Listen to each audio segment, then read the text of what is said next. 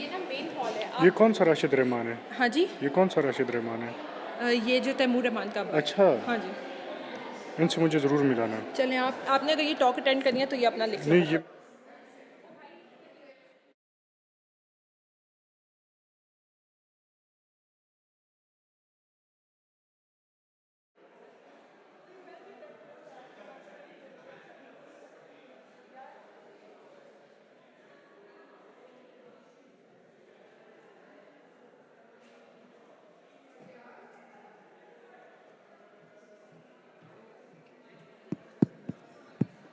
Check, check, check, check, check.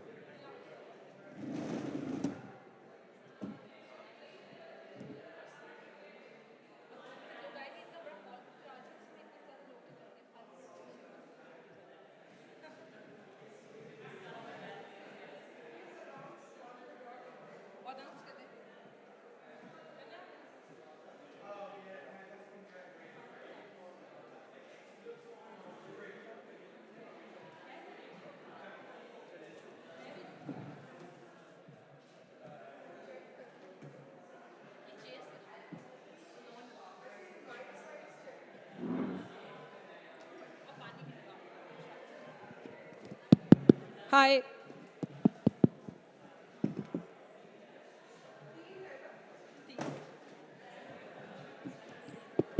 Hello hello, आवाज़ आ रही है? Hello, mic test. Hello.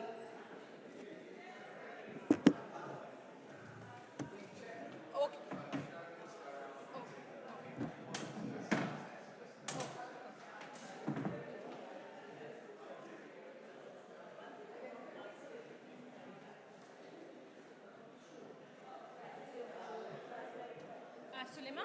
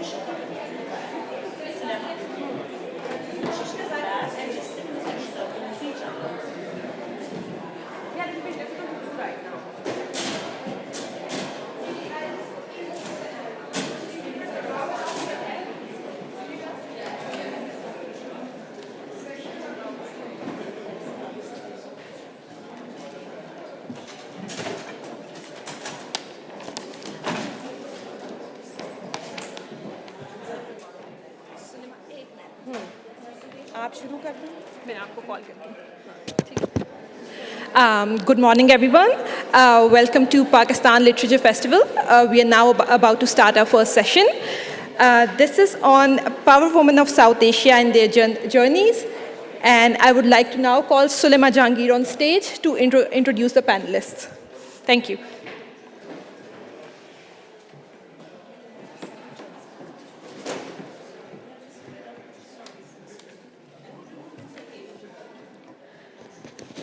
Good morning, Assalamu alaikum. Thank you all for being here at the Pakistan Literary Festival. This is the session on Power Women of South Asia and their journeys. I am honored to moderate this esteemed panel where there is a diversity of expertise and experience, and I hope that I can bring that out today. My name is Sulema Jahangir. I am a dual qualified lawyer. I'm an advocate of the High Courts in Pakistan and a solicitor in the senior courts of England and Wales.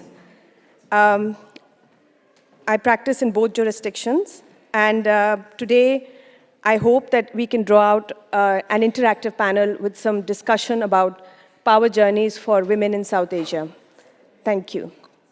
I will now call our esteemed panelists to take a seat, and then we can begin.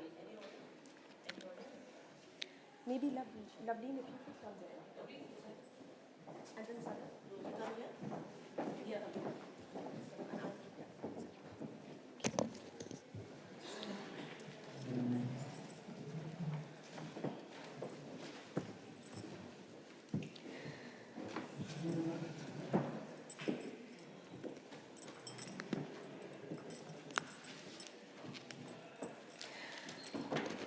I welcome all our panelists here. I'm going to introduce each one in turn. We have here sitting on my right first is Ms. Loveleen Kakar. Loveleen is a senior civil servant from India. She has worked with governments, institutions, and organizations. She brings in over 3 decades of planning and administrative experience from a number of senior roles that she played in the Indian Administrative Service. She made impactful contributions in the areas of women and children, and she framed national policies on child welfare, drafted legislation for welfare schemes for the poor and disadvantaged. She also has expertise in the areas of children education, child nutrition, and child protection. In 2012, Loveleen took over the reins of Tech Mahindra Foundation as chief executive. In less than 3 years, she transformed the foundation's work. She invested in human resources and is currently leading a team of almost 50 associates there. Loveleen redefined the foundation's corporate social responsibility policy and repositions its work in 2 key areas, which are education and employability. Loveleen has authored several novels and stories for children, which have fetched her national acclaim. Thank you, Loveleen, for being here. Loveleen, I wanted to start with you because your experience as a senior civil servant working in the government and starting out over 3 decades ago when there were very few women in civil service in South Asia and in India, what were your expectations? I mean, you then rose to become the joint secretary, joint chief secretary for women and children. Did you expect that if you continued at that time that you would rise to that level, or?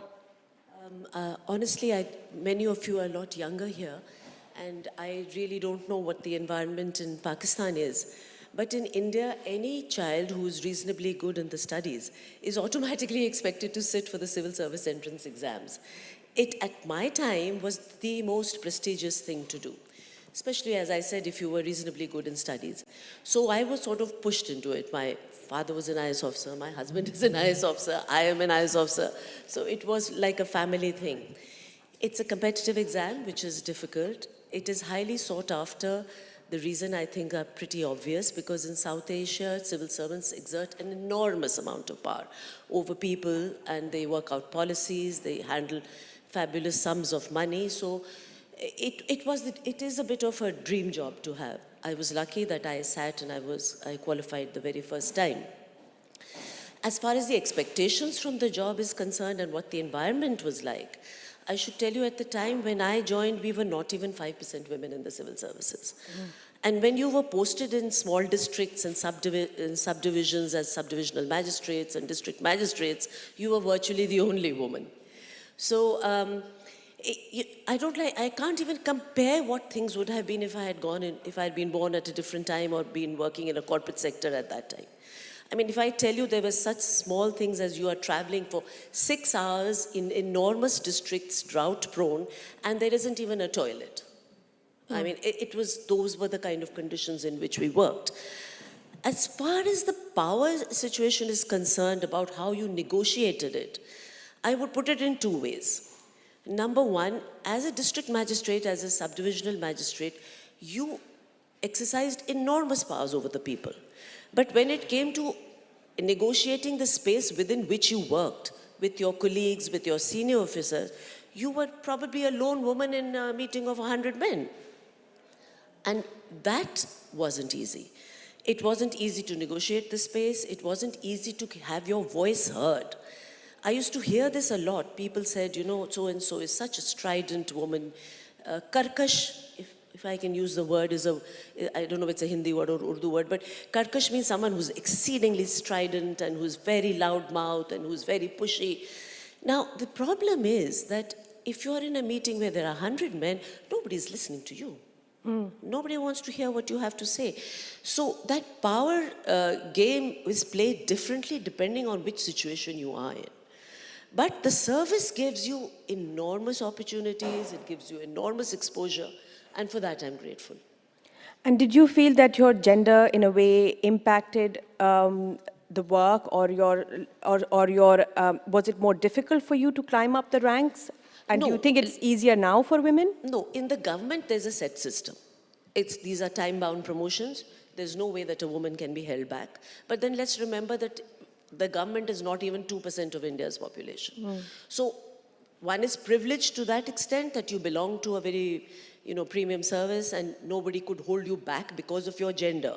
But creating an influence within the system was difficult. But then I also wanted to add, which you said earlier, I quit the civil service after 30 years. And there was a time when India brought in what we call the Corporate Social Responsibility Act. And we are amongst the few countries that has made it an act, this compulsory distribution of 2% of profit after taxation towards helping the poor and underprivileged. So I got an offer from a big MNC and I did join. So I made the move from government to corporate. And that was an entirely different ballgame. So what you said just now about competing to be on boards, that became a very, very different there. So did you find that in the corporate sector, it was easier for people to hear your voice or not? Because, I mean, also you moved to the corporate sector when you were a lot more senior in your role. So that must have made a big difference. No, it did help me since I was on their board. But the corporate sector is the corporate sector, my friends. It's exceedingly sexist. It's extremely sexist. And most of the women on boards are like arm candy. And because there's a statutory requirement to have at least one woman on every board. So every one woman is on board. Many of the times they are the wives of promoters or people who are known to them. And most of the time their voices are just not there. Just not there. I found to be heard, in the corporate world to make an impact was actually slightly more difficult. Thank you, Loveleen. That's very illuminating. I'll come to Sadaf now, sitting to the right of Loveleen. Sadaf is from Bangladesh. She is a poet. She's published her own poetry. She's a writer. She's produced a play. And what is the big feather in her cap is that she's the producer of Dhaka Literature Festival. She's also an entrepreneur. She is, I'll read out a little bit from her bio. She studied molecular biology at Cambridge, and she now lives in Dhaka. She co-founded Dhaka Lit Fest in 2011 and has been the driving force behind the festival since its inception. She runs an art management and content production company which produces the festival and many other theatrical and cultural production and events. She is a passionate promoter of the arts, literature, and culture, and is a founding trustee of Shadhona, a center which nurtures South Asian performing arts. Sadaf's debut poetry collection, Sari Reams, was published in November 2013. She has also produced a play. Apart from her interest in the arts, Sadaf has been in the textile business for many years in Bangladesh, in manufacturing and exporting ready-made garments to the rest of the world. She has worked on bioinformatics in the jute, corresponding with acquiring stress-resistant variants. So she has been active in promoting links between the academia and industry and encouraging investment in biotechnology and science.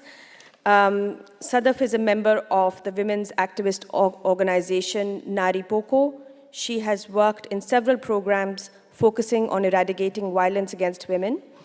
And she has worked with women who have suffered sexual violence under armed conflict. She sits on the board of several organizations as well as on the board of trustees of universities. Thank you, Sadaf, for being here today. As you can see, that was quite a mouthful. So, you have so many hats, a poet, writer, producer of the Dhaka Lit Fest, a promoter of art and culture, and as well as working as an entrepreneur. What are you most passionate about? That's a great question, and just to say Assalamu alaikum everyone, good morning, and I'm really delighted to be here today, and an excellent initiative. I think poetry and kind of culture and writing is probably my real passion. But I think for many years it was like I couldn't decide what I wanted to be when I grew up, so I just kind of continued all my passions. And that's why I think I've kind of been involved with a lot of diverse things over the years. I mean, what made you set up a Dhaka Lit Festival? It became quite successful. I mean, I was looking at it from starting with about 600 people when you first set up. You've had 10 events so far. And there are about 30,000 people now who come to the Literature Festival. Do you sometimes feel like, oh God, why did I do this? I mean, you're already doing so much. My co-director is also here, Asan. When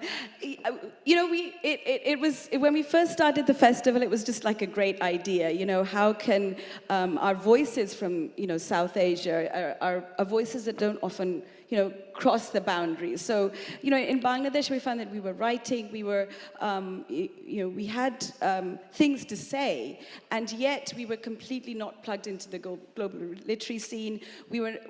Our voices and our perspectives were literally not making it, I think, to the kind of platforms that we wanted to. So the idea initially was we love literature, we have this rich history and culture of, cultural engagement and spiritual inquiry, and yet it seemed to be stagnating. Our young people, didn't have that pride, and they weren't kind of trying to reach for the stars and push beyond the bounds of mediocrity.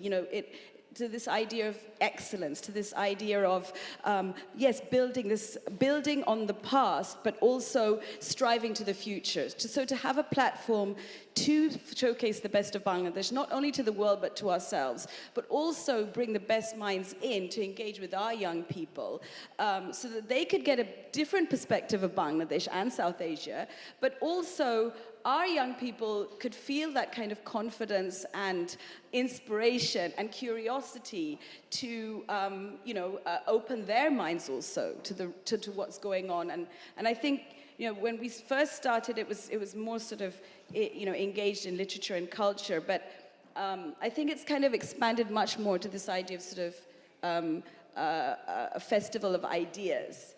And, we started with 500 people. It was the British Council. And it was like, okay, it's much more English literature festival. And I was like, no, it's our festival, very much rooted in Bangladesh, but we are also kind of very much want to be, communicating with the world. So we moved it to the Bangla Academy the following year, and now this edition, which we had, our 10th edition, we had, I think, 175 sessions over 4 days and over 35,000 people coming. And do you find that, with now there's been so many festivals, literary festivals, etc., in South Asia. I find like it started with Jaipur, and now we have in Lahore, we have in Karachi, we have this, you have in Dhaka. and of course, it's great for young people because you see a lot more young people engaged in sort of literary and the arts. But at the same time, I find that when we sort of organize these events in Pakistan, a lot of people that are able to get visas are people from the West. And so while we are having these festivals, we can have this sort of panel in London where we are, sort of representing it. There's a panelist from India, there's a panelist from Bangladesh. In Pakistan, it would be impossible to do that. And I think that's a real shame because South Asia as a region is not able to sort of grow together and learn in the arts and culture from each other, which you see in other regions people do. So do you find that that is a problem when you have the festival, that you are not able to have more people from South Asia come in?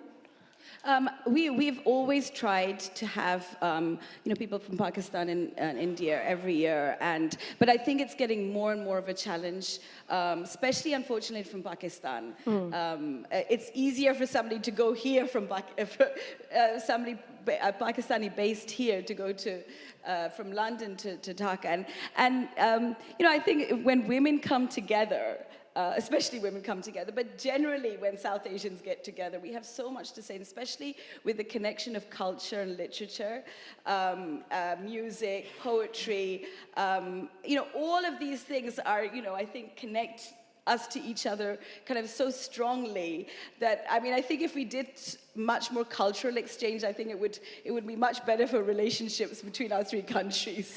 I think so. I think it's more the state than the people to people. Whenever I see South Asians anywhere in the world, there's always a big noise in that part of the room.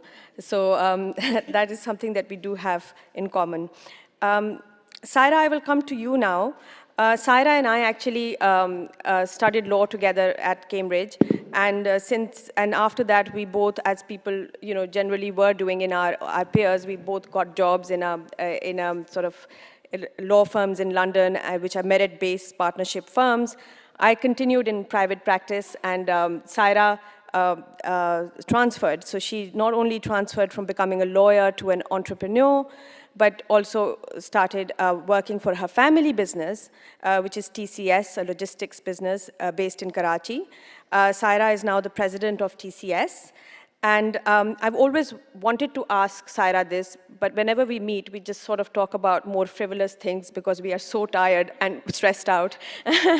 So my question is, Saira, how did you find the change? Because coming from a sort of clear structure of merit-based partnership law firm to then go to work in a sort of a Pakistani business family setup, it must have been rewarding in one way because you have more autonomy, so you don't have to do the billable hours that I sometimes have that pressure.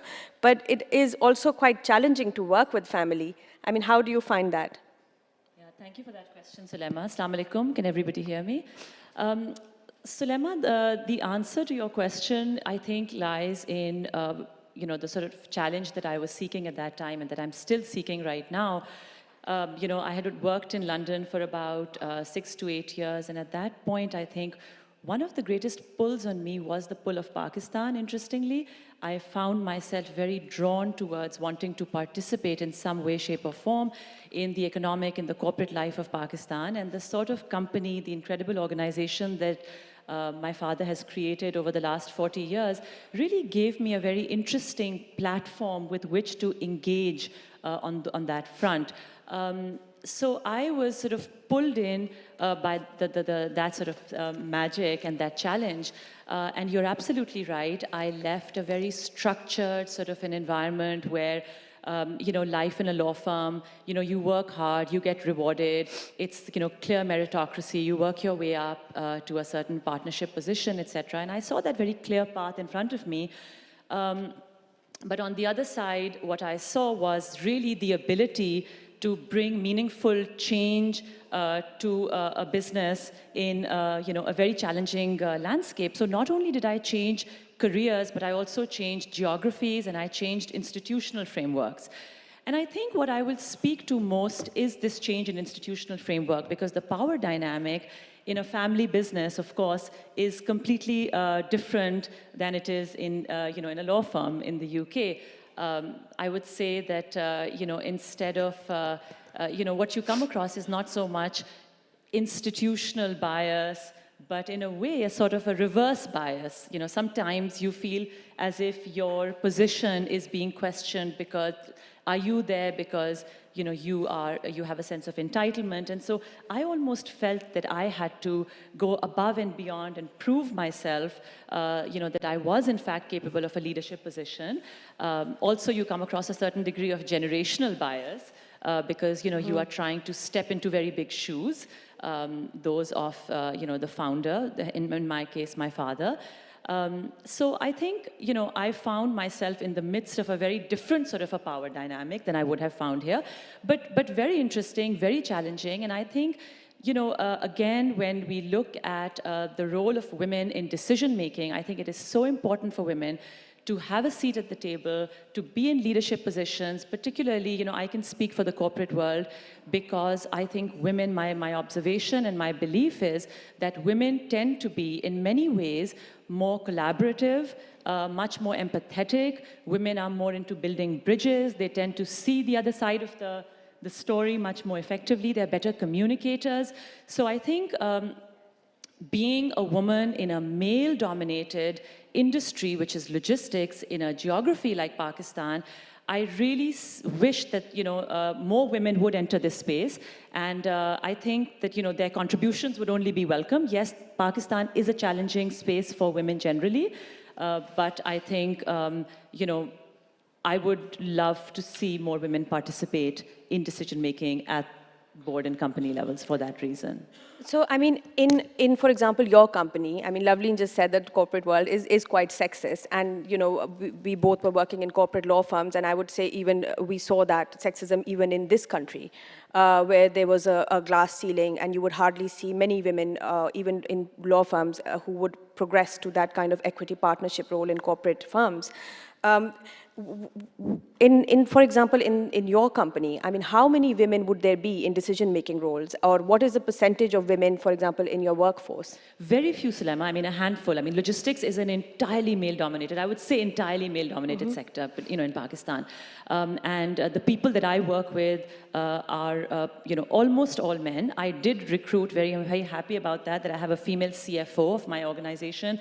I've been trying to recruit more women in senior leadership roles, but generally you do not come across, too many women who will put themselves up. And, the reasons, in some ways, the sort of systemic inequalities that women face in Pakistan, in some ways do replicate, mimic the sort of inequalities that they face all over the world. Women do come across the biological clock. They come across cultural expectations, more so in Pakistan, the role of homemaker and mother versus the role of, their careers. But look, my definition of success and progress and power is that it's not linear. There are certain phases in a woman's life where she may have to step a little bit away from the center of power, and she may have to devote her time and energy to other important maybe duties or responsibilities. But certainly there are other times where you can actually lean in. When I look at myself, I mashallah have 3 daughters who are now much more grown up, and therefore I'm now able to devote much more of my time and energy. Had I never participated, had I stepped aside from day one, I think I would have done myself a big disservice. So I think women should stay engaged to the extent that they can, because knowing that there will be phases in their lives where they will be able to give more of themselves. I mean, precisely. I mean, that is one of the things that I was thinking. And I think almost every woman, regardless of whether you're in a logistics firm in Pakistan or whether you're in a law firm, which is, in London, almost every woman I know who comes across this, and even if you don't have children, sort of there is this expectation from women to be the primary caregivers, whether it's to their parents, to their children, and sometimes to their partners as well. So I feel like there's, as women, we have to wear many hats. And one of the things that my mother, when she went into law practice, told me was that, initially when I started, all my money that I used to earn used to be as much as that. We had a very nice, very sort of expert nanny. It used to be her salary. So I used to never save a penny from it. But look, if I had given up at that time, where would it have taken me? So in the end, it's a minuscule thing, but I see a lot of women, even in England, who have given up their careers because it has been too much for them, the childcare costs, etc. And but as you said, to persevere, and then in the end, you see that actually that period passes, and that sort of contribution becomes minuscule in the whole journey. Absolutely. I come now to Bushra. Bushra brings with her almost 2 decades of work experience in international development and human rights, both at the policy-making and implementation levels. She has a well-established track record of leading large-scale development programs, delivering sustainable results and lasting impact in the lives of underprivileged and minority groups in Asia and around the world. Bushra has worked in various senior management and leadership roles within the United Nations, the World Bank, the UK Government Department for International Development, and other international NGOs. She is the youngest global director at Save the Children, which is a 100-year-old organization, and is also the first Pakistani woman to achieve that position. Bushra has also some books to her credit. She is a writer, she's a researcher and advocate. She has written, and she's also written various articles. Thank you, Bushra, for being here today. I want to welcome you here and to ask you about your role, which has been integral to public policy decisions and large development projects.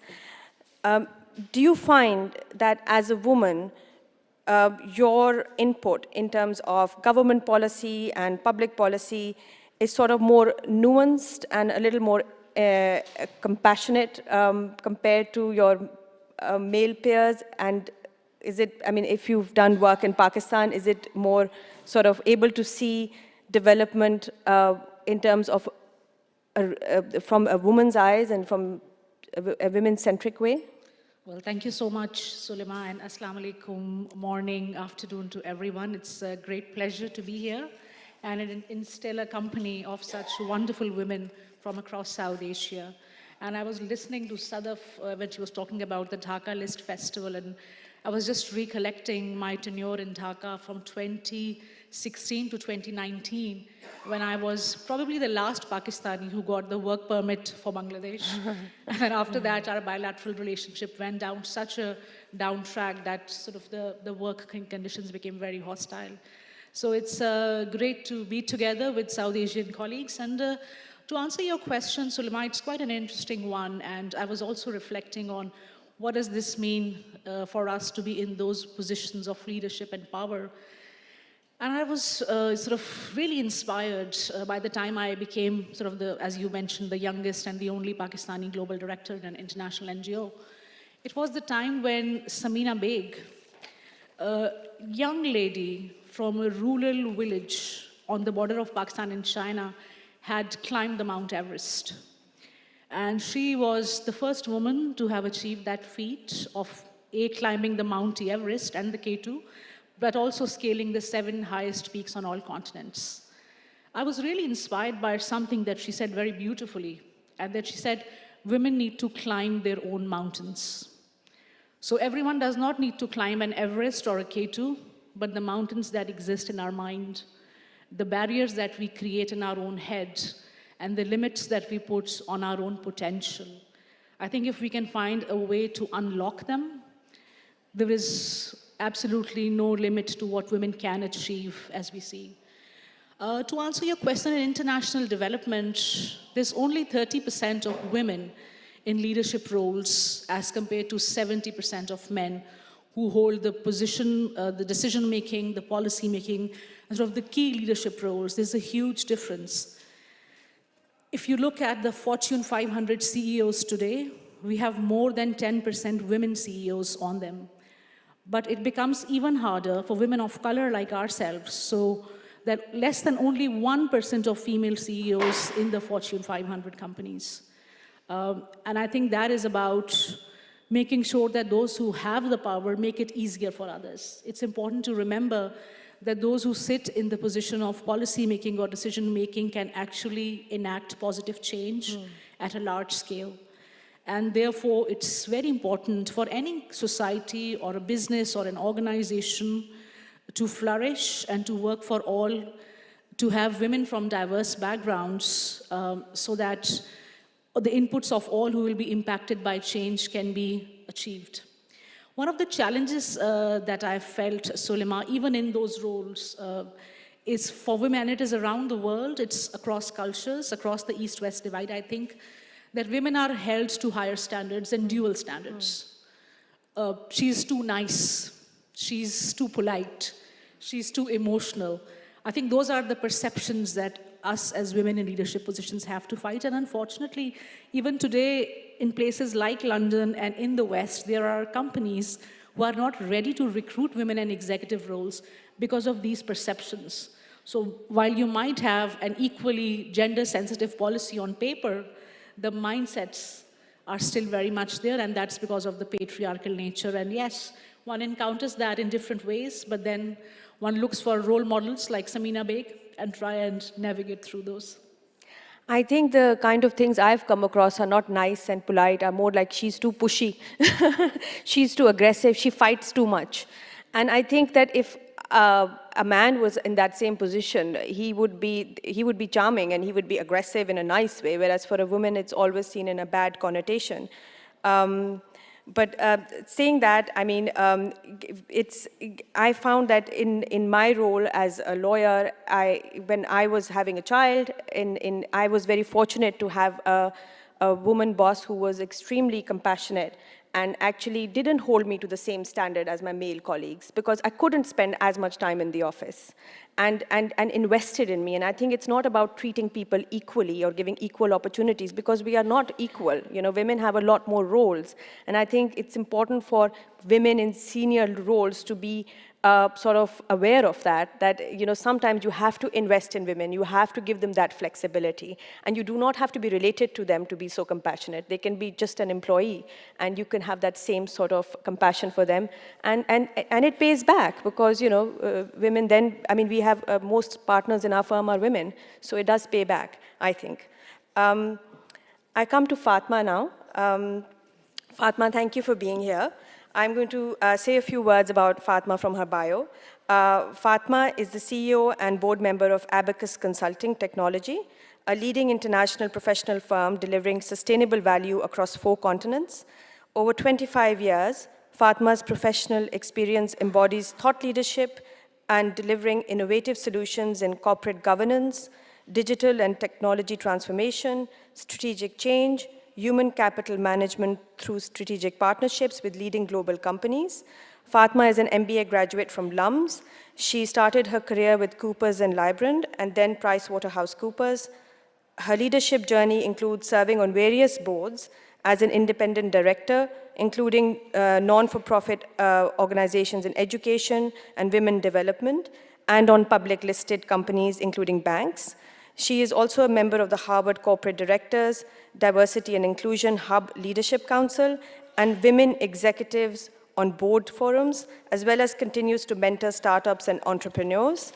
Her leadership journey also includes serving on various boards, such as LUMS, Faisal Bank, Kutch Foundation, Karwan Crafts Foundation, and Bata Pakistan. Fatma, thank you for being here. That is quite an impressive CV and a lot to say. So I just wanted to say that, you know, you, in the last 25 years, we were having this discussion, you have sort of found yourself at the helm of this organization, which started 20 years ago with 50 people to now 4,000 employees. How do you manage this? And do you think that this is because of effective leadership? And what is this one skill that this organization, the company has grown to be so large and so effective in sort of various fields in Pakistan? Thank you very much. Good morning and assalamu alaikum, and I'm really honored to be here. Ms. Samina ji, really privileged that we have this opportunity to have a conversation among such amazing women over here. And it is about collective journeys and collaborative journeys that take us forward. To my own journey, I feel, you know, it starts with what your own philosophy is in terms of how you create value, and you continue to hopefully create value and positively impact all those who come into contact with you, who make you successful as well. And one of my favorite quotations has been that you are part of a universe, but there is a universe within you. And the first part of it is that we are all connected because we are a part of a universe. And it becomes extremely important in terms of knowing your purpose and saying how can we serve others, and thereby we serve our own selves. Whether it is a man or a woman, whether it is a child, whether it is collectively impacting the environment, it is about creating value and increasing your knowledge in order to do that. So my own journey has been defined by this particular ethos or philosophy. And our organization is now, mashallah, operation for 35 years. 20 years ago, we had a major change in it, which meant a new brand name for it, and it was a different trajectory. But this particular organization, Abacus, right now, was founded by my father. He's the chairman of the company in 1987. He is a chartered accountant by profession, but he chose to go into the management consulting wing. And I think by default became involved in this entire process as well. But if we fast forward to 2023, it's been an incredibly demanding and challenging role, no doubt about it. It is something that I did not envision to be at the helm of affairs at this point in time. Because when I started my career back in 1997, now it's been 25 years, my focus was HR. It was about giving back, and that was a time where human resource wasn't really considered a profession. I just felt when I was concluding my MBA, every case study that we did, every conversation we had, yes, you needed technical knowledge, you needed functional knowledge, which is extremely important, but it was about the people. It was about the decision that the CEO took, or the sales manager took, or someone who impacted your business. And I found that very fascinating, because no matter how knowledgeable we become, it is the decision and the emotions, the heart and the soul or the mind connect, which impacts the trajectory of how the directions are taken. And that's how my journey grew. But at this point in time, I feel that it is linked to the support that I received, and to the point that has been raised by my colleagues over here as well, that we have to collaborate and work together to develop environments which are not only compassionate, but enable others to grow. I feel my first education and of course the first support were my parents, both my mother's here, and it is a privilege for me to hear her, for her to hear me speak. And she's been my greatest stalwart. She's been a greatest supporter, and I think that really makes a difference. So has my father, where equal opportunity for education, for the choice to work for both my sister and I, and for my brothers equally, that defined the starting point. And then you fast forward into the workforce, I always saw myself as a professional. I saw myself agnostic of gender, and I said, I deserve to be here because I got here on merit and performance, and I have a voice, and I have a seat at the table. But it is up to me to create that value and be prepared for the conversation irrespective of gender. And I've had a very positive experience in that. Of course, there are difficult times as well, and the journeys that you have to make for whatever reason. But I found that the greatest support came because I was prepared for those conversations that got me to every meeting throughout my 25-year journey. 2 years ago, I was appointed CEO of this company. There was a bit of a change in our family. It was very challenging. But the support that I received from my father and my brothers to take on this challenge of right now where we have 4,000 people, we have 10 businesses, we also have an international footprint which is actually headquartered out of London. It was extremely challenging, given that the fact that obviously I have children as well, I have other responsibilities as well. But it was the collaborative support that made me feel that yes, I can do this, this faith in yourself, because every point in the last 25 years has prepared me for that. And to really own it is what is important, and not to shy away from it. So in the environment that I work, within the organization, I'm very committed to the diversity, equity, and inclusion area.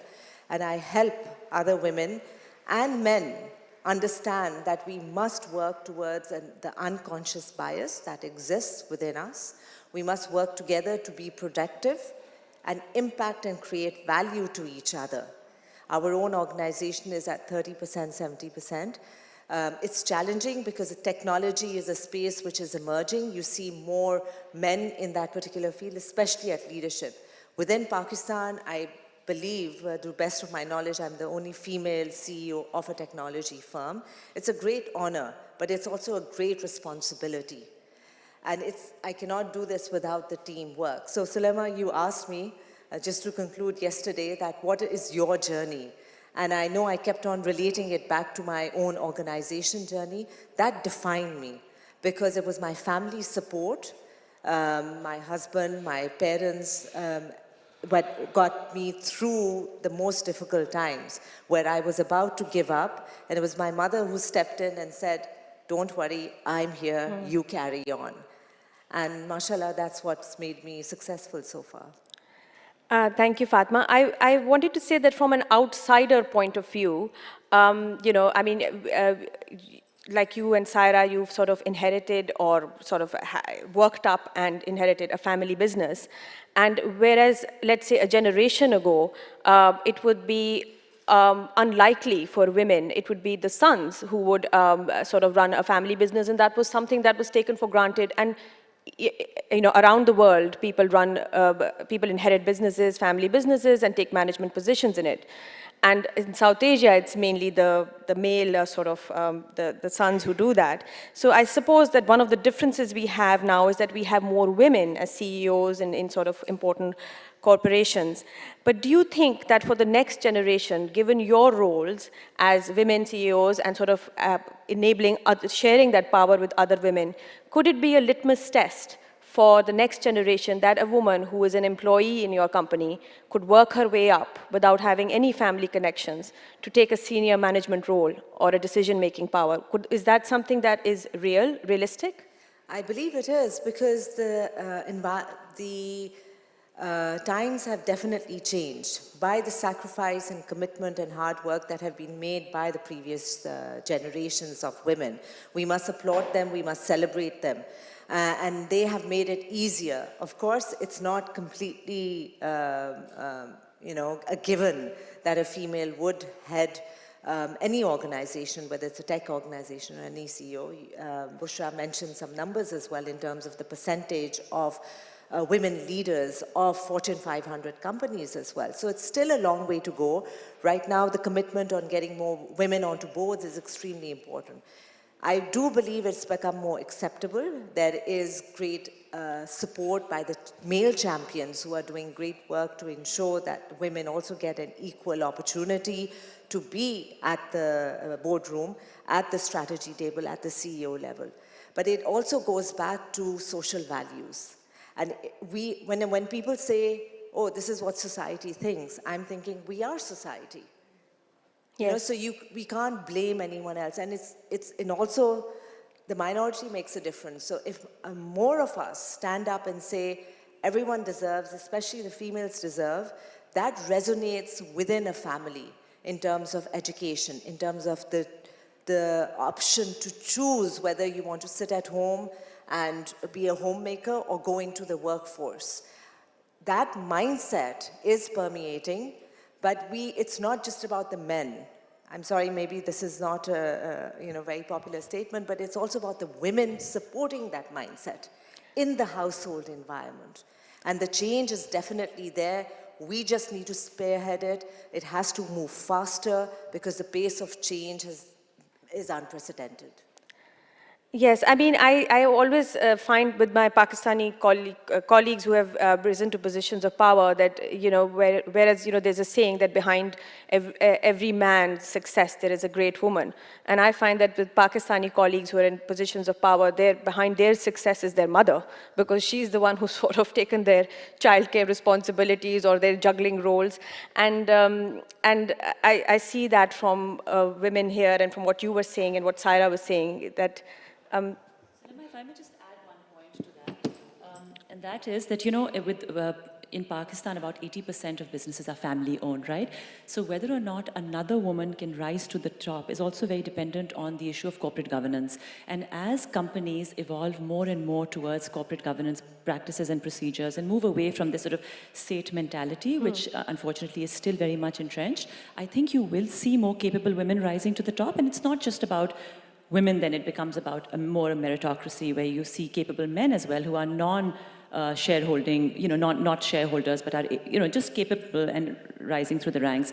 So I see this as a really important area of growth in Pakistani businesses, the development of corporate governance to avoid nepotism and encourage actual talent to rise to the top. Yes, I mean, that's why I said it's a litmus test maybe for the next generation to see whether your organizations are so professional that a person who has no family connections, no shareholding, is able to rise to the top because of their talent, I suppose. I want to come to Saida now. Saida comes from a business family. After completing her MBA, she herself went into business. She worked in the construction and then garments industry before she became CEO of Sakhar Beverages Limited, which is a Pepsi-Cola international franchise. Since the last 10 years, the company's transformation has been an unprecedented success in organizational growth and in raising the market share from 38% to 70%. Saida is the only female bottler in the PepsiCo system. She introduced the Gen 2 green water treatment plant, which is Pakistan's first and best of its kind. She has made many changes to the industry to make it more efficient. Saida also contributes to non-profit work. She contributes towards the National Institute of Child Health in Karachi, where she is part of the executive board for over 20 years. And she is the Public Relations Secretary, which is an elected post. Saida is a member of the Steering Committee and Screening Committee of the Education Department of Government of Sindh. She has also adopted 5 government schools in Karachi with a total of 5,000 students, and 2 schools in Sakhar with 1,500 students.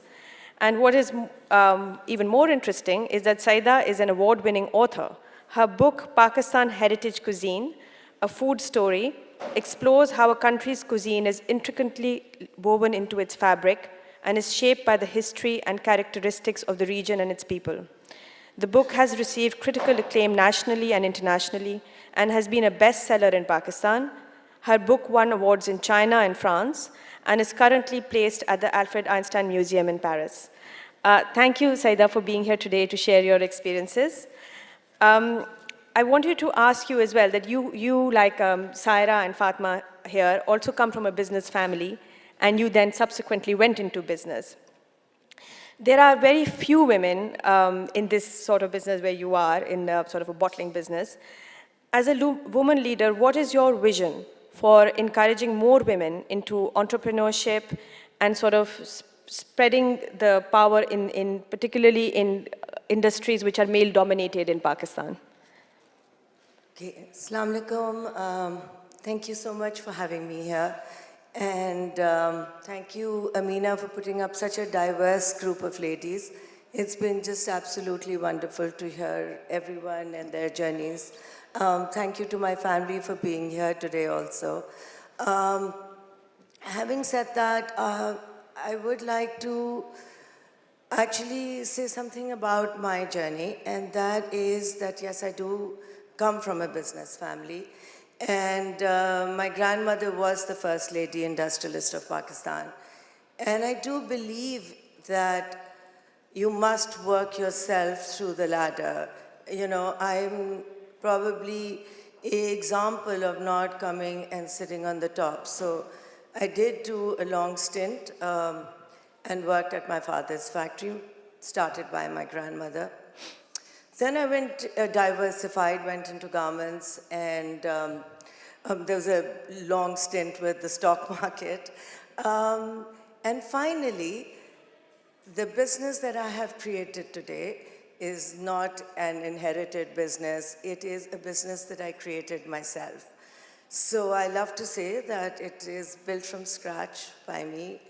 And yes, the market share that went from 38 to 70, etc., is because it is what was built. So that's one of my pride and joys, that it is something that I did on my own.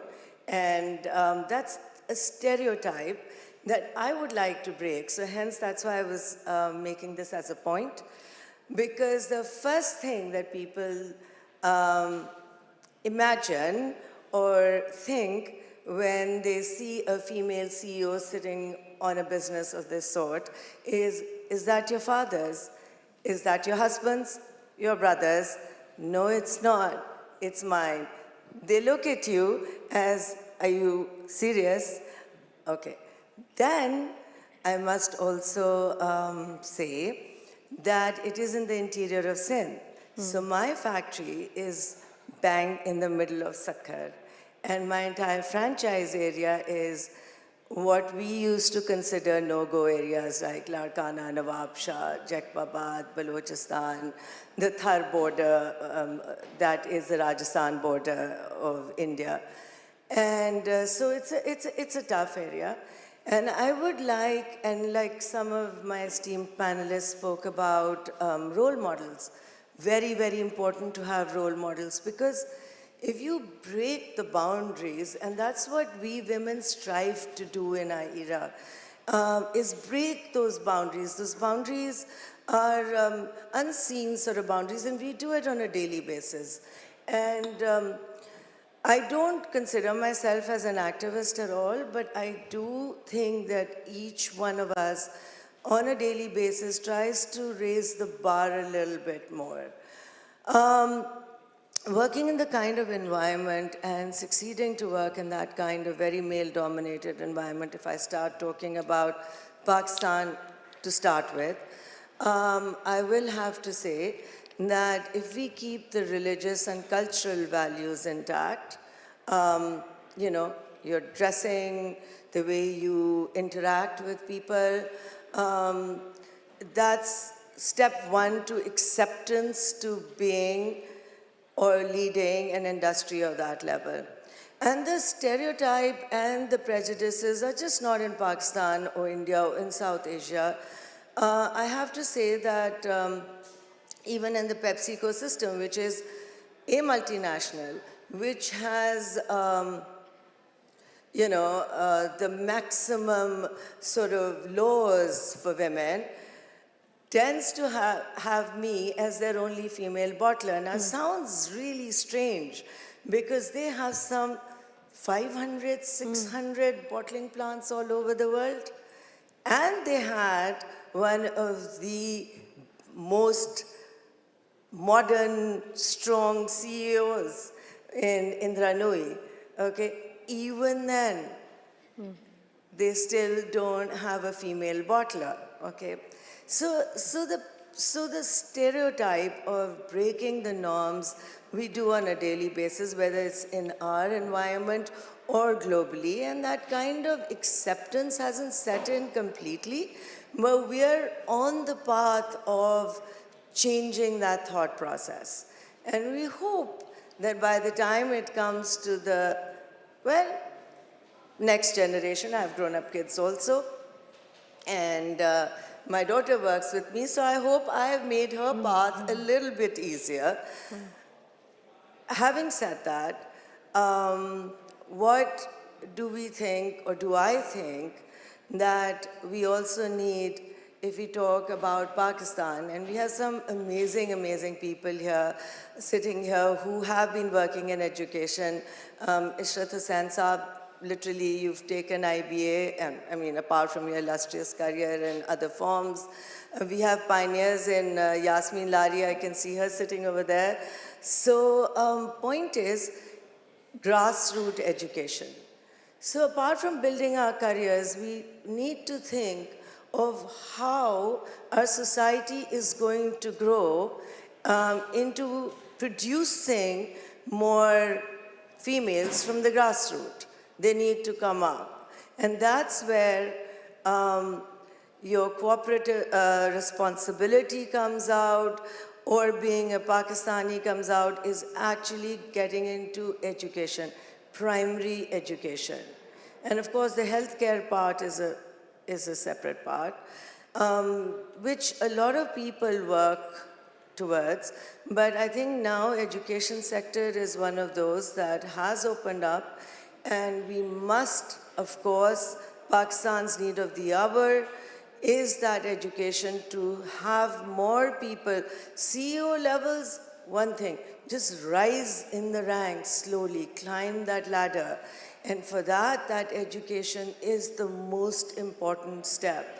So I think any one of us who sit here who feel that we have reached a certain point in our lives, need to give back, whether we live in Pakistan or outside of Pakistan. And it's not just for Pakistan. I think the other panelists who come from India feel the same, or Bangladesh, or anywhere in South Asia. I would add Sri Lanka, doing really well with education. So I think that's one of the needs. Otherwise, we have very many role models. Somebody named Samina Beg, we had Benazir Bhutto. We have some amazing role models. We must look into that sphere and how to build a career, how to grow and climb that ladder step by step, so that when you reach that CEO level, you are on strong ground, you're with strong footing and not dicey. So that's when you can fight, you know, the prejudices that come along, the stereotypes that come along, the day-to-day, what should I say, condensation, that comes along from people. It starts to not matter when you're on strong footing. It doesn't matter. It's like, you look around yourself and say, well. Yeah, I think people get used to seeing a woman, sometimes being the only woman on a board, and I think just that is enough, because then that takes getting used to. And then to be heard, and then to talk, and then to actually make a difference. Do you feel that? I truly feel that. I think that we all suss the other person out, be it man or woman.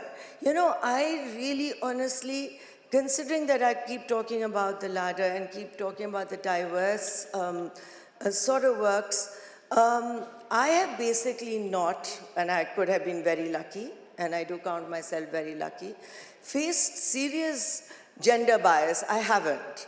So God's been too kind, I suppose. But that does not make me unaware of the bias that a lot of other women feel, But I do feel that, yes, you're being sussed out, but that suss out, don't we suss the other person out also? It's a normal interaction. And that's where you tell yourself, you tell your brain that that person is somebody, you need to respect that opinion. I don't think that it only is for women. I think the same goes for men. Sure. I mean, I wanted to get back to the challenges that, we as women have faced in terms of our own journeys. And what challenges do we think are some of the biggest challenges that you can see coming ahead? And I'll start with maybe with Loveleen to just give us briefly, because we have very few minutes left before we open the floor for questions.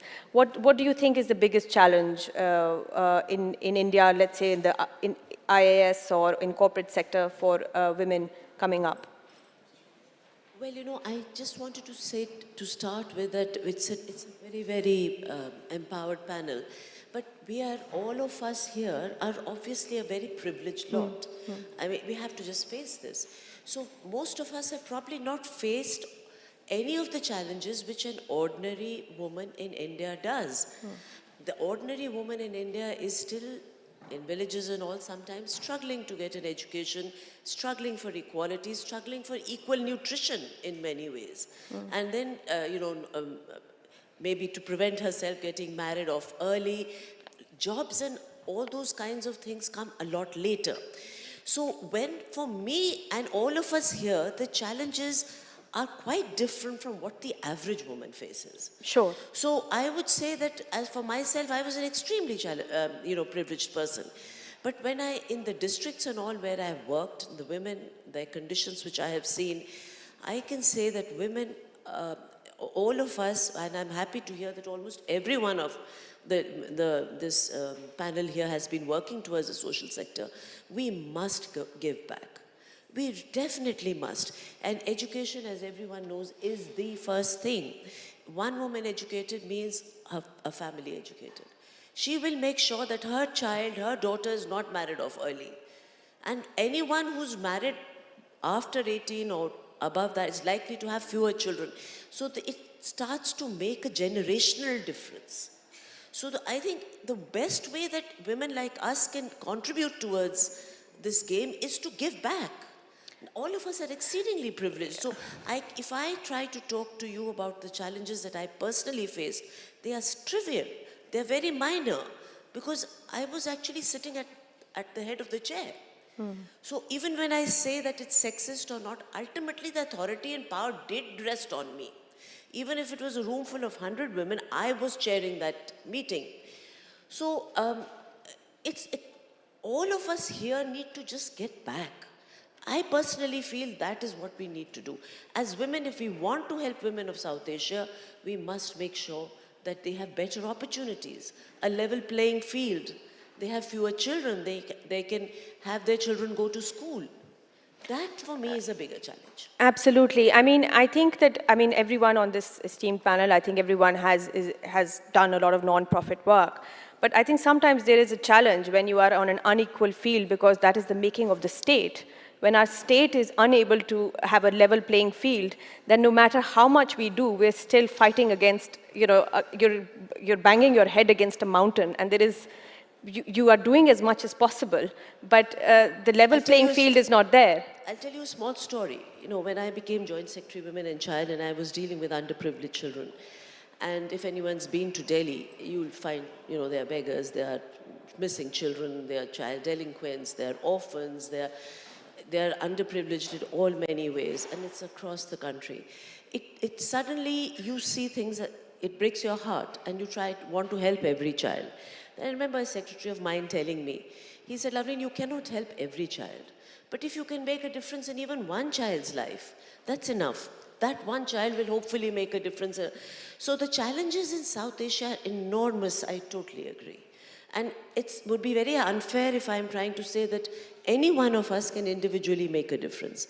I can tell you n number of policy decisions, n number of acts that I did make, but that's not the point. An act is good only if it is implemented. Otherwise, it remains a piece of paper. Yes. For example, I set up the National Commission for Child Rights in India. And now people say it's a paper tiger. Because unless children are actually given their rights, so we cannot hope to solve the problems of South Asia. They're enormous. But what we can do is to individually try and reach out to as many as we can. Like I heard some of them, you are chairs on, social sector initiatives and other things. That's the way. So if you make a difference in a couple of women's lives, I think that's enough. Thank you, Loveleen. I think that I will be closing the panel soon because then we have a few minutes left for questions. But thank you everyone for your contributions. And as Loveleen said, as everyone here has made contributions as much as possible, naturally the challenges of South Asia are enormous. And we in our own little ways are trying to do as much as we can. Let's hope for a sort of a more integrated South Asia, a more self-aware South Asia, where we can see these challenges And where, as you say, that the panel is very privileged, I think they are not just more privileged than ordinary women, but also ordinary men. Where people at this point at least in Pakistan, we have such an economic crisis where people are finding it hard to, sort of even put 2 meals together. It is even more important to have that corporate social responsibility and to be able to sort of give back as much as we can. If there are any closing comments, Saira, would you? Thank you. Sulema, related to that, and I completely echo Lavleen's sentiments, is that, in addition to what we are doing in our own societies and in our own spheres to assist on the social front, on the economic development front, if the women of South Asia can somehow find ways to collaborate more effectively through panels such as this, and it is ironic, like you and I discussed earlier, this is a bunch of empowered South Asian women sitting and having this discussion in London. Why are we not able to do that in our own countries? So if we can work collaboratively, I think that there are so many similarities in the challenges that we face, and there is so much more strength in numbers. So I just want to throw that out, that if we can figure out some sort of platforms for connectivity, that would be really incredible. Thank you, Sarah. Fatima. Yeah, and thank you. And that's one, I completely echo those sentiments as well, Saira. And thank you, Lavleen, for focusing on education. You see, we are living in a very fractured world, especially post-COVID. And what is happening is not specific to just South Asia. I feel many other countries are also going through that. We talk about, migration, we talk about conflicts, economic harsh realities. And it is time that humanity work together much more effectively, especially in our part of the world, because there are very common challenges as well. So the more we rise with compassion, with empathy, but also send out a message, we're here to help, that's how we can create an environment of respect and dignity where we rise together at the end of the day. Yes. And of course, it's a broader conversation as well, but in our own rights, even those on this panel right now or on the stage and in this room have great networks and connections that we can make a difference together, even if it's on our own circle. So that's my message, that it's not just about the women, it's about the men and women working together to create a better future for the next generation. Thank you. Thank you, Fatma. Yes, please. I just wanted to say something about this idea of culture. And as a woman deciding to go to live in Bangladesh, when I was fairly young, when I was 18, 19, I decided that, after you go to university, I'm going to go back to Bangladesh. And, I think, yes, I was very privileged. Yes, my parents, instilled in me, gave me the education I needed, gave me the confidence. But in Bangladesh, it really felt like connecting to other women. A lot of us were in one way in the same position. Though we, of course, were from different classes and, of course, not in the same position in a lot of ways. But, I can't be the guardian of my own child. If even somebody from a privileged background is subject to domestic violence, they're not taken seriously by the police. Even young people today, we have a huge amount of people on the internet. 80% of women find misogynist and very vitriolic attacking against them. So I think, when I went back, the idea was to look at it kind of holistically. And then looking at holistically, yes, we are lobbying for laws to be put in and standard operating procedures and corporate governments and all of that, but, and have a place at the table. And one of the things was me sort of then looking at what culture means. And this idea that, culture isn't static, it's dynamic and it's messy. And, if you can start being one of the dominating forces to help shape how people think, that's also an important element. And that's basically what I think me and a lot of other women and men have been trying to do. And so, when the statistics out of Bangladesh are coming that, there's so, women are empowered, but actually it's like, oh, can they make their own decisions? Are they able to, make decisions about the, so for example, a garments factory worker, can they make the decisions in their own family? Are they being given value by their greater family? Are they being able to publicly speak? Are they being able to walk on the streets without being harassed? Yeah. And I think over the last 30 years, things have changed a lot in Bangladesh, but there's still a lot more to be done. I think things are changing rapidly in South Asia, where women, you see a lot more women now, sort of more empowered. And, as Saida said, education has a lot to do with it as well. One more challenge that I'd like to share, Sulema, as you ask, and I think it pretty much lies with women, that, we hold ourselves to very, very high standards too. I think women need to be a lot more kinder to ourselves and to each other. I'll give you an example. So in our organization, we are trying to promote more women in senior management roles. And we opened up a couple of senior management positions for internal recruitment.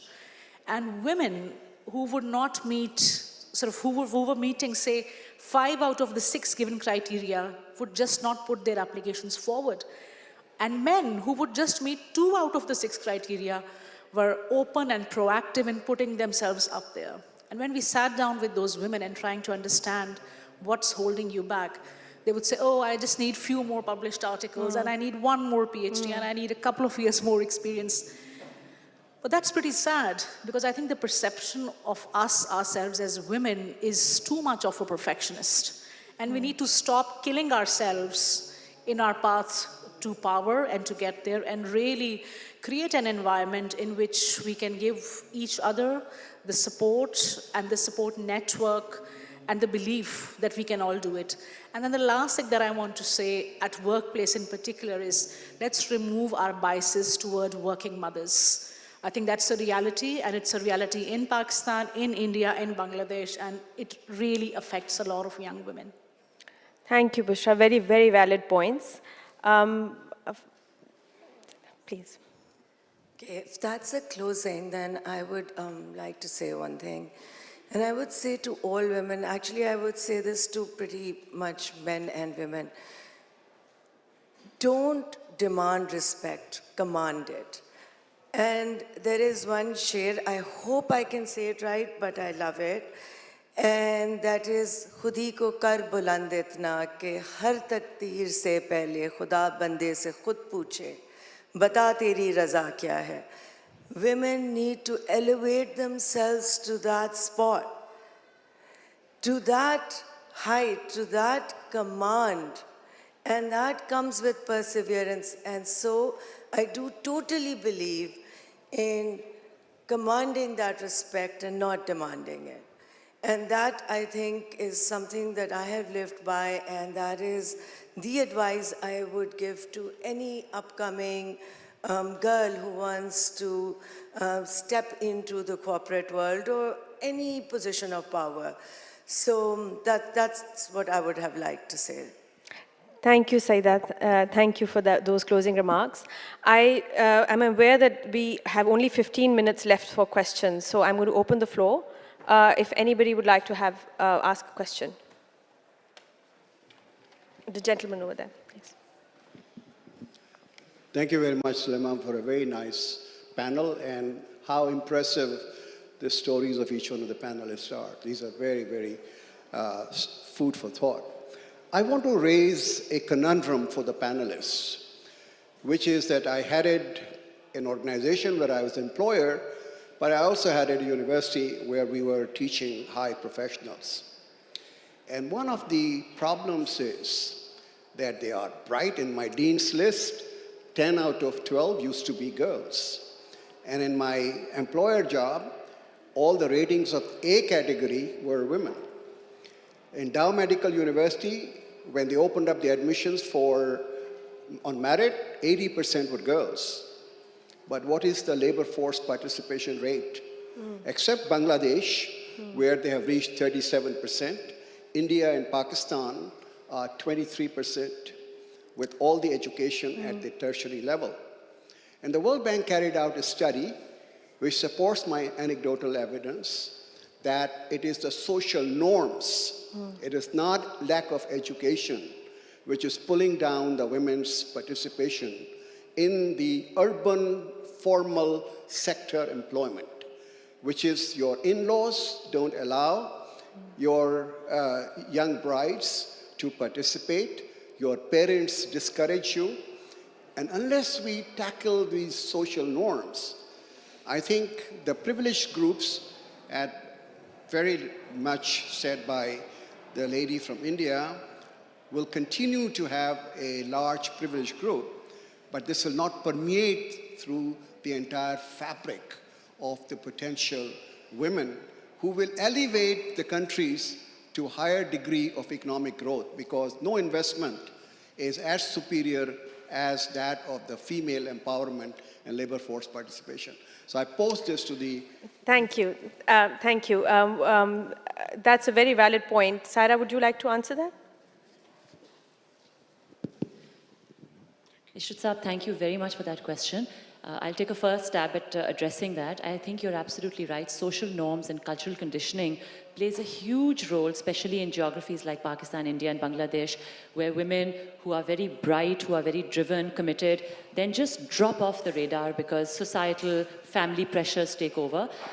The only thing I would say to this is, number one, the first point is that society as a whole, men specifically, spouses, husbands, have to step up and take more of a role in those sort of critical roles that prevent women from participating fully, such as childcare, housework, etc. But also equally more importantly is that as employers, if we can recognize that women will have, as I said earlier, women do go through phases in their lives where their commitments may dwindle and they may have less of themselves to offer their employer.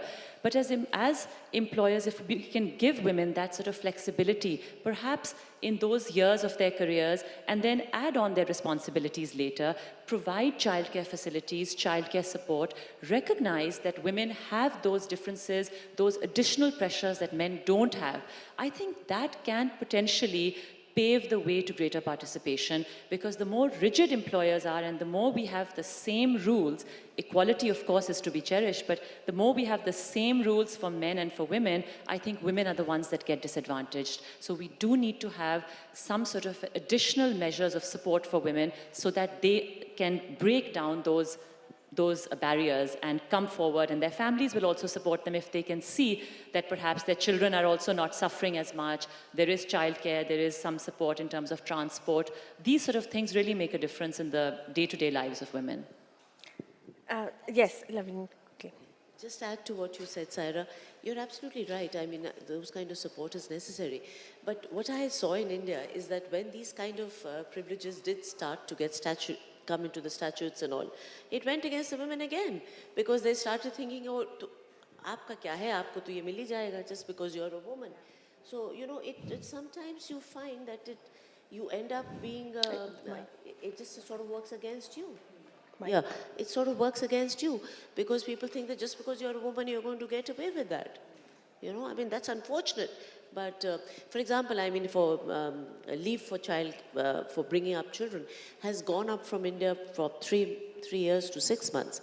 And in the course of an IAS officer's life, if you're a woman, you can take up to 2 years. You can take it to early years, you can take it during later years through college or wherever you think you need to support your child. And I've seen n number of male officers who have felt that this is unfair. Why do the women get it? So it's always a difficult world for a woman. Yeah. Any further questions? Hi, Sulema, thanks. I'm Dawn's London correspondent, by the way, Atika. I just have a comment, and I wanted to know what the panel has to say about it. I think our societies, and this is Pakistan, Bangladesh, India, I think our societies and social structures are set up so that women who don't have privilege fail. I think that if you cannot afford a nanny, and if you cannot afford to study abroad, and you can't afford for your mother to watch your child, you cannot be in a leadership position. I'd really love to hear what your thoughts are on that. Anybody?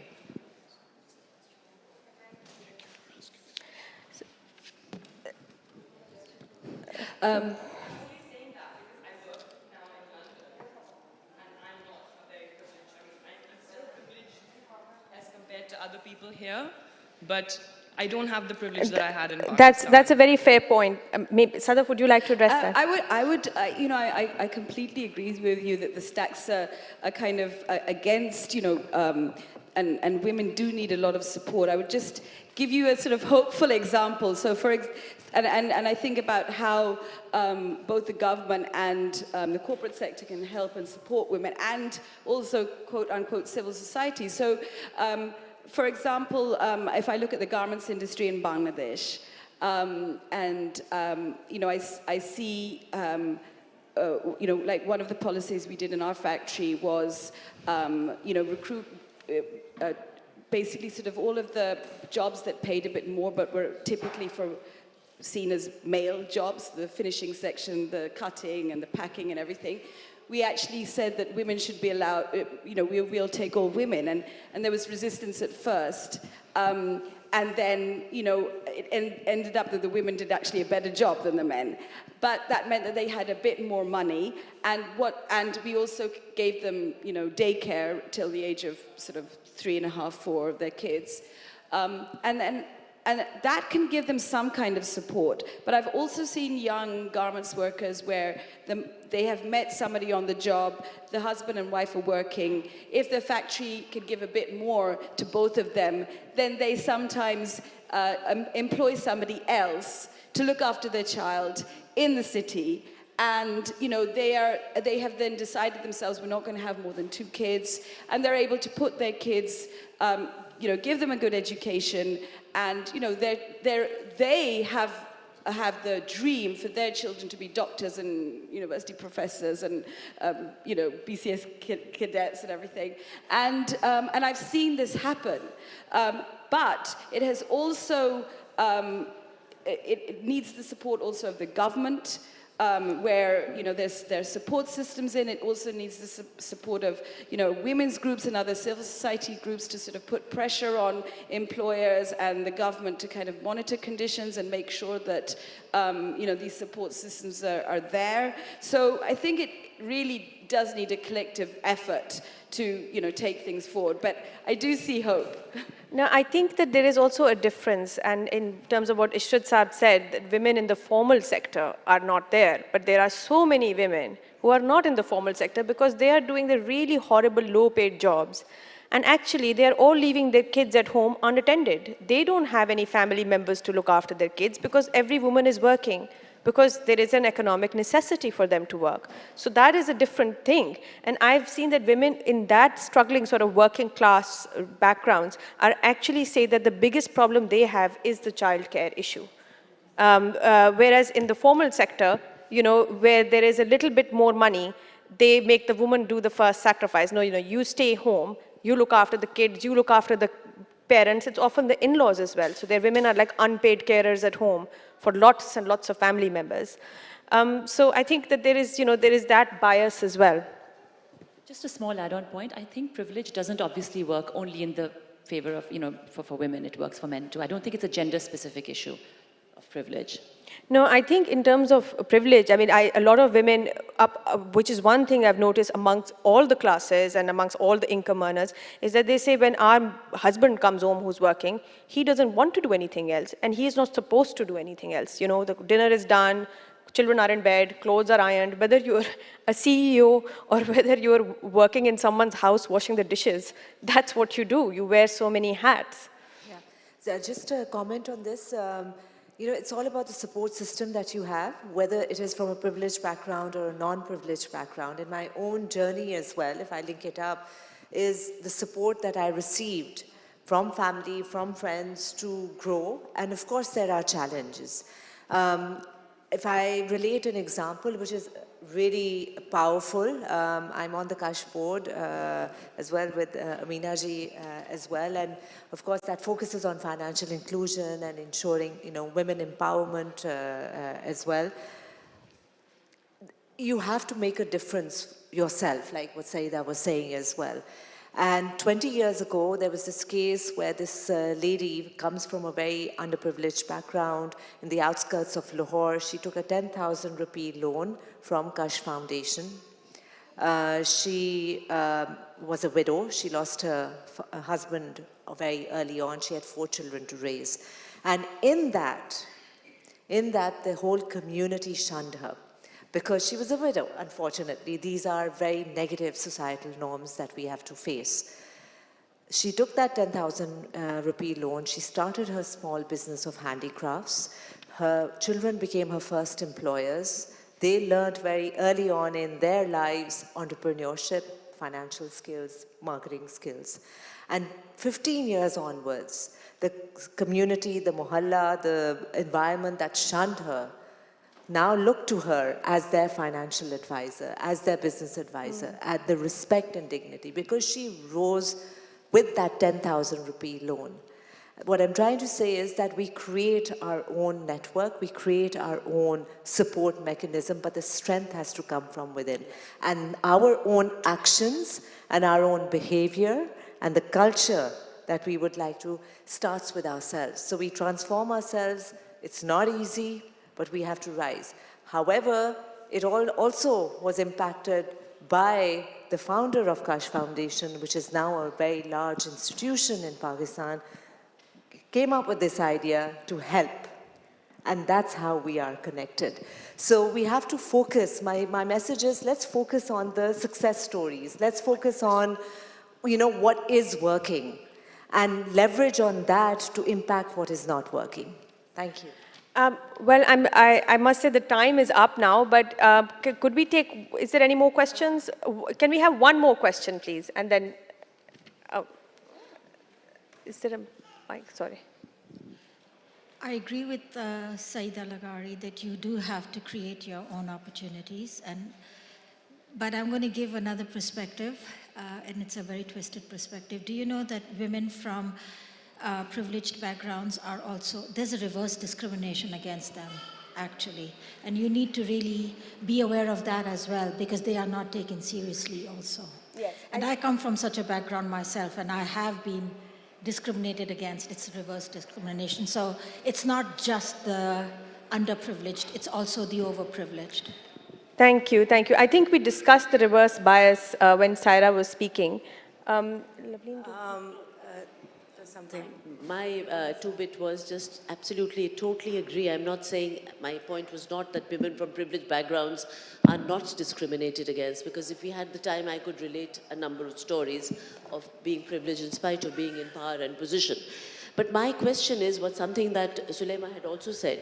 In construction sites, you see women carrying bricks on their heads with little children who are actually lying there in the sand and in the dust under a tree. I mean, we are talking of the entire sector that nobody has in their dreams thought about, And in the entire Southeast Asia, the percentage of such people is enormous. It's enormous. And I think that is the most unspoken of. But last comment, and then we'll close the panel because the time is up. Okay, so the last comment here, considering that it's a women empowerment forum, I want to say to all my fellow women, being a mother, having a child is just such an important, beautiful mandate given to us.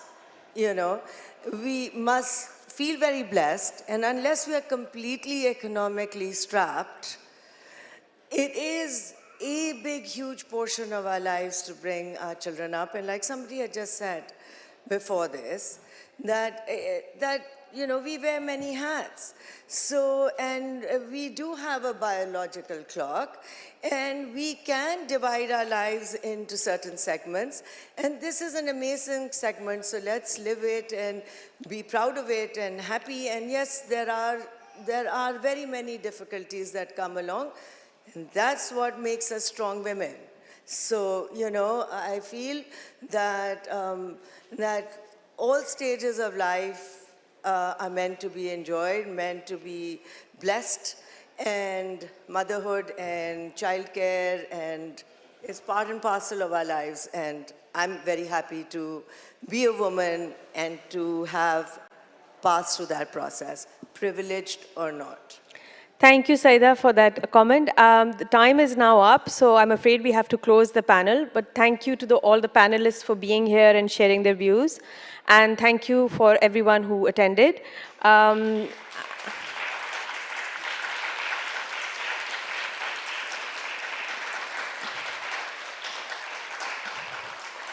as one of my fellow women activists said, you know, I mean, look, when Loveleen talks about those women whose children are lying on the construction sites as they're picking up bricks, etc., and I see that a lot in India and, of course, in Pakistan, you know, where children are untended in the fields.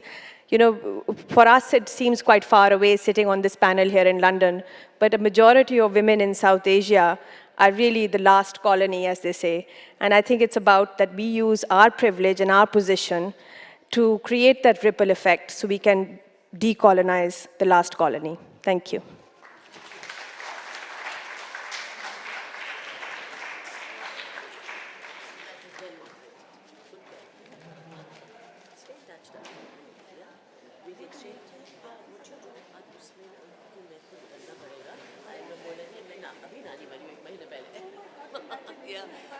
First time, तो बच्चे मेरे पास है. It's a girl.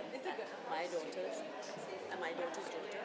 और वो she had a surgery तो मेरे पास है. तो मैंने कहा मैं 2 घंटा मैं वापस जाऊँगी. माफ करना.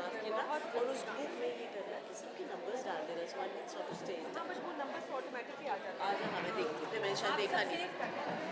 But I would love to add the number. नहीं, base water. I have 10 minutes walk from there.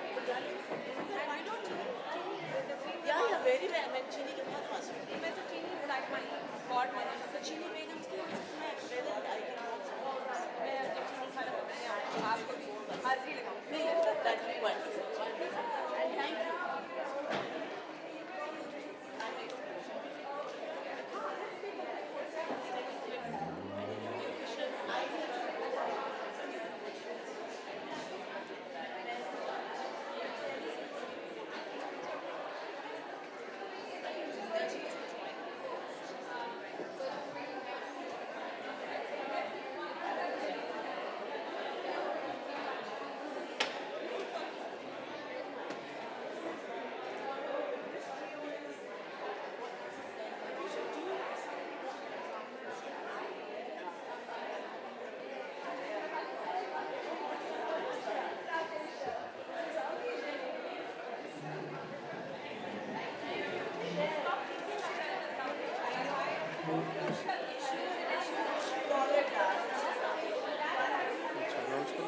You're taking a picture.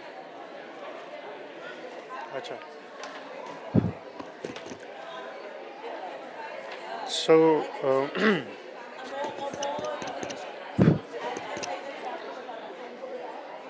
so we will be moving to our next session.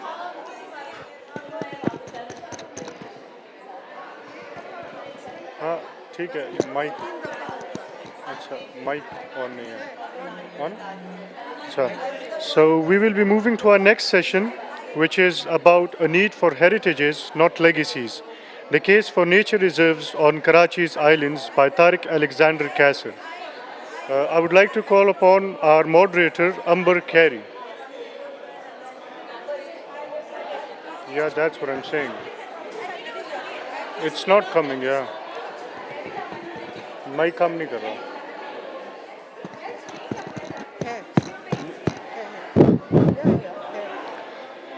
So we will be moving to our next session, which is about a need for heritages, not legacies. The case for nature reserves on Karachi's islands by Tariq Alexander Kasser. I would like to call upon our moderator, Amber Carey, for this session.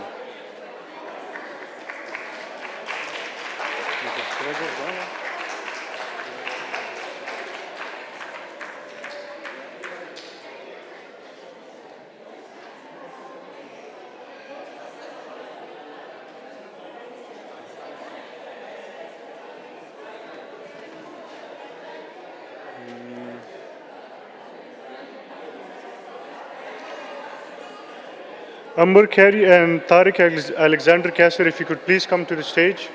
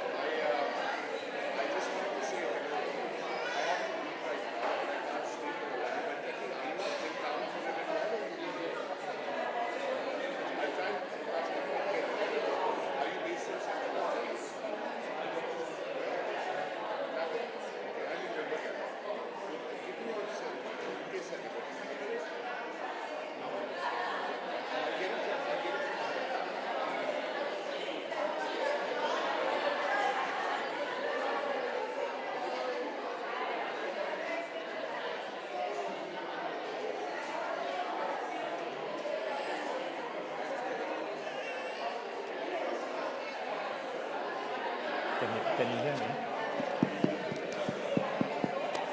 Hello. Hello, welcome everybody. Could we settle down?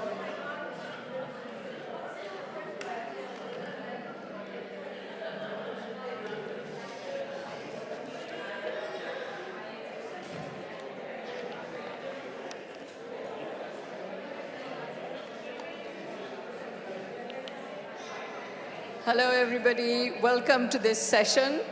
Before we start, can I just ask all of you to check your phones and see that they're either turned off or on silent?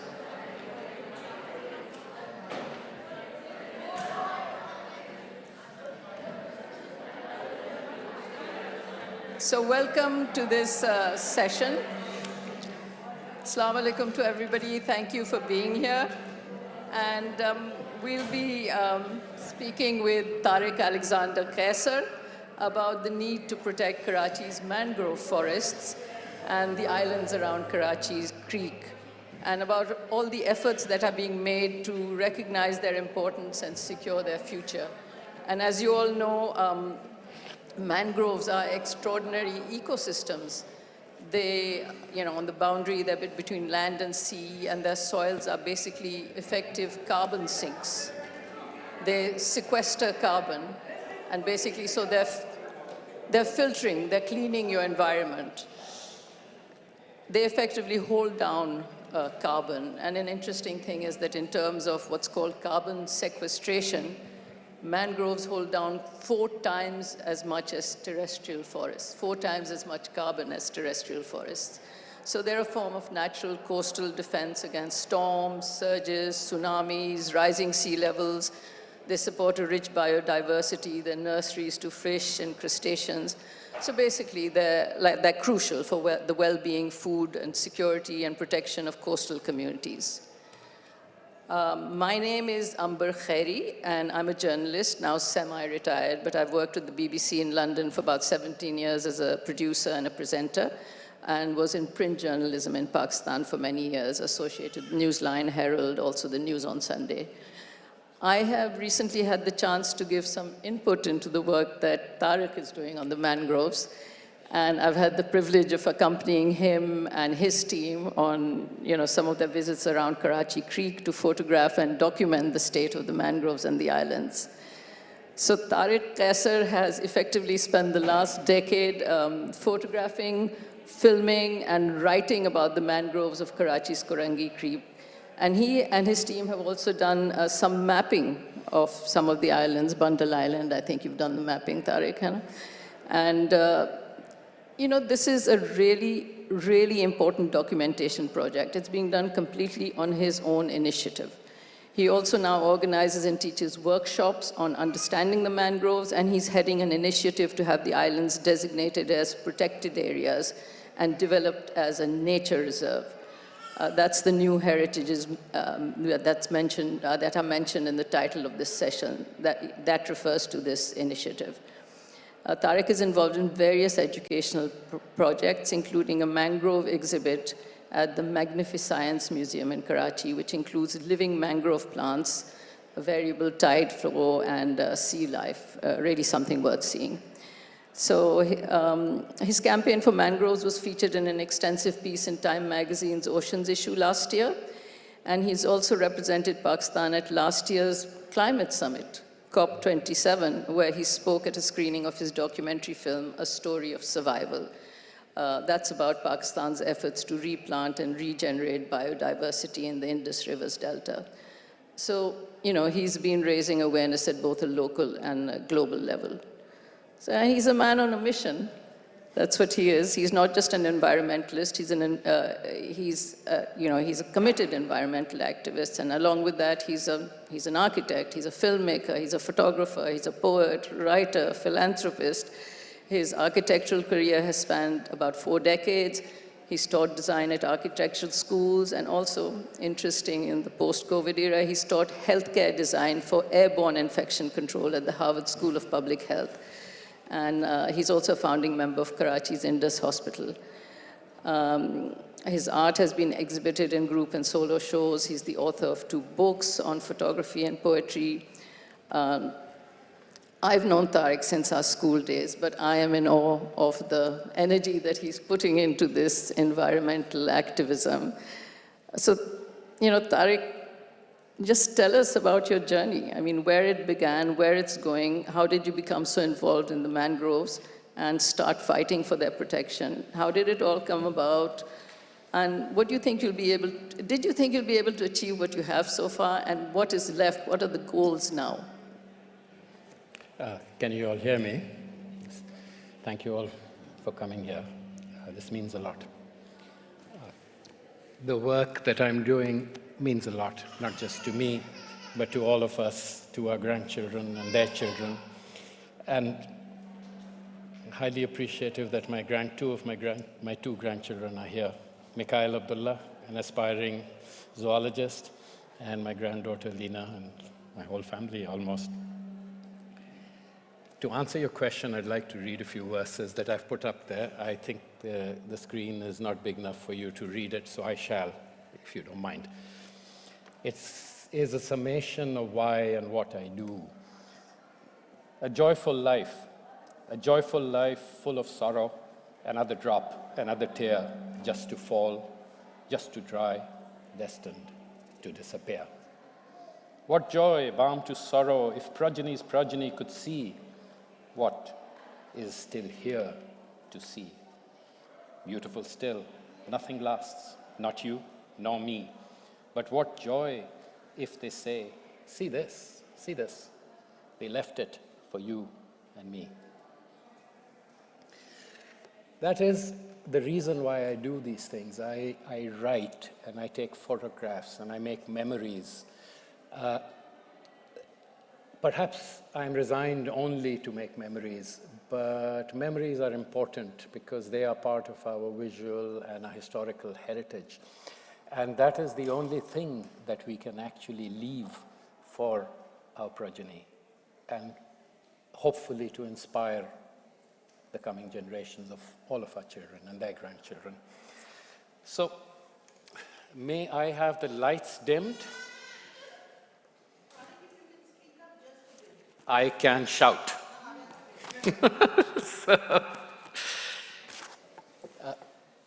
Perfect. Can we start the film, please?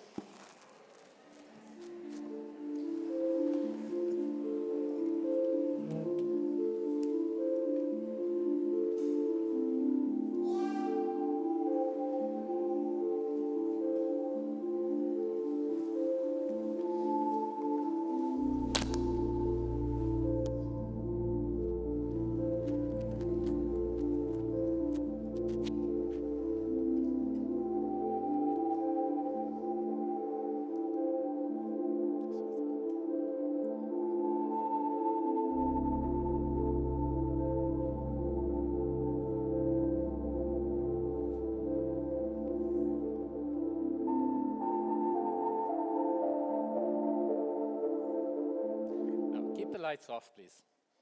Keep the lights off. We don't need to be seen. I'd like the image to be seen.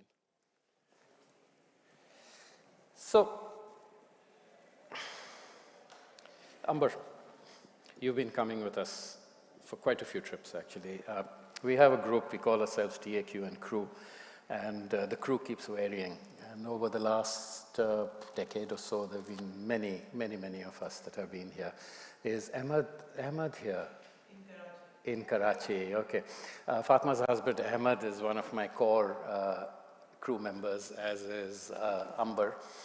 And this is the tree that started it all. I photographed it first in 2011.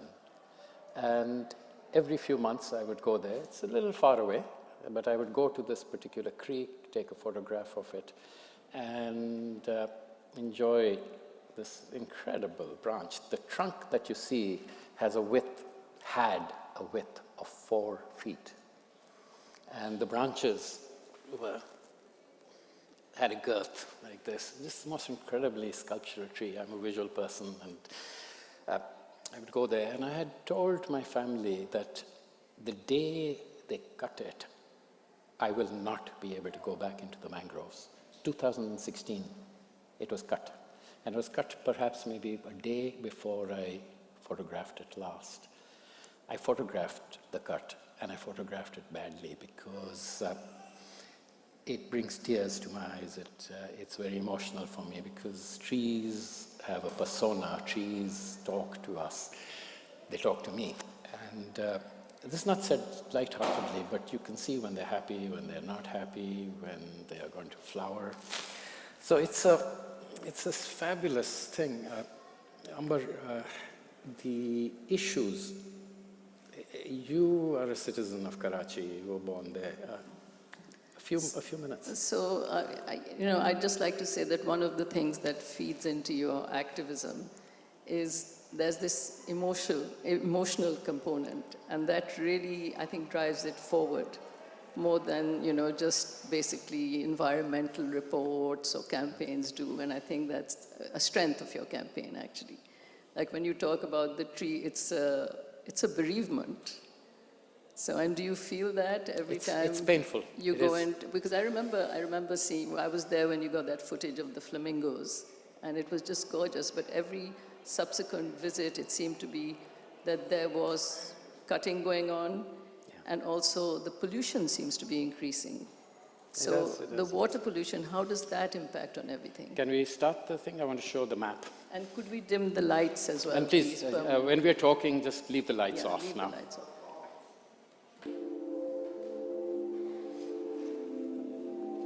So this is this tree.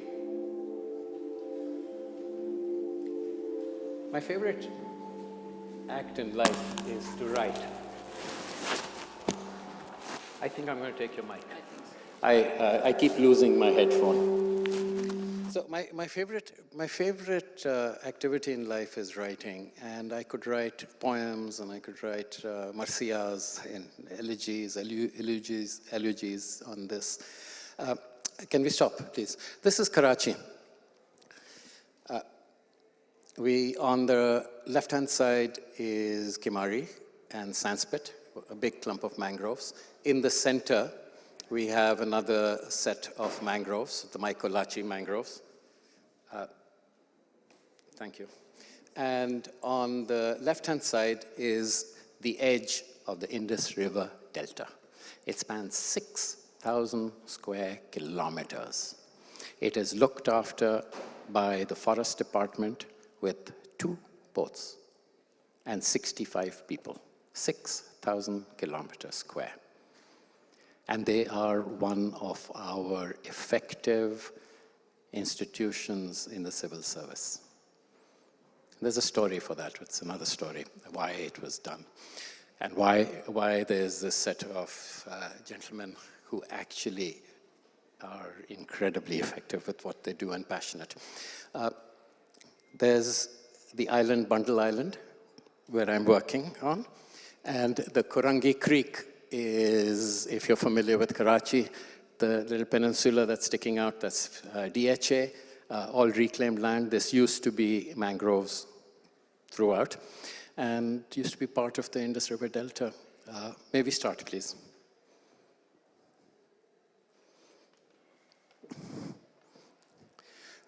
We're looking at the Kurangi Creeks and the journey that we generally take to these islands. And it's incredibly special. I'm going to read something so as I stand here, the islands of Karachi are experiencing something that we all need to be very aware of. An incredible event is happening.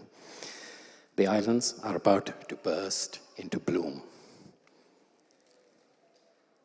They signal to us across these estuaries from over half a kilometer away. The message is clear. It is once again that time of the year. There's a scent so gentle and so persuasive. Can we stop? There's a scent so gentle, so refined, so sensuous, so contradictory to our usual experience of Karachi. But we start our journey from some of the most polluted waters in the world. They reek with an acidic stench, toxic chemicals, and decomposing effluent. Methane bubbles in the winter. This is a picture taken in this time of the year, about 2 years ago, rain had started falling. The initial raindrops did not break the surface of the water because it was covered with oil. So these are little indentations in the water where water bubbles actually stay on top of the surface till there's enough rain that it breaks through. Incredibly polluted to the extent that barnacles do not grow on the hull of my boat in these waters. This is a profound statement.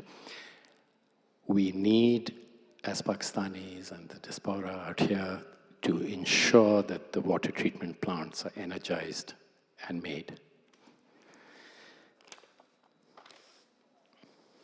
And then, please, can we start? And then on Karachi's islands, after this incredibly toxic smell, is this pristine, gorgeous environment, which is just 4 kilometers away, maybe less, from different shores. And the bloom. Just 1 kilometer away from the mainland Karachi's shores, the sublime fragrance of leaves, salt, and this presence of the Avasina Marina and its blooms.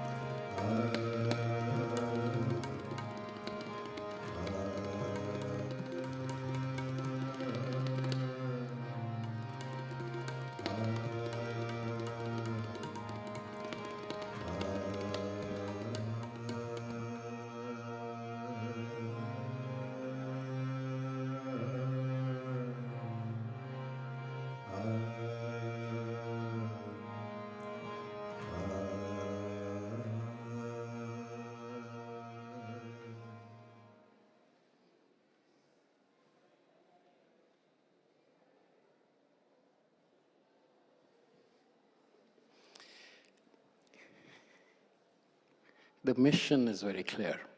Karachi needs a nature reserve. These islands are the only logical place. They already exist in a very pristine form. In the last 5 to 6 years, I have seen degradation and the cutting at a scale that causes me to choke. It brings tears to my eyes. My voice breaks. This is not a dramatization. Every time I speak about this, it's beyond passion because it's something I believe in, something that I absolutely love, and it's something that is so necessary for all of us, for all of you and all of your progeny. And if we don't do it, this is our window in the next 2 years to produce and to create a nature reserve. And the reason I come up to speak is to hopefully inspire someone, hopefully to inspire many, hopefully to pass on the message to people who might be able to do something about it, to be effective in what they do. It is the simplest thing to do. A nature reserve on our Bundle Island, if it's the first one, will cost less than 4 crores a year. That is a pittance. And it can be funded and will be funded by our own local institutions, the private companies and individuals. It is the amount of finance is very simple to do. The largest cost of it is for a boat. The second cost of it would be to pay for the local communities to become part of this. But more about this a little later.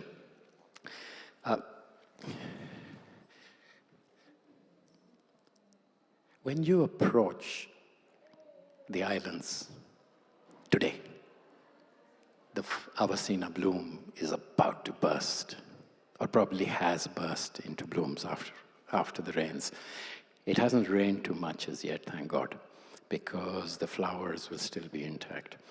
And from over half a kilometer, sometimes from a kilometer away, depending on the wind direction, there is this sense and there's this fragrance that seduces one and draws one into this forest.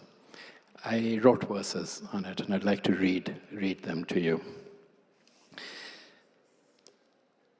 It's titled, "The Scent of a Billion Blooms." In the scorching heat, leaves burn, but then here now flowers bloom. The sunken forest's colors do turn, olives torched, touched to ochre.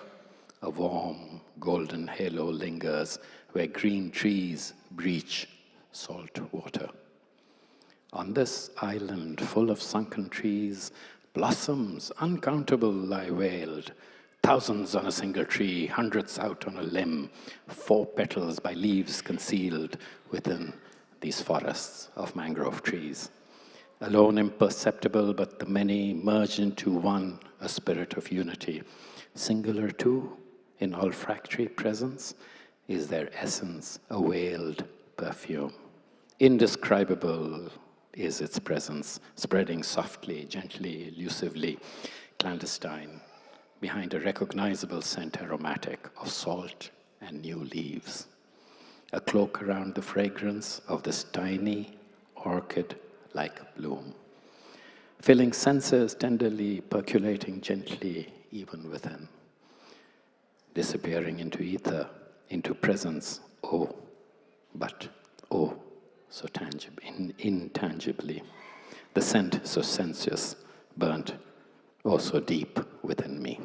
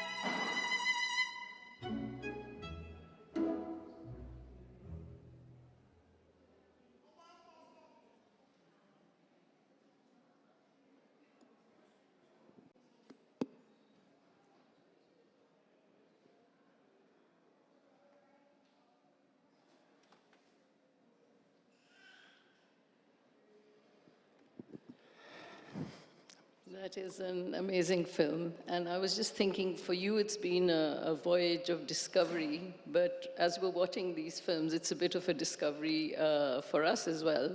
And I think for Karachiites who may not know about all this and think of the creek as this body of water which is smelly and dirty, and there's this whole world in there, like you say, Karachi's Amazon. And also I was thinking, the work you're doing of documenting all this, it actually feeds into a lot of things, into kind of urban studies, into botanical studies, into a lot of things. So yeah, it's an invaluable resource all around. But tell me about the stinky, smelly waters and the issue with the garbage and the pollution and how that's impacting the situation. I'm running this 5-week course on understanding mangroves, and one of the modules is the urban shores, which is part of the land as well as the estuaries as well as the islands. And a very important component is a 10-minute trip in this entire thing. So it's one of the prime movers and emotive elements of the course. We go into the estuaries of the Malir River, above the river that is the outflow from Kurangi, the industrial area. And I do not get out of my boat in the mud flats there. I keep a pole to punt out of it. My boat crew is not allowed to step out even with protective shoes and clothing because the soil is so toxic. The smell reeks of acid and effluent. And that is just outside the Gizri Creek where the Marina Club is, where the Carlton Hotel is. It is the most polluted area I have ever seen. It is piled with untreated chemicals, untreated sewage, and solid waste, incredible amounts of solid waste.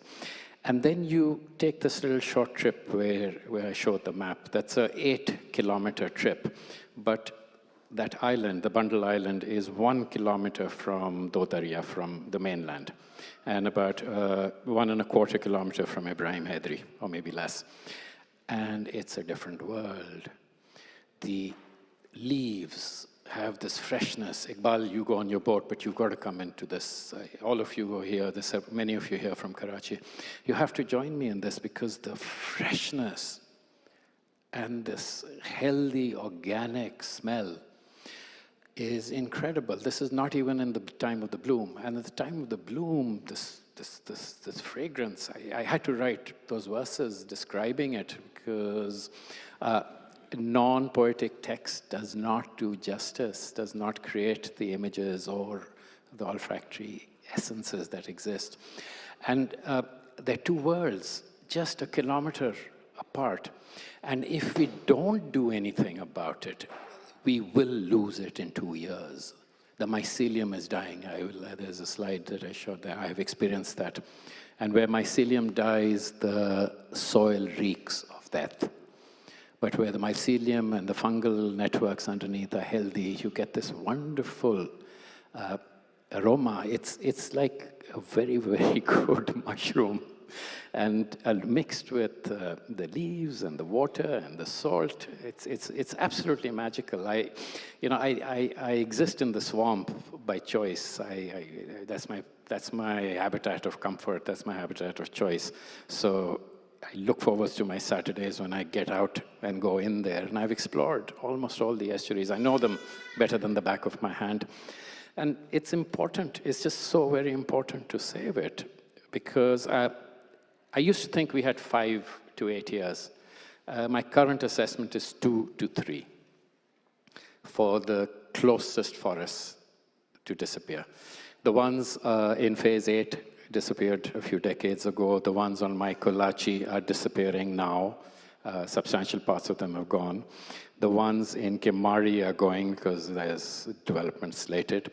The ones in Bundle Island are now actively being protected, but the people who are protecting it don't have the resources, and the people who have the resources are not. So there is a will in the federal government, there's a will in the provincial government currently. Will it happen? It'll only happen if there is a unified voice raised in a substantial manner. Shabar Sahab, we need you.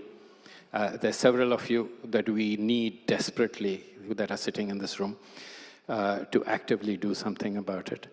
And it is the simplest, easiest heritage to create for the future of our country and our city.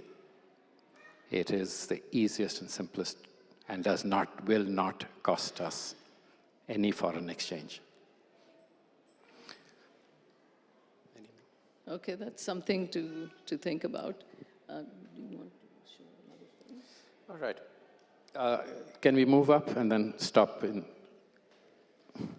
So it's I'm going to take the liberty of reading. I've been taking the liberty of reading out of some of my unpublished books. There are 4 books that are in progress. But before that, there's a question. Sorry. Can I cut in here? All right, sorry. You mentioned books. So you have this whole archive. You have this whole body of things you've written. So is there a book? Where is the book? When is the book? There are 4 books. I'm waiting for a publisher because I've been self-publishing before, but these ones need a proper publishing house to do this with a very wide reach. There are 4 books. One is on the Sunken Forest, A Symphony of Senses. It's about the emotive beauty of it. That's the one I'll enjoy the most. The second one is, and it also has the impact of the cutting in it. The second one is on the birds. The third one is on the bioluminescence. Very few of you know that Pakistan, Karachi, our coastline, sits on a bioluminescent hotspot. I've been privileged to film it. I have some incredible footage that's not part of today's presentation. I've lost cameras while doing this because you have to get right on a board with these are expensive machines, but I was able to salvage my footage, so I'm happy. So the data stick was still intact, the machine wasn't. But there's been an incredible amount of adventures. And the fourth one is going to be a book on the reason why nature reserves need to be made in Pakistan. It's not a photographic or a poetic book. It's a text-based book. It's an environmental book. And so these are in the pipeline. And I'm currently trying to put together a team and create a little division of young people who will carry this work forward when I can't, when I fall off the boat and don't get back on, might happen. And this year, I'm doing something very exciting. I will be filming and recording the seagrass fields. We have kelp-like forests off Hawke's Bay, and it has an incredible amount of wild marine life in it, from cuttlefish to crabs to lobsters. So it's quite fabulous. And so this year in shallow waters, about 15 feet of waters, I intend to film. So if any of you are interested in joining me, buy yourself a wetsuit from London.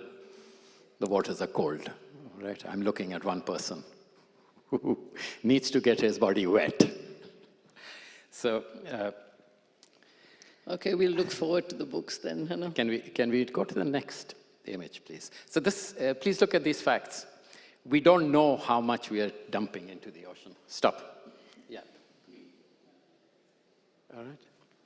7,000 tons a day of solid waste being thrown into the ocean. 16,000 produced every day. Half of it approximately gets salvaged and recycled. The rest of it just gets thrown into the ocean. You look at Karachi's shoreline from an aeroplane at an ebb tide, and you see the lens of dirty water. All of our cities have it in Southeast Asia, but I'm concerned about mine, and it needs to change, and it can. It can. It took Sydney Harbour 10 years to create a fetid dirty, filthy harbor into a crystal clear harbor where the barnacles have started growing again. 10 years, just 10 years. So it's a thing. I'd like to read from the fourth book, actually. So trash in Karachi, dystopianization of the ecosystems. Dystopianization is a word that doesn't exist, except in science fiction. But we are discarding trash as markers, as legacies on this earth, and now aggressively leaving space debris even beyond our atmosphere. Our era, the Anthropocene, our parents, our time, will be known by a geologic layer of black, probably sticky petrochemical strata of rubbish and discarded waste. The last 60 years have been profoundly destructive, but it is but a micro moment of time in the understood life of the universe. Just 60 years. We have done this in my lifespan and most of your lifespans. Our impact on accelerating global ecosystem change is undeniable. We are witnessing the overwhelming impacts that climate change is bringing. These are once again very painful times. But the scale in which this error will manifest itself is beyond what our human cultures have previously experienced. We keep forgetting that change is the only constant.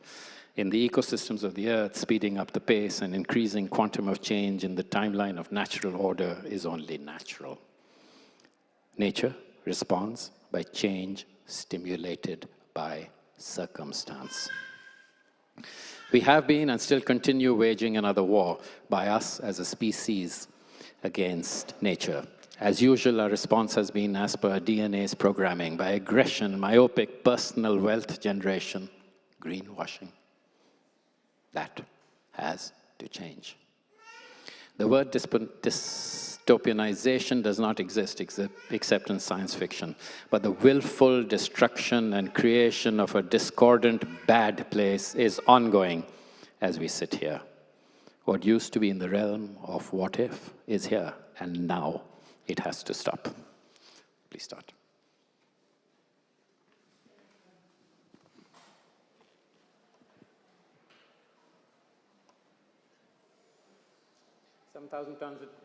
7,000 tons a day, and 500 million gallons of untreated effluent and sewage into the harbors. And yet, the islands and the ecosystems are managing to create an almost pristine and wonderful environment.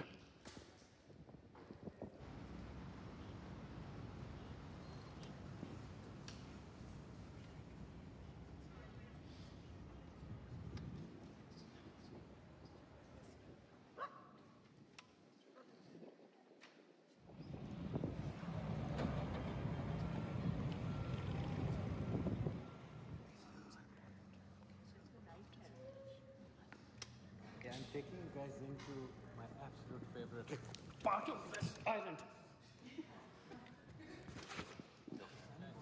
There are many obstructions we run into. Running into sandbanks is not the biggest of them.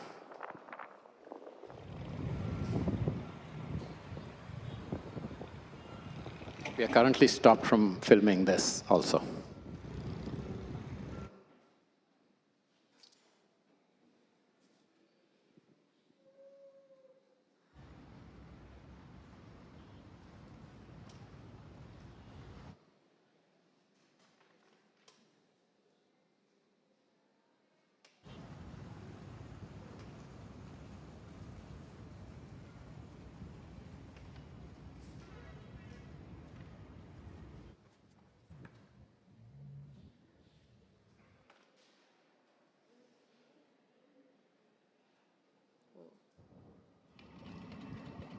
Here we are on Mandal Island. It's the 11th of December.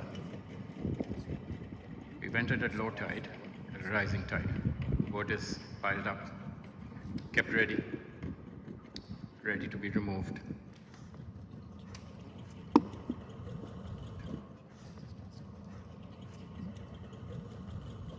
The cutting has by no means stopped here.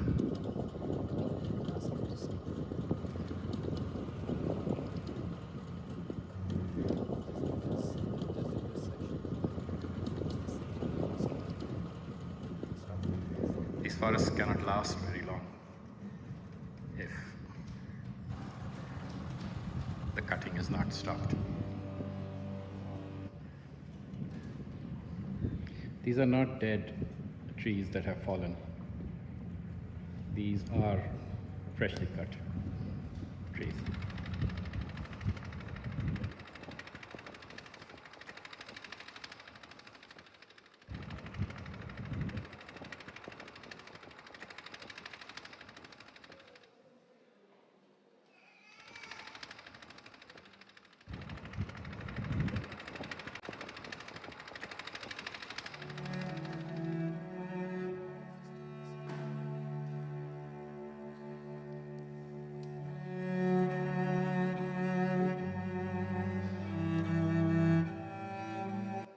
We're running short of time. I'm going to scrub forward.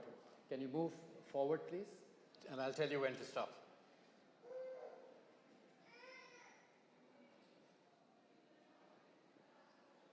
Forward, yeah, a bit more.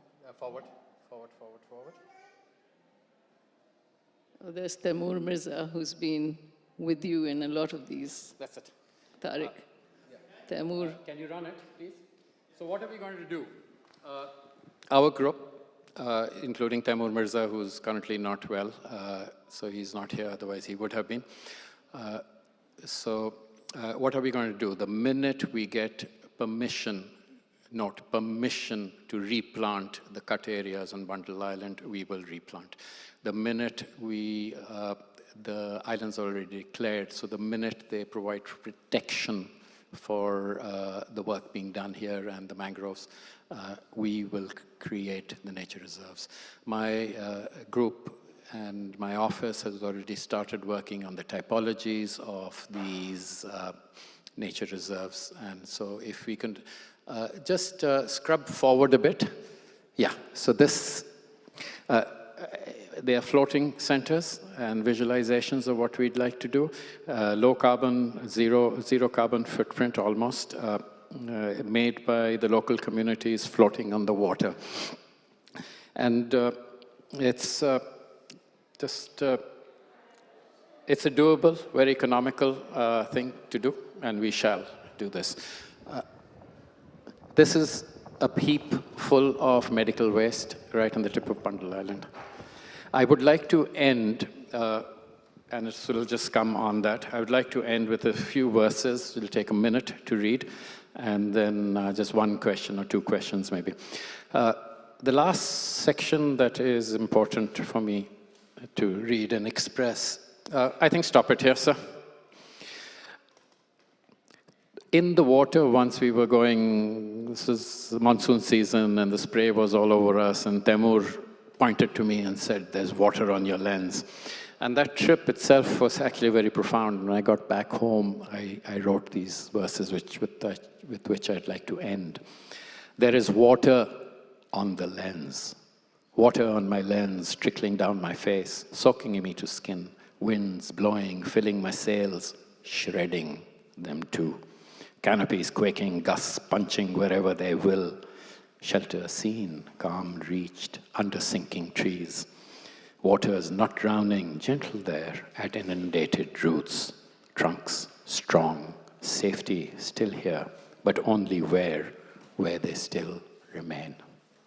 Yes, there too is water from my lens.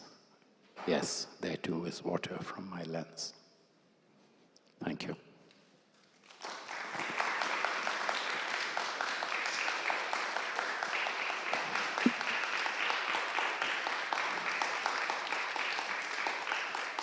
Thank you very much, Tariq. And basically, I mean, from what we can see here, there's a bit of an emergency situation going on.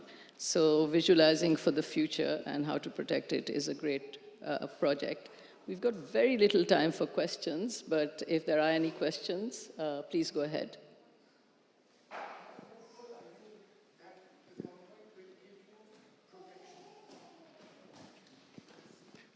I live in hope. I'm an optimist. Glass is half full. My skin grows back every morning. But the only protection is your kismat and it.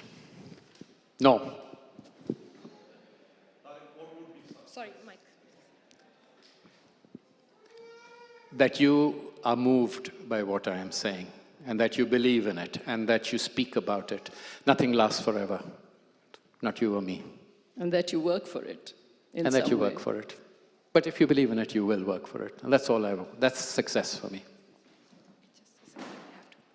So I have a bit of a question as well, and that is that you've done a lot of awareness raising. Now you're taking people out on trips and doing workshops in the mangroves. You have the Science Museum exhibit. Is the awareness actually translating into some kind of action, or is it just a horror story that people like to come and see? Because, for example, Zubaida Mustafa has written this piece about the cyclone coming to Karachi and this disaster tourism, people just being reckless and going to see the cyclone. So is it just, oh yeah, we'll watch this destruction, or is it having the impact of making people more positive, more proactive? What do you think? I have seen a change, and I believe it is there. Is it enough? I do not know. But even a slight change, the fact that several of you are here on holiday and have bothered to come here, that's success. So thank you very, very much. So I don't know what the outcome will be, but one has to try regardless of the result, because the journey is extremely important. So thank you, because I need the next session needs to. Questions? Yes, we have one here. Sorry. You mentioned that you have the support of the federal and the Sindh governments apparently. What are the real barriers to, what is stopping this? Is it the KMC? What are the barriers? Whose support doesn't really have? Which corporation actually is doing work that goes beyond greenwashing? Which organization isn't treading water till the time is opportune for greener pastures? And green is not in ecosystem green, but in financial greens. There is a serious problem. So there has to be there. I have a lot of support, lip service, but very few of the officials come to my talks, even when they have been personally asked by me. Yes, yes, yes, and then not there. The forest department is very, very enthused. The mangroves division, the conservator of mangroves, is actually a very good department. I'm very pleased to certify that. They're compelled by their constraints and restrictions also. No, it has to be and will be the civil society that will do this and ask for it. Not even the corporates, not even the government, not even the armed authorities. But it's a question of real estate as well. I mean, the problem is that Karachi, there was a project to turn Bundle Island into residential high-rises, wasn't there? And 185. Yeah, so this is, because in terms, and is this correct, in terms of comparative international things, Pakistan's actually doing well with reforesting its mangrove. It's just the ones around Karachi that are always under threat, and they're the most vulnerable. Look, everyone recognizes the benefits that individual people would get for taking this action. The green, let me use a cliche, the greenback is stronger than the green leaf. There has to be a sea change in the way we think and we act. It has to be a sea change. It's a tall order. Just a comment and an analogy, perhaps to give you some heart. In London in 1856, and I read this last night, so that's why I mentioned, you may know it. 1856, there was something called the Great Stink. London was a very stinky city because exactly what is happening in Karachi, raw sewage was pumped into the Thames directly. The Thames became a brown, fetid. It was only feces, it was not petrochemicals, but it was bad enough because the river is in the middle of the city, so it's much worse. That led to Bazalgette, perhaps you're Karachi's Bazalgette, a civil engineer, to raise civil society efforts to construct the sewage system which fixed the Thames. But it was civil society. Government said, well, what are we supposed to do? People have to poo. What are we going to do? There's a city of 8 million, they have to poo. So it was a civil society effort. It was Bazalgette. I don't know if you know about this in Bazalgette's I do know sewers. about this. I do know because I've studied the cisterns and the outflow. There's still a problem. There's still a problem in London. But let me answer that. Thank you for the extra time. The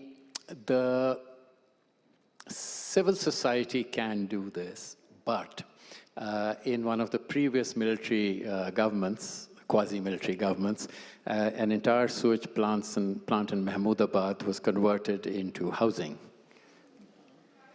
All right? Hello. Okay. So the thing is, we have very capable engineers. We have very strong activists and very vocal activists. And I am so pleased to be a small part of this entire movement there. My work is gathering information, talking about things, creating awareness.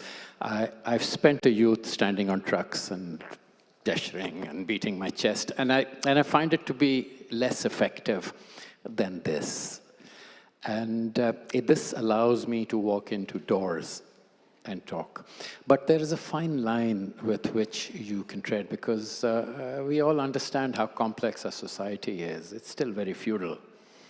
And all the organizations, including the informal and the formal and the armed and the governance and the corporates and the philanthropists and the industrialists are all part of a system. Some of them don't even know. One of my very dear friends, an older gentleman, an incredible philanthropist, but set up a PET bottle factory.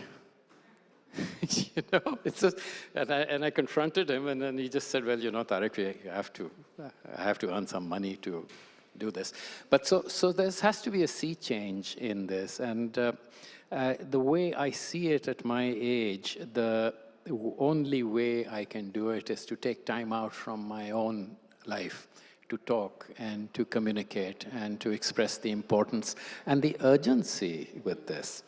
But the problem is complex, as it is everywhere, and it's solvable. It is also solvable. And in all these years, this is the moment where our actions and our talking will actually translate into effective work on the ground.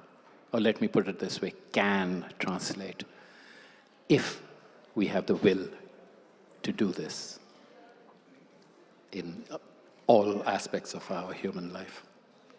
So I think the dazzling lights are a sign that we'd wind up after this question. Yeah. Mike?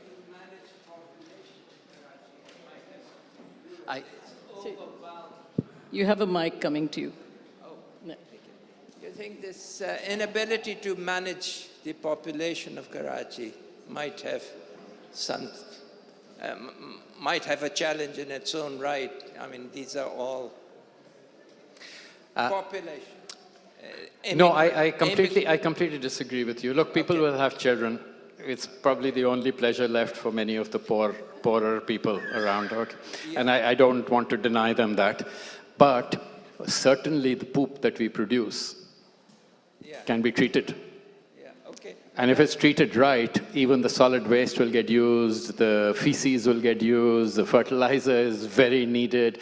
It can be done. This is a human intervention that can be achieved. Telling people not to have kids is a little more difficult. Okay, Should be done, but I'm sorry we have to not stop now. We've run out of time. And thank you very much, Tariq. Thank you. And don't go away. There's a very interesting session to follow. Shehbaz Taseer will be talking about his book, which is a hostage memoir, Years in Captivity. So thank you all for being here. Thank you.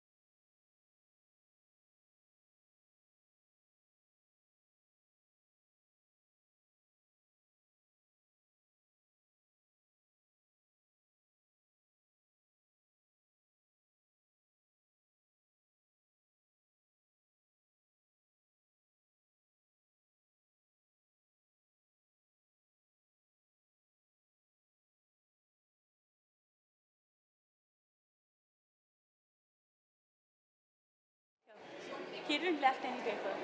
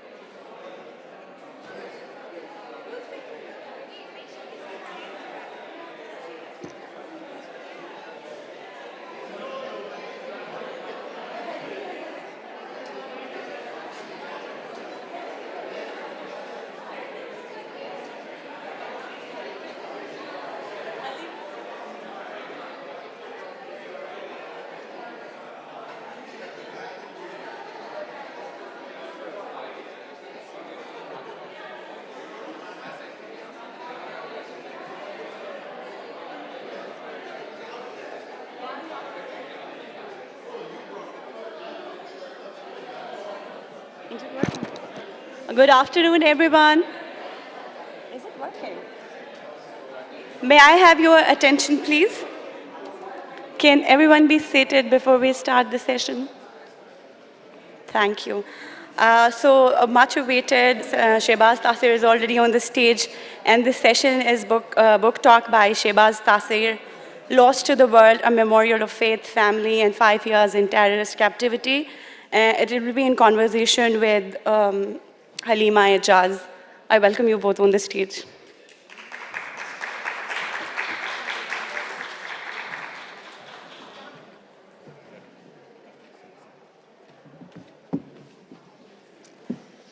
Hi, thank you everyone for coming to this session, and thank you Shehbaz for taking your time out for us. We are really excited to have you here. No, it's such a pleasure to be here, and thank you all for coming, and especially you. I know you did this last second, and to all the wonderful organizers, Amina, the sponsors, it's just an incredible privilege to be here. So thank you. No, thank you, because I enjoyed the last conversation. Me and Shehbaz spoke around a few months ago at my university, SOAS, and I'm glad that I've been given this opportunity again. So it's all my pleasure. So as many of you might know, Shehbaz's new book, his memoir, has just recently come out. It is about his 5 years in captivity with the Taliban-affiliated militants, the Islamic movement of Uzbekistan. And in this book, Shehbaz discusses his captivity and his other life stories. So I'll just start off with a few questions. By the way, I have a request. If anyone has any phones turned on, can you please put them on silent? Thank you. Okay, so Shehbaz, I would like to start off this discussion by discussing with the late Salman Taseer. He is a huge influence on all our lives, and I just wanted to ask what sort of influence he had on your life as a father, and how was your relationship with him? To be honest, I always find it very difficult to speak about my father in the past tense. He was an incredibly loving father and a very involved father in every aspect of my life, whether it was my education, whether it was discipline, whether it was work, whether it was my friends. He was very involved, and a lot of people look at him as a very successful businessman. They look at him as the governor of Punjab. For me, he was just my dad, and it's a wound that's never healed. I have never found it difficult to talk about my own story. A lot of people ask me, how did you settle in? And, is it traumatic to keep talking about these events? And I always tell them, I have a sense of triumph for what happened to me. But when I talk about my father, it's a wound that's never healed because he was stolen from us. But having said that, he was an incredible man. In anything that he did, he would inspire me every day, whether it was business, whether it was politics, whether it was his activism. And he gave his life for something that is much bigger than me. And I have to accept that. And it's not easy, but sometimes incredible people are meant for bigger things. And as difficult as it is, I've come to terms with that. I'm sure it was extremely difficult for you, but it was also extremely difficult for the whole country. Now we do not have many politicians left that are willing to stand for the good causes. And Salman Taseer was incredibly brave in how he spoke up in defense of Asia Bibi, who was falsely accused of committing blasphemy and who was given a death sentence. Salman Taseer as we all know, he got murdered by his own police security guard for defending that poor woman. Shehbaz, in terms of the extremism that exists in society, that has sadly remained a consistent part of our society. And now we do not have brave politicians like Salman Taseer to speak against that. So are you hopeful about our future, or do you think that we will keep traveling in this dark alley that we are in now? So I'm going to answer that in 2-3 parts. Firstly, my father was appointed, not elected. So he had given up on his political career in the 90s, and really what he did wasn't something that he did in the stature of a politician or as the governor of Punjab, but as a human being. And I see examples of people, Tariq Kaisar Saab just spoke before us, and he's an incredible human being as well. He's fighting a very lonely battle in Pakistan. So there are a lot of these inspirational people, number one, that do fight. As far as the battle to protect minorities goes, it's not a politician's job. It's each and every one of us. Societies become radicalized and extreme because of the people that live there. And having said that, I don't believe that Pakistan is an extremist society. I think it's a very small element in Pakistan. We are a conservative people, which is not the same as being extremist. We're religious, we're Muslims, we're conservative, the majority of us, but that doesn't mean that we're extremists or that we can understand extremism. Yes, in a country of 220 million people, if one madman takes a gun and guns down the governor, and you have, say, 100,000 people that show up celebrating him, you must always remember that it is a country of 220 million people, not 1 million, not 2 million. It is, and inside this country, sometimes when we look at Pakistan, it's always, we just look at Punjab and we think that's Pakistan. Punjabis actually have this problem. But if you go outside of Punjab, what you will see is a very diverse people, all kinds, from the north all the way down. And so they're not extremists. They're conservative. But I have never believed that that my father was, say, the last man fighting against, for minorities against extremism. I believe that there's still so many wonderful people. I know that it's controversial to sometimes, but Bilawal Bhutto is a very good friend of mine. And he has his own personal story and his own personal tragedy, and he serves Pakistan after burying his mother. And she was murdered by extremists and militants, actually.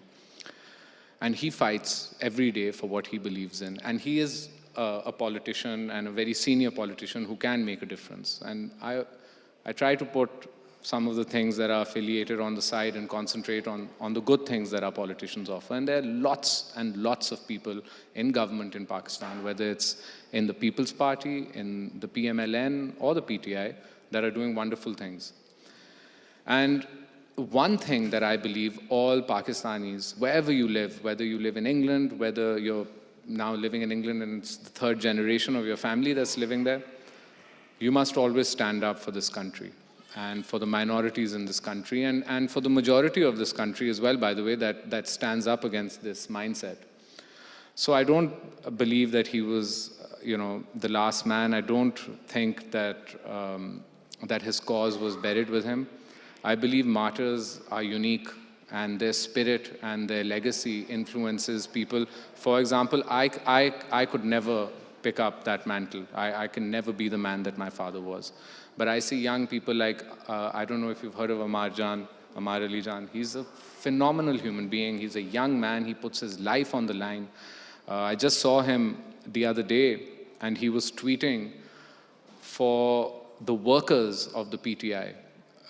And he was saying, you know, I understand where the politicians come from and they follow a propaganda line and, you know, they're always against each other and every one of them calls each other a thief. But the people who suffer are the workers who are being picked up by security agencies, by the police.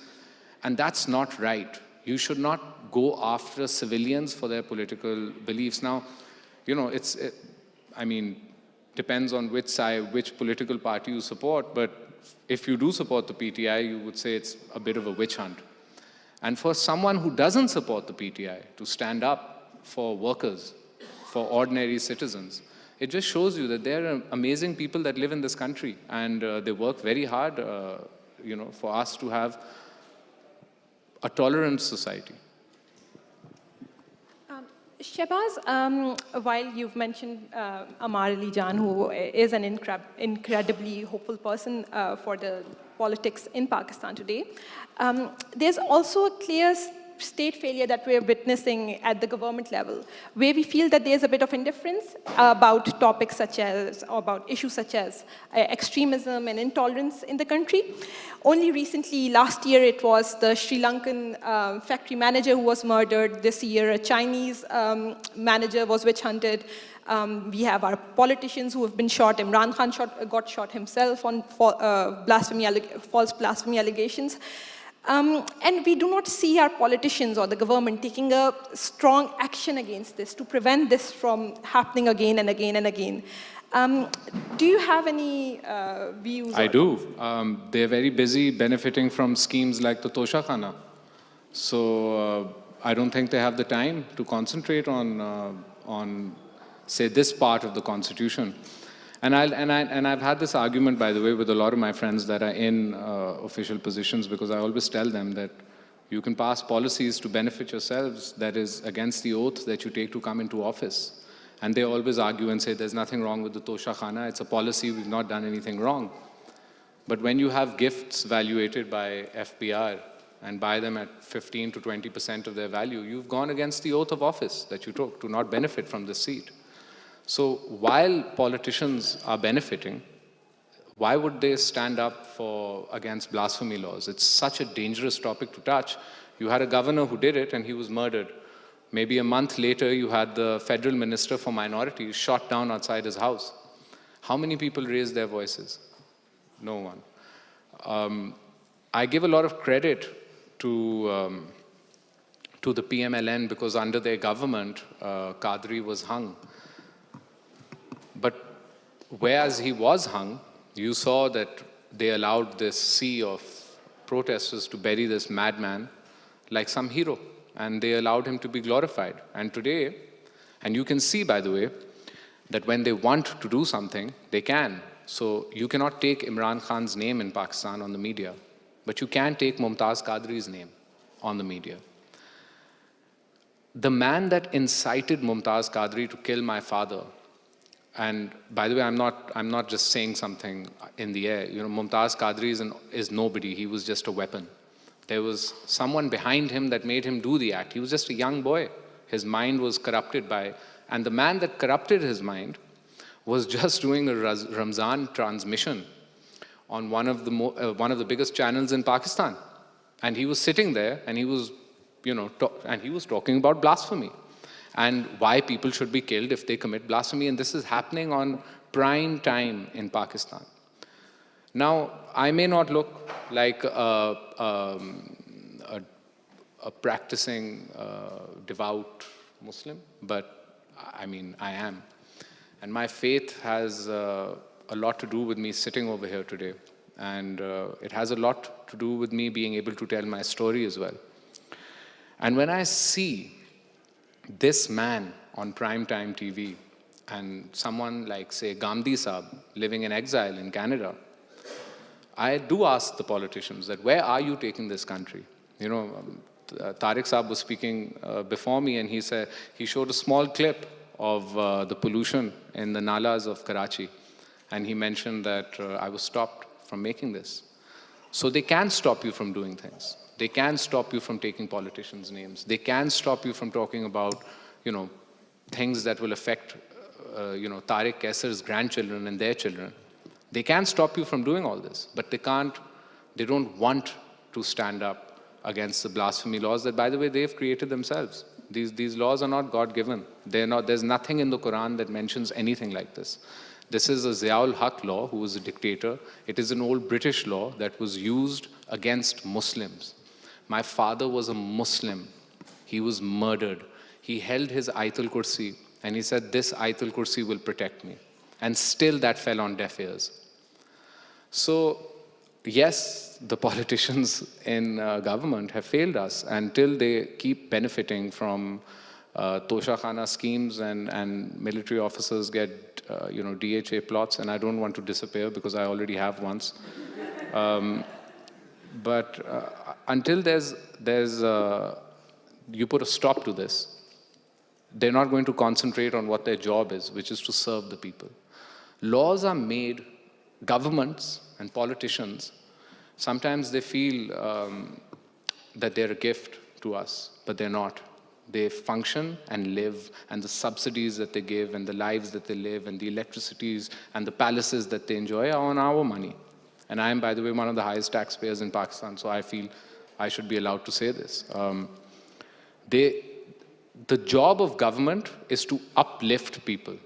The reason for laws is to make your life safe, to create an environment in which you prosper. And anytime there is a law that doesn't do that, it should be discarded. That's it. It doesn't matter if it's a religious law, if it's a commercial law, what kind of law it is. And the fact that politicians fail to understand and, by the way, explain this to, say, an illiterate person who might get riled up and take this the wrong way, this is their biggest failure. Shehbaz, while politicians have been a huge disappointment and we don't really see a progressive future with the existing lot, we have a very politically active judiciary as well that takes a lot of suo motu notices, and we never see them and suo motu is there to protect the fundamental rights. Yet we see so often the fundamental rights being infringed of minorities, of people who dare to question things. How do you see our judiciary today? So it's you're asking me the most difficult questions, and I hope you know that this is about me getting kidnapped. So I'll get there. The judiciary in Pakistan is very funny. They will hang Bhutto and declare Imran Khan Sadiq and Amin. Like I said, I think they forget what their role is. They come under this God complex. So we had Saqib Nisar and his dam fund, which went unanswered for, and no one is going to question him for what he did. And sometimes they do get these God complexes and they do insane things. They'll hang a sitting prime minister, they'll declare a sitting prime minister, they remove Nawaz Sharif and then they'll declare Imran Khan. If they just concentrated on laws that uplift, I mentioned earlier that we are a country of 220 million people. In that country of 220 million people, and I'm not joking with you, maybe 170 million of them are poor people with zero access to basic facilities like education, health, food.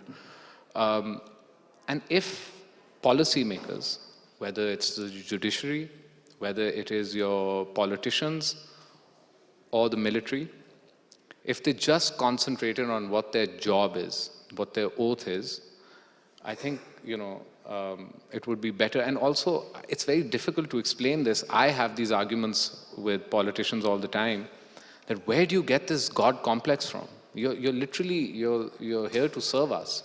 And, sometimes they're very proud of of the schemes and the subsidies and these crazy things that they do. And I keep telling them, this is taxpayers. How much of this have you invested in education? How much of this have you invested in health? And they say you're mad. If you don't give GOR free electricity, how are you going to make the bureaucracy function?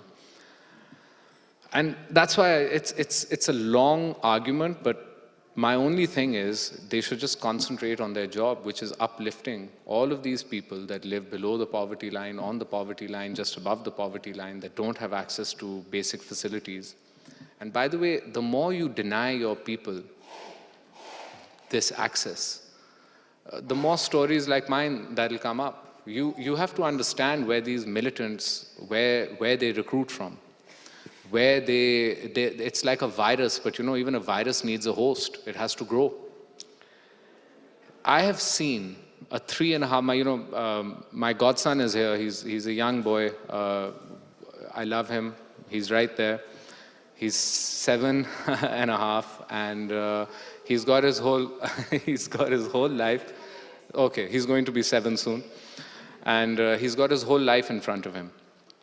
But I have seen a 3.5-year-old girl in a rage because I drew a flower on a truck where she asked me to make her a truck. And as I made that truck, I made a flower on it. And she went into a rage. And I have seen children, I have children myself, I have seen them upset, I have seen them throw tantrums, I have seen them be bossy, whatever words but I have never seen a child in a rage. And she was in a rage because she wanted to. That car that I had drawn was her suicide bombing vehicle. And she felt that nobody would take her seriously because I made a flower on it. It wasn't funny. It devastated me.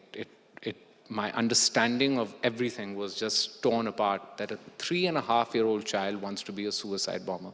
And usually, if your father is an engineer, you'll do Lego with him and you'll be inclined towards that. My father was a businessman and I wanted to be like him. I didn't want to be a politician. I wanted to be a successful businessman like my father. But when your father is a terrorist, then that's what you want. And where do you think they find their recruits? How do you think they find them? They go to these ignored people, these people that don't have basic facilities, and they recruit them, and they promise them a better life, and they give them a Kalashnikov in their hand, and they tell them, why are you paying taxes? Why are you voting? Go and take what you like. And sorry, just to go on a little bit more, in my book, I found the radio, and I started listening to Manchester United games with one of my guards. And the guard had an incredible story. I haven't gone on it in a lot of detail in the book, but he was a young Tajik boy who was an illegal citizen in Manchester, right? And his mother worked a minimum wage job, and he was an illegal immigrant, and he committed a petty crime, and it was as small as reversing a car into someone, and they went to the police station, and so his mother told him that, look, because we're illegal, or maybe he was just an illegal immigrant, because of you, I might get deported as well. So I have spoken to someone in Paris. You need to go there and they'll help you, but you need to get out of the UK. So this 16-year-old, 17-year-old boy goes from Manchester, reaches Paris, and finds an Uzbek there who tells him, the group has moved from here to Turkey. So you have to go there and then they'll help you in Turkey. When he arrived in Turkey, they said, look, we have a community of about 4,000, 5,000 Central Asians in Pakistan. It's not a long trip. You basically just, one of those smuggling routes. And if you've ever heard stories about Syrian immigrants trying to come to Europe, a boat just capsized on the shores of Greece. And so these people are desperate and they're running for their lives, right? And so this boy takes this bus from Istanbul or just outside somewhere, and he goes all the way to Pakistan. And when he arrives in Pakistan, they tell him, listen, we're the IMU. Kalashnikov, 13-year-old girl. This is your visa. This is what you need to do. And now, he never fit into in any social circle, in this society. And so he was very inclined towards this. He found it very empowering, and he took that Kalashnikov and he took the 13-year-old girl, right? But he still wanted to listen to Manchester United games. He couldn't forget that life, but he'd been recruited because of his circumstance. I listened 3.5 seasons. I heard Sir Alex lift the title with him. I heard David Moyes' horrific season, Louis van Gaal's, and we celebrated together. We ran from bombs together. We dug our own, trenches and slept inside them. And yet, he was content with the choices that he'd made in life, and I was desperate to get out. But what I saw was these young, broken minds, easily manipulated and recruited. Young boys, and the worst part of it is these 16, 17-year-old boys. Sohail was still lucky that he was recruited into the cavalry and, soldier, guard. Most of them are suicide bombers. Most of them, as soon as they come, are sent on suicide missions. I was with the 19 boys that attacked the Karachi airport in, I believe, 2014, that led to the Operation Zarb-e-Azab. And I saw my kidnapper, who was a mufti, manipulate these children and tell, because they're children. So if you're 17 or if you're 21, I don't care. You're a young, whatever, but they're children, their minds are developing, right? 21-year-olds have just come out of college. And they've got their whole lives in front of them. How can they be made into the commander of a mission that's never returning? It's the most insane thing that I've ever seen. And just imagine that in the Quran it's written, you cannot take your own life. It does not matter what the situation is. Whether you are a prisoner of war, whether you are a woman or a child or whatever, you've got an illness, you're being tortured, God help, whatever the situation is, you cannot take your own life. Yet, these muftis have passed fatwas, right? They've put a system in Islam where, you've got degrees, and now a mufti can pass his own interpretation of a law, and that's law. So that's how they legalize suicide bombing. So I asked my kidnapper, who was a mufti, I said, he said, we have to fight this great imperial war machinery. And how do we fight bombs? And how do we fight tanks without our own bombs? And I just said, you're right. And your trials and tribulations are much more than the Prophet and his companions. And you're facing a much harsher circumstance than any of the prophets and any of their followers. Your life is so hard. And they got offended. How can you say that? I said, the Prophet, if you can give me one example of the Prophet or any of his companions carrying out a suicide attack, I'll be a suicide bomber. Tell me, show me where the Prophet or any of his companions carried out a suicide attack. They were fighting the Quraysh. They were fighting the pharaohs of their time. The first shaheed in Islam was a woman who had a stone tied on her stomach and left in the desert, killed because she refused to give up on the kalma. The Quran, as you see it today, it hadn't even come. The Prophet had literally been told to read right now. And this woman refused to give up the kalma, and she was murdered. And I said to him, and your circumstances are much worse, than these poor people. But this is the kind of manipulation that happens when poor people are manipulated and told that you will instantly go to heaven and you will be given hoors and money and God knows what. And one of the interesting things that I read in the Quran was, don't even try to imagine heaven and what waits for you there. Yet, these muftis and these commanders, not only do they make you imagine, they make you visualize it in a movie form. That, these are the women and these are the, things that you're going to get. So quickly, 17-year-old boys going and blowing themselves. Shahbaz, now I would like you to speak about how your life changed in a few moments. You were just going to work on that day. So you've mentioned that story in the book. I would like you to share that with the audiences as well. Yeah, so I'm not a political commentator, by the way. Halima has led No, me down the sorry, wrong. I took advantage of you. I'm actually an abducted person, and so. But you've shared some valuable insights, and I hope that our leaders they learn from it. No, thank you. So it was 2011. It was August, a very hot day in Lahore. My father had been murdered maybe 7 months before this fateful day, and I had just come back from Dubai. I had been working. My family and our businesses were in a lot of trouble.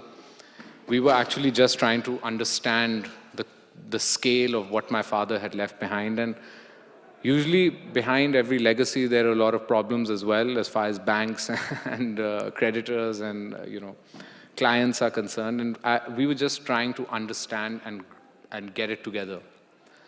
And I'd gone to Dubai and I'd had a very good meeting with one of my investors, and I came back. I was going on holiday, but I really wanted to go to office and tell my mother, because my mother was I don't like using the word housewife, but she raised us, and she was a teacher, but she raised us and she was very involved in our lives. And my father always said that I don't know if I could have ever done half 90% of the things that I've done if she didn't have my back.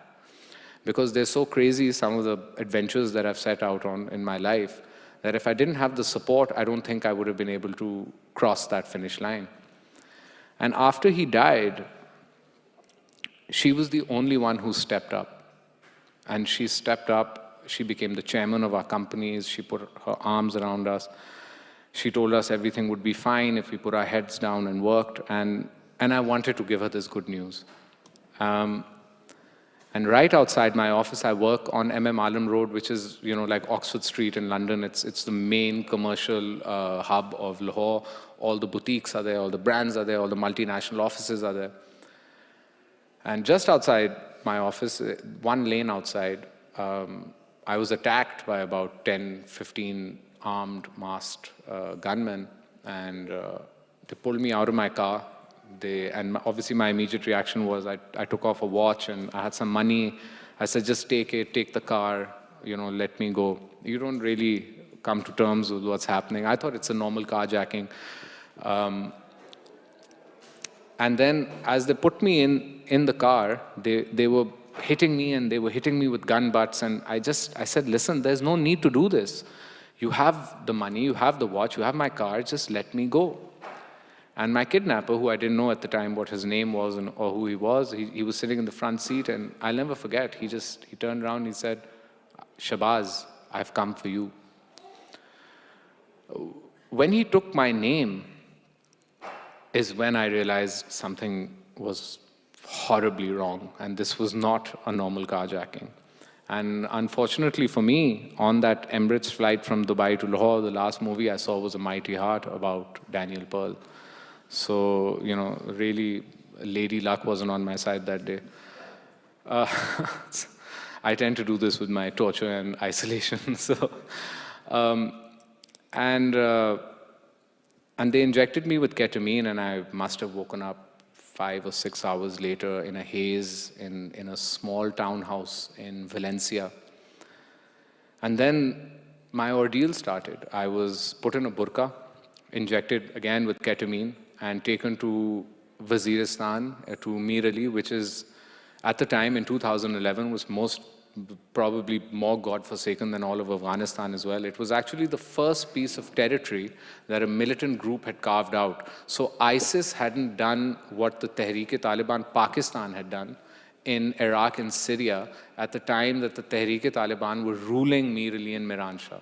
So even the tribes that lived there, if they had a problem, they would go to the Taliban as advisors or to fix the problem. And, like I said, Punjabis live in a bubble in Punjab. I could not, I knew we had an insurgency problem, and I know I'd lost my father, but I lost him to an extremist. He wasn't part of a militant group.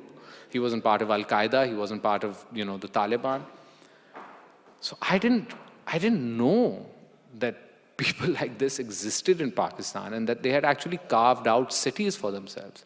And by the way, I have to tell you this, Mir Ali was probably more diverse than even Islamabad with all its embassies and consulates. You know, you had Chechens, Tajiks, Kyrgyz, Chinese. The guy negotiating with my mother was South Korean. I couldn't believe it, okay?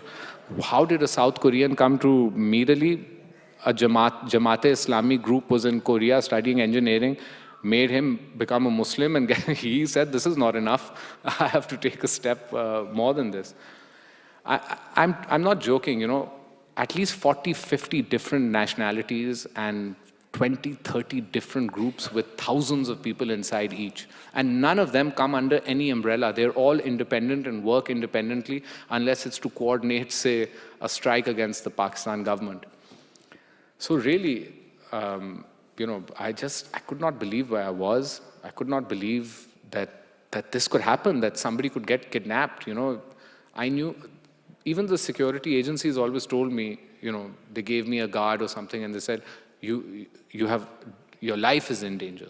And that to me translates into, I could get shot, I could get killed, just like my father did, but abducted. And I know this sounds crazy because I watched the Daniel Pearl movie. But again, it's just not something that I digested. Again, I thought maybe, you know, white people get abducted in Pakistan. And it's not people like me. But it is, and it can be anyone. And, you know, they asked at the time for 4 billion rupees. Now the pound is at 400. Then it wasn't even 100. So that was 50 million pounds, $65 million or something. And worse than the money was a list of 25 militants. Each of them was, whether in Al-Qaeda, Tehreek-e-Taliban Pakistan, the IMU, or the Tehreek-e-Taliban Afghanistan, their highest ranking militants. And the number one name on that list was Mumtaz Qadri's. A lot of people ask me, and I'm sure it's somewhere in your questions as well, that how did you settle in and how do you go on with your life, and you know, tell your story in a humorous way, and how do you find humor in it? And I always tell them that I had faced a crossroads in my life while I was in captivity. When that list was sent to my mother, I always wondered what kind of a man would I be if I walked this line where this man walked to his freedom and I went to whatever people thought was mine. And I felt that it was a life of not a lot of dignity and a life with not a lot of respect, because what kind of a man trades his own life for his father's murderer?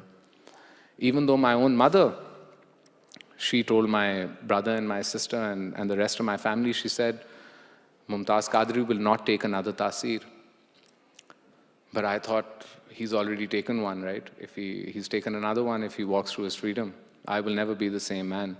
And I promise you, this is Allah's miracle for me, that I never walked this line and no trade was made. And I know I was there for 5 years and it wasn't the best time of my life, but I managed to come home with dignity.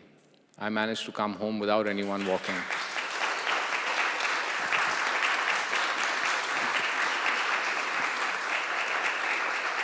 And the fact that I could make this walk home allows me to fight regardless of the difficulties I face in my life. You know, life is a long road and everyone has ups and everyone has downs, but to live with dignity and humility is a gift that only God can give you. And I'm very grateful, actually. I've never thought that, you know, it is a traumatic incident, so don't get me wrong, but it's only opened the most wonderful doors for me. It's given me amazing opportunities. I've been all over the world to talk about my story, about my father's story. I've been able to tell people what happened with him. I managed to write a book, which I think if you spoke to anyone who knows me would tell you that's just not what we thought he'd ever do in life. So not only have I managed to write it, but I've also managed to articulate my experience that, you know, people can read it and laugh a little bit and cry a little bit. And that's all someone who writes a book wants. But yeah, I think the most incredible thing about this entire experience is that man never walked to his freedom. And that's, yeah, and I couldn't have had it better. Shahbaz, you walked out of it with dignity, but you also faced all that torture and that solitary confinement with a lot of bravery. And when I read those chapters and those passages, I could feel the pain. But when we speak to you and when we talk to you, we see a very positive, hopeful person. So I wanted to ask, tell us a little bit about that experience as well. Last time I put the slides up. This time I'm not torturing the audience like that. And also how... Very proud of these slides, by the way. And how have you maintained your positive attitude and sanity? Being tortured and kept in solitary confinement is very dehumanizing, and of course my captors were hell-bent on treating me like an animal, so it didn't help. They weren't very nice people. There's no way to explain what being tortured is. I'd always try to say, for example, and I'm sorry because my godson is here and he's very young, but when one of the first things that they did was pull my nails out, and it's a very unique experience, and it's very painful, and it happens like this as well. But I always tell people that, look, I can explain physical pain to you. If any of you play football, you've most likely broken your toenail. If you have a friend like I have, you've most definitely broken a thumbnail as well. And cuts, they used to carve my back with knives and blades, and we've broken a glass or cut our hand on glass or something. You can understand cuts, and you can understand, I don't know how many of you have been punched in the face, but if you have, you can understand being punched in the face, kicked, all of these things. Buried alive is a bit much. There's no way to explain that. And all kinds of crazy stuff that these people did to me. But I promise you, physical pain I can explain. And physical pain is something that didn't break me, and I'm very lucky, but solitary confinement and loneliness is just impossible. I've lived a very happy life, a very privileged life, because my parents worked very, very hard for me to have those privileges.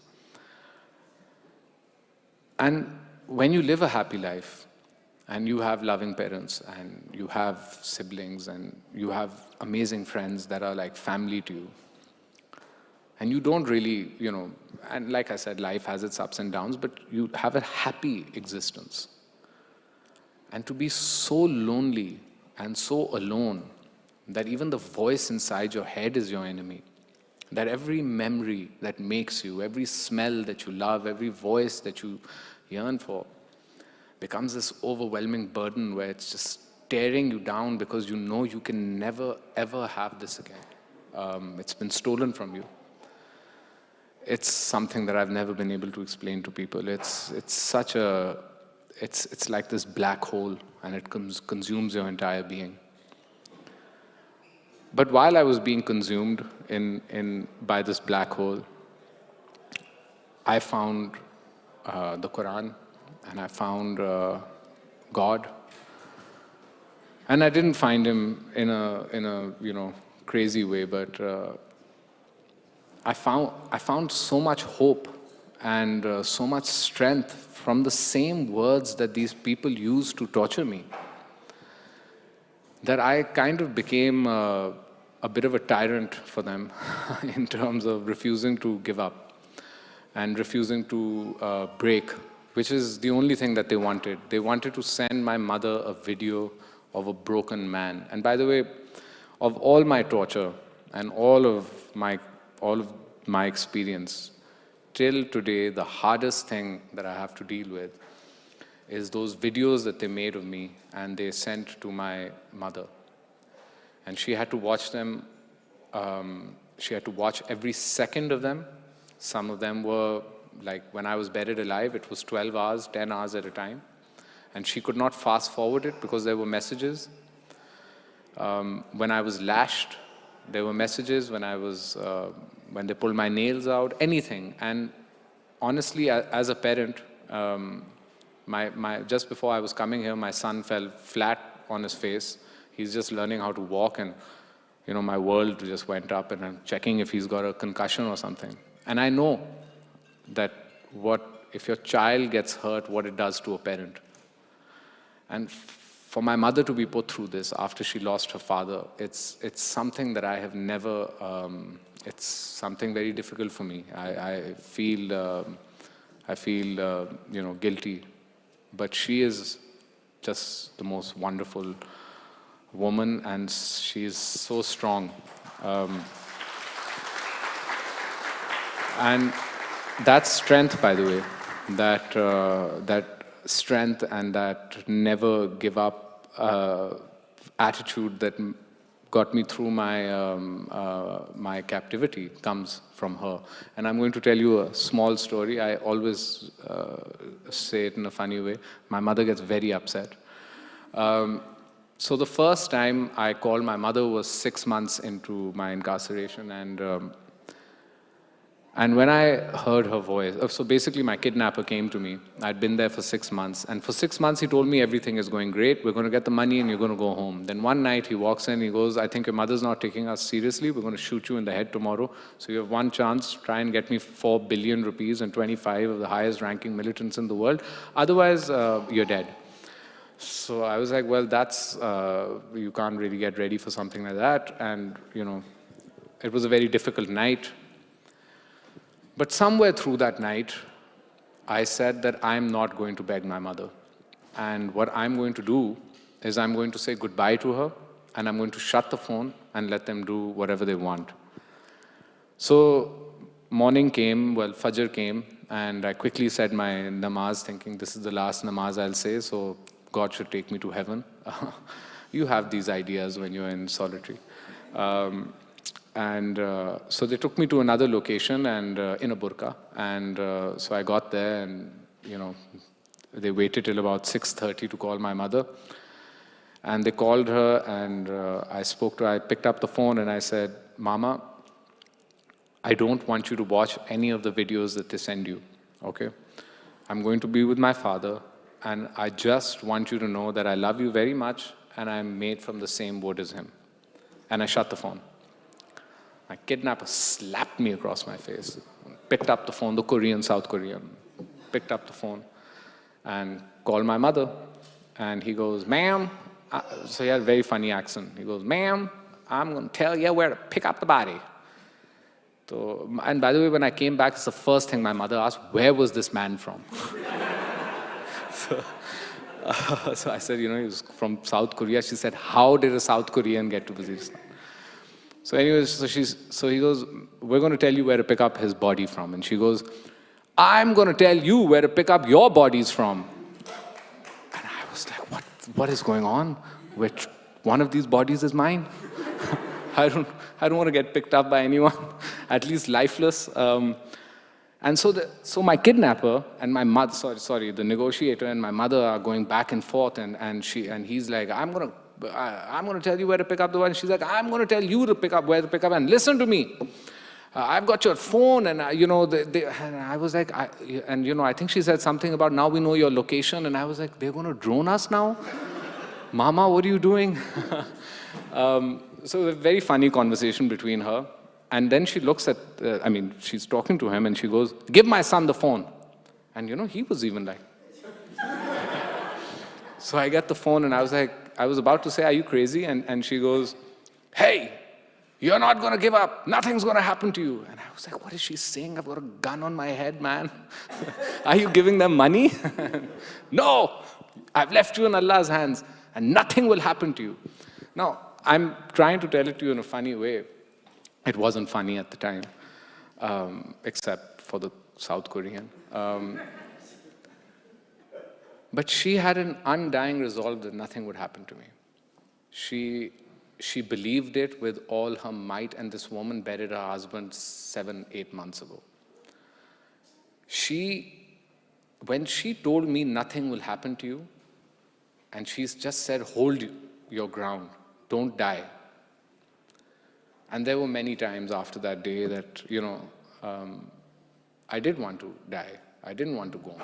I felt that life was unfair, and I felt very hopeless. And I actually have a tattoo of my wife's name exactly where I put a blade and tried to take my own life, but I couldn't. And I felt like a coward, and I felt that I was okay with living like an animal, but I couldn't sort of take control of the situation. And when you're in these holes, there's no light. And I read something beautiful in the Quran. And what it basically said was that to be hopeless is to have left Islam altogether. And I thought, what the hell? I mean, you're kidnapped, you're in solitary confinement, buried in the ground, and you still can't be hopeless. God has, a criteria. And then I started searching and trying to understand through Seerat and Tafsir, and I had 7, 8 books that by this time that I'd compiled. This was maybe a year and a half into my captivity. And there was a terrorist called Sayyid Qutb, and this is probably the only good thing he's ever said in his life. He was the founder of the Muslim Brotherhood in Egypt. He was not a terrorist, but he started this line.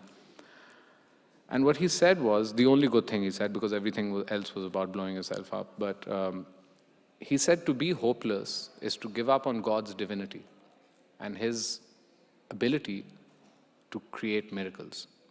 And you are just an ordinary being. Why would you give up on this, especially in your hopeless situations? Why would you give up on his power of miracles? And that day was 2012, and I was released in 2016, but never once from that day did I ever believe that firstly, I would never take my own life, ever, and I would never give up. And I don't know if the elements would take me, or if the world around me would take me, or if my kidnappers would take me, but I will do whatever I could to fight. And I did, and I'm here. So.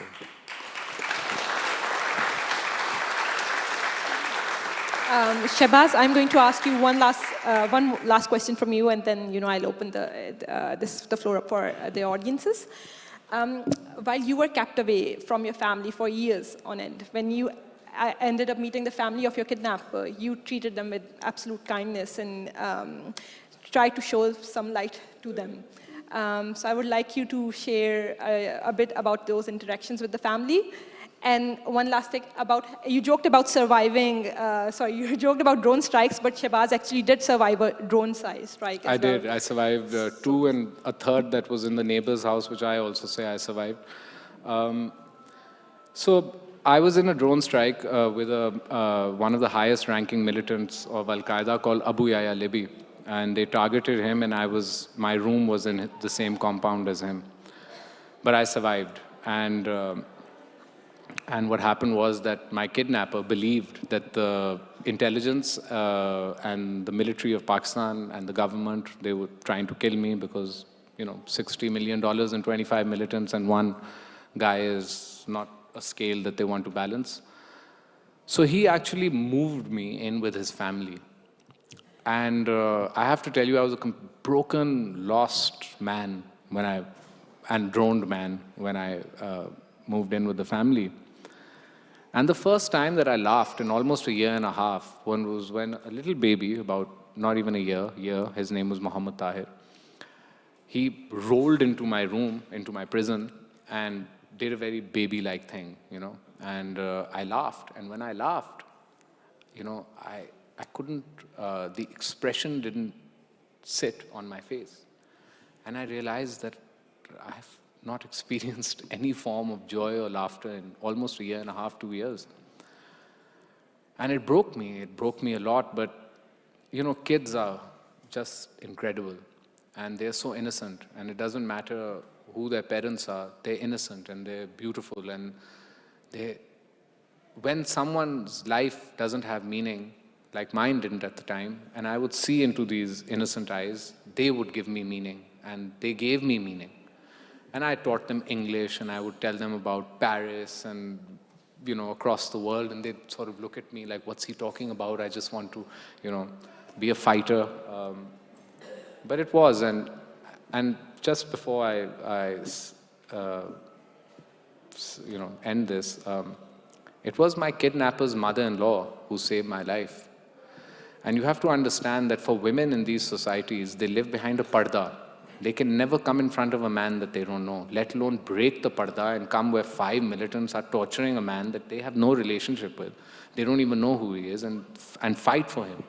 And she actually stopped my torture, and she said that you cannot do this to a human being.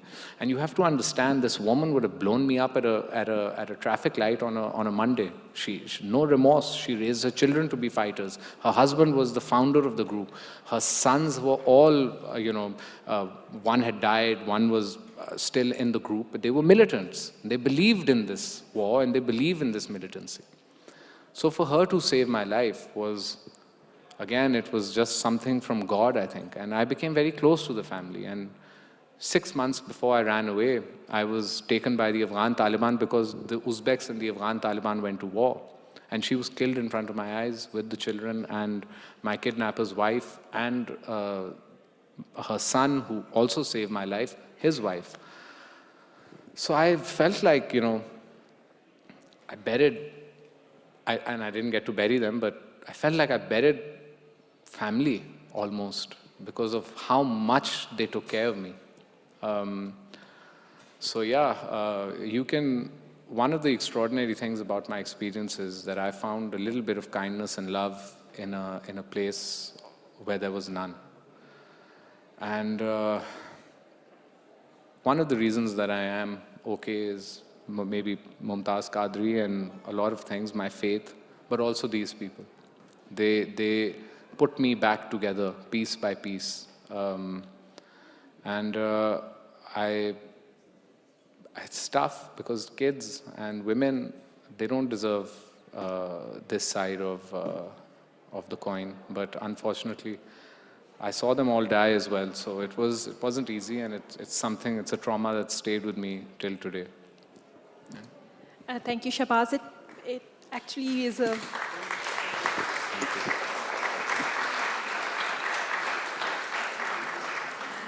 it's a very moving story when we speak to you, but when you read the book, it's definitely going to make you cry and laugh as well. Anyways, now I'll open the floor for some questions. So we have one question over here. Can I get the mic over here? And then over there as well, please. There as well. I'm over here too. Assalamu alaikum, Shahbaz. I knew your father when he was studying here and living with your uncle Faisal. And then I'm an old friend of your deceased uncle Rao Mahmood Ilahi from Gujranwala. So I know your family. Tasir Sahab was my mentor in poetry. And he was a friend of my uncle Muhammad Hadi Hussain, ICS from Gujranwala. So why did they target you after assassination of Tasir Sahab? Sir, it was, they also play politics.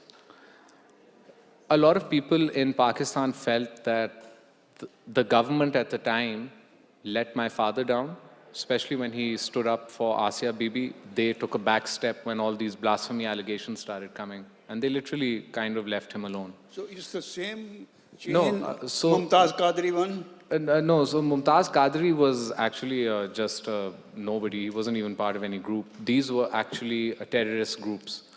And what they thought, the philosophy behind my kidnapping was that if we kidnap the governor's son and we can get money and people for him, it's a big win over the government of Pakistan. And not to mention the embarrassment that the government faces, that a governor who was killed, 6 months later we picked up his son.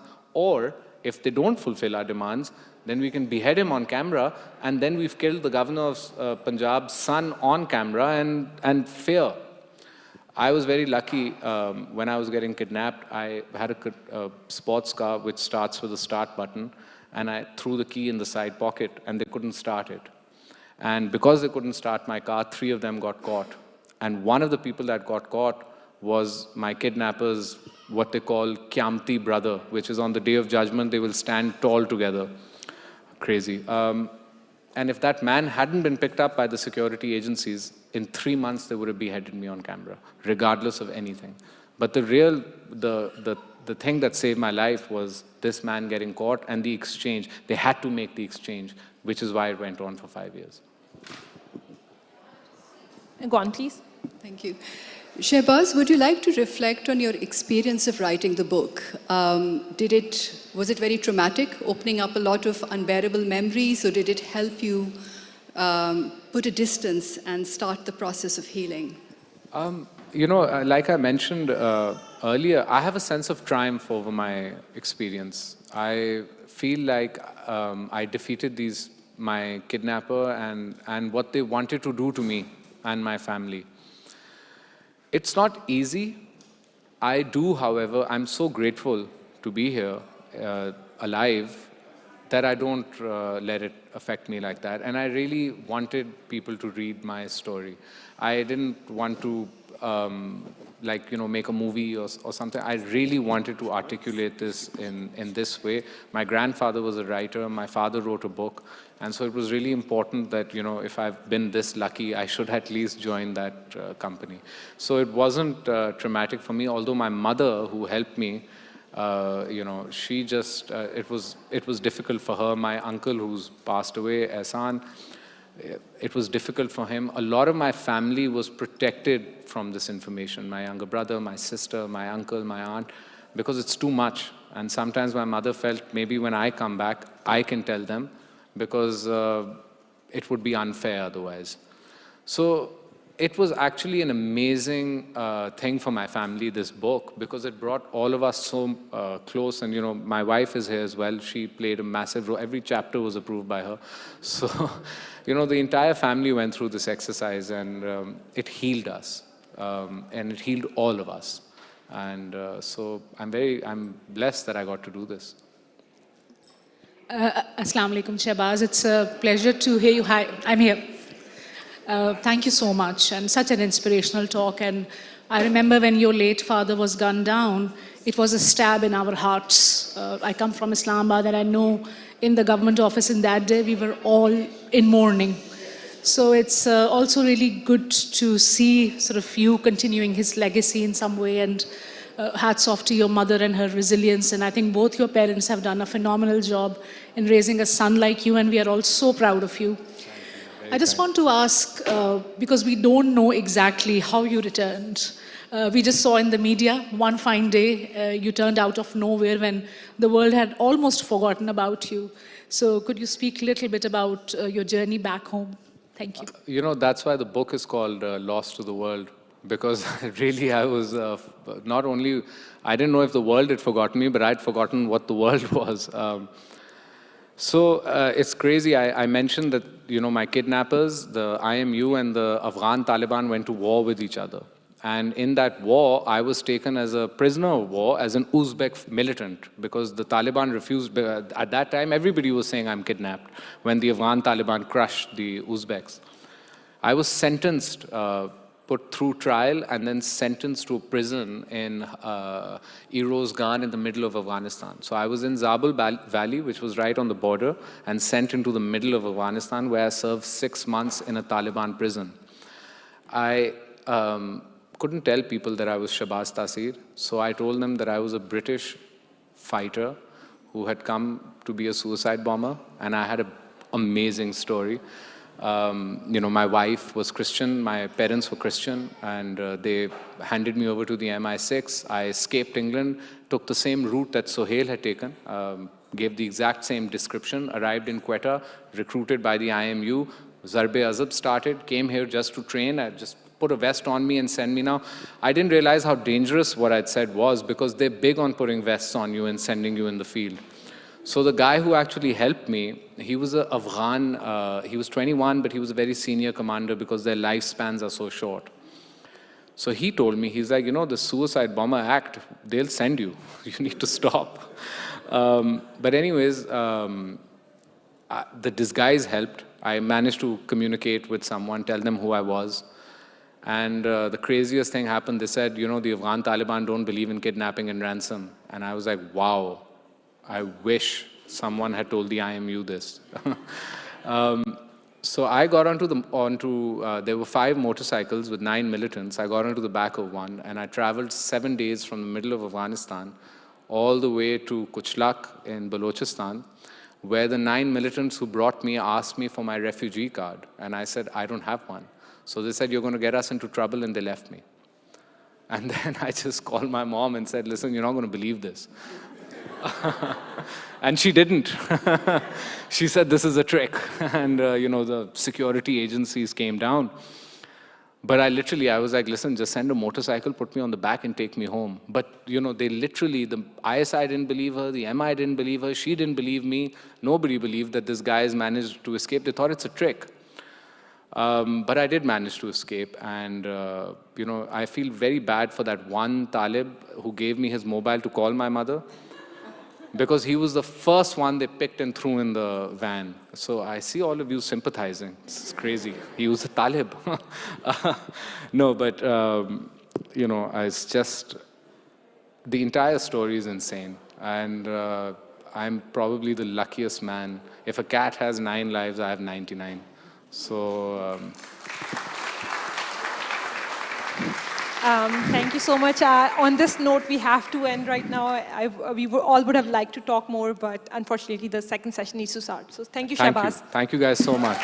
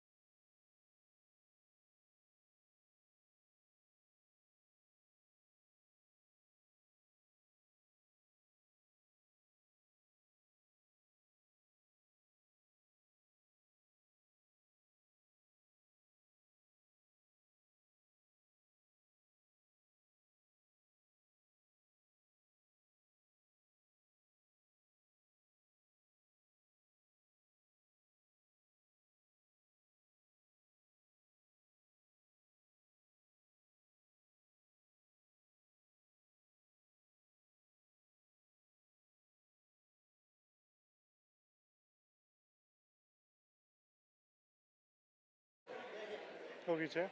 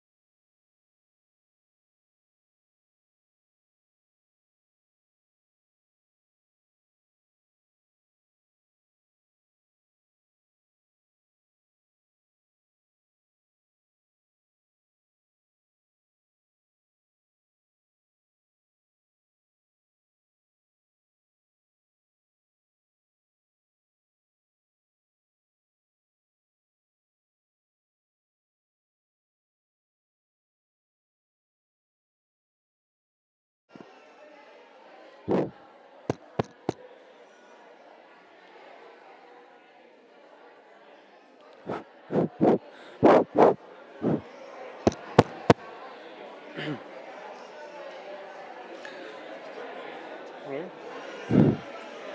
If you could, if you people could please settle down.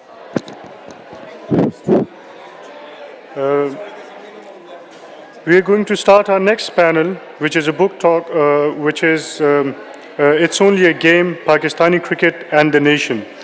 Richard Heller, Ali Khan and Qamar Ahmed will be joining us, and I will leave the stage to our moderator, Farooq Bajwa. If you could guys, if you people could please just settle down and pay attention to our panelists. Thank you.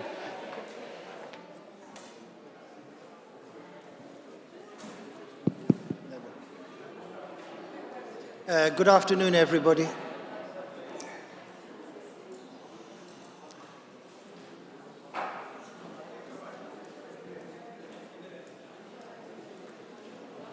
Well, I'm afraid Shabazz is going to be a hard act to follow. No one was here has yet been kidnapped or held captive, so it's going to be very boring after Shabazz, I'm afraid.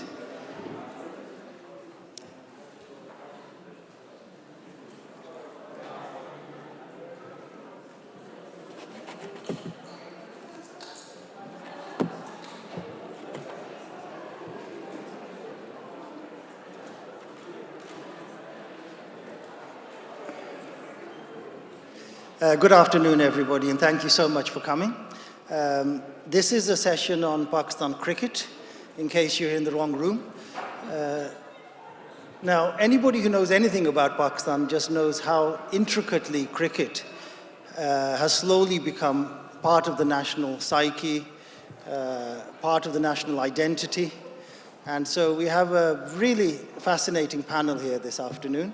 We're very privileged to have three people here who I think are actually a fantastic cross-section of speakers who can really help to, if not explain fully, at least try to explain a little bit of just how important cricket is in Pakistan, both on a social, cultural, and even a political level. So to my right is Richard Heller. Richard has been, I think, involved in cricket pretty much all your life. on and off. His main claim to fame, of course, as far as cricket is concerned, is that he's a member of the world's worst cricket team, which I share that honor with him. We are both members of the Wounded Tigers. We have a slightly masochistic streak. We've been touring Pakistan for years and have yet to win a match, but it doesn't stop us, and we're hoping to go again next year. So Richard, he's written a couple of excellent books on Pakistan cricket. One was White on Green with Peter Oborne, Peter you may have heard of, and also one on, I think it's called, sorry, what was the second one, Richard? Well, the second one was actually called White on Green, and it was a sequel to Wounded Tiger, after whom the cricket team was named. Apologies, I got confused there. So welcome, Richard. Then we have to my left, Mr. Qamar Ahmed. Anybody who knows anything about Pakistan cricket will know who Mr. Qamar Ahmed is, so I won't have to give a very long introduction here.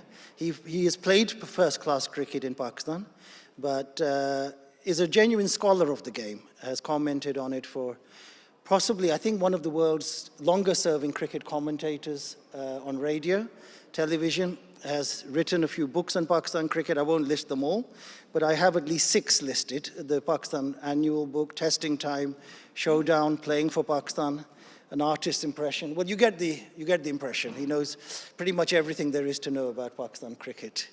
And then to my extreme left is Dr. Ali Khan, who is a PhD from Cambridge in anthropology. So the obvious question is, what is he doing on a cricket panel? Well, anyone who knows anything about Pakistan will really understand why you need an anthropologist to explain Pakistan's identity with cricket. So he's written an excellent book which came out a couple of years ago called Cricket in Pakistan, Nation, Identity and Politics, which if you haven't read it, I strongly recommend. It really is an insight into really how Pakistan society and cricket overlap. So without further ado, I'd like to ask each of the panelists one by one just to describe, I think, Richard, what people really want to hear from you is your impressions of cricket in Pakistan and how you see it in the future. Well, thanks, Farouk. I think I want to begin by describing my introduction to Pakistan cricket, which was about 10 years ago. My collaborator, Peter Oborne, rings me up and says, my book on Pakistan cricket is 2 years overdue. Would you like to come out with me to Pakistan and help me to write it? I wasn't doing anything else at the time, so I joined him, and I'd not been to Pakistan before. I'd been to India a few times to play cricket, but I'd never been to Pakistan. And almost immediately, very early on in our journey, Peter says, you have to take a train trip. And we took a trip from Karachi to Lahore, all the way by train. Every time I looked out of the window, there was a cricket match of some kind in progress. Sometimes in the middle of nowhere, sometimes in the middle of the night by the light of a hurricane lamp. And I counted them. There are 256 matches on that journey. So the one thing I realized then, and realized ever since, is that, well, this country has a unique relationship with its cricket. I've never seen any environment so dedicated to cricket, and where so many people are in some way engaged with cricket in the national life. And that's been with me ever since. That's what's been, my impression has been confirmed on 9 trips ever since. Thank you very much, Richard. Qamar Sahib, you've had the experience of seeing, I hope your mic is on. You've had the experience of seeing Pakistan, I think, from the time of the Muhammad brothers right up to Mr. Babar Azam. So the real question I have for you is that if Babar wins the World Cup later this year, will he become Prime Minister in 15 years? I hope not. We are lumbered with a cricketer as a Prime Minister. He's gone. No, not another cricketer as a Prime Minister. The former Prime Minister Imran Khan lived with me in London, off and on in the 70s. So did Javed Miandad and all the cricketers who played county cricket. I myself have all my life into this game, from my school days to now, first as a cricketer at first-class level, then a league cricketer in the 60s in England as a bowler. I have the privilege of, perhaps I'm the only bowler of Pakistan who has taken the wickets of all the 5 Muhammad brothers. Hanif Muhammad, Wazir Muhammad, Rais Muhammad, Mushtaq Muhammad, and Sadiq Muhammad. Because I used to play against them. And it was tough to get Hanif Muhammad. In 8 years of first-class cricket, in Pakistan, I only got him out once. You just couldn't get him out, one of the greatest batsmen I've bowled against. Cricket, after I came to England in 60s to play as a professional in league cricket, I gave up league cricket because I had played first-class cricket and the league cricket meant nothing for me, not very interesting. So I came back to London and studied journalism. And in those days, a person like me, very difficult to get into mainstream of English journalism. So the BBC once got to me and rang me. They wanted to test my voice, if it is radio voice. And I passed my voice test. That's how I got into British journalism, reporting for Urdu, Hindi service, and English service for 30 years. I lived 50 years in Britain and moved on to Pakistan. In that period, the thing that goes to my credit is that I was never employed by any journalistic organization in this country, because I was the most successful freelance cricket writer and commentator of the world. I covered 453 test matches. Not many can do that because they don't stay in this profession more than 6 years. I have been in this profession for 55 years, still going, still working at 85 years of age, I can tell you.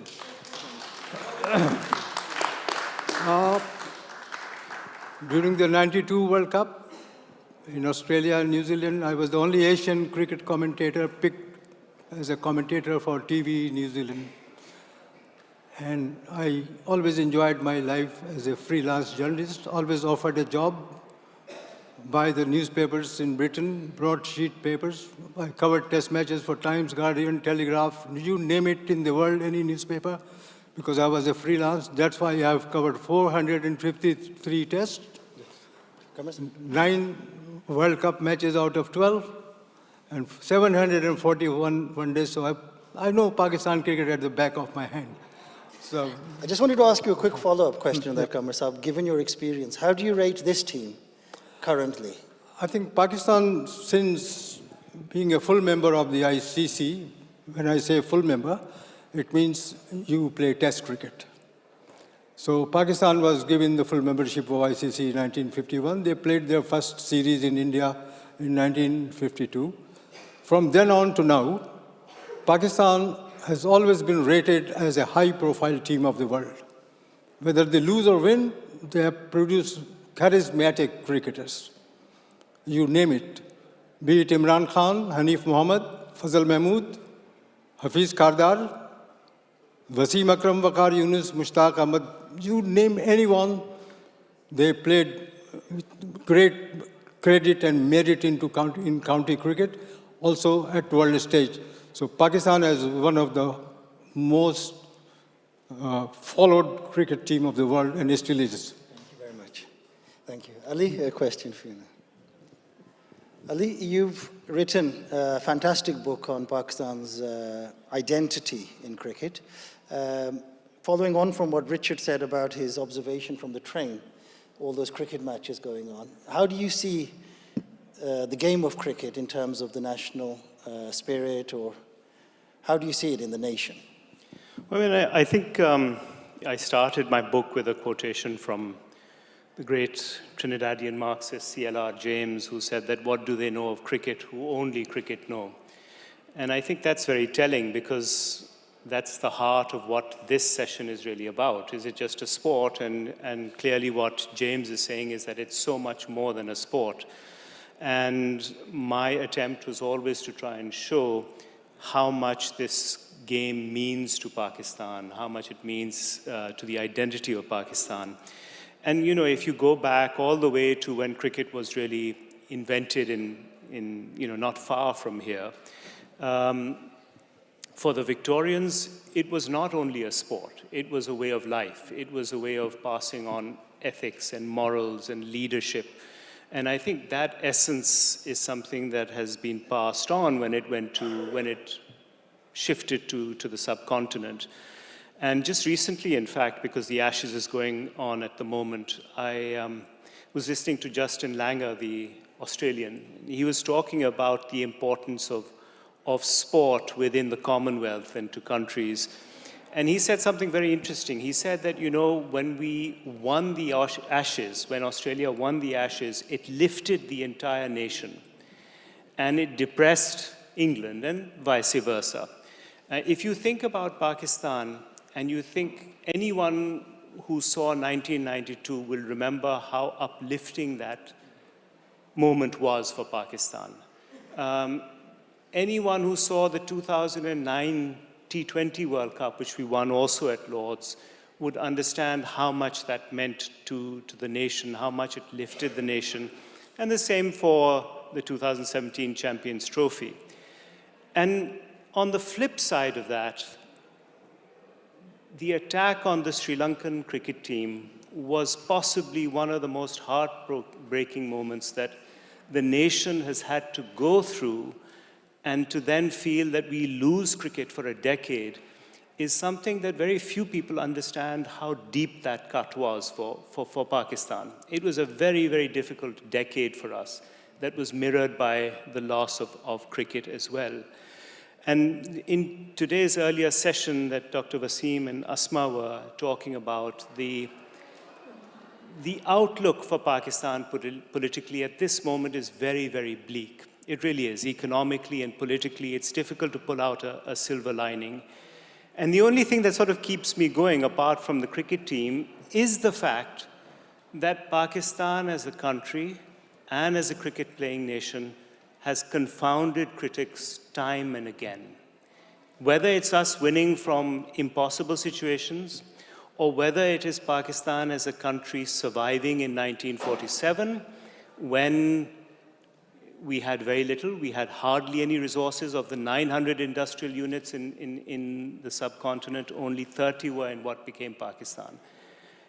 Refugees everywhere, 20 million people moving, 1 million losing their lives.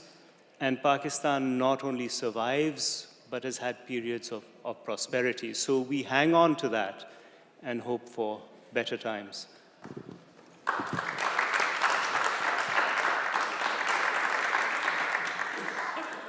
Richard, I'd like to ask you, in this book, White on Green, it's a great history of Pakistan cricket. You talk right from the beginning about how Pakistan come along. How do you see the current team, and when you play in Pakistan, how do you feel it differs, the spirit of cricket in Pakistan, to how it's played in England?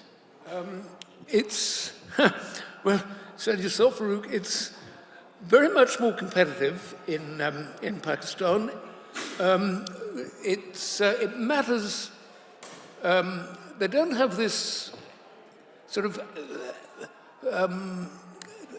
They don't have this sort of humorous amateur ethic that you get in oh, what an incompetent I am. Isn't it amusing?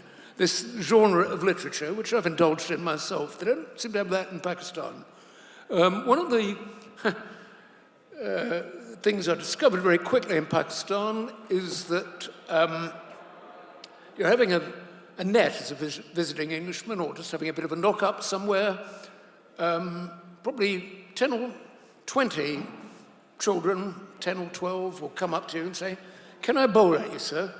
And it's always a mistake to say yes. No, you have to, because the little chap will be the next Wasim Akram or the next Abdul Qadir in the making. So I think there's just generally more absolute dedication to cricket in Pakistan, to performing well at cricket in Pakistan. I think that more people define themselves by cricket in Pakistan, by achievement in cricket in Pakistan, than they do in England, where it is still, a recreation.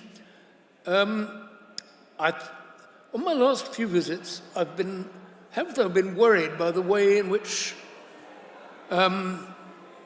top-class cricket seems to be retreating socially into the upper classes and the prosperous classes, and the way that opportunities to play cricket for poorer people seem to be diminishing. That was only an impression I got, and I don't know if others share it. It's certainly true in our country. We've got our social base of cricket is retreating. In England, you more or less have to have a spell at a top English independent school to get into the England team now, even if it's a couple of years finishing school.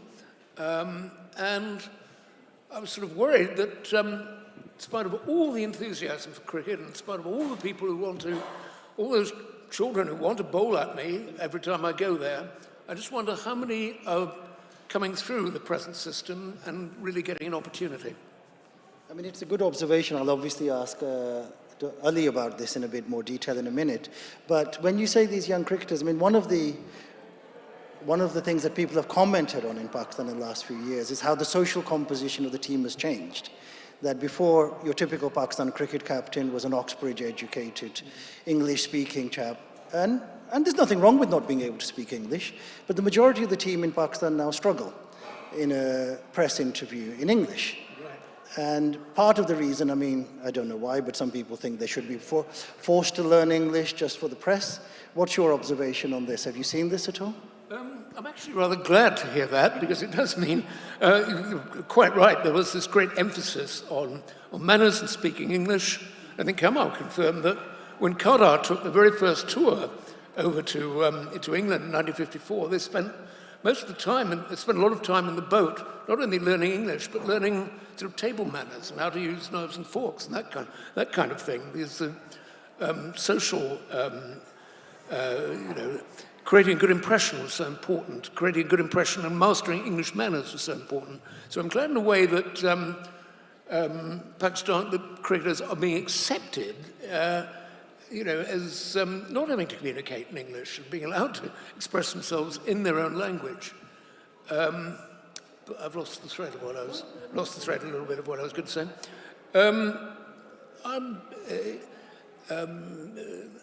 Why did you think that the social composition changed? It was just some conversations I had the last time I was there. It seemed to me that I heard a lot about cricketing land disappearing in Pakistan for various reasons. Places where people used to congregate and play cricket seem to be disappearing.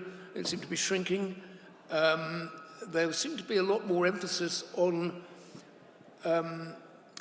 being recognised and being sort of hothoused in a cricketing environment, being taken in some academy or not. And if you weren't there, then you were probably going to be lost to Pakistan cricket.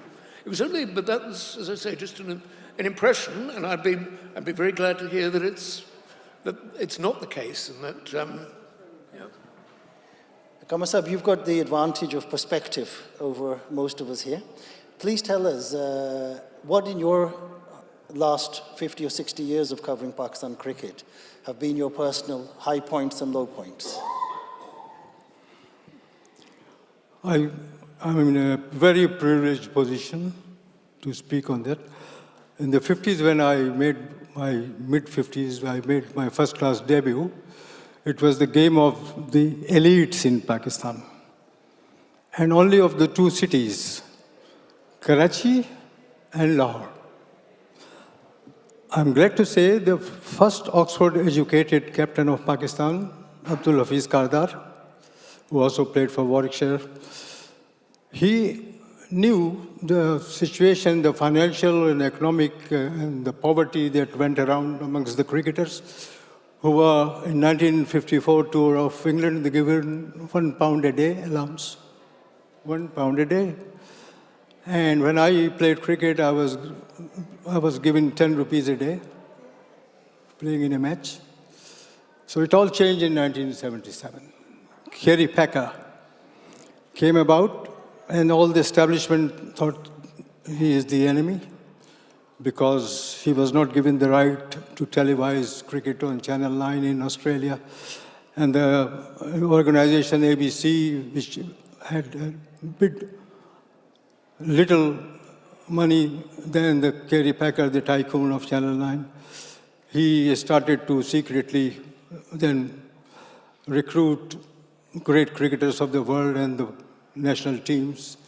I covered the court case of Kerry Packer in London High Court in 1977.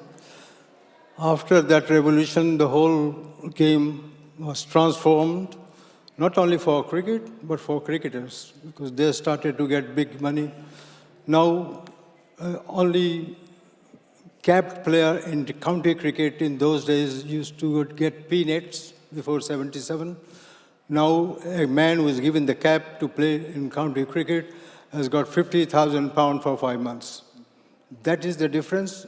And Hafiz Kardar then introduced in Pakistan departmental cricket. That means banks, airlines, and various organizations started to play cricket, which helped cricketers who are not really coming from affluent background, which system which Imran Khan did not like, because he never played first-class cricket in Pakistan. Very rare, few matches. He always played county cricket. 1971, he came as a 19-year-old boy. I watched the test match at Edgbaston when Zahir Abbas, the great, made 274. Not even Bradman made that score on his first tour to England. But Pakistan cricket, now, from Lahore and Karachi, has spread into every nook and corner of Pakistan because of Abdul Hafiz Kardar's introduction of departmental cricket. And now, even if you are not a matriculate, never been to school, you make millions of dollars after 3 test match series.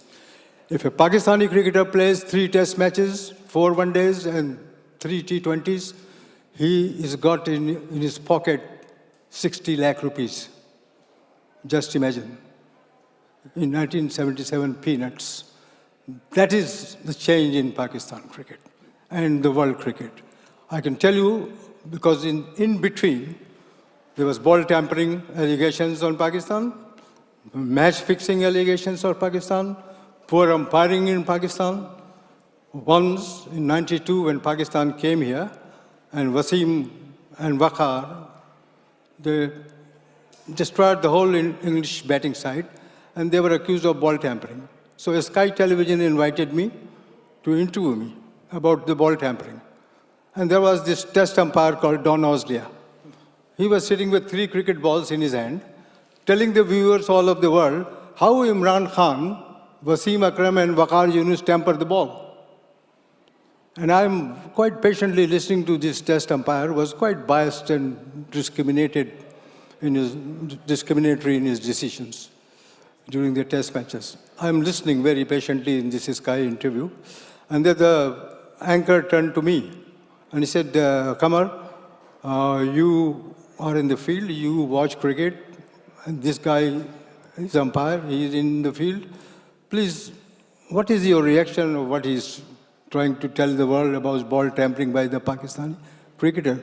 So I told him very bluntly that, look here, gentlemen, I listened to this guy, Don Oslier umpire, accusing Pakistani of ball tampering and scuffing the ball and all that. I can tell you, in 1820, Lord Beauclerk, Hampshire captain, and William Lambert of Sussex, one great batsman, they were caught for ball tampering and match fixing. They were banned from Lord's Cricket Ground. So if Wasim, Waqar, Imran are doing it, they are carrying on your legacy. So don't accuse them.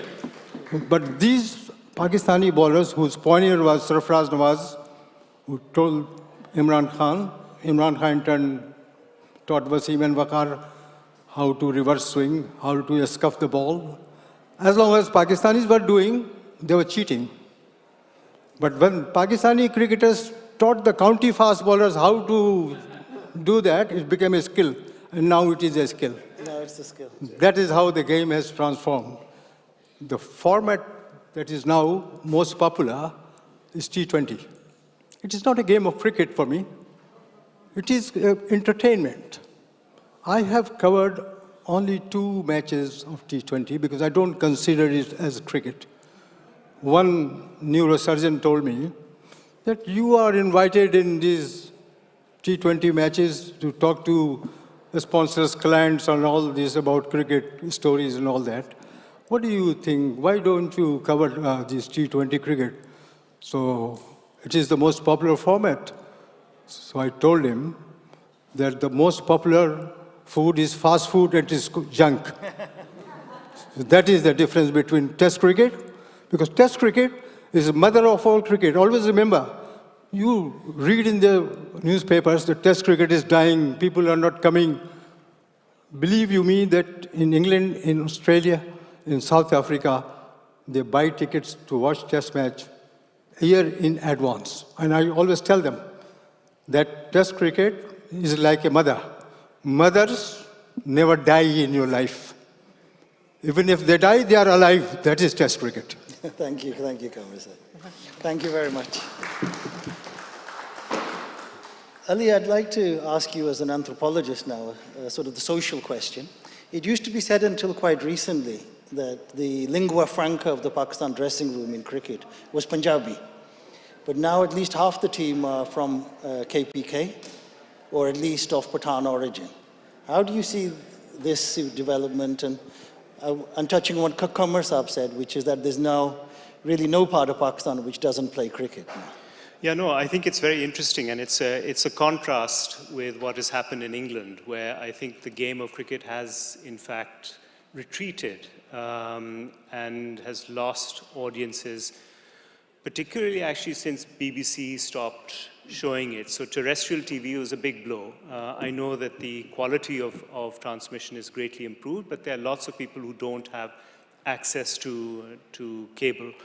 And a couple of years ago, I saw a program which had Freddie Flintoff, and he was talking about, how he tried to take cricket to areas where it wasn't well known, and even I was shocked at the fact that so many young people were just not interested in cricket in England, and he had to kind of build this team. There's a class element to it as well. And a recent book, I think it's called Crickonomics, talks about the impact of public schools, both in England and in Australia, on cricket, and how important they are, also in South Africa, in fact. But if we move on to Pakistan, I think quite early on, it was a middle-class sport. And I think up until 1979, 80% of all those who had represented Pakistan were either from Lahore or from Karachi. So it was a very, very narrow base. And then you begin to move forward, and for a number of reasons, including the 1987 World Cup that happened, the opening up of new venues in Pakistan, throughout Pakistan, meant that cricket began to spread. Now, along with that, I will point out that PTV's increase in showing the games had an enormous impact as well, because suddenly you could see in your in the marketplace, if you didn't have a TV on for yourself, you were suddenly exposed to the game, and then cable followed, and that caused an enormous increase in the kinds of the number of people watching. Qamar Saab has already sort of alluded to this, but from the 70s onwards, we also had a very, very charismatic team, and a team led by a charismatic leader. And I think that had an enormous impact, much, much more so than India. Partially because of Kerry Packer, that sort of elevated Pakistani cricketers, partially because many more played county cricket than their Indian colleagues did. So the superstars at that time were Pakistani, not Indian. And now it's the reverse. So if you take all of this into account, you suddenly see the shift from Karachi, Lahore to Sargodha and Sialkot and Sheikhupura, and then more recently KP, which really is dominating. And let's also remember that places like South Waziristan, now Ladkana, now Hyderabad. So there is no part of Pakistan which is actually not touched by the sport anymore. So I don't have concerns about the popularity of the game. I did between 2009 and 19 until the game came back. I mean, that 10-year period without cricket at home could have destroyed us, but we showed resilience and managed to keep it alive. I think much greater concern now lies in the finances of the game, which are extremely one-sided. And if 80% of that revenue is Indian revenue and they choose to not include Pakistan, that will be a problem for Pakistan going forward. Richard, you've probably seen quite a few matches here in England. Until Misbah's time, no Pakistan tour of England was complete without a good fight. I mean, on the field, the relations didn't seem great. The umpiring, as far as the Pakistanis were concerned, was abysmal. The crowd was awful.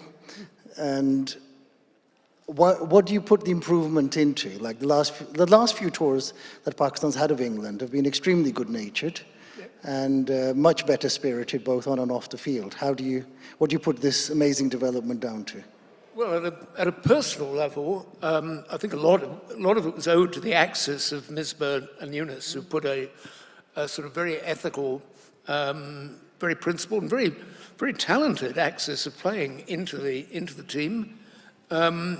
They were, as you're saying, they kept up team spirit in a remarkable way, those two, and indeed all the players, in exile, given that they were not playing, as you're saying, they didn't see their homes for something like 10 months a year playing on the international circuit. So it's, one factor is the personal. I think, just stepping back, the reputation of Pakistan cricket in England has always been profoundly affected by whether they win or not. And I remember when Pakistan, the first tour I ever saw in England was in 1954. It was my first encounter with cricket. It was the Pakistan tour in 1954 in a very, very wet summer. And I saw them I'm sure I remember seeing them in newsreel film, rather than on television. In newsreels, they were always described as plucky Pakistan. Plucky is a safe thing to say about teams that lose to England, whether in cricket or football. They were plucky for a very long time. And then, as colleagues have been saying, they started to become a charismatic and winning team in the 70s and 80s. And particularly in the 80s, they were a winning and innovative team. They started playing cricket in ways that England couldn't understand. And at that point, they weren't plucky Pakistan, they became cheating Pakistan. And that typecasting really lasted for a very, very long time. And to be honest, the Pakistanis gave a bit back in terms of attitude when England were on tour in Pakistan. It was a bit of an attitude, I feel, of, right, if they're making us play under their rules, we're going to make you play under our rules when you're over here. I think, obviously, relations reached their absolute nadir in the tour of 2010 with the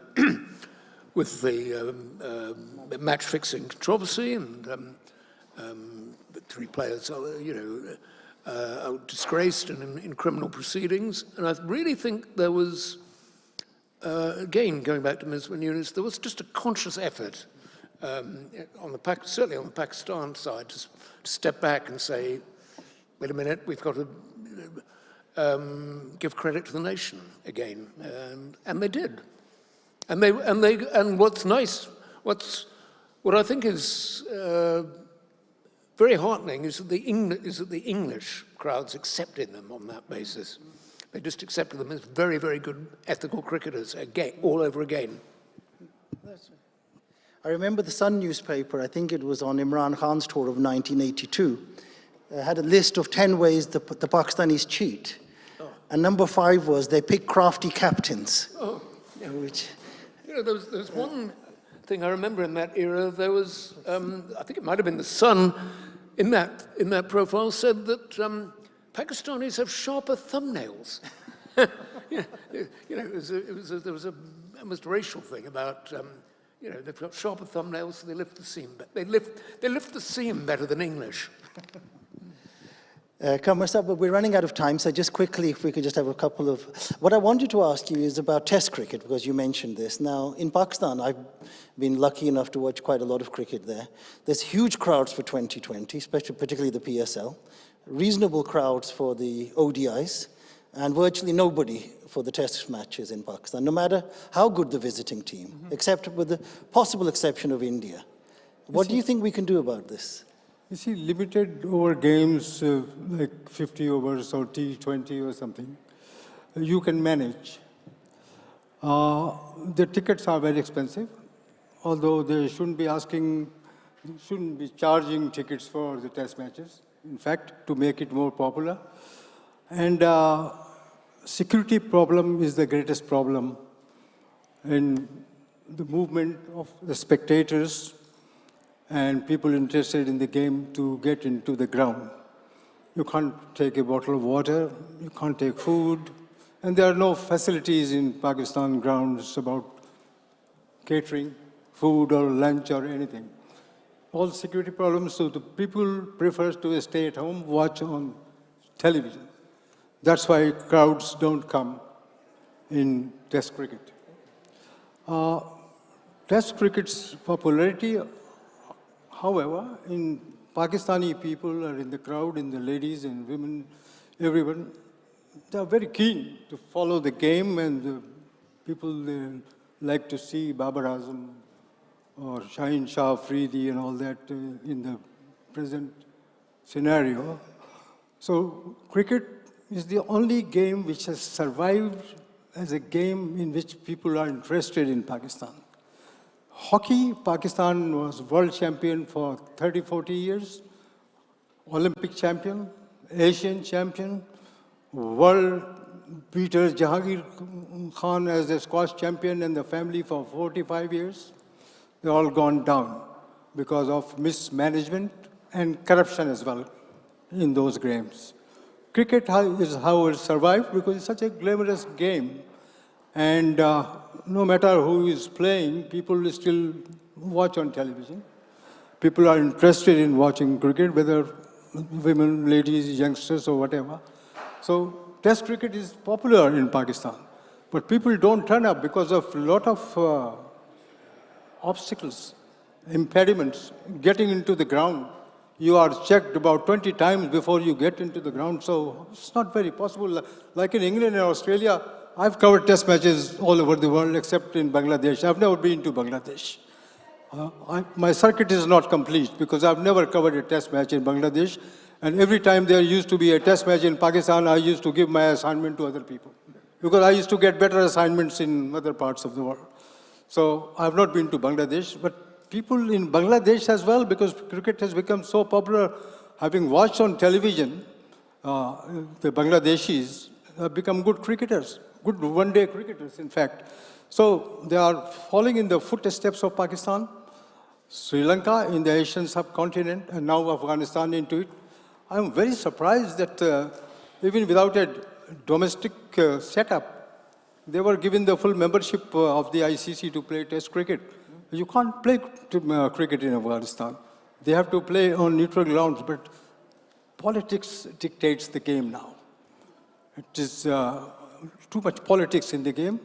In Pakistan cricket also, there is too much politics. Because the patron, the president, used to appoint the chairman of the PCB. Now the prime minister appoints, and he in turn appoints other people. There is no electoral system. There are governing board and everything, and most of the governing board members in Pakistan cricket have got no idea about cricket at all, I can tell you.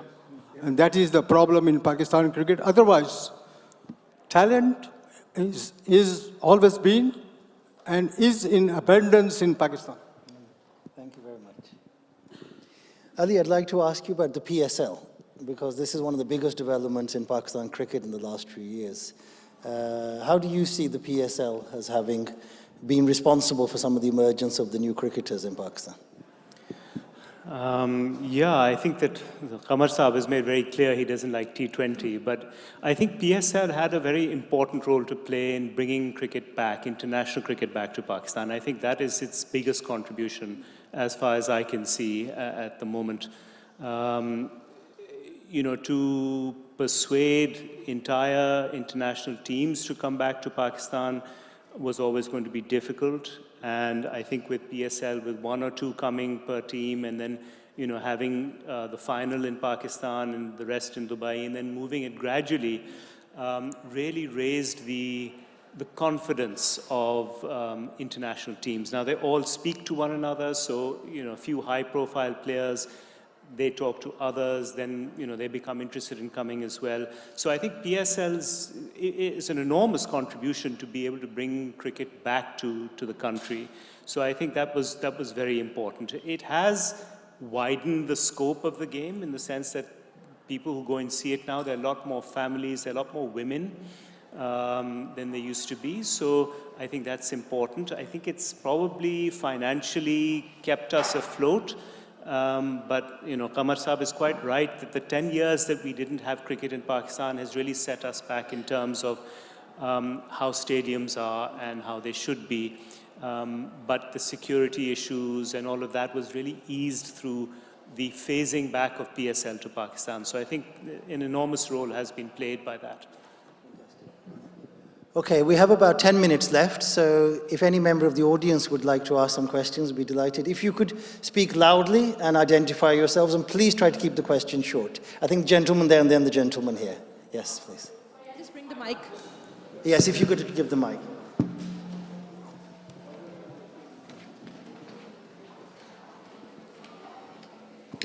Thank you very much. My name is Tariq Rashid. This is more a question for Ali.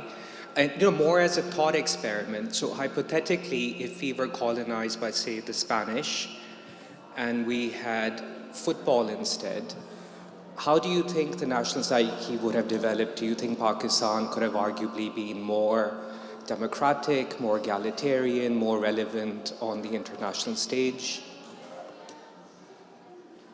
Could you rephrase? I couldn't hear you actually. It wasn't terribly clear. I think you said something about football rather than cricket. Yeah, absolutely. I mean, just as a thought experiment, so let's say Pakistan had been colonized by the Spanish and football were played instead.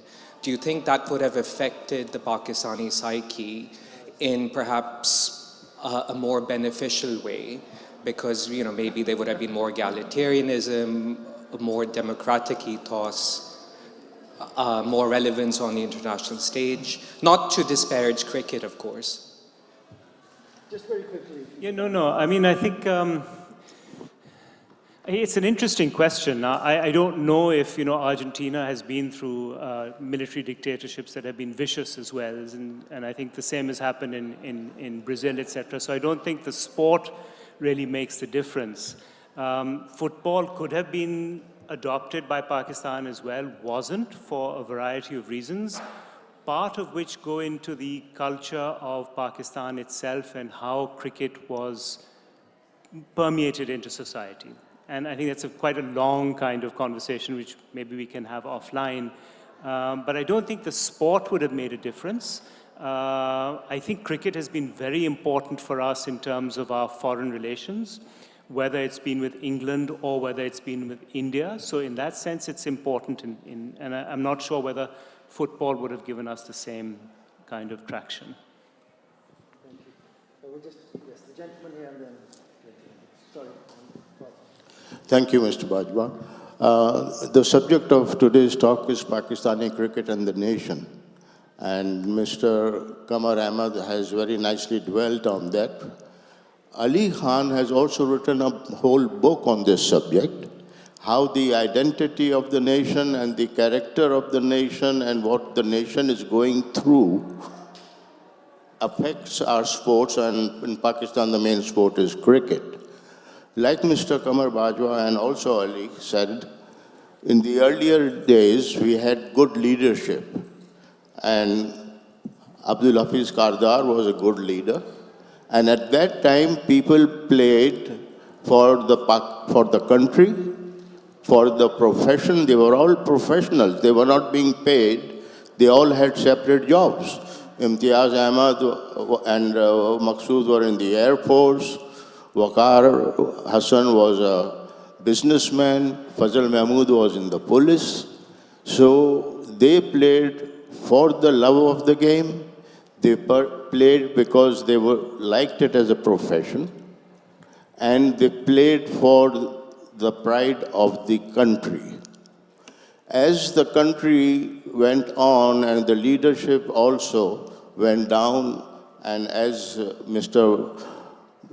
Kamar pointed out, that misadministration in the nation also affected the sports, like squash, like he pointed out, hockey, and also cricket. And the main point that he made was that the money, they are getting so much money. The cricketers of today in Pakistan, I'm sorry to say, are not professionals. And they are following the characteristic of the nation that everybody wants to be a hero. Everybody is for himself. So they are playing for their individual reputation. They are playing for the money they are getting. They are not playing for the profession or the pride of the game. Thank you very much. We'll take 2 or 3 questions at once rather than this, because I think otherwise we won't get through them. This gentleman and then Fatima over there, please. Hello, Kamar. How would you compare captaincy of Hafiz Kardar and Imran Khan? It's directed at Kamar Saab. And career of Nazar Muhammad as a batsman. Nazar Muhammad played only one test series against India. On his return to Pakistan, he lost his career in an amorous fall. And that was it. So I have seen Nazar Muhammad bat. He was a great fielder and a fine batsman, the first century maker in Test cricket for Pakistan. As far, I'm a field reporter, don't forget. I sit there, watch and report and commentate. From 50s onwards to now, there were only 2 great captains of Pakistan. One in the formative years, it was Abdul Hafiz Kardar. Because against every country he played, he won a test match. And that was a great thing for Pakistan. The second best captain of Pakistan was Mushtaq Mohammed. I can tell you. The others also ran. That's it. Fatima, and then behind. Yes, thank you so much, and thank you for this insightful discussion. My question is more about the future, and where we talk about if cricket is so closely linked with the passions of our country, and especially not only those who play, but those who watch as well. It's about governance and organizing it in such a way that there is opportunity for all. There has been, in the past few years, I'm aware of, work being done to institutionalize this further. So there is opportunity across Pakistan into the grassroots levels, bring out that talent, but it has to be structured. And if we work towards that particular goal, and I know for a fact, since I live there, that there's good work being done in terms of institutionalizing not only cricket, but other sports as well. And that's very powerful. So how do we see this evolving in the next 10, 15 years? Okay, just very quickly, I think we've got to realize that cricket is not isolated from the rest of society. So if there's chaos around us, it is very difficult to keep that separate. And I'll give you an example. At the moment, there's going to be another leadership battle between the 2 possible nominees for the chairman of the cricket board. Wherever you have instability, you're going to have problems. Now, I'll give you a little statistic. Since 1992, when Imran Khan retired, we've had over 18 captains for Pakistan. The equivalent number for Australia has been 5. The equivalent number for India has been about 6. Now, wherever you don't have stability, it becomes very difficult for anything to flourish. So basically, you talk about governance. If the country's governance is gone to pot, it'll be very difficult for you to continue producing cricketers in the way that you have. We've done this despite or in spite of our surroundings. So I think that's going to be our major challenge, basically. So, yes, I think we have time for just one or two more questions, or it's going to be thrown out of the hall very soon. So I think that gentleman has his hand up and the one in black. And then we will ask the speakers afterwards. We can have a chat outside if anyone has more questions. These three gentlemen will try to corral them for another 15 minutes outside, if that's okay. Just a quick question about state of pitches in Pakistan. To the mic. Into the mic. Yeah, sorry. About the state of pitches in Pakistan, how much does it play into desertion of Test cricket? And obviously, you think producing result-oriented pitches will bring back fans to stadium to watch Test cricket? Sorry, and then we'll have the last question. We can answer both together, hopefully. Yeah, the panel's about Pakistan cricket and the nation. Bringing that back to cricket, we've had the big three and the big one, which is an existential threat to Pakistan. And we also now have burgeoning T20 franchises. Taking that last one, how much of an existential threat is that to Pakistan cricket, particularly at the national identity level?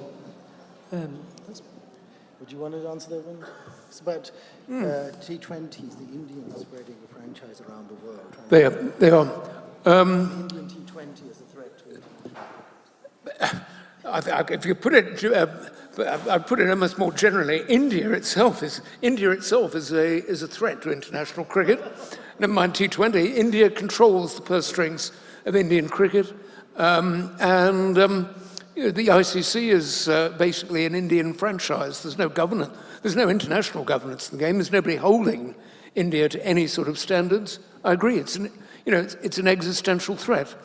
The only thing I would say, possibly in favour of T20, is that it does put a premium on finding talent, commercial talent from all over the world. I mean, it's not just in test-playing countries. I mean, it's given opportunities for Nepal, for cricketers from Nepal, and in marginal countries to come through. There is at least a little bit of pressure, commercial pressure in T20 to widen the game and democratise it and find other talent. But basically, I agree with you. India has got a stranglehold on the international game. I'm afraid we're out of time now, but thank you so much to our panelists, Richard Heller, Qamar Saab, Dr. Ali Khan. It's been a real pleasure. And as I said, I'm so sorry we couldn't take everybody's questions, but perhaps we can have 5 or 10 minutes outside. Thank you all very much.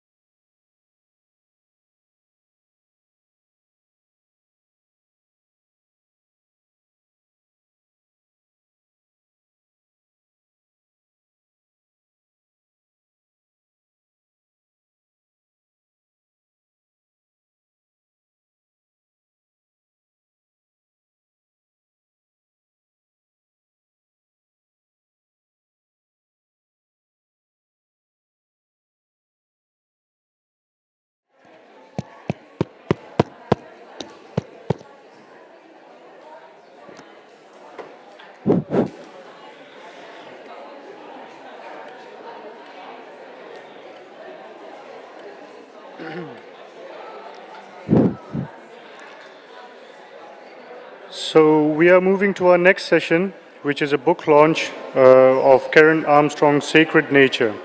I would leave the stage with Amin Hashwani, who will be the moderator for this session.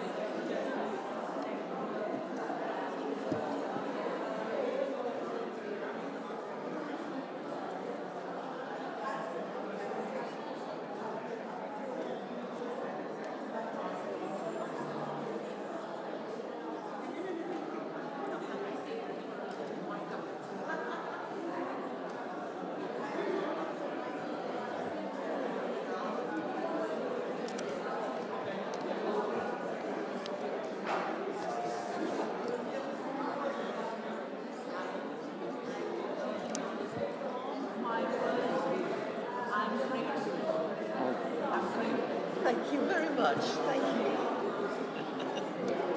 But it's huge and Much more than in England, I say.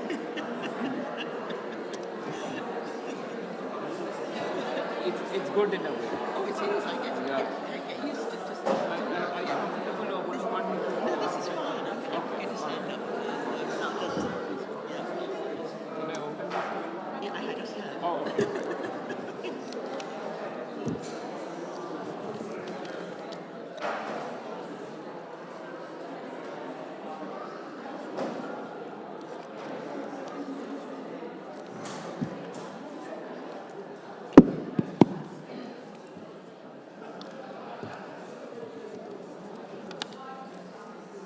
So we can start in 30 seconds.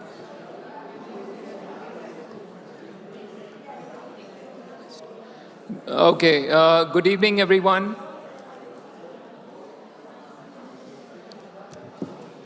Can we have a bit of silence, please? Thank you.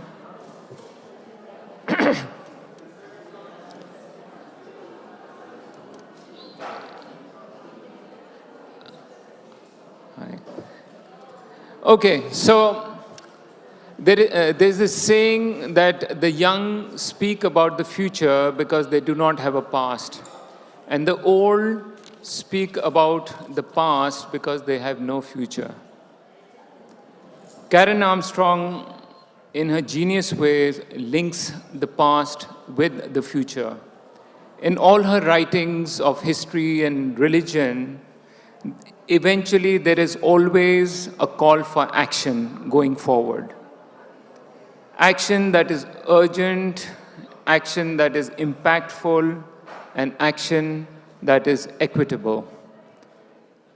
I feel if Karen had not been a religious historian, she would have probably been an author of an action-packed bestsellers. And that, in my opinion, is quite unique in my association of knowing Karen for almost 2 decades now. She is a woman of action, all right? Please don't get deceived of just being a scholarly religious historian. Even at this age, mashallah, she is all over the world. And what better subject than climate change to apply her skills at? We care about things through our emotions, through our connections, through our relationship, and not through our rationalities, through our logic, or even our knowledge. We need to emotively connect with issues in a meaningful way for them to really move the needle. Karen's book, Sacred Nature, does exactly that. It helps us to think individually and collectively about this existential issue, climate change. And it baffles me how we've not been able to move the needle on the subject so far, despite of every successive climate change annual reports coming in that, guys, things are a lot worse than what we had thought before. And it's not about some future generation, but it's about our children and our grandchildren. And yet, we are failing miserably. We have failed and we continue to fail miserably. Pakistan, as we all know, went through floods where 1/3 of the country was immersed. And that was primarily due to the monsoon rains, that it was like an ocean falling from the sky.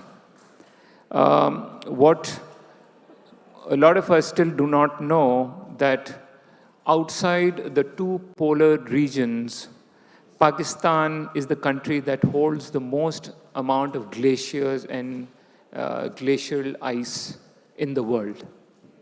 Okay, and you can imagine as the temperatures are going up, and with the highest population growth rate in the world, and with a country with polycrisis, be it economic, social, political, the black swan event would be unimaginable disaster for 230 million people. So for Pakistan, it is something that is an existential crisis, the climate change.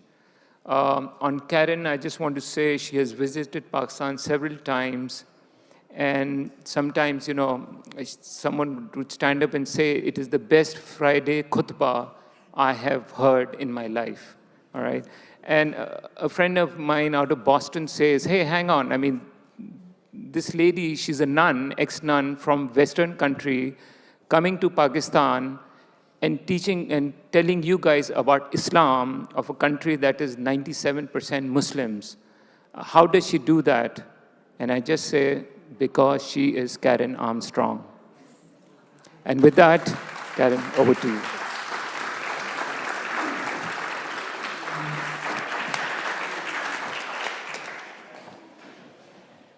Well, thank you very much, Amin.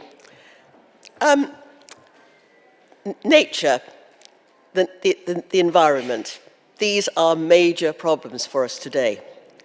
And interestingly, nearly all our religions speak to them, and yet we're not hearing the religious voice at all. And we need to act urgently because things are getting worse and worse every day. Way back in the Middle Ages, the West was very different from the other religious traditions, including Islam, including Greek Orthodox Christianity. It was not very interested in nature. It was more exclusively interested in history and in Jesus and his life and work. And when these Christians from the West arrived in Palestine, in the Holy Land, in about the 12th, 13th, 14th centuries, they would fall on their knees and kiss the ground and grasp the soil and say, this is the holy earth, this is the holy soil. And they would take parts of it home to them when they went back to Europe. And the Greek Orthodox priests would look at them in astonishment and say, what on earth's the matter with them? Don't they understand that all land is holy? And we in the West, we didn't understand that. And I think, most frankly, most of the religions are not really taking it seriously today. We are in a real climate change catastrophe. And the religions should be playing a major role, are not doing so. And yet, the tradition is so very strong. For the Greek Orthodox, who was so astonished at watching the Christians doing this strange thing, they had quite a different view. Nature was very, very crucial to them because before Christianity came to Greece, the goddess Artemis, goddess of nature, was one of the major deities that was devised in the Greek world. And one of the temple was built to her in Ephesus, which was one of the great wonders, 7 wonders of the world. And Artemis, the goddess, she was present in every leaf, every blade of grass, every flower, which showing that nature is imbued with sacrality, with utter holiness. And the same is true of Islam. Islam, it has an extraordinarily strong sense of nature being second in revelation to the Quran. And that's really amazing when you think that when the Prophet, peace be upon him, received the Quran, he was in what is now Saudi Arabia, in horrible climatic conditions, so horrible in those days that there was simply not enough food for everybody to go round. And so they would have to fight one another and take food away from one another, and because most of them were dying or in severe malnutrition. You'd think the last thing they'd want to do was see the divine in nature, and yet you have those wonderful paeans in the Quran. I'm not going to attempt to read them to you because it should be in Arabic, of course. And it should be chanted. But you must all have been aware of these wonderful revelations of nature. When the Jesuits from Europe in the 17th century went to China as missionaries, they became very great friends with the Confucians there. They dressed like Confucians, they discussed philosophy with him, they enjoyed it all very much. And the Chinese were fascinated by them, and they were fascinated by the new science that was appearing in Europe. Copernicus, for example, the fact that the Earth was round, and that there were various very new Galileo's ideas. Now, these had caused an awful rumpus in Europe. The church had been very angry about this because it seemed to clash with the Bible. But the Confucians, no, they were good scientists, and they thought this was fascinating. But, they said, there's one thing that they just don't understand. They don't understand the qi. Now, the qi is a force that is present in everything. It is a sacred force that runs through every flower, every tree, every human being, every animal, every cloud, in every drop of water. And the Confucianism is full of ecstasy about this. Same with Taoism. Rita is what they call this force. And they are conscious of it within one another, which is why they bow to one another. And the idea that it is confined to one particular little deity in the heavens and is not spread around and is not ubiquitous was absolutely astounding to them. There's a poem, a 4th century poem, which describes the essence of Rita, which is pervading everything, a holiness, a sanctity, a divinity that is present in everything. The vital essence of all things. It is this that brings them to life. It generates the 5 grains below and becomes the sacred stars above. When flowing amid the heavens and the earth, we call it ghostly and numinous. When stored within the chests of human beings, we call them sages. All people are my brothers and sisters, says one great Confucian epic. All people are my brothers and sisters, and all the things of nature are my companions. Something that we've really lost, that sense of sacrality in the modern world. We don't think of the sacred like that.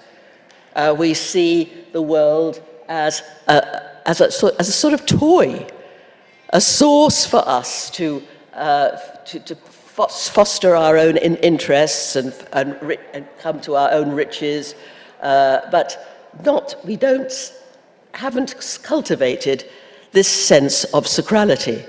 And as a result, we are in the terrible mess that we are in today. Now, I want to go back. One of the people who helped British people to enter into this view of religion and the nature was the poet Wordsworth, 19th century poet. And he said that he had learned to look on nature. As a young boy, he'd been intoxicated by it. He lived in the Lake District, which is an extremely beautiful part of England. And he would go almost wild with joy and the ecstasy of nature. But that faded. As he grew older, that early ecstasy died upon him. Is the problem? We just adjust my mic. Okay. All right. All right. Good. Right. Wordsworth. And in his great poem, Tintern Abbey, he shows how he learned to look at nature differently, that he deliberately cultivated a different kind of mindset, and which we should do as well somehow in our modern world. He said, I've learned to look on nature, not as it when I was within a boy, as a boy, but hearing oftentimes the still sad music of humanity, nor harsh, nor grating, though of ample power to chasten and subdue. And I have felt a presence that disturbs me with the joy of elevated thoughts, a sense sublime of something far more deeply interfused, whose dwelling is the light of setting suns, and the round ocean, and the living air, and the blue sky, and in the mind of man. A motion and a spirit that impels all thinking things, all objects of all thought, and rolls through all things. Now, this is just really what the Chinese meant when they talked about the Qi and the Brahman. And he had learned to do this, learned to look at nature in a different way, in a sense that we have to do ourselves. It's not enough just to be careful about not messing up with the environment, and we have to make ourselves aware of the sacrality of nature. That is why, in the ancient world, people weren't very interested in gods. They were rather secondary. For thousands of years before civilization, people revered nature because they knew their lives depended upon it. Our lives still depend upon it, but we think we've mastered it in some way. We think that we're in charge and we've learned how to cope, and obviously we haven't. So how can we somehow recover that sense of sacrality? As Wordsworth did, he learned how to do it. One of the ways is something called quiet sitting.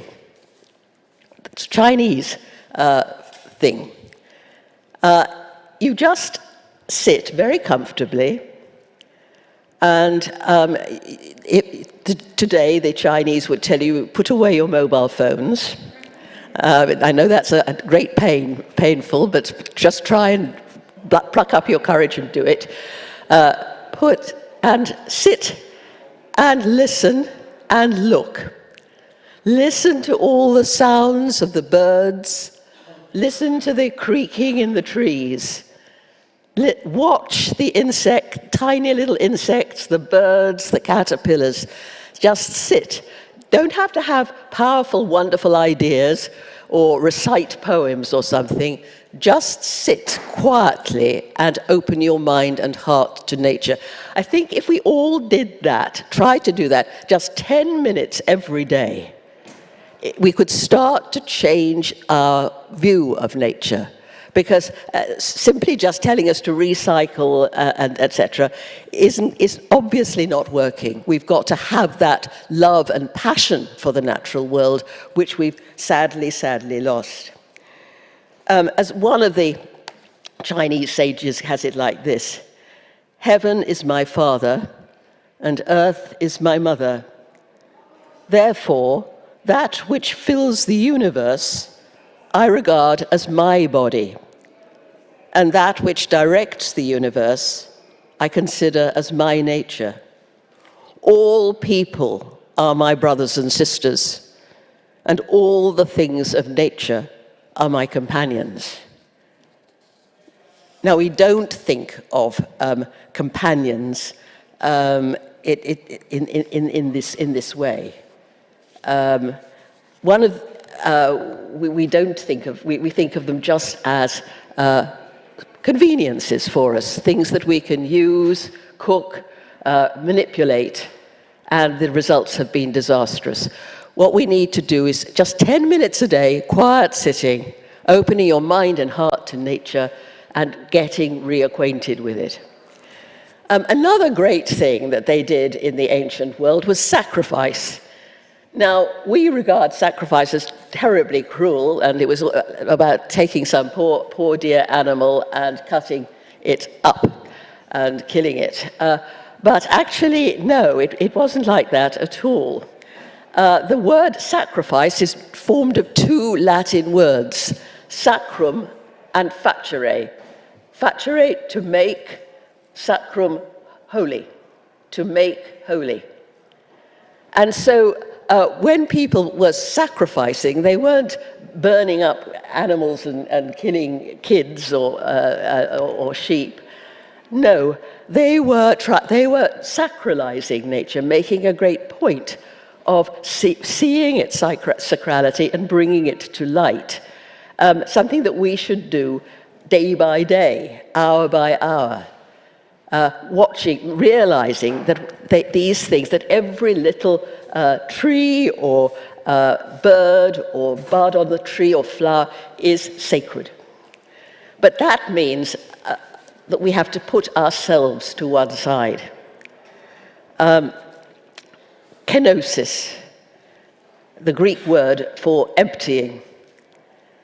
And that's what we should be doing, in emptying ourselves of all our ambitions and plans for nature at several hours of the day, and having us, as it were, a blank slate, emptying ourselves of our own precious needs and desires and passions and wants, and looking seriously at nature, realizing that our lives depend upon it.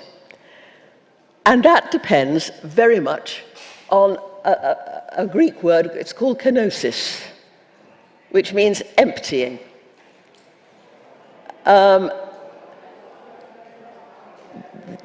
St. Paul said of Jesus that he had emptied himself and taken up the likeness of a human being, and had taken on a life of the poor. We are all so full of ourselves most of the time. We're preoccupied with our own problems, our own passions, our own desires. And yet, in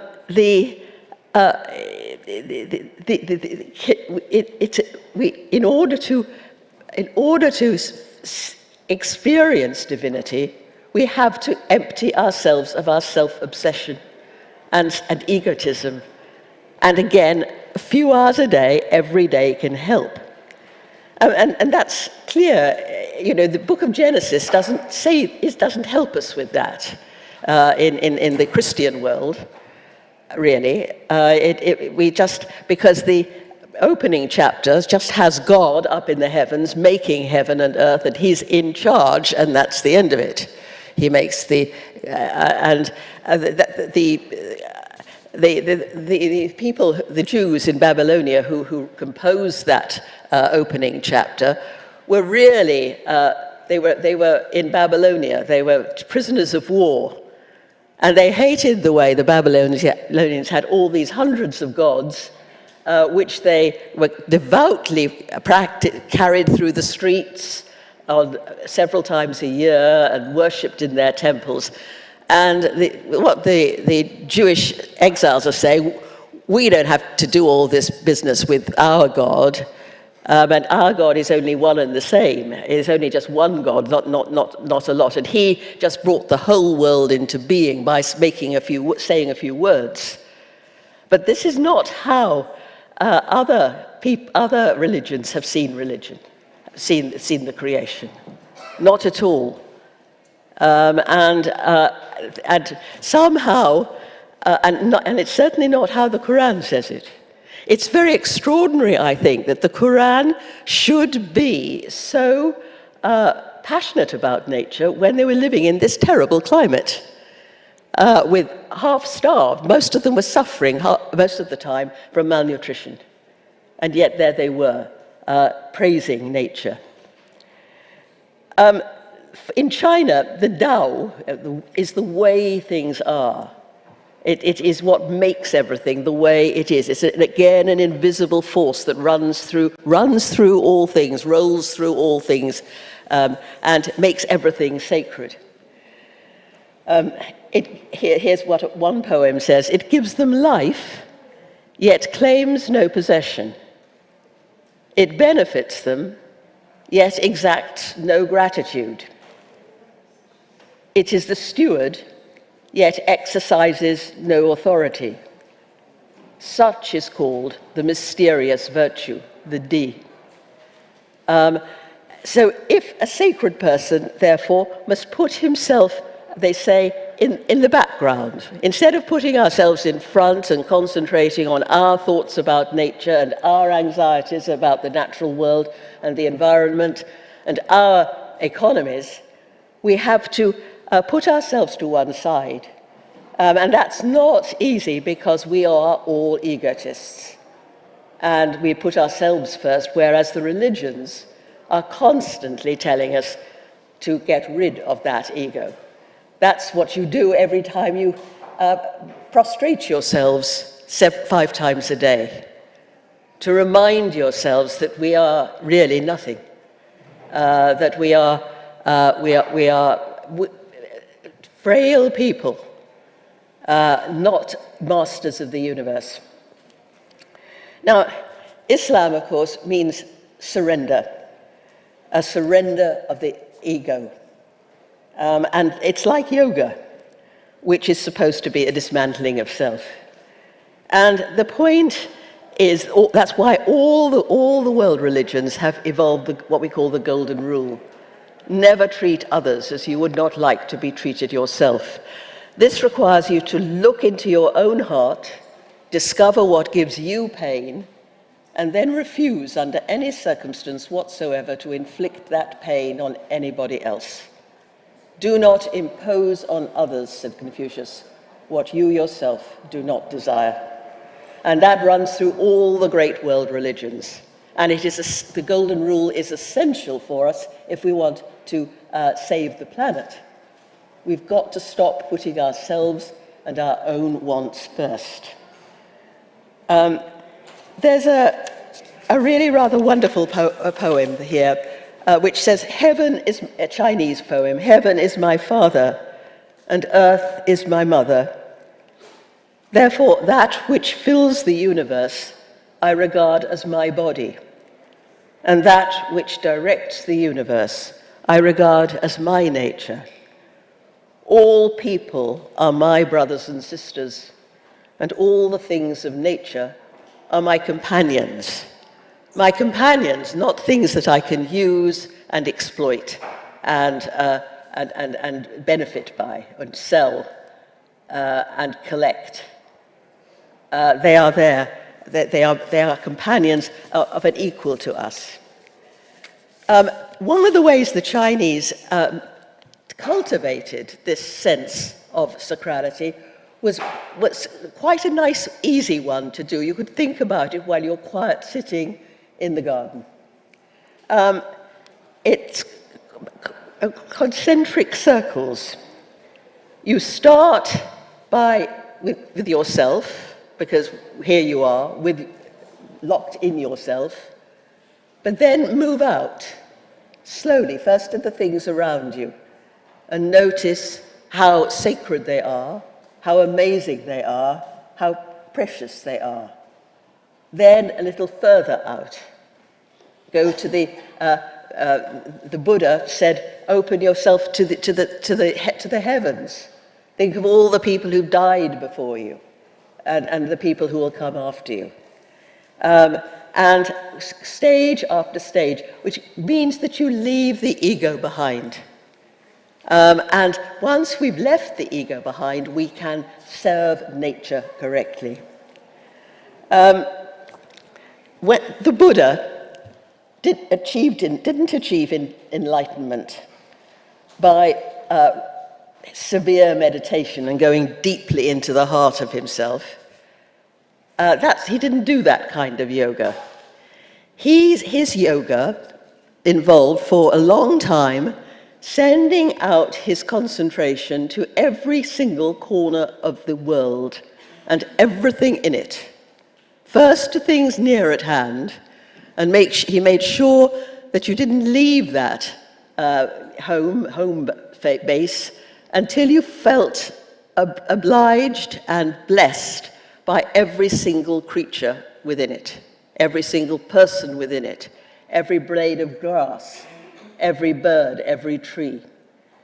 Then out further, further and further, to people far away, the Buddha said, including people who are distant from us, people whom we dislike, but breaking down that ego and going further and further out of oneself, because it's ego that holds us back and keeps us stuck in oneself. But not everybody can do that. On one occasion, a group of forest people came up to the Buddha. And they say, look, we can't do this yoga stuff. We're hard workers, and we just don't know how to do it. But we like what you say, but this is just not for us. And the Buddha smiled. He said, don't worry, Calamans. He said, there's a better way we can do it. It's something that we can do. And it's this prayer. It's in the ancient, it's attributed to the Buddha. And it is one of the earliest Buddhist prayers. And it is about getting out of ego and beginning to see everything in the world, not just every person, certainly. Every person, certainly, whoever he or she is, or whether we like them or not, whether we approve of them or not. We have to break down those habits of prejudice, egotism, and the idea that I am self, I know the best. We don't. None of us know anything at all. But you do it, and this is a sort of prayer that you could say to yourself on the bus or in the train going to work as you watch things going by, just reminding yourselves to go outside the self, leaving this ego behind as the Buddha did in meditation, and blessing every single creature on the planet. Here's the prayer. Let all beings be happy, weak or strong, of high, middle or low estate, small or great, visible or invisible, near or far away, alive or still to be born, may they all be perfectly happy. Let nobody lie to anybody or despise any single being anywhere. May nobody wish harm to any single creature out of hatred and anger. Let us cherish all creatures as a mother her only child. May our loving thoughts fill the whole world, above, below, across, without limit. A boundless goodwill toward the whole world, unrestricted, free of hatred and enmity. Thank you.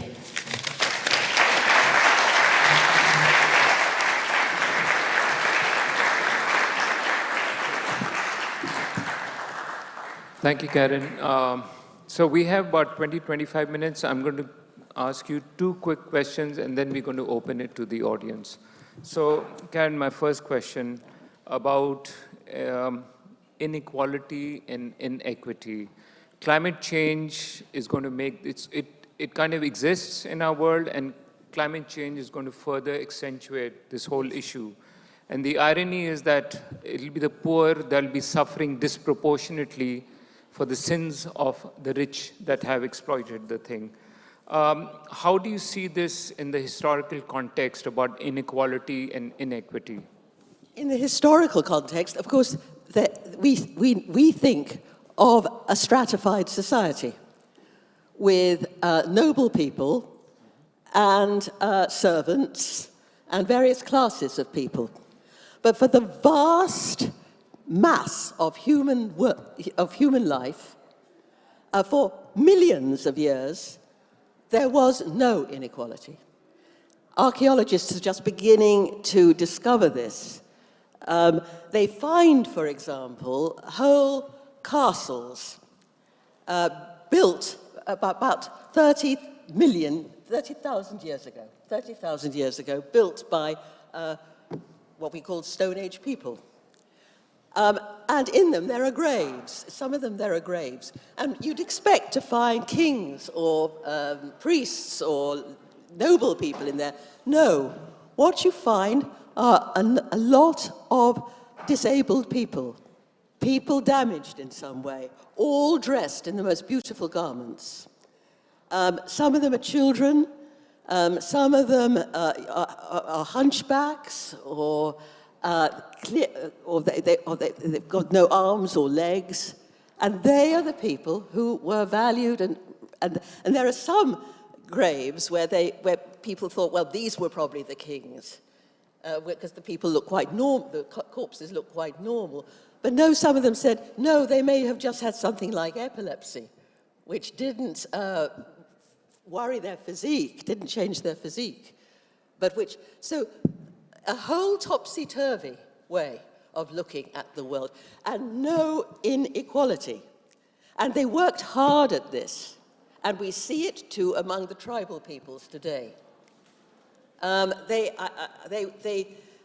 tribal peoples, I'm sure there are some bad tribes around, let's all sort of sanctify them at once, but the whole ethos of tribal society is that the chief, for example, has no power whatsoever at all. He can't give any orders. He has virtually, all he can do is give people presents, so he's practically penniless at the end of his term.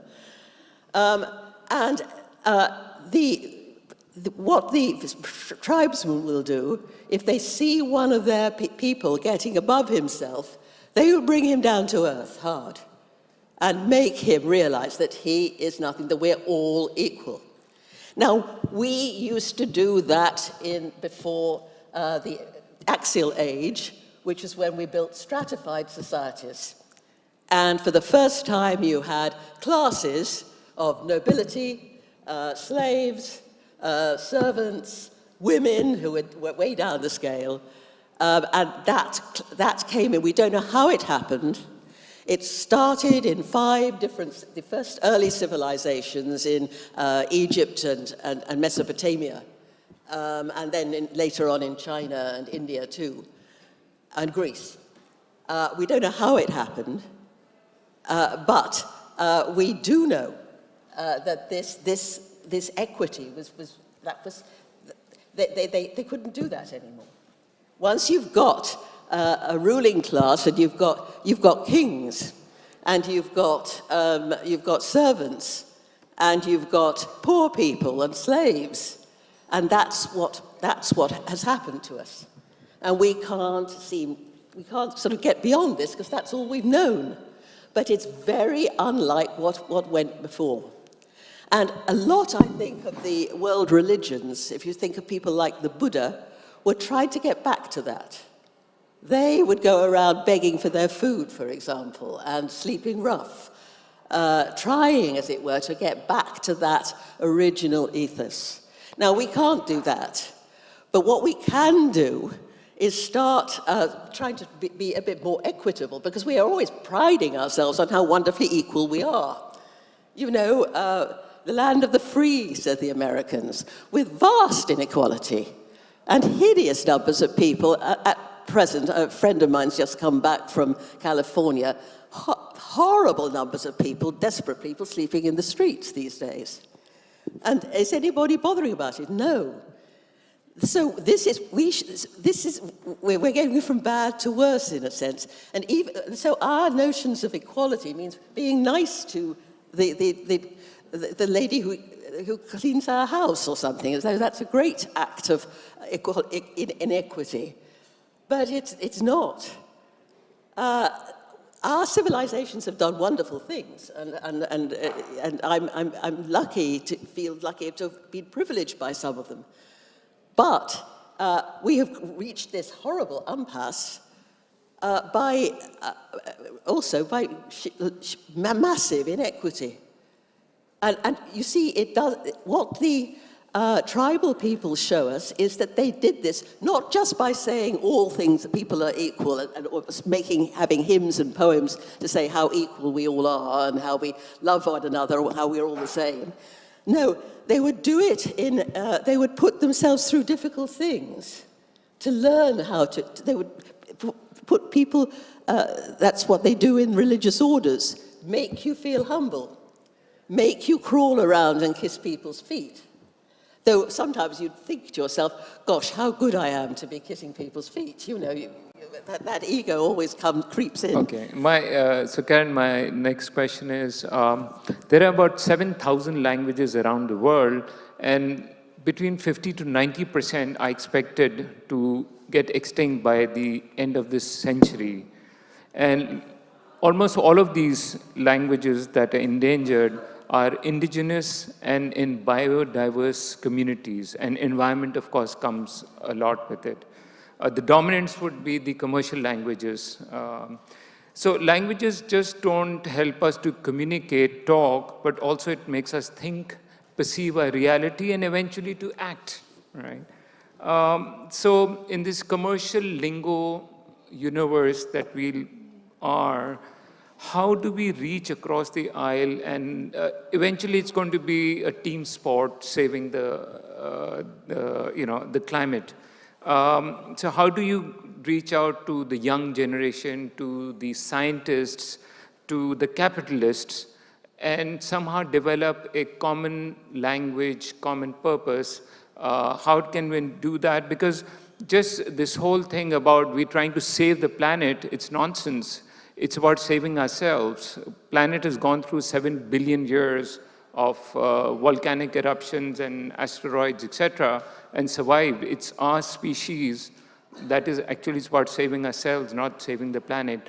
How do you think we can reach out? And because what you're talking about is so fundamental in our thought process, and it is very important to reach out to the scientists, to the business people, because we cannot operate in silos. Well, I think the only way to do it is by grassroots, frankly, because I can write these books, other people write these books, And do the scientists take any notice, or the politicians? No. They're too busy doing their own things. Somehow, I think we've got to be a bit more creative about this. I think it's getting to the stage where there must be massive peaceful demonstrations, for example. Massive. Not yelling and screaming and waving aggressive, because that cuts the whole thing. What we need is, especially the children, who will be the ones who suffer the most. But I don't know, because it's no good speaking to these people. Because they are locked in it. And yet, every day, things are getting worse. We need to get a sense of urgency, I think. And the trouble with urgency is that it makes people angry sometimes. And then they get angry with the people who are, running all these factories and things. That's no good. It's the system that is wrong. Absolutely. The whole system that is wrong. And somehow, I don't know. I wish I knew. Okay. But it won't. The thing is, it won't help unless we change our minds and hearts. It's no good saying that we just want to be equitable and nature-loving, and and perhaps they do a bit of quiet sitting, as I suggested, and then go back to being the same person that you were before. Somehow we have to transform ourselves, and it's a bit late. Absolutely. So we have about 15 minutes. So can we start with the lady in the front? She's much more passionate, apparently, and then we'll come to you. Okay. This was in reference to your earlier comment. Karen, my name is Shafali Frost. I'm a musician. And the first time you entered my life and my being was when I was... Can you speak a little louder? Okay. I was 17 or 18 when I read The History of God. And the reason, and you'll understand why I'm saying that, and for the first time I realized the lack of fearlessness, because you really read that book and realize civilizations are not in conflict with each other. In fact, what was happening in one part of the world was also similarly happening in other parts of the world. And I sort of kind of operate with that fearlessness even when I do something completely new, because you realize that human beings are not attritional. They're actually creating entities and a life together. Now, we are in true sense coming together. The world is in the true sense coming together. Why is it that the knowledge of, what do you think, that the knowledge of, the fact that we are all within the same framework and frame reference, whether it's the climate, whether it's religious orthodoxy, why are we actually becoming more and more dogmatic, more attritional, rather than the opposite? Because now we know very clearly that the world is not divided, it actually suffers together and thrives together. So she read your book, and she feels that, now that we know from history that we have so much commonality and we shouldn't be feared, yet why are we not acting in that same way? Well, thank you. That's a very good question. And I think we don't act in this question because it's too much trouble. It's too uncomfortable. We like to feel that our little world is the best, really. That you probably think, your country is far better than mine, for example. And the way we do things is right. And we don't want major change, a lot of people. We want to stay in the status quo because it's frightening what is going to be asked of us.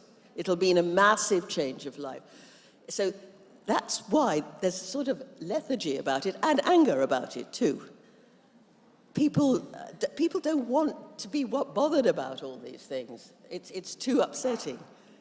But we've got to be upset. I spent my childhood in terror of going to hell. I thought I was a Catholic, and I thought that was where I was going to end up, and it seemed terrifying, and I didn't see any way out. you know, people get stuck in their own little worries and religious things, and they don't open out to the rough, horrible reality that is coming our way. We just cut ourselves off from that terrible reality because we've got massively to change our lives. Okay, thank you. The gentleman at the back, quickly. It's not a question, it's a comment. Can we, because we're running, no, just we have 5 minutes. No, less than 5 seconds. It's a pleasure and an honor to see you in person today and to listen to you.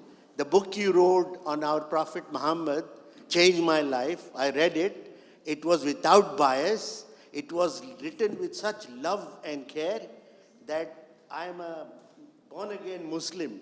And, it was wonderful. In that case, you can take 30 seconds. Yeah, it is wonderful to see you.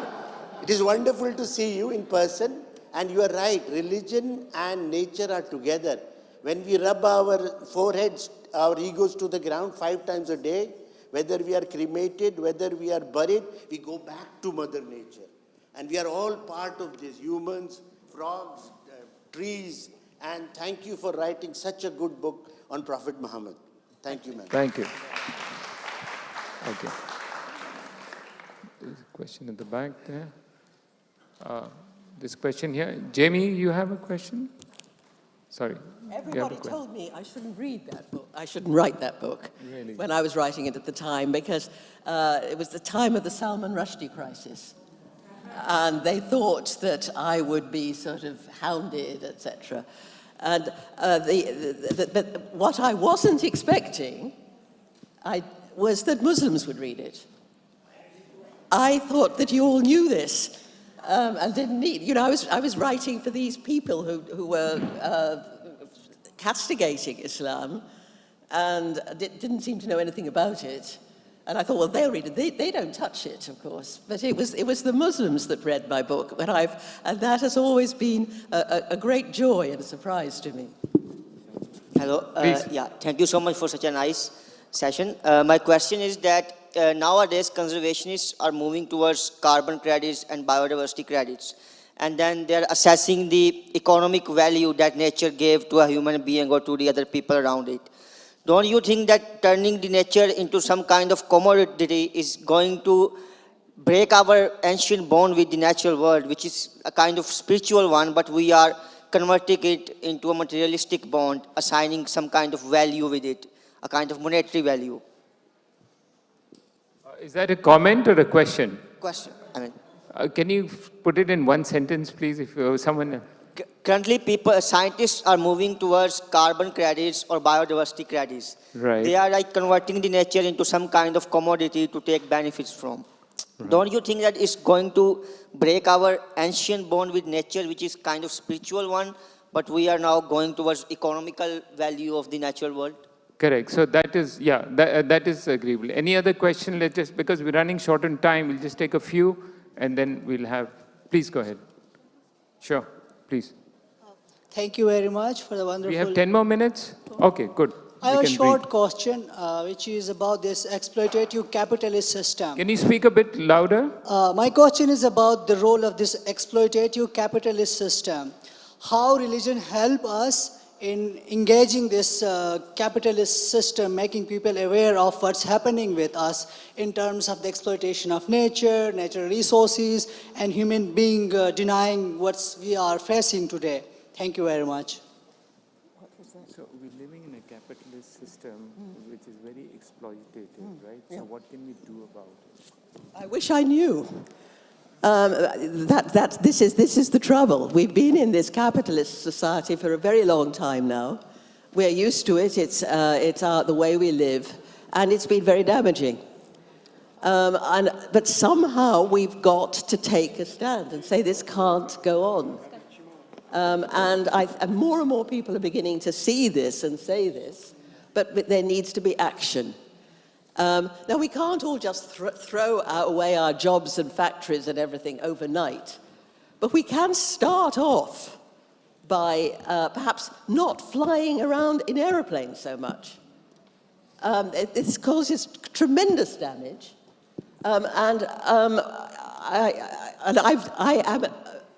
been endlessly flying around the world, giving lectures, so I'm a real culprit. And it's no good my flying around the world to tell people not to fly around the world, if you see what I mean.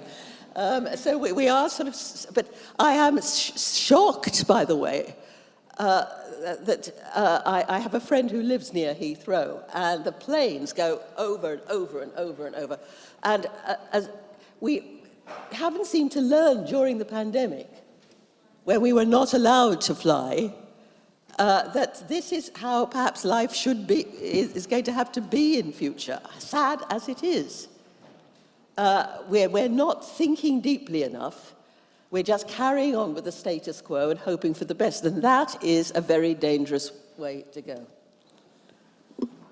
Karen, I've read your book, beautiful book, understood so many things. What is your concept and perception of God, or Allah, or Ishwar, Bhagwan? Is it ether, it's nature? What is it? There's no tajseem. We cannot say what it is. Couldn't explain what is God. Yes. Understood. Yes. Please go. Yes. I think that this is a very good question, and it's one that we can spend our whole lives puzzling with, I think. Because I've written a book about God, a history of God, I called it, and how that changed over the centuries, and really, what the ones that got me the most were the mystics, who realized that when we talk about God, we don't know what we're talking about. As soon as we say that God is this and that, and I remember answering catechism questions on it, what is God? And quickly in a flash, we all had to reply, God is the Supreme Spirit who alone exists of himself and is infinite in all perfections. I have to say, at 8 years old, that didn't mean much to me. But I think it's now incorrect. We don't know what God is. There is sort of mystery in life. The fact that the earth and the seasons come and go should be a miracle for us every day. The trouble with theology is it gives us answers, and it doesn't give us questions and make us stay in those questions, saying that we don't know what God is. We don't know whether there's a heaven. We don't know. There is no certainty. All we can do is try to live as productively, compassionately as possible, and seeing the sacrality in nature and in other people. That's the best we can do. Can you speak a little bit about the logos and the mythos? Logos and mythos. Okay, right. Logos and mythos. There are two ways of thinking about reality. One is called logos. It's the Greek. They're both Greek words, and it really is sort of words and reason. And that's the part of our brains, that thinks rationally. And we need that. I'm not suggesting we all go off into a haze. We need that for practical matters every day, and for wonderful things that we've done in terms of like medicine, for example, and what we've been able to do. Mythos is all the part of reality and life that escapes us, that we cannot quite understand, that puzzles us, that distresses us, worries us, makes us afraid. And we try to account for it in some way. It's no good trying to do it rationally, because it's not, our fears and dreams and fantasies will not obey logos. They have their own right, but they're a definite part of us. But when we do this, what we mustn't do is start creating in our own myth a God that suits us, that is, one of ourselves writ large, with likes and likes similar to our own and who agrees with us, because that's just a big exaltation of oneself. There's a wonderful 14th century text which I read when I was a young nun, and it's still my favorite book. It's called The Cloud of Unknowing. It's written in the 14th century by an unknown monk. And he says, you're going to ask me what God is, and I have to tell you, I do not know. And he says, because of that, because I say I do not know, that is where I want you to be. In the cloud of unknowing, not having a quick, facile answer for everything, realizing that there are things that lie beyond our comprehension, beyond our sympathies, that shock us, terrify us, and make us marvel, but we can't always explain them. And we've become a little too used in our scientific world to giving answers to everything. But there is still mystery.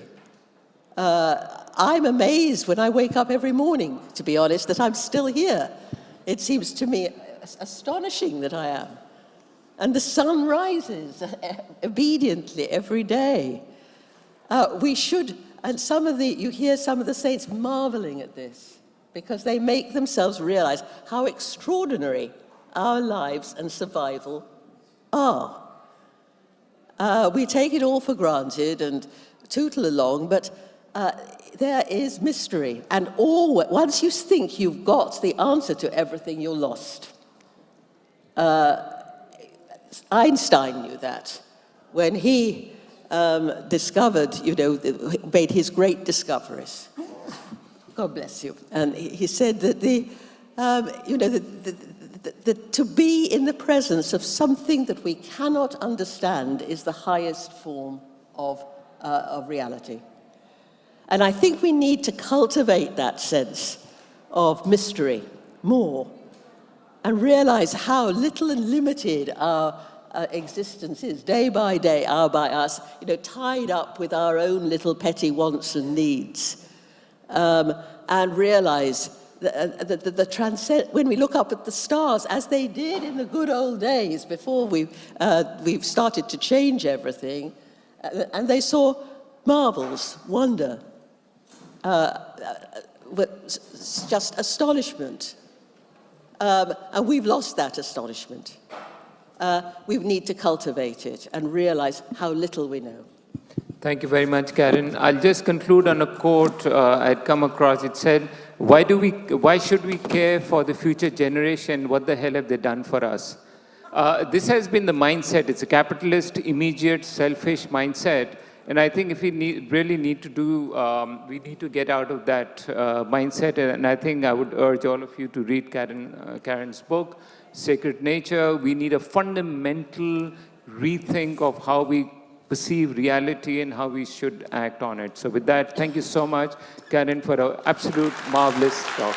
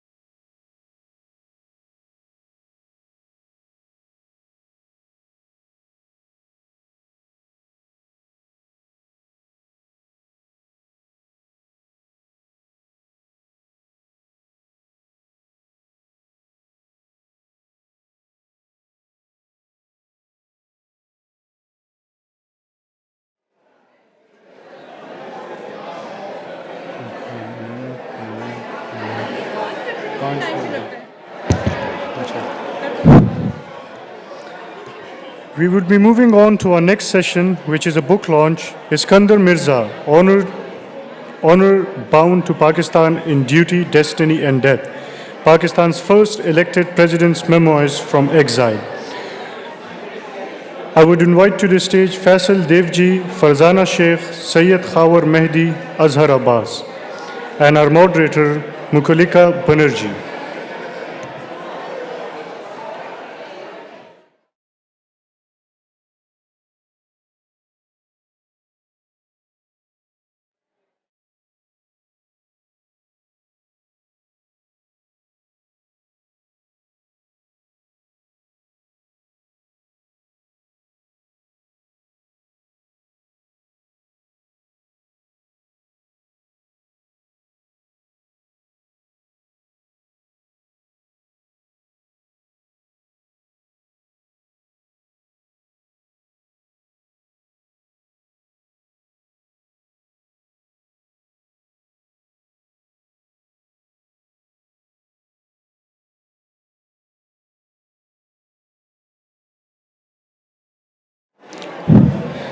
We will be starting our next session, so can you guys please settle down on your seats and maintain some silence.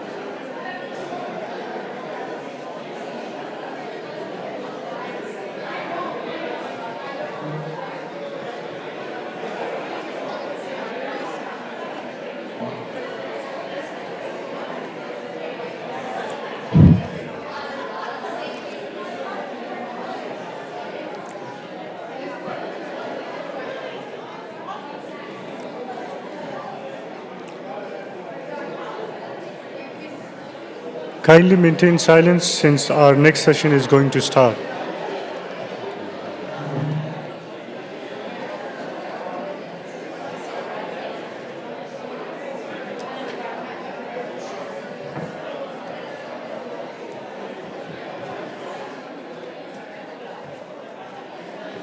Hi everyone, we would request everyone to please settle down and maintain silence.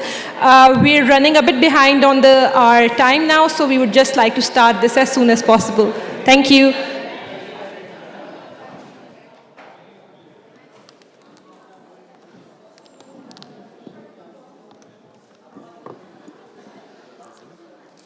Yeah. Good afternoon, friends. A very warm welcome to everyone who's here. I'm Mukulika, and I will be moderating this very illustrious and august panel. As you can tell from the title of this panel, it's the book launch of a book that's just been published on Iskandar Mirza, but it's a book on and by him.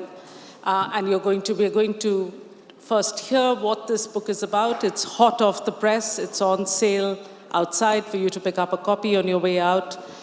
And we've invited a panel here to examine the book itself, to tell its story, as all books should be celebrated, but also to take a critical look at the man and the legacy of Iskandar Mirza, whom I'm sure everybody, this is a household name for anyone who knows anything about subcontinental politics.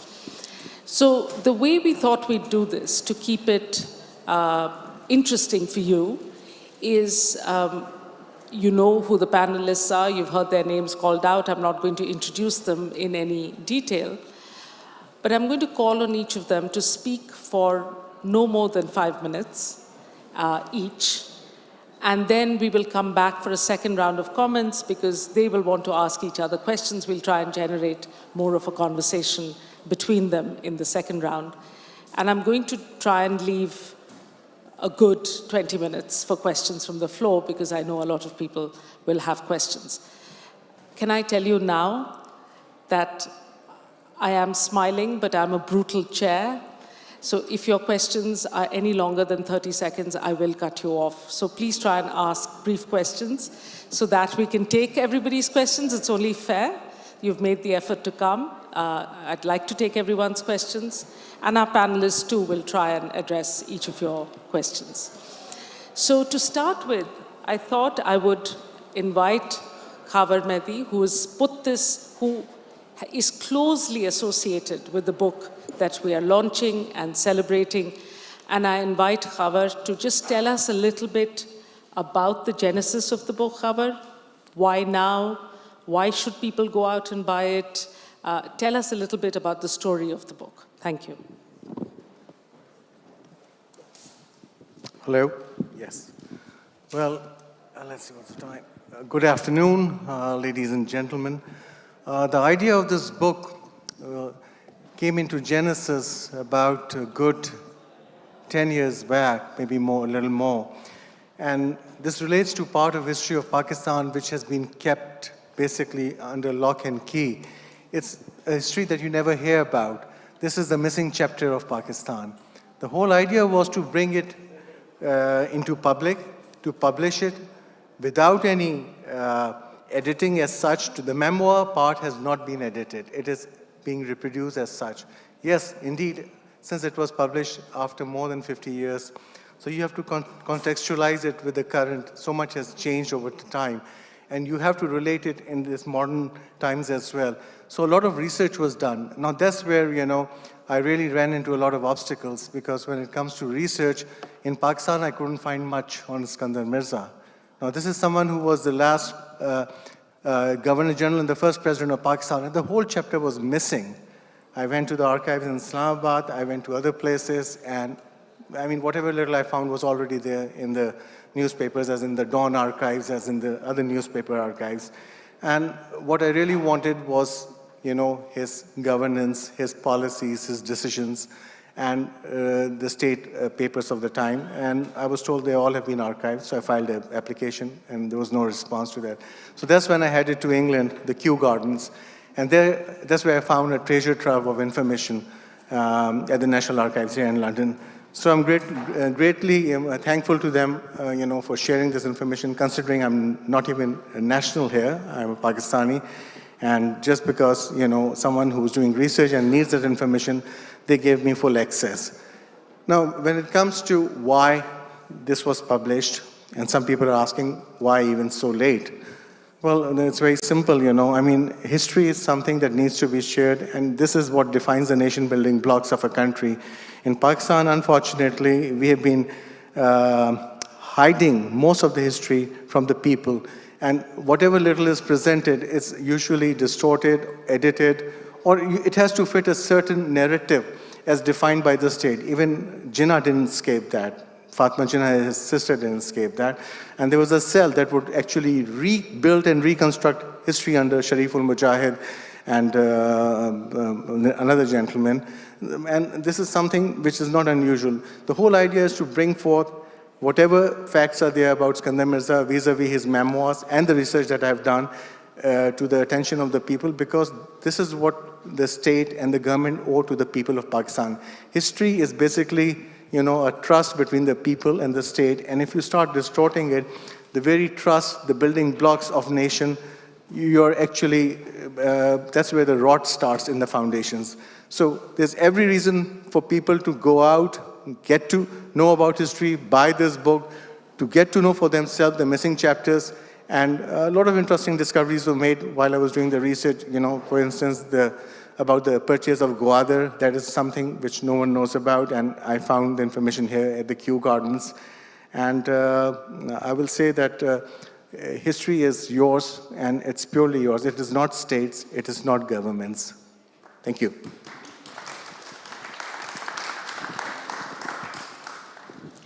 Thank you, Khavar. You haven't told us your very personal connection with Iskandar Mirza.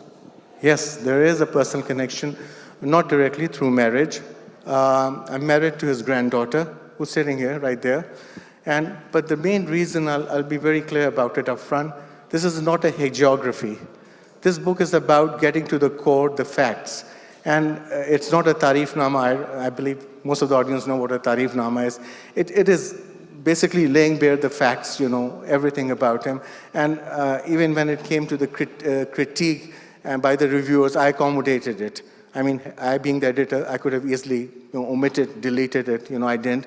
And you'll see that, some of the reviewers have been quite harsh, and this is their right. You see, the thing is not about liking or disliking. It's about your opinion should be based on facts. It should be a knowledgeable, educated comment that we need, an educated discourse. It's what we need to get away from are the distortions. What we need is debate. What we need is a discourse that can be trusted based on valid sources. So yes, there is a connection, but for that connection, I'm grateful because my wife's mother kept the memoirs and her sisters all these years. So I'm grateful for that. They tried, by the way, all these years, and they met a lot of resistance from the state, from the publishers, from the media houses, and whatever little was reproduced was in bits and pieces and edited. So this is for the first time you will see it in its totality, and it will be very eye-opening for you. Thank you. Thank you very much. So Farzana, if I may turn to you next. You are such an expert on all things Pakistan and more. But you also have the analytical distance from a figure like Iskandar Mirza. Like you say, we don't need hagiographies. We look at him critically as a historical figure who's so foundational to the creation of Pakistan.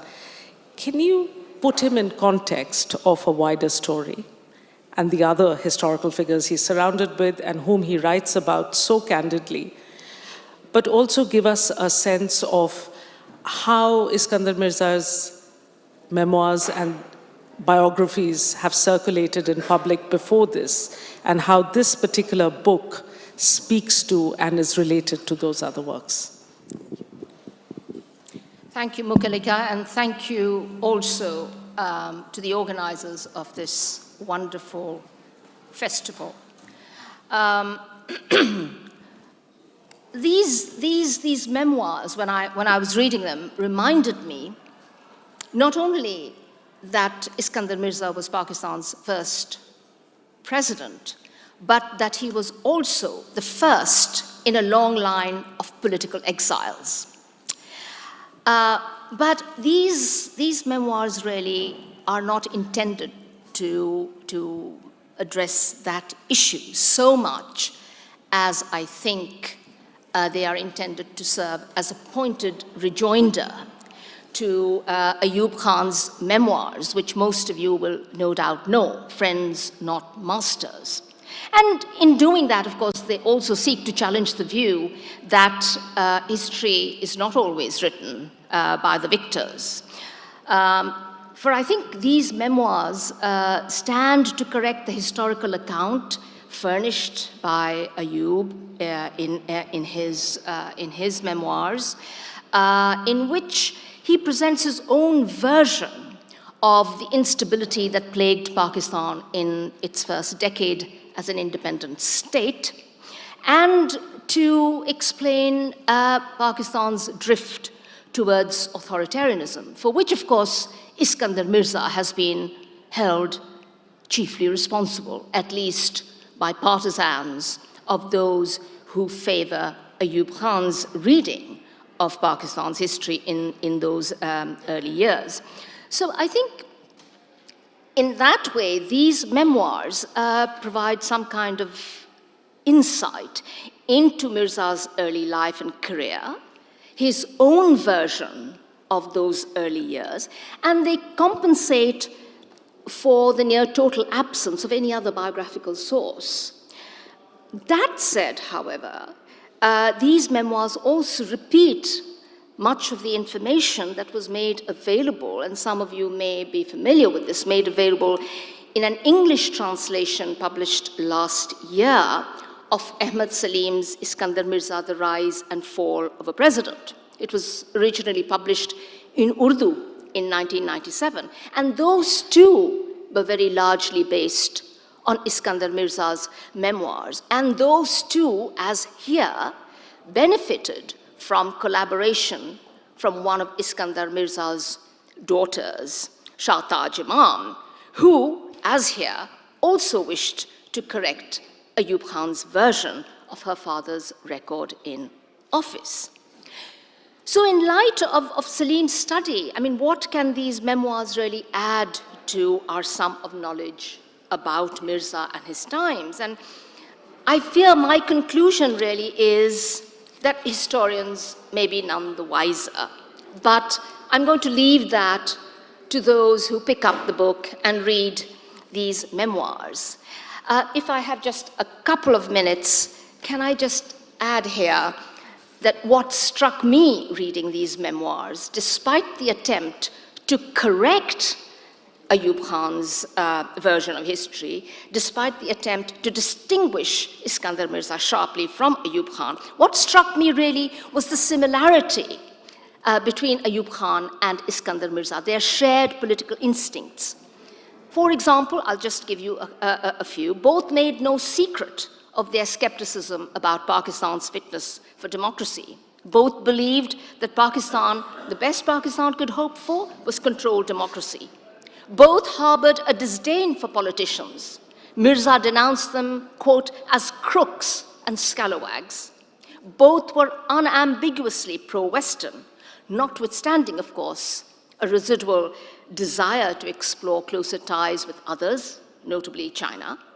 And both were also known for taking a stand against attempts to dilute Pakistan's secular profile.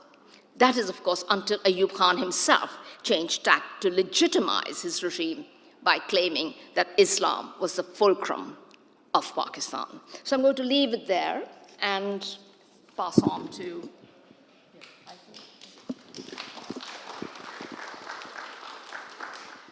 As you can see, ladies and gentlemen, we haven't picked panelists to agree with each other. So there's going to be, the temperature is rising, and I hope it'll continue to rise, and we'll have an interesting conversation. It's very boring if you all agree.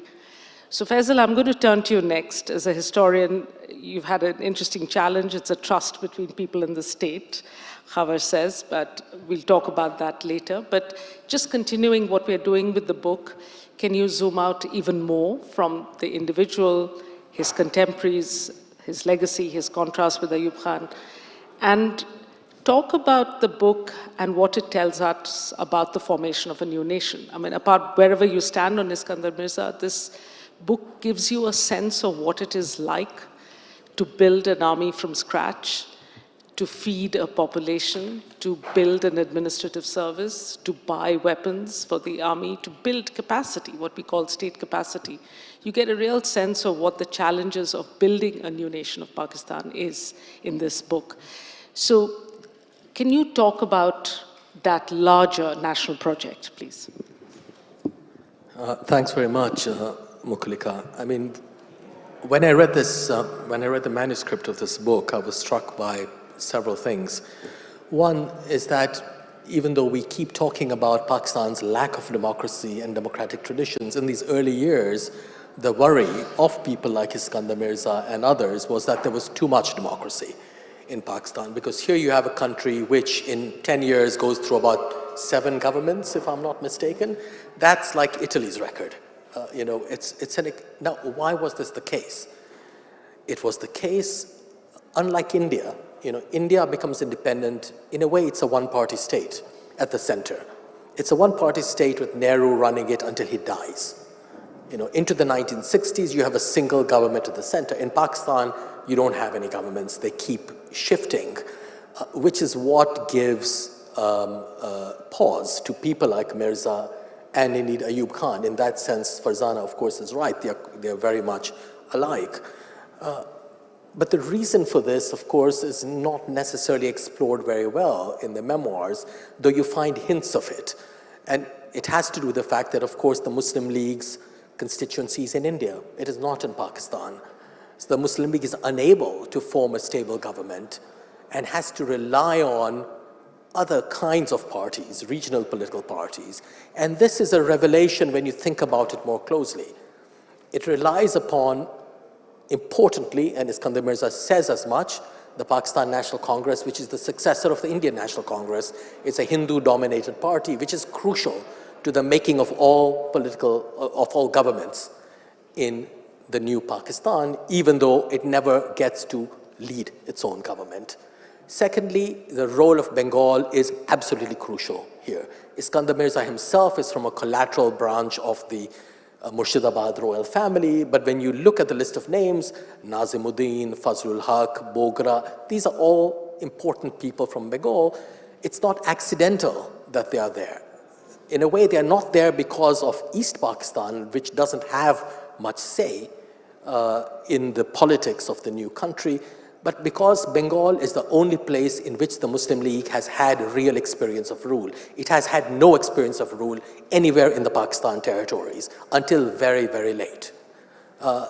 So the reliance on people from Bengal, even though Bengal itself has no say in the new country, the reliance on a Hindu majority political party, the reliance on regional parties is what makes Pakistani democracy so volatile, but also so democratic in its own way. And this is what seems to worry Iskandar Mirza.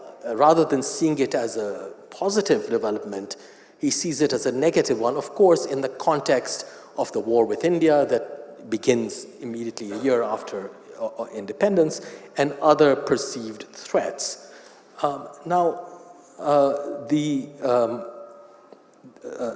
What I found very interesting here is that what you see happening in the early years of Pakistan is an attempt, unsuccessful in the end, to create a coalition, a stable coalition government. This evades South Asian countries altogether until India finally succeeds, in that, 2 or 3 decades in which it switched between the UPA and the NDA, where you have these extraordinary coalitions unknown in the history of the world, 18 to 20 parties running a stable government.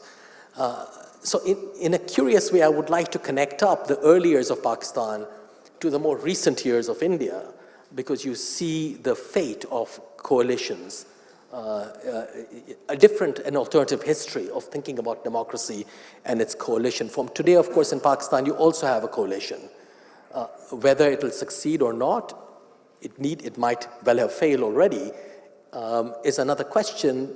But I raised this issue of coalition governments and democracy precisely because of Pakistan's current condition. Now, I'd like to end by saying something about what I take to be the only constitutional idea that Iskandar Mirza voices in his memoirs, which is actually a very interesting one. So, of course, like Ayub Khan, he has all of this stuff on controlled democracy, how you cannot trust civilian politicians, how Pakistan was not ready for independence, and all the rest. But in addition, he says something very interesting.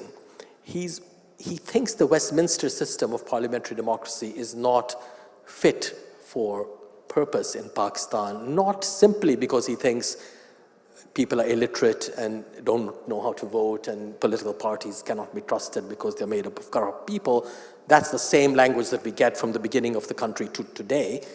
But because he thinks that the British Constitution, an unwritten constitution, relies upon a sense of custom, which indeed it does, that allows for parliamentary democracy, a Westminster-style democracy, to work, because everyone has already accepted that custom, has grown up with it. The thing about post-colonial countries is that they have no such custom. And so he recommends instead a kind of presidential system in which the president takes the role of the governor general. Indeed, Iskandar Mirza enjoyed both offices, and in fact serves in the position of the king or queen in this constitution, a neutral third party there to serve as the ultimate court, not of appeal, but the ultimate site of loyalty for Pakistani citizens. And he thought this was the only way in which the rambunctious and multifarious democratic politics of early Pakistan could be held in check. Whatever you think of this idea, it is an interesting one, because it's almost the first time that you get in post-colonial South Asia the suggestion of moving away from a Westminster-style system into an American-style presidential one. Today in India, of course, Shashi Tharoor is famous for proposing such a system. So I'll stop there. Thank you, Faisal. I think it's worth reminding people that Iskandar Mirza... No, sorry. Yes, please. That is very interesting. I mean, he's also, he's from this Murshidabad family. He's educated in India. He goes to Elphinstone College. And then he's one of the first to be picked to be sent to Sandhurst at a very young age. So he's trained, he's an Anglophile. He's very much in that mold of Anglicized South Asian elites. And the admiration for the Queen as providing that constant lodestar for all political fluctuations that happen within the parliamentary system is one, as Faisal was saying, is written with great eloquence. And that, in many ways, actually, I hope we'll talk about this, is his attitude to fellow Pakistanis, to fellow South Asians, whether it is he spent his political career, his early political career, amongst the Pashtuns in what is Khyber Pakhtunkhwa now, and dealing with the Khudai Khidmatgar movement, which I've written about, which is why I'm moderating this panel, in case you're wondering what my claim here is. But it is very interesting that his ideas about other Pakistanis, about politicians, is very much that Anglicized military elite voice as well. And I think we should maybe have some time to talk about it. But I'm going to finally turn to Azhar Abbas, who is a journalist in Pakistan. And I thought it might be really interesting, Azhar, if you could give us some sense of Iskandar Mirza in contemporary Pakistan. Because what is happening in Pakistan at the moment is many of us are... I just have some quotes, very interesting quotes from what Iskandar Mirza has done and has written. We have all heard and read and witnessed it so many times, the criticism of politicians, branding them as traitors and unpatriotic, terming common people as illiterate, uneducated, and not ready for parliamentary democracy. In General Mirza's own words, and I quote, "With so many illiterate people, politicians could make a mess of things. There was nothing undemocratic in declaring a state of emergency, because 95% people welcomed it." He also said, in order to clean up the mess and to work towards real democracy, responsible democracy, we must have a controlled democracy. Even in his statement while declaring martial law, General Mirza said, "It is said that the Constitution is sacred, but more sacred than the Constitution or anything else is the country and the welfare of its people." In the same statement, he said, and I quote, "The mentality of the political parties has sunk so low that I am unable any longer to believe that elections will improve the present chaotic internal situation." Haven't we all heard and read these so many times? And unfortunately, all these things end up in giving statements which he himself gave after he was removed from power by General Ayub Khan. He wrote, and I quote, "And so I ended my service to my country, banished without warning. The army which I had helped to make into such a fine force sent me off not with a guard of honor, but with a prisoner's escort." There are many interesting things that we will be discussing here, but by reading the book, my belief has become stronger that one of the main reasons for where Pakistan today is this elitist mindset of our rulers. Rather than having confidence in people and their representatives, they try to keep generals and a powerful few on their side, even involving them in politics, with the hope that they would side with them in times of crisis. But every time, they are bitten even harder. I would like Khavar and others to actually reflect on this. Thank you.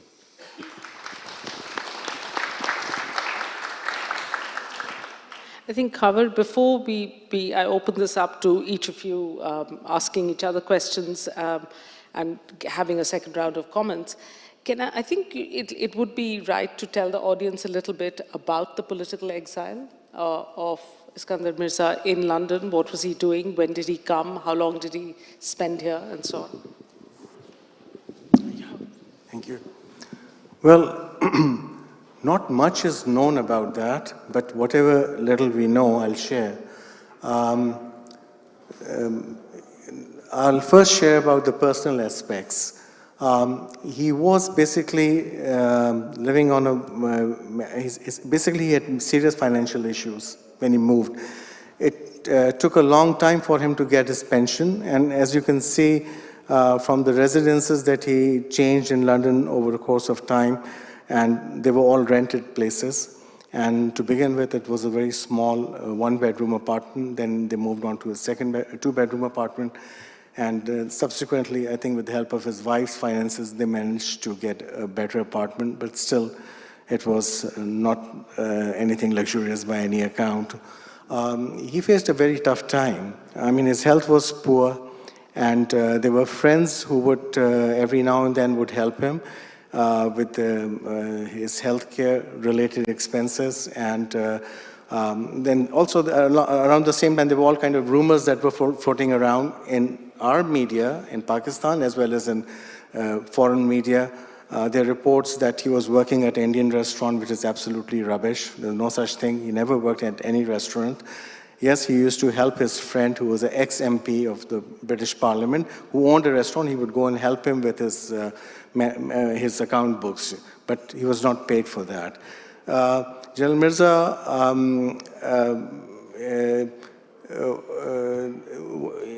was also, I mean, around this time, basically he was shunned by the Pakistani community.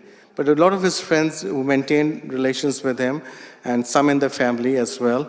And what is very interesting, from the latest declassified information, which was declassified at the National Archives, I requested for its declassification last year, and some of it was declassified. Right after he moved to London, the first year, which is 58, end of 58 and 59, he was regularly consulted by the British government on foreign affairs. The Shah of Iran, when he came to England, would visit him and then would invite him over. Actually, the Shah of Iran didn't visit him in his apartment, but invited him over and kept in very close touch with him. The Portugal government was in close touch with him. And there were many other people who were the rulers of the time. They maintained their contact with him. And not only that, I mentioned of his poor financial situation. There's correspondence to that effect between him and Shoaib was the finance minister at the time, and even with General Ayub. And I was just looking at the correspondence, and it was most amazing to me. In this age, if someone goes into exile, they have to badmouth the government they leave behind. They constantly are having press conferences where they would malign and badmouth not only the ruling government of the day, but even the country. You would never see any such statement from General Mirza to that effect, badmouthing Ayub Khan or the country. On the contrary, when he sends this letter to Shoaib, he was requested by Shoaib, who was a finance minister at the time, that he should address it directly to Ayub Khan. So he did. And there's a very interesting correspondence back and forth between him and Ayub Khan. And this is the level of civility and the kind of decorum that was maintained. In this age, the people start with, foul language. And I don't see any such decorum being maintained in terms of the correspondence. So that is actually some whole new set of papers that were declassified, and I think it deserves another book, basically his years in exile. He would spend his time, meeting friends, would go to Hyde Park, spend some time there. He never owned a car while he was there. He would take the public transport. As a matter of fact, when Harold Macmillan saw him on his way somewhere at a bus stop, he stopped his car and offered him a lift, and he politely refused. So there are many such instances. The man had integrity. He was financially very proper, and there's no such incident of financial impropriety. On the contrary, if you see that there was a whole barrage of disinformation that was propaganda from Ayub Khan regime about financial irregularities, which actually never was the case. Had it been the case, he would have never been living in the misery that he lived in his exile. Thank you. I don't think we need to clap every time, but if you'd like to, of course, you're welcome to. So as family, I completely understand that you would want to set the record straight. This is an honorable man who lived in very modest exile, as you've said. And there's a quote in your preface, which I think is worth repeating, where this is an excerpt from a letter that Iskandar Mirza himself writes to his son in 1958. And it says, "I trusted the army and in the military honor of General Ayub Khan. This was an error of judgment, and people who get to the top and misjudge, as I did, have no right to complain and deserve what they get." So there's a sort of dignity in acknowledging one's mistakes. But as we've heard, Farzana, there is a shunning by the Pakistani community, a fetting of by other international world leaders. But as you're not family and you don't have, you have a more clear-eyed take, the longer view on judging a figure like this.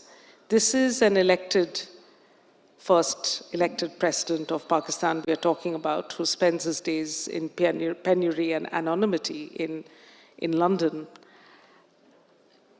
Will history be kind to him? Thank you, Mukulika.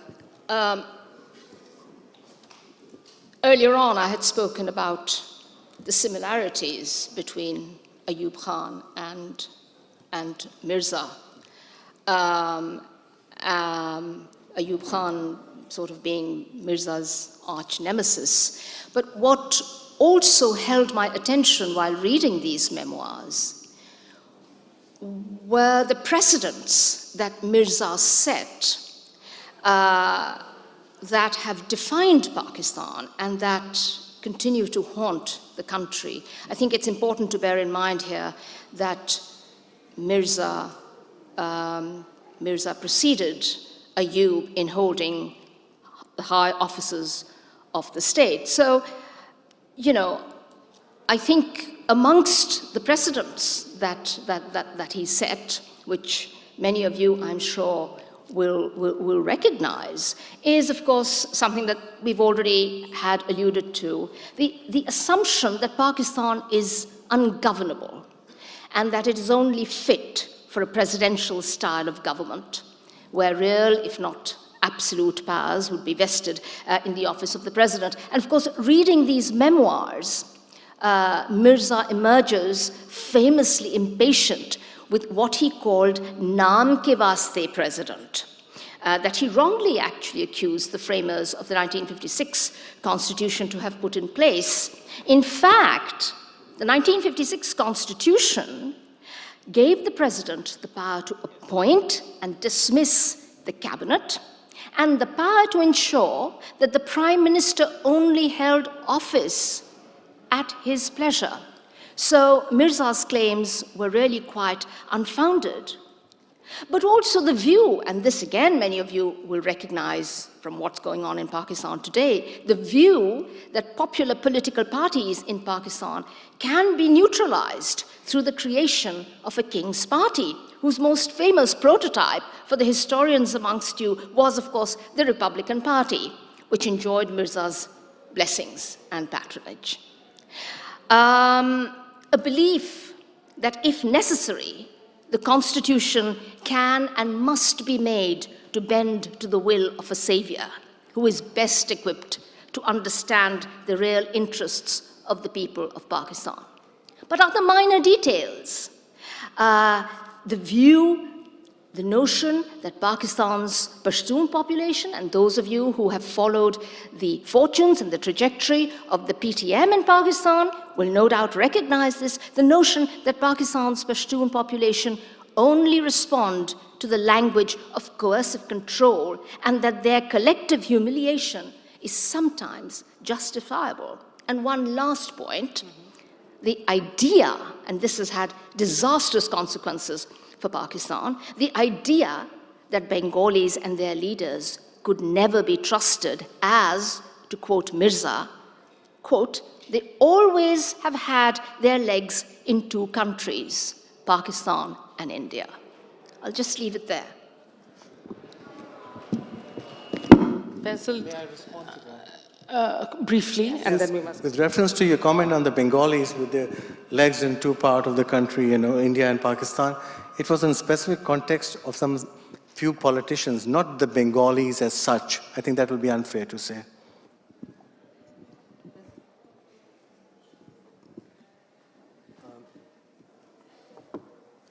I think it's interesting for us to ask ourselves how much of Iskandar Mirza's vision of Pakistan and its future derived from the political traditions of the colonial power in which he had also served as an official, as an administrator. And indeed the political culture inculcated at a place like Sandhurst. So I've spoken already about his fondness for a kind of constitutional monarchy.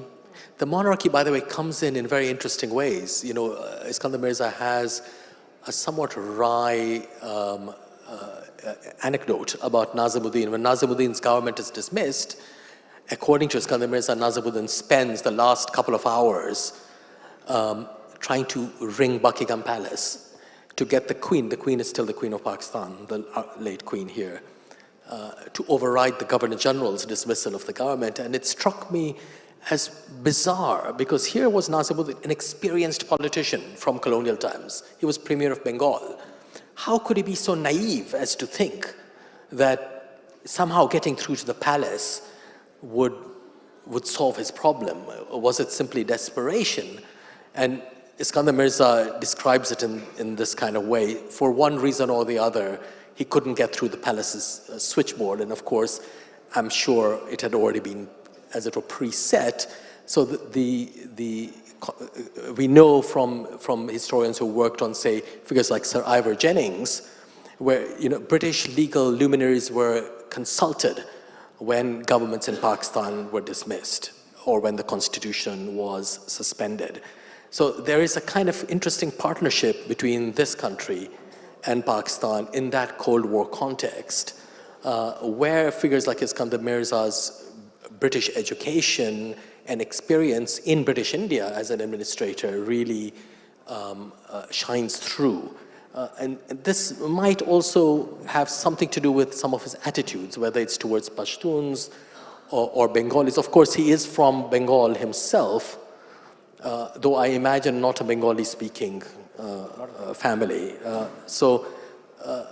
He born in Bombay, educated at Elphinstone College, as Mukulika was saying, then posted, going to Sandhurst, posted in Peshawar. He really is the figure of an imperial administrator, moving from one place to another, educated in one country, born in one part of the country, living in another part of the country, eventually moving to Pakistan. This is the job description of ICS type of officer. So that bit of Iskandar Mirza, I think, really bears thinking more about, and also the imbrication of Pakistani's constitutional and domestic politics with that of Great Britain in the Cold War context. Thank you, Faisal. Do you want to say anything? Yeah. I think Farzana put it brilliantly. I just say that after reading this, and I read quite a few quotes, if you read it, it's like a blue book of GHQ. How to neutralize politicians, how to neutralize political party, how to, suspend or abrogate constitution, how to impose martial law and justify it. We have read a lot about Sikandar Mirza, most of the negative things, and there are quite a few justifications also, as we were discussing. But I would again say that I believe whatever is happening in Pakistan today by a few, now I can see where the roots actually are over. And that mindset that was there in the early years of Pakistan. And probably that's a huge difference between India, and as Faisal said, between India and Pakistan, that our early years rulers were actually of this elitist mindset that only a few or he or a few generals or others can actually, change the country's course, rather than depending on the people and the representatives of people. Thank you very much, Azhar. Okay, so we can take some questions now. I promised 15 minutes for Q&A, but I also promised everybody else that I will make sure the person asking questions doesn't go on for longer than 30 seconds, please. So please keep your questions brief. There are going to be a lot of questions. The gentleman in the white shirt. Do you need one of these?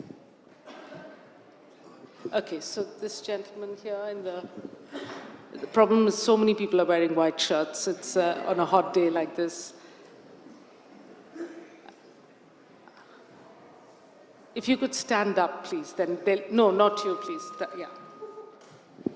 Sorry. We'll take 2 questions at a time. And can I ask my panelists to just make a note of what you would like to respond to? I would like Khawar to comment on one aspect, and Azhar maybe, that General Iskandar Mirza was principally from the East Pakistan quota. He was from Murshidabad. He from their side. But he aligned himself with the western side and was rightly betrayed. The Republican Party he made was all consisted of the western side people. He actually rightly said by Mr. Azhar that we never took Bengalis seriously because there was no Republican Party in East Pakistan. Mr. Mirza was originally from Murshidabad, from the east side.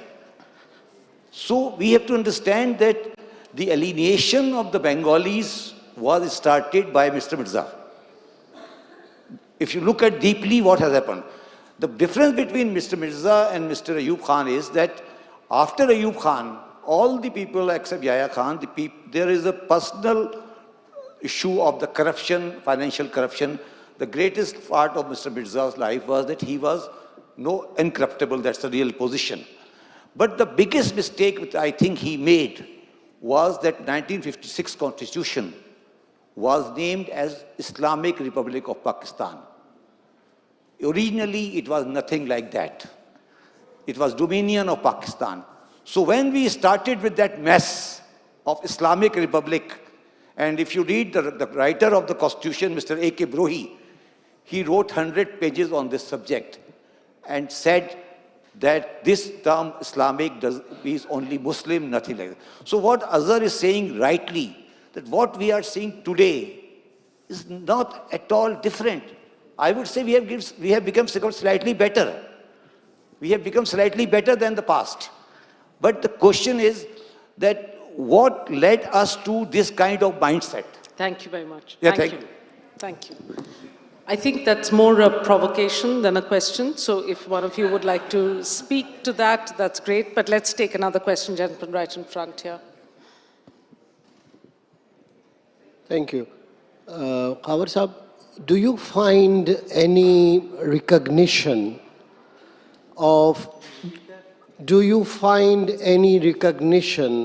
in the thinking of Iskandar Mirza about giving consideration, concession and compromise to the majority population of Pakistan, which was in the eastern part?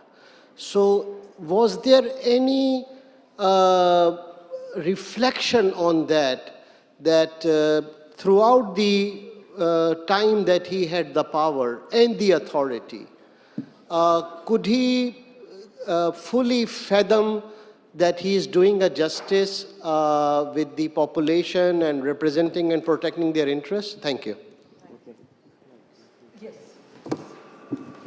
Well, I'll respond to the recognition of the majority. That's a second part. And the first part with reference to our fellow panelist Azhar's comment, the Blue Book of GHQ and the Blue-Eyed Boy establishment. Had that been the case, Iskandar Mirza would not have been deleted from the history.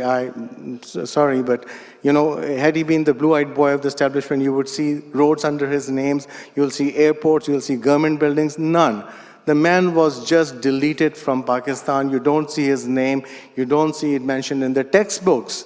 What else could be, I mean, he was basically censored by the state, so I disagree with that.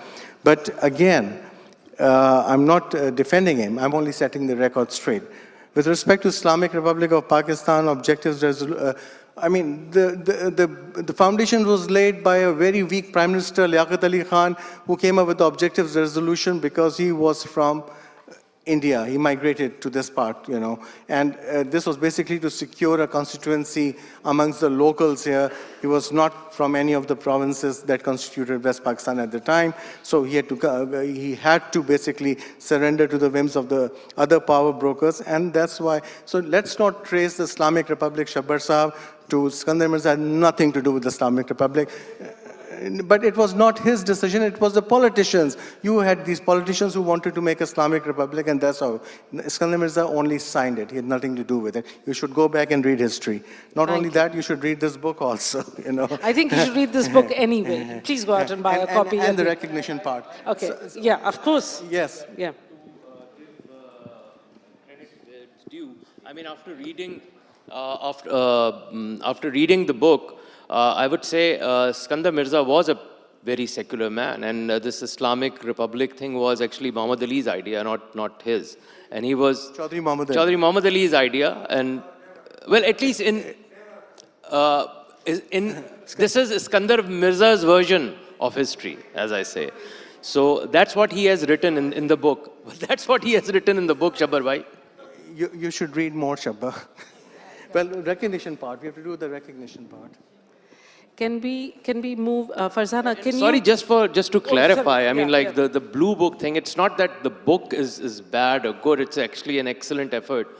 And we get to learn, you know, like his point of view and his view of a version of the history. I'm just saying his mindset that is reflected in his writings, in the letters, in the declaration of martial law and all, whatever he has written has been, you know, like followed again and again and again, the same terms used, which were used first in Pakistan's history by Iskandar Mirza. That politicians are unpatriotic, they are traitors, the common man is illiterate, they are not ready for democracy, we need a controlled democracy, and all these things were first written by Iskandar Mirza. Okay, let's try, and I want to take a few more questions. Maybe in the second round, Farzana, I'm going to bring you in, because I think there is a larger question of, can you be forgotten by a country for whom you provided a blueprint unwittingly? I mean, this is kind of, you're providing a blueprint you didn't intend to, but can you as a person be forgotten? Okay, so there's a question here. If there are any women in the audience who want to ask a question, I'm going to come to you next. Yeah, all right. Please. Yeah, so history has not been very nice to Iskandar Mirza, that's one. I don't disagree, it's hard to disagree actually with observations and inferences by Azhar and Farzana.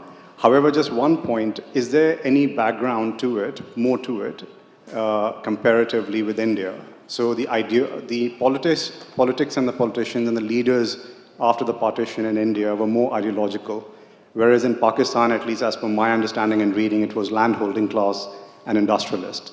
So maybe the views of Iskandar Mirza and the other military officers were based on that as compared to India. Thank you. Are there any other questions? Let me just go to this side of the room. Really, none of the women in the audience want to ask a question? I can only see men's hands up, so this gentleman here. We'll take both your questions, and I'm afraid that's going to be the last two questions. Just a very quick one. Do we understand why Ayoub's regime was so mean to have kept Iskandar Mirza in such financial straits? It just seems... Who was so mean? Ayoub's government. Do we understand why Ayoub's government was so mean to him, to keep him in financial straits in England? Thank you. Thank you. And the gentleman two rows behind him. As a potential buyer of the book, I just ask if Zulfikar Ali Bhutto is mentioned, because there was a relationship between the two, which became obvious towards the end in terms of his efforts to persuade Ayub Khan. Thank you. Did you get that? No, Did anyone understand that? It's very muffled. Did you mention Bhutto? Yes, I mentioned Bhutto. Can you hear me now? Yes, as I was saying, as a potential buyer of the book, I want to know if Zulfikar Ali Bhutto is mentioned, because there was some connection between the two, particularly in the end. Thank you. Thank you. He actually praised Bhutto. Sorry, one second. There's a lady here in the front. We'll take this last question, and then you literally get a minute each. Thank you so much, sir. So my question is to Khabar Sahab. As you said that Iskandar Mirza is forgotten from the history or deleted from the history, how could you say that, or how could we believe that he is forgotten from the history? Even if we want to forget about him, we cannot, because whatever is going on in Pakistan, as others have pointed out, it has the roots in those eras, in those days. And Iskandar Mirza, as you said that if it is not forgotten, there must have been some roads and buildings and centers in the name of it. He didn't do anything in terms of democracy and development of Pakistan. He didn't do anything good. The term good, for the welfare of the people. So why people should remember him in good words? So he is not deleted from history. Even we want, but we cannot. What he said in the country. Thank you so much. So, yeah. You want to start a minute each you, and then please, sorry. Can I? Yeah. So you think the roads, the buildings, and whatever is in Pakistan is named after leaders for the good deeds they did? Is that what you really think?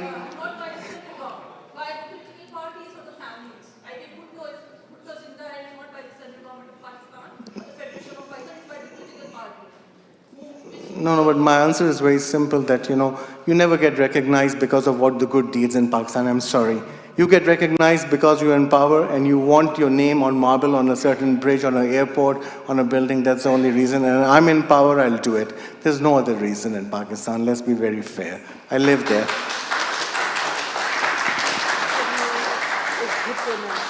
Yes, with reference to Zulfikar Ali Bhutto, he found him to be a very promising young man. Now, you have to go back. You cannot think from this time. This is way back in 50s. Bhutto used to literally chase Iskandar Mirza and his son to get an appointment with Iskandar Mirza. And finally, when he got to meet him, Bhutto was a charming person, He was very knowledgeable, well-read, and these are certain qualities that Iskandar Mirza also liked, So yes, he found him promising. As a matter of fact, in his book, in the memoirs, he has mentioned Bhutto's name and Asghar Khan's name as two very promising young men who, he had great hope from. So, thank you.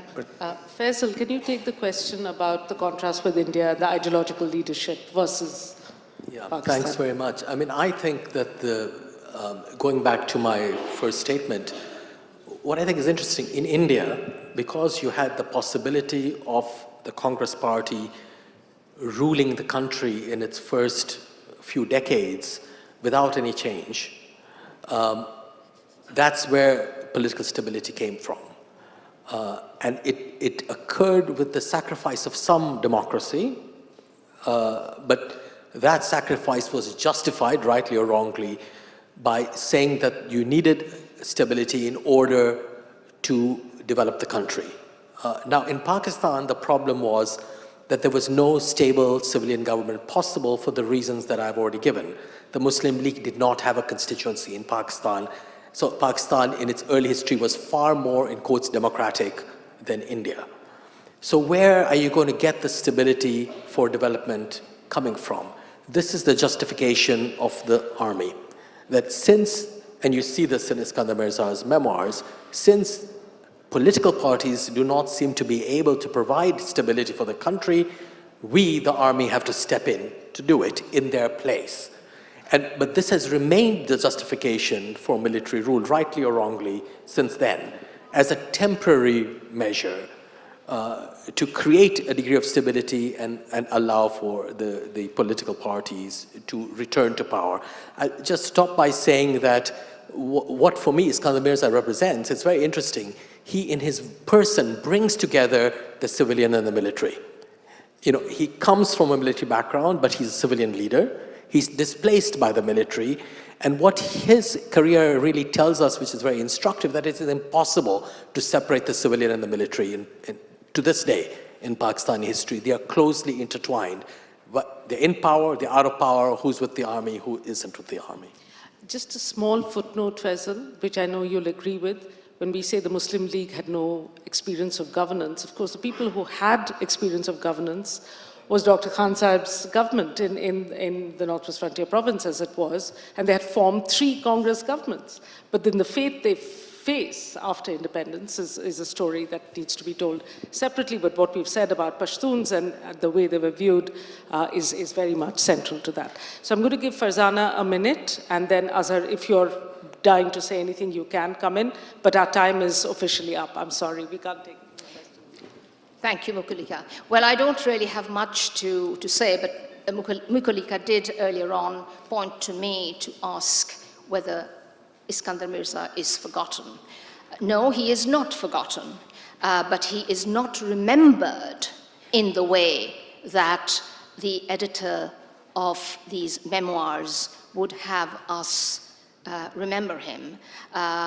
Those who are partisans of that view will obviously feel that, at the very least, he should not be seen as the sole architect of authoritarianism in Pakistan. And here I need to stress that historians have long understood that Iskandar Mirza was by no means solely responsible for the destruction of Pakistan's democracy, and that, in fact, if blame was to be laid, as Ian Talbot, the well-known historian, has put it, if blame was to be laid, it should be laid with what he called a triumvirate that included Ghulam Muhammad, Iskandar Mirza, and Ayub Khan. So, as I said, the idea that Iskandar Mirza was solely to blame for the destruction of Pakistan's democracy is one that I think most historians don't really buy. Very, very briefly, had Iskandar Mirza not abrogated the 1956 constitution and elections were held in 1959, I think probably Pakistan, what we see today, is not, is a different Pakistan, a more democratic and more developed Pakistan that we would have been seeing.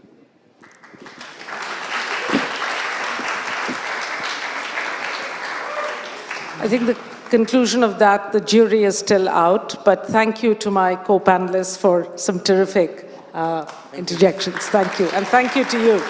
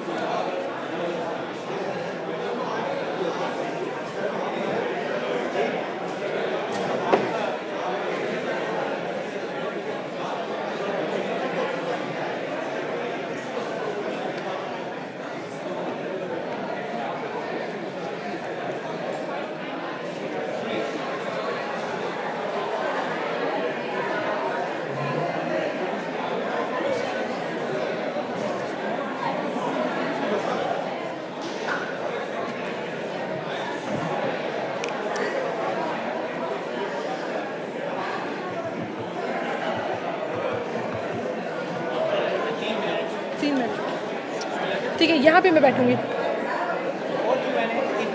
Okay, मैं नीचे बैठूंगी।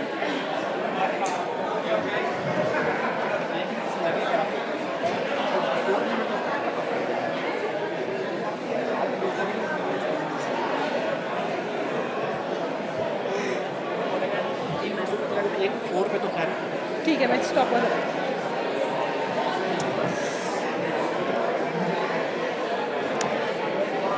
Good evening, everyone. We are about to start our final session of the day. It's on the root cause of Pakistan's economic crisis and how to address them. I would request everyone to please take a seat and maintain silence so that we can begin the session. Thank you. Sorry.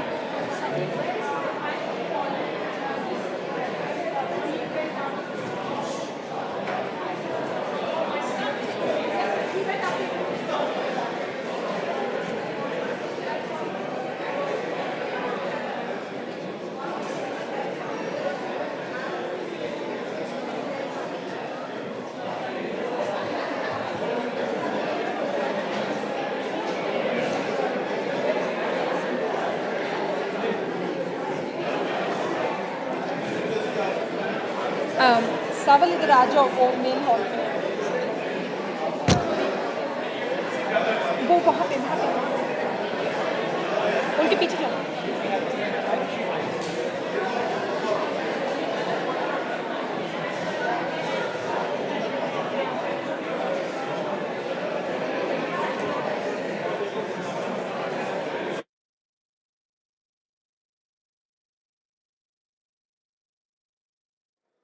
Hello, hello.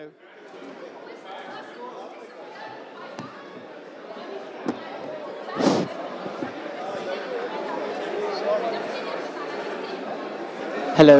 Yeah.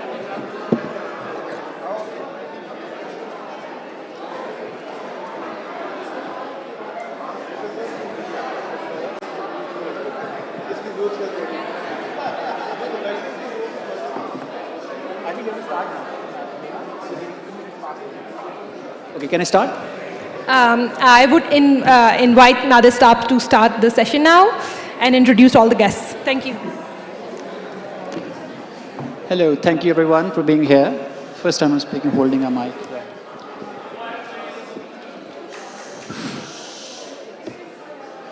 Right, so I'm given this enormous task to moderate this session with our illustrious panelists. And even that I have to do in 60 minutes. First of all, it's an honor for us, they accepted the invitation.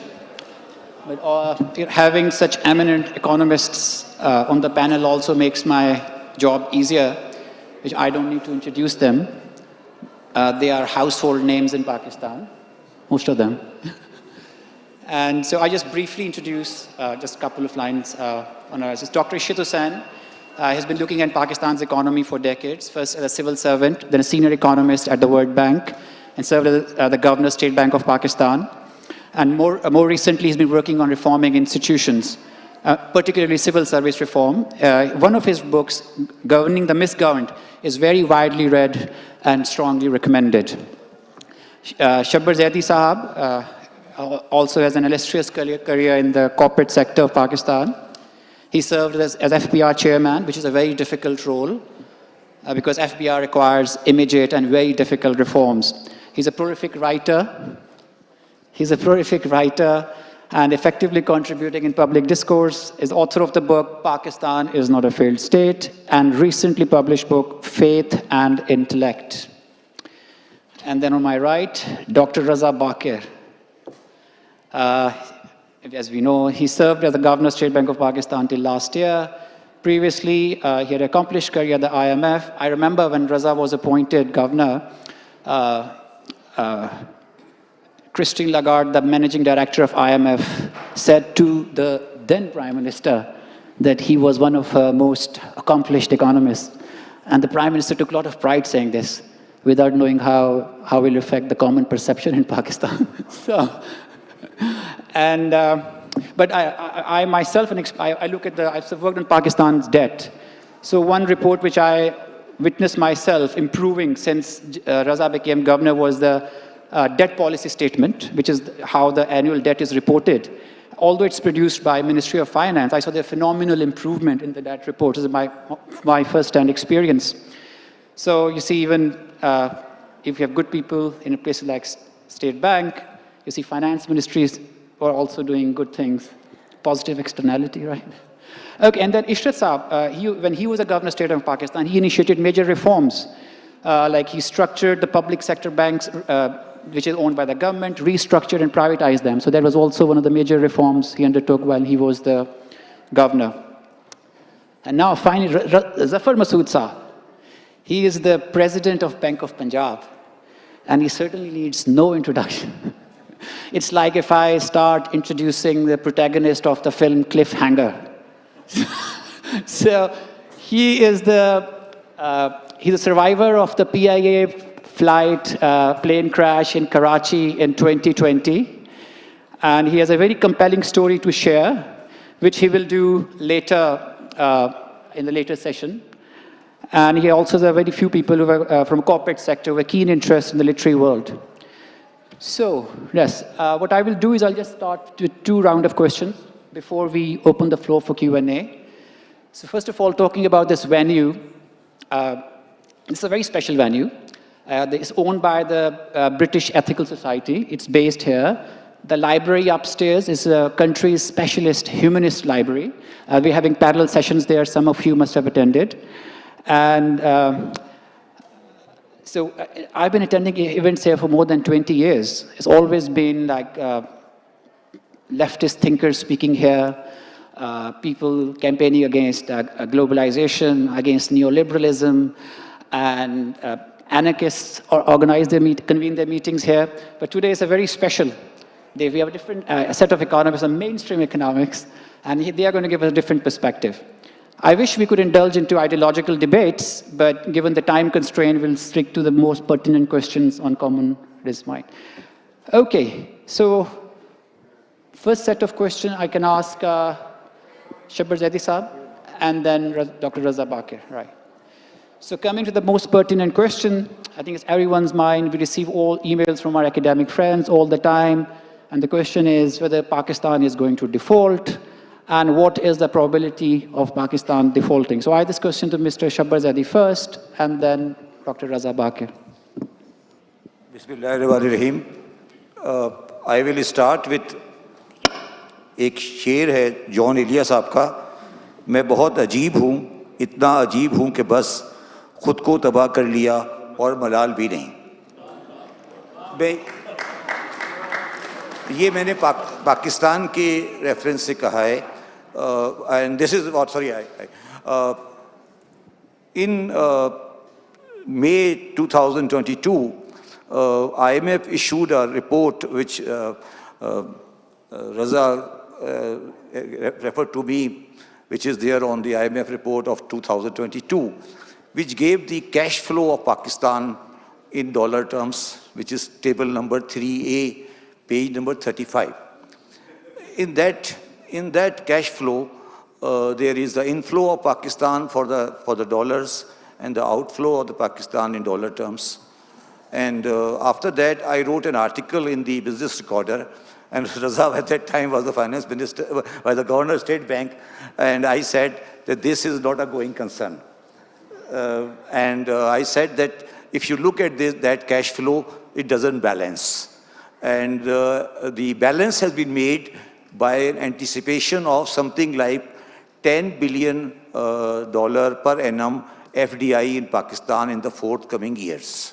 I don't expect that kind of cash flow FDI in Pakistan. So in short, our books in dollar term don't balance. Whether you call it a default or you don't call it a default, because I am not an economist, I am only an accountant, and I only see the cash flows of country or the cash flows, so it doesn't balance.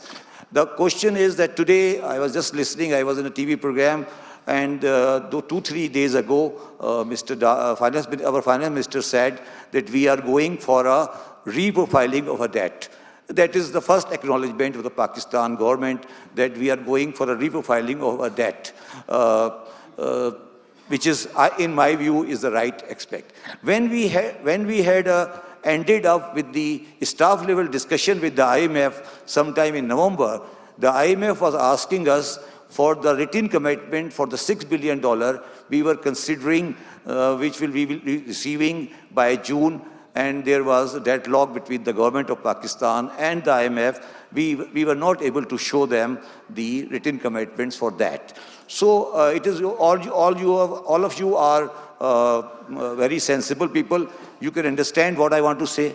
I don't want to use the words. So by answer I have already given, that I think remaining can be explained by Raza and other people.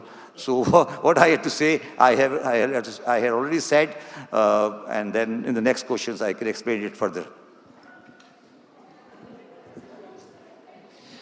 Thank you, Nader. And it's very good to be here with all of you. Thank you for coming, and I'm really honored to be part of the panel at this table. So the question that Nader has posed, I'm going to address it from two perspectives.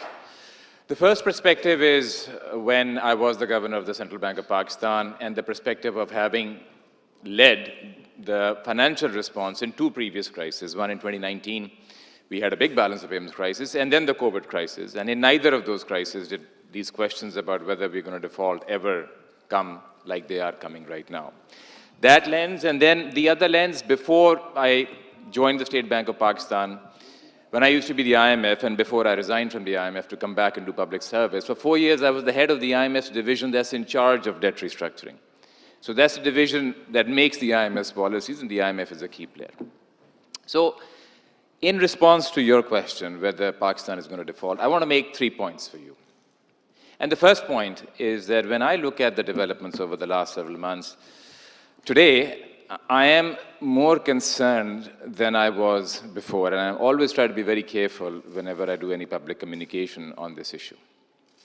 And to me, it comes down to the following, that if you are a person or a company or a country that is having problems meeting its obligations, and you believe that you just need some temporary additional financial support from the international community to get you over, then it's incumbent upon you as a first step to make sure that you have a constructive relationship with whoever it is in the international community that is going to give you a bit more financial support to get you over what you consider a temporary hardship.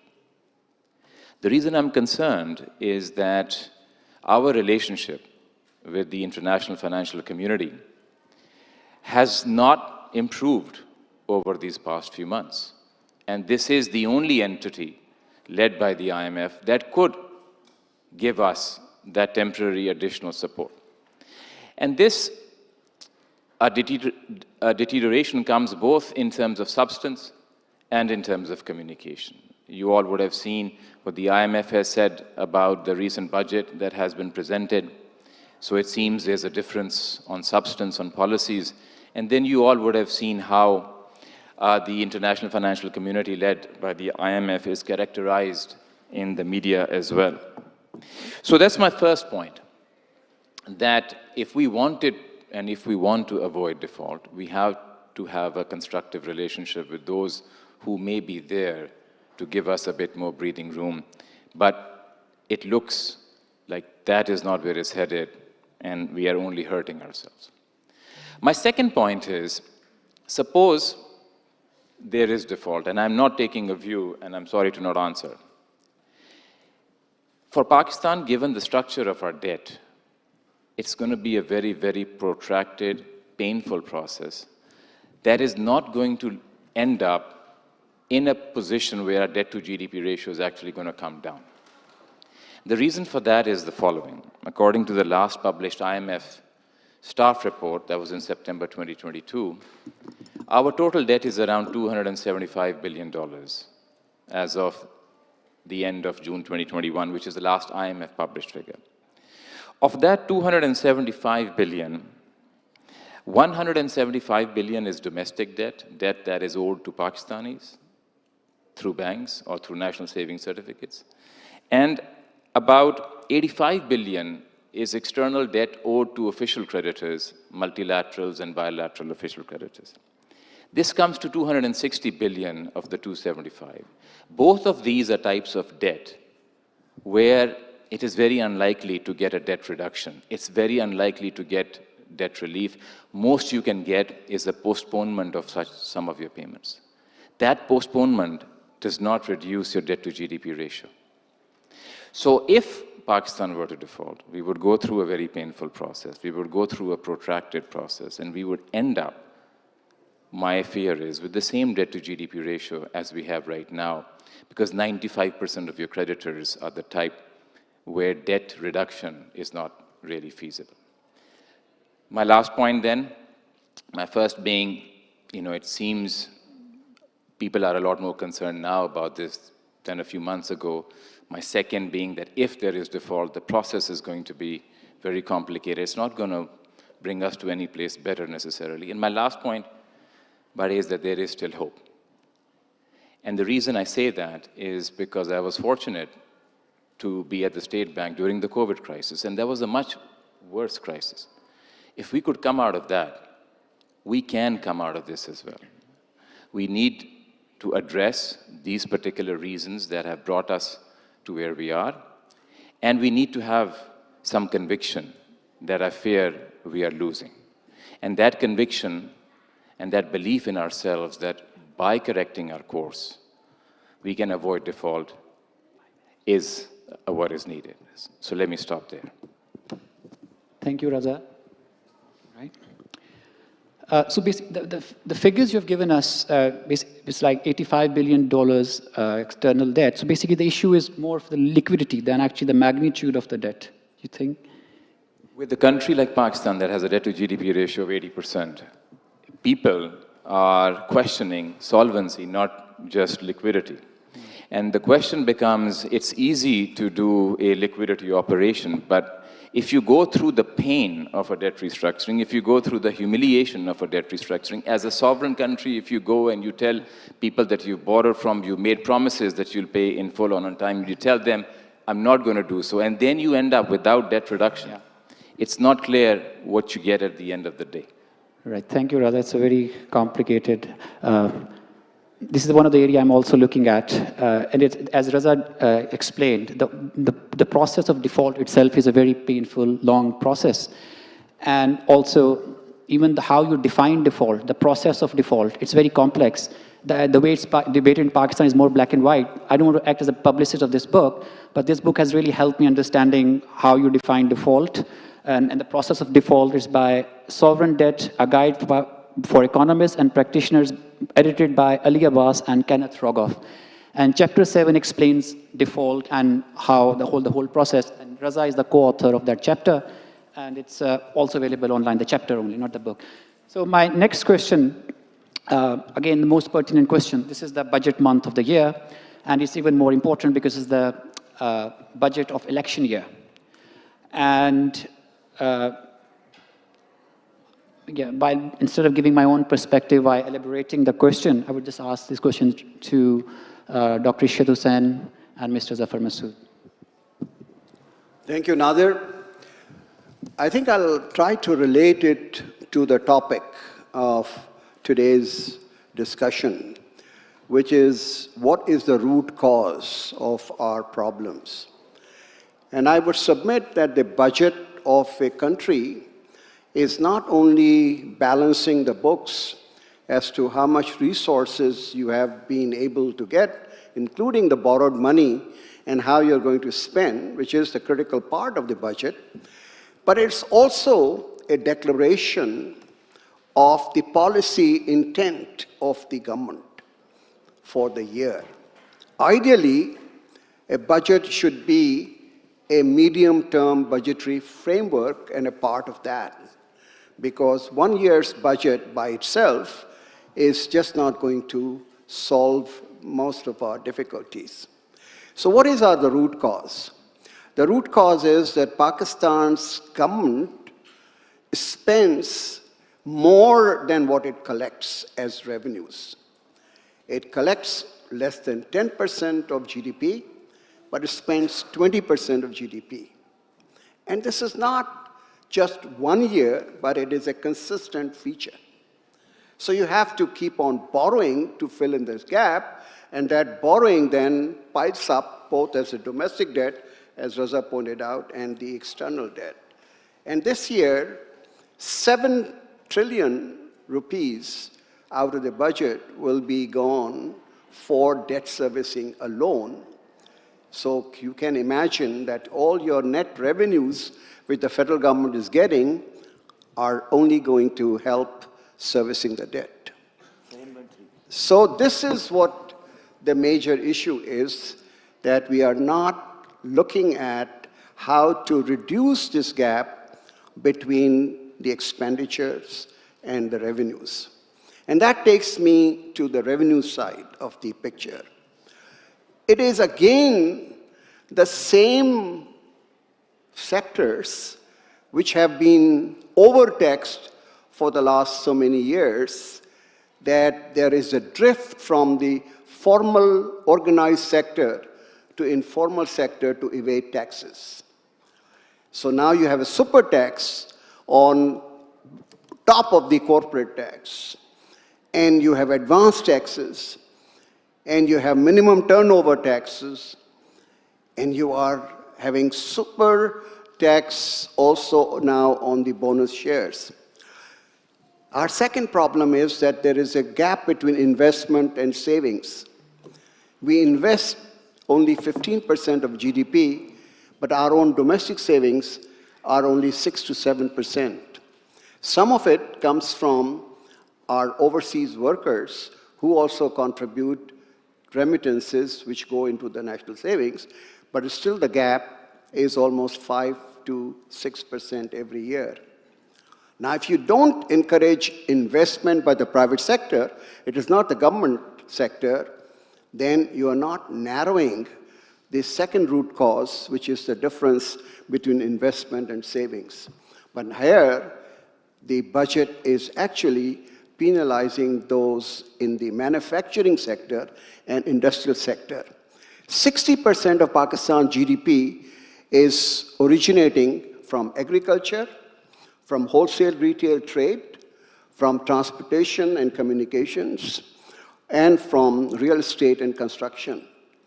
And these 60% of the national income is completely devoid of any tax burden. Or if there's a tax burden, it is very minimal. So the whole burden falls on the organized manufacturing sector and the organized industrial sector and the financial sector. And that gap is only discouraging more investment. And the third root cause of our problems is that we import $70 to $80 billion of goods for our economy, but our exports are only $32 billion. So any budget should try to fill in this gap by giving incentives to the exporters and discourage domestic production and domestic sales, because the profit margins in domestic sales are much higher because your economy is protected with high tariff rates. And that makes you non-competitive. And the budget hasn't done anything in order to help promote the exports. So in my view, taking these three root causes, my personal view is that the budget has not been achieved to use the tools of the budgetary allocations in order to reduce the gap between the expenditure and the revenues, between the investment and the savings, and between exports and imports. That is my assessment of the budget. Ji, thank you. And taking the cue from Shabbar Bhai, I just want to say, especially for the elites, a couplet from John Elias' brother only, Rais Amrovi Saab's. कहने लगे कि हमको तबाही का गम नहीं, कहने लगे कि हमको तबाही का गम नहीं, हमने कहा कि ये बजाय तबाही तो है. So you know, this is the starting point. Our elites have to realize that the starting point is there for them to squeeze themselves and come out of this rent-seeking mindset. Now, coming specifically to the question that, Nadir has posed on me regarding budget, my take is that, if I were to quote you some key numbers, so we're talking about, tax revenues of 9.2 trillion, and out of which, by the way, 3.5 will go away to the provinces. So 18th Amendment needs a review. Nobody's talking about it. They're really in need of the hour. We need to look at it. The second one is 2.8 trillion, which is, and these are rupees, by the way, is related to the non-tax revenues. Now that puts together 12 trillion rupees, out of which 7.5 trillion, and by the way, that's a conservative number, is debt servicing alone. And the biggest culprit there are the interest rates and the devaluation. And I'll come to that in a bit of what needs to be tackled there. The second large number is SOEs and circular debt, which is around 2.5 to 3 trillion rupees. And the last one, to my mind, right away, is the pension number, which is 1.6 trillion on a countrywide basis. But if you take into account federal government, that's around 1 trillion on its own. So that eats away the entire revenue of Pakistan if we'll be able to achieve that number, the revenue number. And, so the constraint, whether we increase by the way, everybody in Pakistan pays tax, because the indirect taxation, if you adjust the withholding tax, or non-adjustment of withholding tax into account as well, is perhaps 90%. So because of the sales tax and indirect taxes, perhaps everybody pays tax in Pakistan. But the structure of the taxation needs to be looked at. So, and perhaps this budget, or in the future budget, we need to talk about it. When it's an election year, it makes things complicated for the government. So we need to give that leeway to the government at least, that, given that constraint, whatever they had to do, they have done it. But on the expense side, I would say that more desired to be done. The subsidies have to go away. We need to do away with the subsidies. We need to do away with the PSDP of 1.21 trillion rupees. We need to let the private sector take the lead, and it should be a PPP initiative, which, thank God, this time around we saw 250 billion rupees in the budget, which, to my mind, should be even bigger. And I'll just quote you one example of a road project that has been done under PPP right now, in which 306 billion rupees is the project size. The government of Pakistan is merely committing 9.5 billion rupees. The rest is all coming from the private sector. So we need to go down that route and look at that. The budget is still followed, although there is, at least this time around, for PPP, 250 billion rupees have been allocated, but I think a larger number needs to be allocated there as well.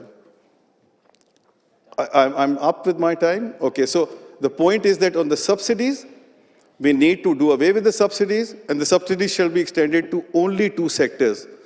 One, to the poor and the vulnerable, and two, for the export flows to come into Pakistan, and nothing else. Thank you, Zafar. So you mentioned about state-owned enterprise, which is making losses. We have so many very activist friends sitting here. Sometimes say, is Pakistan Army also a state-owned enterprise that is making profit or is making a loss? or is it a profit or loss? What do you think? So anyway, I think we don't have time, but we could go on and on. Is the question from is profit? I have to go back to Pakistan, by the way. Okay, I'm willing to answer that, but look, we need to be a bit realistic about this. And, my message very clearly is, please move away from these populist, slogans and ideas. Please, for God's sakes. Now, cutting expenses, the total government of Pakistan expenses are 650 billion rupees out of a budget of 14.4 trillion rupees. The army's budget is 1.8 trillion rupees out of 14.4 trillion rupees. And by the way, we have to understand how much is operational and how much is non-operational in there. Now, I wasn't ready to answer this question, otherwise I would have done more preparation for it and perhaps decided to stay behind in London with you only, Nader. But this is all I can contribute. I think we need to put things in context, populist things aside. Or we can say Pakistan is owned by an enterprise. Okay, so here we have, just quickly, we have half an hour left. With a quick question to all four of you. Standard question. Just very standard question, brief answers. We often compare Pakistan with peer countries like Bangladesh, Vietnam, and 30 years ago, they were standing at the same point as Pakistan. In fact, Pakistan was ahead in some areas, and now they see their progress way ahead of Pakistan in terms of exports, GDP per capita, social indicators, especially in Bangladesh. The gender inequality in Bangladesh is phenomenal, the way they've achieved. So just a question to all four of you. You can start from why is Pakistan lagging behind, and what's the way forward to overcome these economic challenges, Shabbir sir? Firstly, I think the first thing we have to admit that we have failed. As a Pakistani, we have failed. The project Pakistan, which was launched in 1947, has not given the result it was desired to. It has failed. We have to admit it. We have no right to sit on this stage and talk to you because we have been in the helm of affairs of Pakistan, running the shows, and now we are saying this should be done, this should be done, this should be done. So this is a very wrong perception that everybody says that ye kare, और मैं खुद 6 महीने chairman ABR रहा हूँ, and I say this should be done. The problem with this country is that the project of 1947 has not survived 71, and then it went along till 2022. If you look at the imports of Pakistan versus the export of Pakistan from 47 to 2022, there is a gap of 300 billion rupees. More import than exports. And out of that 350 billion rupees, 150 billion rupees has been received by us as a grant, and remaining is the loan. This is our shortest balance sheet. So as a country, we have not been able to do what we should have done. Our export is ranging $30 billion. 1990, Vietnam was $10 billion, we were $10 billion. Now Vietnam is $390 billion, we are $30 billion. And we are very complacent. You will not see any problem in any mindset of Pakistanis, in Pakistan especially. They are very complacent. The government is talking about different political parties. The army is talking about the solidarity and the security and something like that. Hello? Sorry. What I am trying to say that Pakistan export cannot exceed 35. I can guarantee you for another 5 years. Unless you change the fundamental structure of the Pakistan business formation. Because we don't have raw materials to export. What we will export? We have nothing exportable surplus.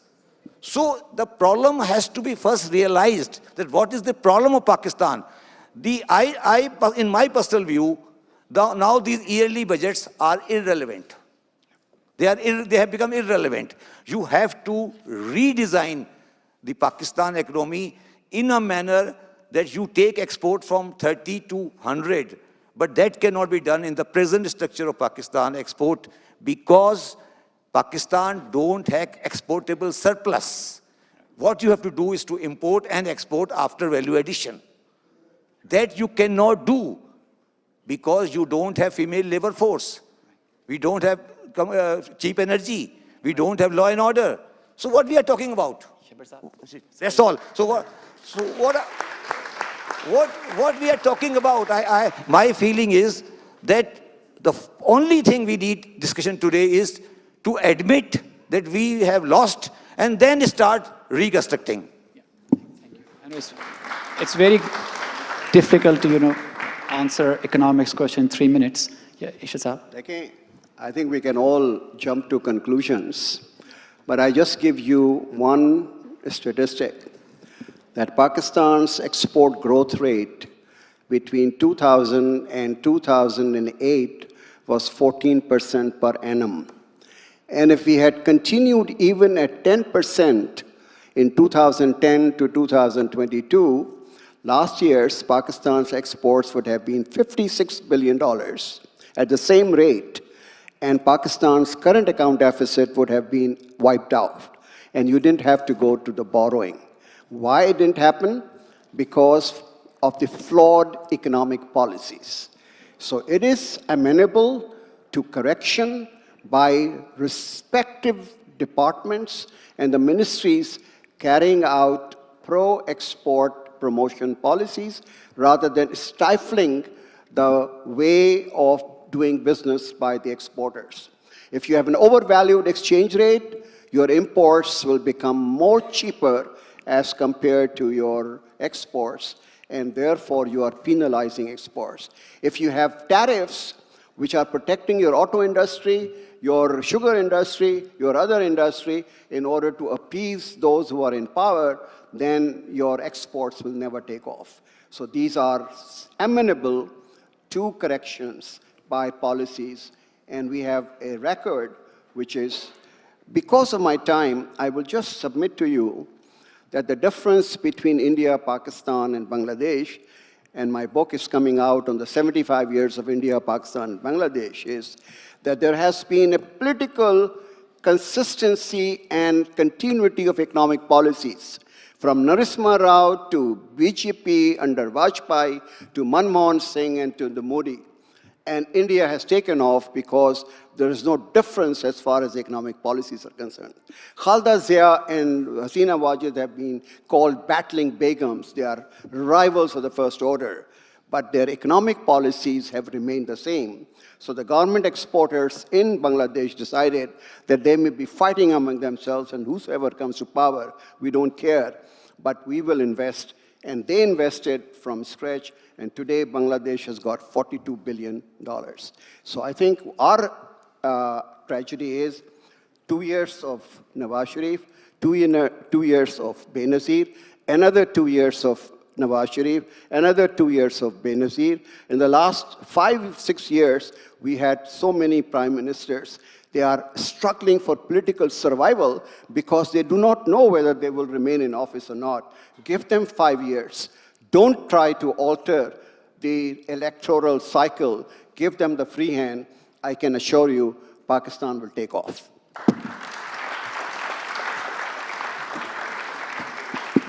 My question is, who is asking to give them? किससे मांग रहे हैं? Everybody knows. Everybody knows. I mean, Article 58 2B, Article 58 2B was the President of Pakistan's discretion. किससे मांग रहे हैं? हम अपने आप से मांग रहे हैं. नहीं अपने आप से नहीं मांग बिल्कुल मांग रहे हैं. हम किससे मांग रहे हैं? हम अपने आप से मांग रहे हैं. I think next should be a dedicated panel between Shabir Bhai and Ishrat Saab, क्योंकि ये सारी बातें खुल के सामने आ नहीं रही, काफी दबे दबे लहजे में बातें हो रही हैं. अच्छा, I want to make just 2 points, on your question कि आगे क्या करना चाहिए. देखिए, my first suggestion is we really have to move away a mindset of conspiracy theories, and we really have to move away from trying to blame others. अगर हमारा कल को कोई माशी हादसा होता है, तो उसका जो ज़िम्मा है, we have to realize it has more to do with our decisions and how we have approached them rather than anybody else. And to me, there are 3 key stakeholders that we need to strike a constructive relationship, not demonize them, but start with the premise that they're going to be our partners. The first is our domestic business community. Whenever you don't have the domestic business community, they have all the ways to take foreign exchange out of the country, no matter what administrative controls a state bank may impose. We need their confidence. Right now, they feel they are being demonized, and they don't believe in the plan going forward. The second key stakeholder that we need to get back are our overseas Pakistanis like yourselves. There was a time when schemes like Roshan Digital Account came out and people participated. People had faith that Pakistan was turning around. If we have done that before, we need to do that again, and we need to make a constructive effort to tap into the resources that overseas Pakistanis represent. And the third is the international community. And again, with that international community, the one that is going to give us the lifeline if we are not to default, we cannot have a policy where on the one hand we antagonize them, and yet on the other hand, these are the very people whose generosity we need, and we need them to come and help us. So my one point is just, let us move away from a conspiracy theory mindset. My other point that I just want to make is that this crisis is too big a crisis to not let it do some big changes. And to me, one big change has to be continuity of financial sector policies. So there were several programs of the State Bank of Pakistan that would have been helping any government. Roshan Digital account was one. At its peak, it had several $1 billion in holdings of government certificates. That all left. Imagine if the government today had a few more $1 billion from overseas Pakistanis. It would not need to be asking IMF or others for assistance right now. So my point is, even though the government may change, as far as financial policies are concerned, there needs to be continuity for those. Thank you, Radha. So Radha, this Roshan bank account, was this your brainchild? I was proud to have, brought it. It was an initiative of the State Bank of Pakistan. But somehow it has gotten perceived as an initiative that if it were continued to be supported, the credit would go to the previous government. And we have to move away from that line of thinking, because it is in the interest of any government to have a digital onboarding scheme, the Roshan Digital account is, where overseas Pakistanis contribute to the foreign exchange of that country. That is a no-brainer in my view. Okay, so let me just be very brief on this and very to the point. To be honest, IMF or no IMF, we have to have our homegrown policies, and we need to go a level further than what IMF is prescribing. The problem that we have is that we follow the prescription of IMF, and then even that we don't follow, and falter on that also on the way. We need to go a level further and do more which is required. And I'll quote you the example of who has achieved this and gotten rid of IMF. Right now, all roads lead to IMF, and perhaps we can't avoid IMF at all, but at least what we can do is to tighten our belt and go a level further than what they're asking for and do that. For example, in the last IMF program, there was no talk about pension. And I'm hoping, and the pension would be part of the next program as well. Even if they're not asking for it, we need to be aware of it as a hazard and needs to be addressed. And it could be addressed, by the way. But we need to not to look towards the Western world or the institutions out there to tell us what we need to do. We know what we need to do, but we need to be brave enough and strong enough to take that step and take it forward. India did that in 1993, and since that, they have never looked back towards IMF. And what did they do? Liberalize trade. They looked at bringing in private sector in the public sector projects. They encouraged them to be part of the infrastructure, which no government can take on their own. Bangladesh, for that matter, inclusivity that Shabar Bhai talked about, ideal example, and of course, the population growth. Our population growth is 2.1%. Our economy is growing at 0.3. Here we go, it's 3.6 now. And in Bangladesh, on the other hand, is 1.1%. Inclusivity, 33% of the women are part of the workforce. We claimed 22. I don't even think it's 22, perhaps it's 17%. And then they were very focused in terms of extending the subsidies to the sector which were bringing in export flows. Our problem is the liquidity. I mean, export flows and FX liquidity is the way where our fiscal account has to be restructured and focused towards, as Bangladesh did. Just one comment. Pakistan ki abadi growth of population from 2002 to 2023 is 50%, from 16 crore to 25 crore. India from 1 arab 14 crore to 1 arab 40 crore, 25%. And we don't have any family planning plan. So I just want to say, we have failed in basic ingredients of the economic management. Thank you, Shafir Saab. So we only have 14 minutes left, 15 minutes left for the Q&A. I'm going to use my discretion as a moderator. The first question, my own student from SOAS, Moiz Mahisa, he graduated last year. You would like to showcase their own bright student. He joined Bloomberg. And so SOAS doesn't only produce activists, we're also producing graduates who are going to places like Bloomberg. So Moiz Mahisa. And who you're, please tell which of the panelists would like to ask that question. Yeah, a mic to Moiz.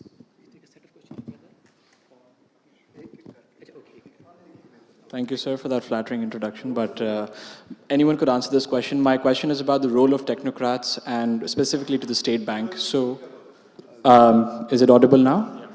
So my question is about the role of state bank and in relation to technocrats. So over the years, we've seen a lot of technocrats come in. And as you rightly pointed out that, we could have had a few more $1 billion if we had entered and continued the Russian digital account. But we also would have had a few other $1 billion if we did not give unsustainable subsidies for fuel and energy towards the last few months of the previous government. And obviously, you're a learned man, you're well known for it, for managing crises, but how exactly would we navigate properly between executive decisions that are popular of giving subsidies and to give rational decisions of not giving subsidies when we cannot?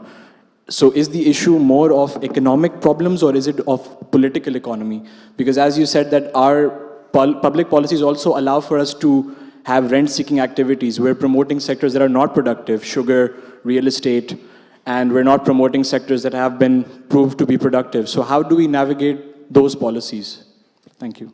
Maybe I'll have a go first. So sometimes there's a tendency to think that the problems that we have are unique. No other country in the world has these. But all the problems that you have mentioned are very typical in all countries, right? Let's take fuel subsidies. Fuel subsidies is a problem that afflicts many countries. But it's a decision that comes under the scope of the government, right? It's not a decision that comes under the scope of a central bank. To answer your question, the right role, any central bank operates under this very constrained environment that the government will be making decisions in whatever they think is the best interest of the government. And the way those checks and balances work, that if a government is not delivering for the people that it voted for, then in the next election, when it happens, that government will be voted out. But given those challenges, the examples that I was giving, a Russian digital account was one.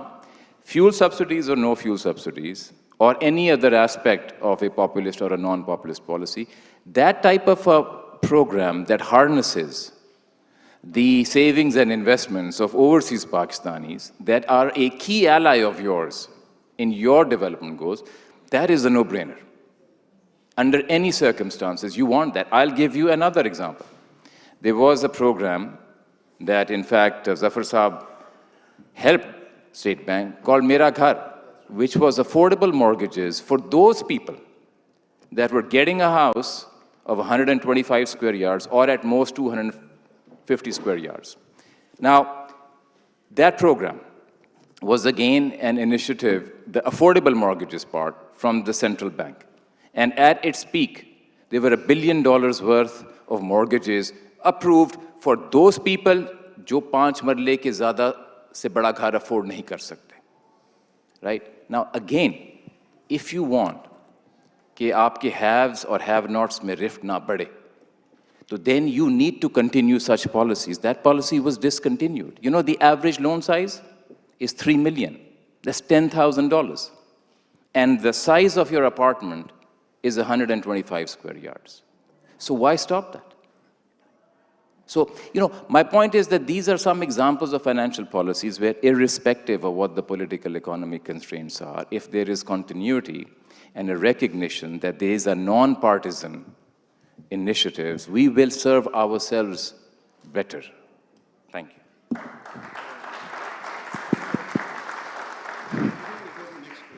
Yeah, okay, we only have 10 minutes left. Atika, and then we can come here. Okay, yeah, we take a round of questions together. So up and then Atika. Right. Yeah. My name is Sawal Bacha. I'm also a student of SOAS. Zafar Sahab mentioned that subsidies need to be levied from all of the business entities, and I won't get into detail how you mentioned that Army does not get a huge chunk of the budget. But what is more intriguing to me as a young economist is that 52 of the largest business entities in Pakistan are owned by the Army, and they are not subject to the same tax as other business companies. Do you not think that it is the dire need of the time to impose taxes on them? And secondly, worst case scenario, would there come a point where our defense assets needs to be sold to fund our debts? Yes, thank you. My question... I'll ask him to second. I just missed because I was just going. Yeah. I'm Dawn's UK correspondent. Hello. बड़ा simple है वैसे मैं दे दूं. My वो question सारी is linked to entities this. government की जो हैं वो tax pay करती हैं. So perhaps this is a misnomer. There is no concession given to any. फौजी फाउंडेशन की जितनी कंपनीज हैं वो सब टैक्स पे करती है. फौजी फाउंडेशन एक चैरिटेबल ट्रस्ट है, बाकी आर्मी वेलफेयर की जितनी एंटिटीज सब टैक्स पे करती हैं, कोई भी नॉट. मगर एक टैक्सेबल एंटिटी उनकी जो बिजनेस हैं, FWO, NLC, DHA, इनमें मसला है. यस, बट जो उनके सेपरेट कॉर्पोरेट एंटिटीज हैं वो सब टैक्स पे करती है मार्केट रेट पर. DHA करते हैं, DHA हाउसिंग है ना, मगर NLC नहीं पे करती और FWO पे नहीं करती क्योंकि वो पार्ट ऑफ द आर्मी हैं. My question is linked to this question. You've all made some very interesting points and you have very helpful suggestions to how Pakistan can get on the right track. But there is a force that this gentleman mentioned that is not on this panel. And I'm not talking about women because they are also not on this panel. But this force eats up about 1/10 of our budget. And they are a huge commercial player in the country. In your various roles in government, have you engaged with elements from this force, and what have you learned about the thinking of this elephant in the room that is not in the room?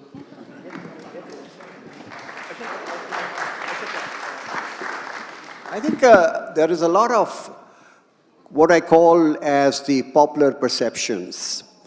I did mention that the political instability has been the result of interventions which are not warranted, and by forces which have to follow the constitutional role.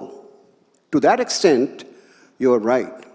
But on the commercial side, all the listed companies of all the Shaheen, AWF, and Fauji Foundation, as both my colleagues pointed out, constitute only 4% of the market capitalization, and they are paying all the taxes, sale tax, income tax, and others.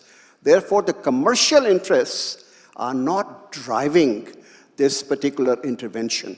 I just wanted to say that this is unfortunate that we do not allow space for our political leaders either to be successful and be voted out of the power by the people of Pakistan, or if they have done a good job, then they should be re-elected. And I can submit to you that reforms cannot be congruent with 5-year electoral cycles. Reforms take more than 5 years. And as we have been pointing out, if you don't have a continuity of the economic policies, then those reforms which have been done by the previous government are creating more distortions in the economy. So the problem is that we should give space to our political parties to either do their job or get out of the kitchen because it is too hot. देखिए मैं आपकी I just want to add one thing. I will just talk about the income tax reforms because I have been involved directly in income tax reform, and I will just take one sector, real estate sector in Pakistan. All of you must have a properties in Pakistan. And I am saying publicly here, that neither the army nor the political parties want to improve taxation system or real estate in Pakistan. I am specifically saying army also. So the question is the will of the state, either its establishment, it is the political party. When I was the chairman of the FDR, I increased the valuation of the properties. The person who specifically asked me to reduce it was Chief of Army Staff. So what you are saying? No, what I am saying, I am not saying something. What I am saying that this is a wrong misperception that the enforcement is wrong is the problem. Let me complete it. No, what I am saying, misperception is a misperception that enforcement is the issue. I am talking about real estate and categorically saying the civilian as well as the military side does not want proper income tax on real estate sector. Finish. Yeah.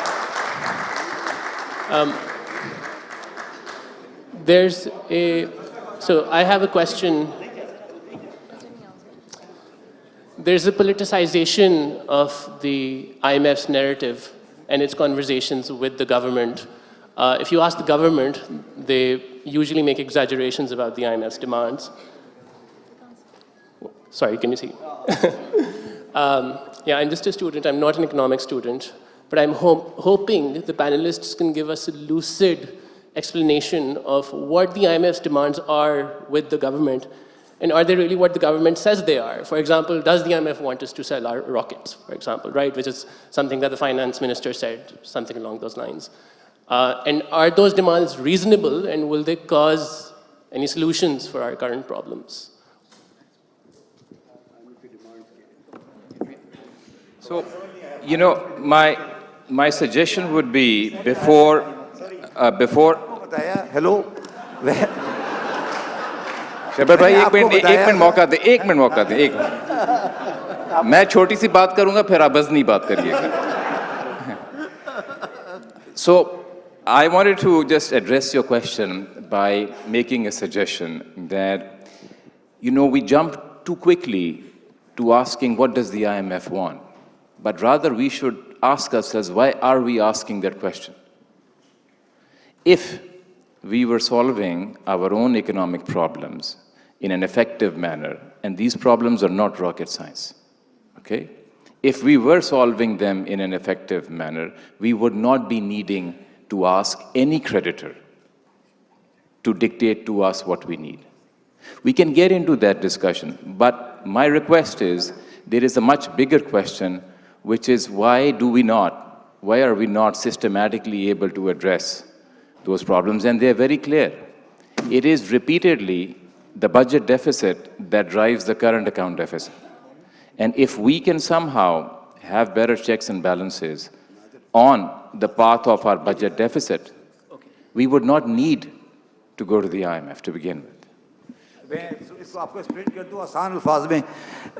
IMF की इस budget पे 3 demands हैं. What they are saying कि you have announced an amnesty that should be removed. Second demand is that you have taken 9,200 as a tax collection, and you are only have 2,200 rupees proposal for the budget. So there is a gap according to them for the working.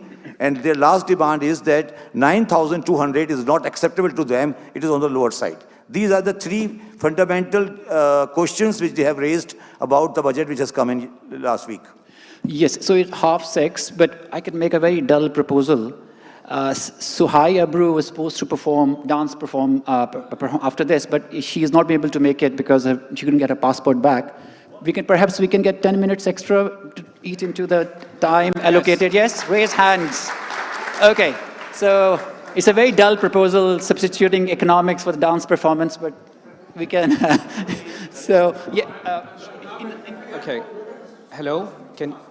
Oh yes, I think we've been accused of being a manel instead of a panel. Right. So okay. Okay. Yeah, I'll make it all quick. the men are going to ask questions. Couple of questions. Sorry, can you hear me? आवाज आ रही है? There's so many hands here. We only just 10 minutes extra and then finish. Oh, sorry. Okay, right. Sorry, my name. Okay, my name is Tariq Rashid.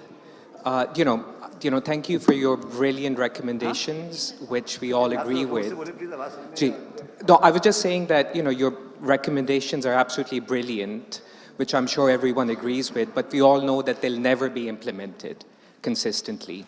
So should we not be looking forward to a catastrophic default in which the mobs come out and there's no electricity, because it will focus the minds of the establishment to make the deep structural reforms which would otherwise never be made in Pakistan? So should we not be looking forward to a default situation?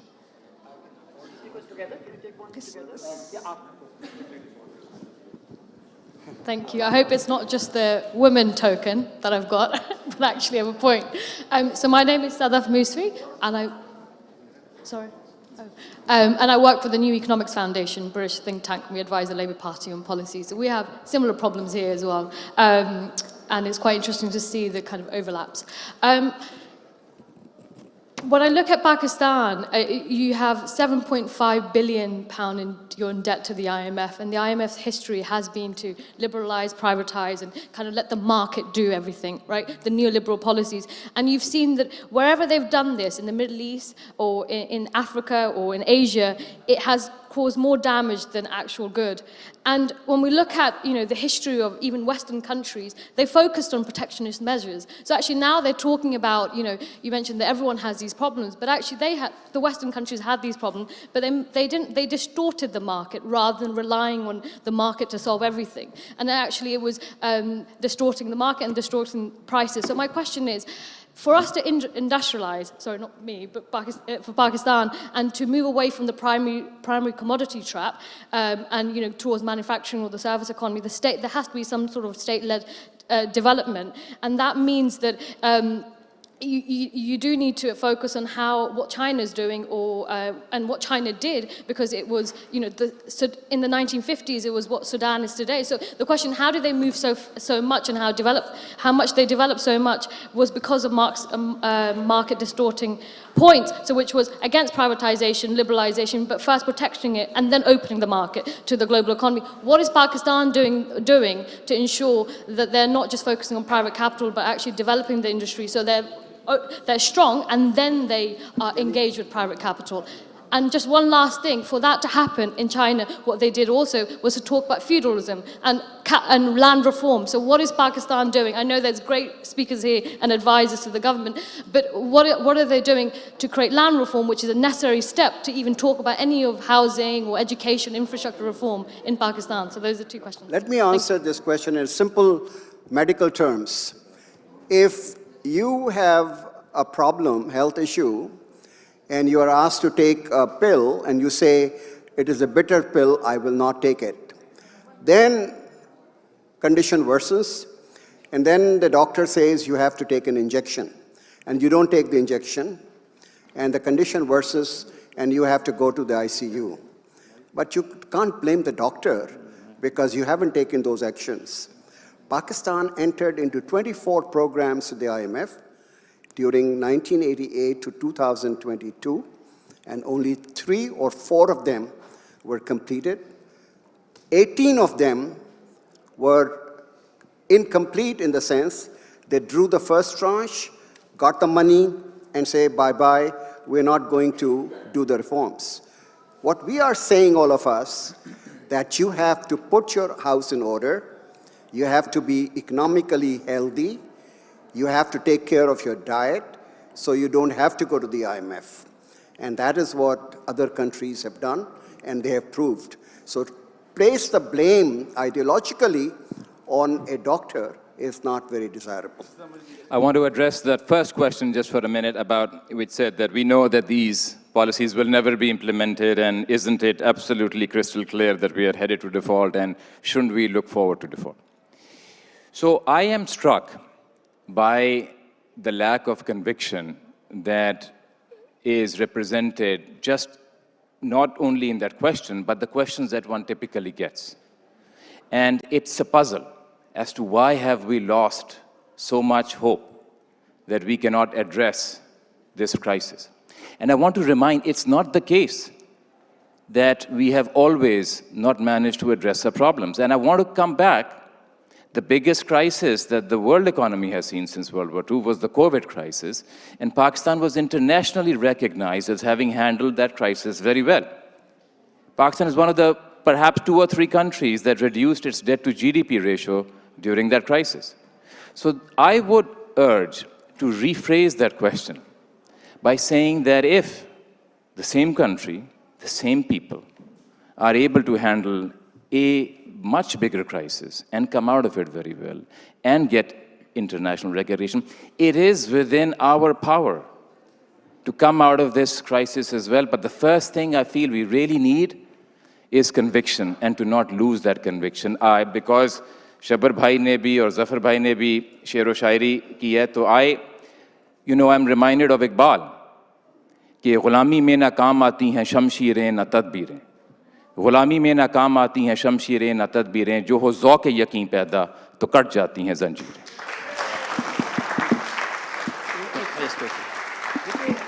देखिए हमारा जो basic problem है वो ये है कि आज हम it is depressing for all of us that today we are sitting here and talking about Pakistan default.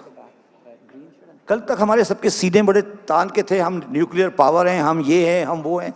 इसका मतलब है हम इंटेलेक्चुअली करप्ट हैं. We can't see ahead. What has happened to Pakistan? Has it happened in 6 months? Or has it happened in 1 year? We don't understand that we Pakistanis have not yet been able to see the things beyond their lenses which they have. So if there would have been default in the month of November, the dollar would have been on 200. And this, they have dragged it to 320 rupees because of unnecessary ego. I say don't call it default, call it honeymoon. Give it a new name. But it's a reality. It's a reality, you have to accept it. It is reprofiling, we do a day in, day out. So the problem with the Pakistanis is that we are intellectually not fair with us. When we have good days, we forget all our past, we don't correct ourselves, and then when things bad, we say that something has gone wrong. Can you just want to address 20 seconds. her question directly of again a misnomer and a populist slogan, I would say. Land reform by default has happened in Pakistan now. 89% of our total land holdings are below 12.5 acres. And 63% are below 5 acres of land. So in fact, we need to go in the other direction. In order to get the yields up, which is a basic requirement to achieve 6% growth rate, we need to go for cooperative agriculture financing, agriculture model, then, talking about land reforms. So we have 7 minutes left. After Raza finished with Iqbal's couplet, I didn't want to say this, but I have heard a very senior economist of the IMF saying to me, IMF's most successful program was under Pinochet in Chile. What? IMF's most successful program was under Pinochet in Chile. Just a quick question. Quick question for Shabbar Sahab actually.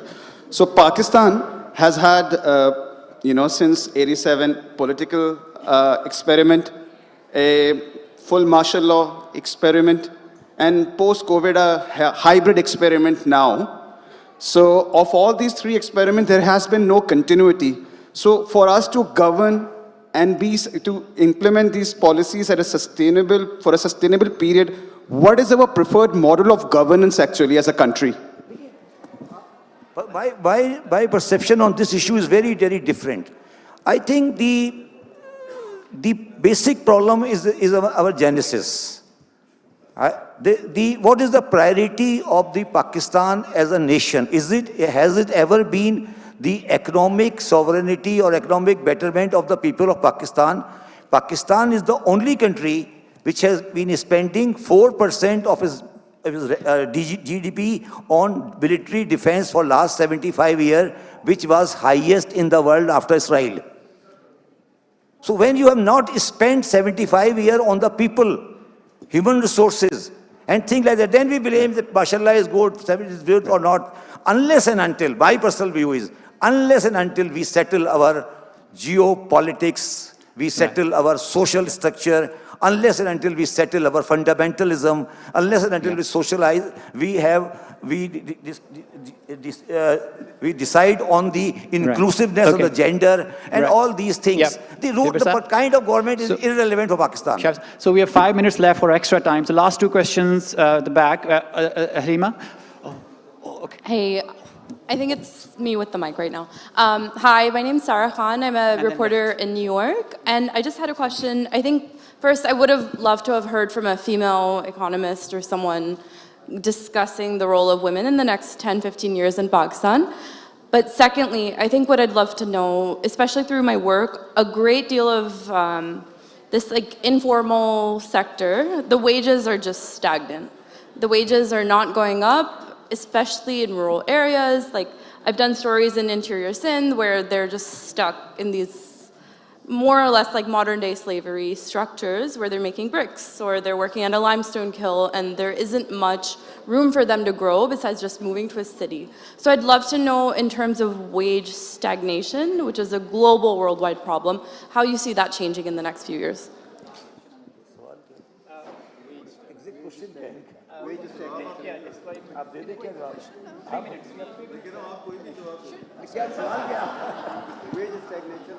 Uh, 3 minutes of extra time. Should we take this one as well? Quick question, very quick question, yeah, then we finish. So, if I... Quick comment, Ek aur please. Yeah, quick, brief. Yes. Shaila Zaidi, quick comment for Ishrat Saab. If you're talking about the root causes of economy, is it also not good to reflect on economy's link with the social sector? Because that's how Bangladesh and India went up ahead. And even if we say that in today's fiscal stress situation, we hold the social sector spending as it is, are there not huge inefficiencies within the social sector spending, huge governance issues, and huge distortions and elite capture? I think you are absolutely right. If the human capital formation was a priority of Pakistan, when we were also growing at 6.5% for 40 years, the shape of Pakistan today would have been very different. But we went in for industrialization, we went in for physical infrastructure, but we did not pay attention on the essential ingredient of sustained inclusive growth, which is human capital formation. Now, I'm not a very great fan, because if you look at my work, the public sector in Pakistan spends 2% of GDP on education. But that's an incomplete picture. The private sector and the non-governmental organizations pay 3% of GDP, and the parents pay out-of-pocket expenses for education for their children, which is almost 1 to 2%. So in all, we are spending about 6 to 7% of GDP on education. But look at the quality of education, the governance of education, the management of education in public sector.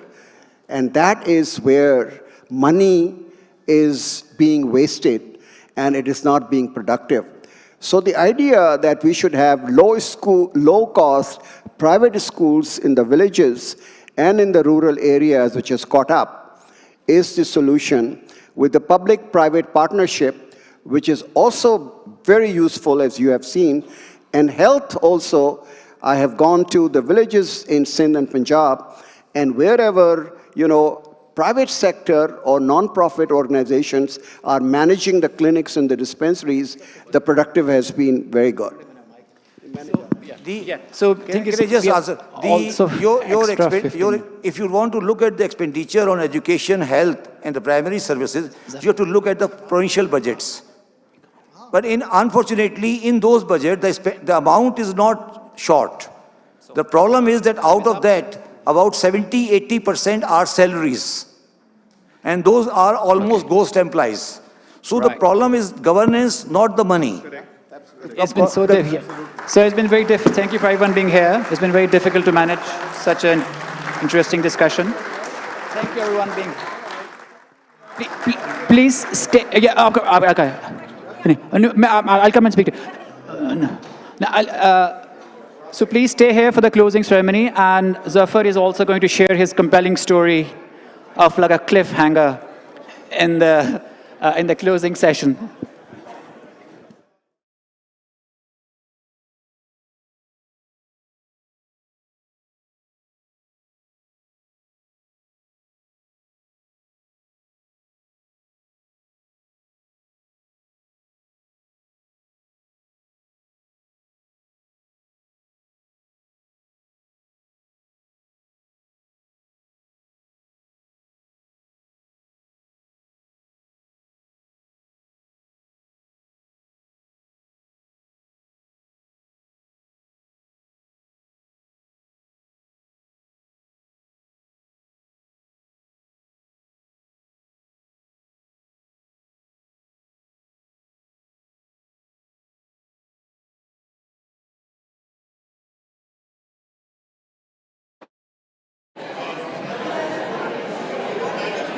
Thank you everyone for attending this wonderful session.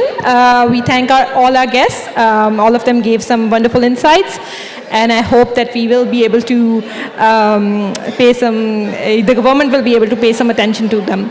Now I would like to first apologize. Okay, so sorry, can everyone please get seated because we are about to invite our speakers for some speeches. Yes.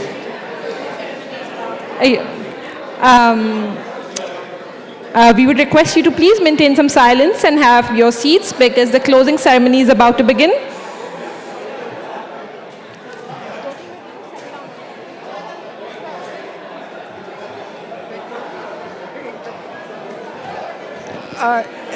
Ladies and gentlemen, we would request you to please be kindly seated. The closing ceremony is about to begin. Please be seated. Thank you.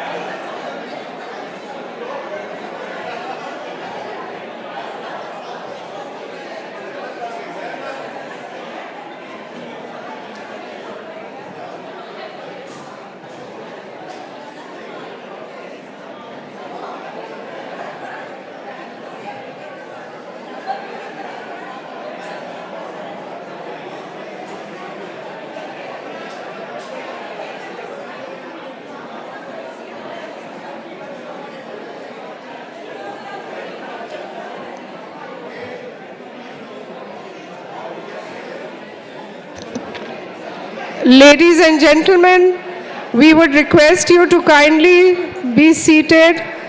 The closing ceremony is about to begin. I would like to request Ms. Amina Sayyed, founder of the London Literature, Pakistan London Literature Festival, to kindly come on the stage. And Mr. Zafar Masood will be giving a riveting talk on his experiences as a survivor of a horrifying plane crash. Thank you. Kindly be seated.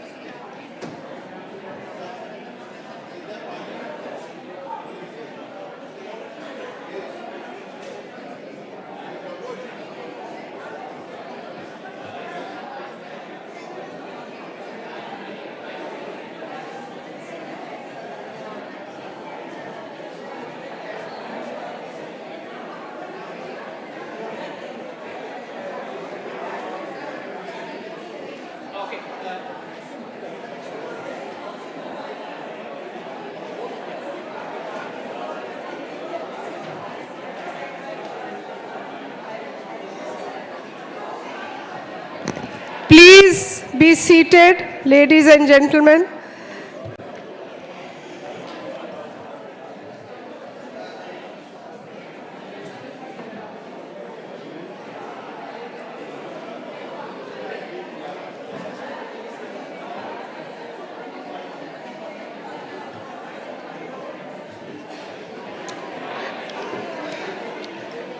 Please be seated. The closing ceremony is about to commence. Hello. Ladies and gentlemen, please be seated. Ms. Amina Sayyad, Managing Director of Lightstone Publishers and founding member of the Pakistan Literature Festival and other festival, I would like to invite her to come and say a few words. Thank you.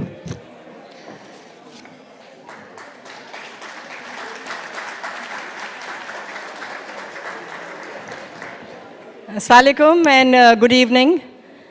I'd like to thank all of you for being here with us and for actually spending the day here, most of you. And I just want to say that our influence and us, whatever we achieve, our success comes from you. Because you come to our events, you attend our functions, and I think that's what gives us a lot of encouragement and hope. And this is what makes us carry on. And we are so pleased that it's been a great event. There's been a lot of questions, a lot of debate, a lot of buzz.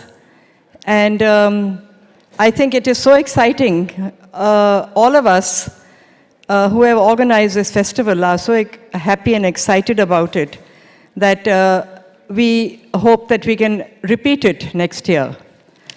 You know, so many people ask me that why do you organize these literature festivals?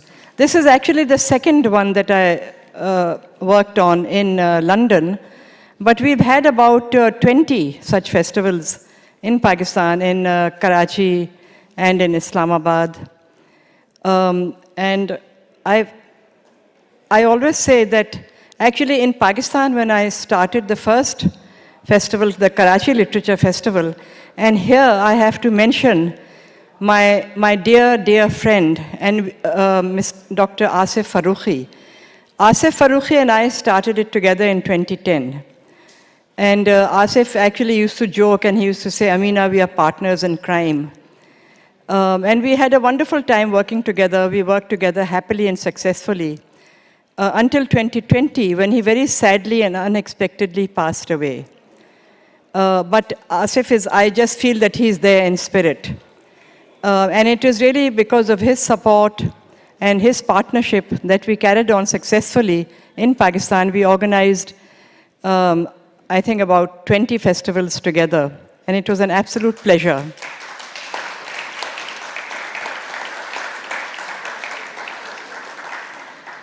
So people ask me, why do you organize these festivals? And I used to say, in Pakistan, we want to create a model. We want to honor our authors and our writers and our intellectuals because we feel that they are the servants of civilization. We feel that they are the ones who actually serve our society and advance our society. And we want to honor them and not just and give them a place in the sun because I felt they never had a place in the sun. And I went to India to the Jaipur festival and I saw how their authors were treated. And I said, our authors are world class and they need to be similarly honored. And in fact, my dream came true in Karachi when in one of my literature festivals, I saw a huge crowd moving in one direction. And I thought there's going to be some untoward incident. And I quickly called security. And I rushed to that place. And what do I see? Amar Jaleel, the Sindhi writer, was just walking from the stage to the speaker's room, and he was being followed by his fans. And I said, and I felt that, this is my dream come true. Our author, Amar Jaleel from Sindh, was being treated like a rock star. So that's why we organize these festivals. This is what we want. Next year, I hope, this year we weren't able to do it, but next year, I hope that we can also give awards, because I feel it is so important to acknowledge and recognize the creative work and the research that is being done by our authors, that we want to give awards. And hopefully, next year, we'll be able to do that. In Pakistan, we wanted to create a model. We started a festival in Karachi, and from day one, I said, this is open source. Please copy it, take ideas from it, change it in any way you want, but have a festival like this. And actually, after the festival, somebody came to me from Peshawar and said, can you come and do one in Peshawar? Somebody asked me to have one in Multan. And I said, look, I have a day job. I can't do this full time, but you do it. We've created a model, and now you run away with it. And actually, they did. You know, now there are festivals being held across Pakistan. In places, of course, in Karachi, Lahore, Islamabad, but in tier 2 cities, places like Gotki, in Larkana, Gwadar, these festivals are being held. And I hope Kashmir, Faisalabad, absolutely, Faisalabad, Mirpur. And here, actually, I want to pay tribute to Mr. Zafar Masood. Zafar Saab supports these festivals across Pakistan. Any cultural activity, any literary activity, and Zafar Masood Saab is there to support you. Thank you, Zafar Saab. I think you have really enriched the cultural life of Pakistan because of your wonderful support. And today, again, he has supported us. And actually, so we wanted to create a model. We wanted to create a movement across Pakistan by having a festival. And actually, it has happened, which is wonderful. We also want to promote, I'm not saying that we want to promote a fake image of Pakistan and say everything is hunky-dory. We want to promote the real image of Pakistan. And I was very conscious that the image of Pakistan, even within the country and internationally, it wasn't good. Because I remember I had gone to Peshawar on some work, and I was meeting some school teachers, because, you know, I published school books, and I was talking to them about our books. And I said, why don't you come to Pakistan, to Karachi? She said, how can I come to Karachi? It's not safe. I said, but I've been living there, children go to school there. But even within Pakistan, there is this image. And this is what I wanted to change. And I remember at one of my literature festivals, a British journalist came to cover it. I think he was from the BBC, I think. And he wrote about it, and he said, this festival is Pakistan's answer to bombs is books. So this is actually how we were trying to change the image of Pakistan. And we are trying to do the same here in London as well. Of course, you know, among people here, that 32 writers have come from Pakistan. Actually, 33, Zafar Saab. So we have, and of course, there are many who have come from within the UK, from the US, from India, from Bangladesh. And, you know, this is, we feel this is, we want to generate a debate. And, you know, you must have noticed in our panels that there was argument, there was debate, there were people with different ideas, different thoughts. And we felt that there was a very good, healthy exchange. And this is actually also a service to democracy if you generate such open debate. Another of our aim or objective here was to break the walls between India and Pakistan and Bangladesh. And actually, we feel that, you know, we've had people from India, we've had, today, many of them are here today, from Bangladesh and of course from Pakistan. And they've been talking to each other and having a discussion and debate and agreeing or disagreeing, but we've come together under one roof. And I think that is wonderful, and this is...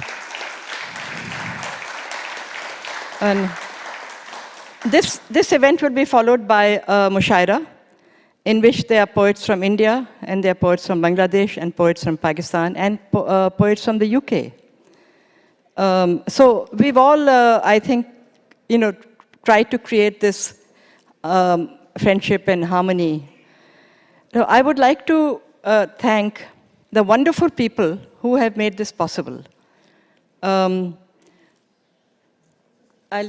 start with Habib Bank AG Zurich, also known as, in the UK, known as Habib Bank PLC. They are our golden supporter.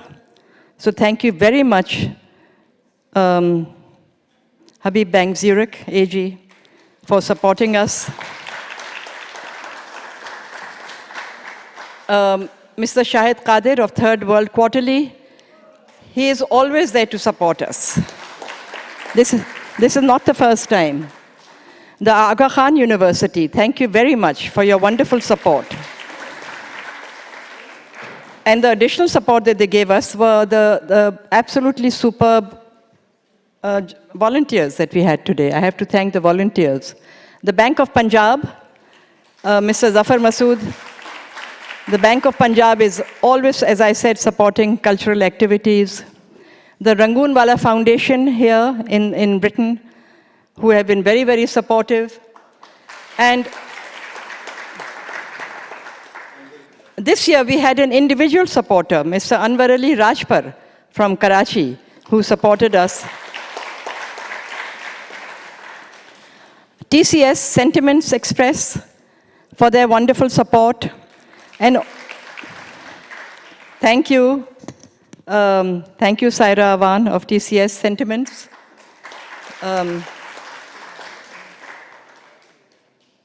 Aladdin's Restaurant, again, they always support us. I think the wonderful lunch that we had today was sponsored by Aladdin's, so thank you very much. And Jubilee Life Insurance. So I'm very grateful to all of you, all of our wonderful supporters without whom this could not have happened. I would also like to thank our great Pakistan Literature Festival London group, a group of directors and advisors. We have together, I mean, I'm just standing here speaking, but it's actually all of us. And I wanted all of them to be on the stage to talk to you, but they're very modest. They just like to stay in the background, but they have done all the work. So thank you. Mr. Nader Chima,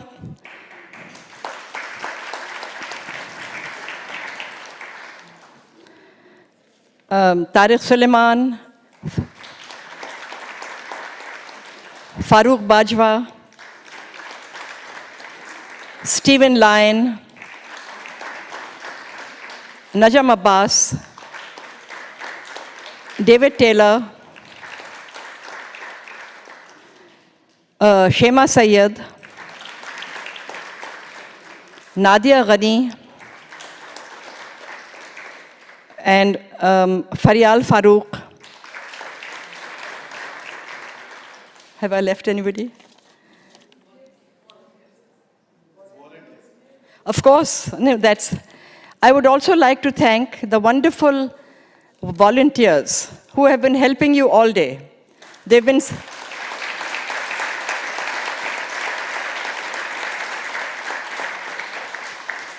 standing behind counters, they've been in all the halls, running up and down, and they're absolutely wonderful, brilliant. And most of them are students. Thank you very much, Aga Khan University, for organizing the volunteers, and thank you very much to Nader Chima for organizing them. Actually, without volunteers, we just could not have managed. And I would... So thank you. I hope the volunteers have enjoyed it, and I hope you'll join us again next year. And I cannot forget, I have to thank our wonderful speakers, our authors, who have really come from far. They have crossed oceans to join us here today. And I think they have done such a brilliant job. And we are so delighted that every session was had a huge audience and a very engaged audience who challenged them with questions. So thank you very much to all our authors. And I think I'd like to end now, but I would like to introduce Mr. Zafar Masood, President of the Bank of Punjab. As I said, a great supporter of culture and literature. And as you know, he had this, he was involved in the PIA accident that crashed in Karachi. And I think in which everyone died, but God saved Zafar Saab. So I think I hope you will tell us about your experience also. So may I invite you to speak? Thank you, and good evening, and Assalamu alaikum.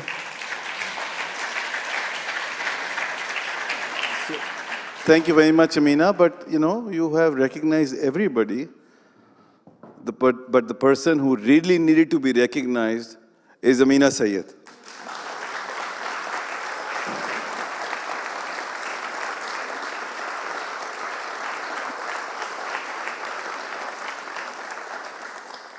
So, Amina, if you are not aware, then let me just give a few things about her, share a few things about her with you.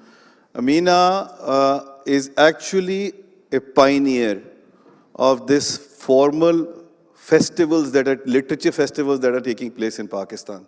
She was the one who started it as Karachi Literature Festival, and then it's mushroomed across the country. And now she has taken this initiative of taking it outside Pakistan as well, which is a much needed requirement to show the real face of Pakistan, the tolerant face of Pakistan, as she said, the real authors of Pakistan who are best quality authors than anybody in the world, any country in the world. I must like to, by the way, our contribution is just minuscule of the work that Amina has done and Nadir has done and their team has done in bringing this to us here in London. Amina, I would like to commit myself personally as well as professionally, and I would also commit, I've taken the liberty of two of my friends here, Zainab and Ali. They will also support you next year, being here, and I'll try and convince Munawar as well. He's got the heart at the right place. The cousin of mine are here. I'll use my family links and make sure that Hassan and Zainab are also involved. And, so we will try and give you as much firepower, bench strength that you require here for the next year's event. The only condition that Zainab and Ali has put in, it has to be for 2 days, and with the proper breaks in the middle.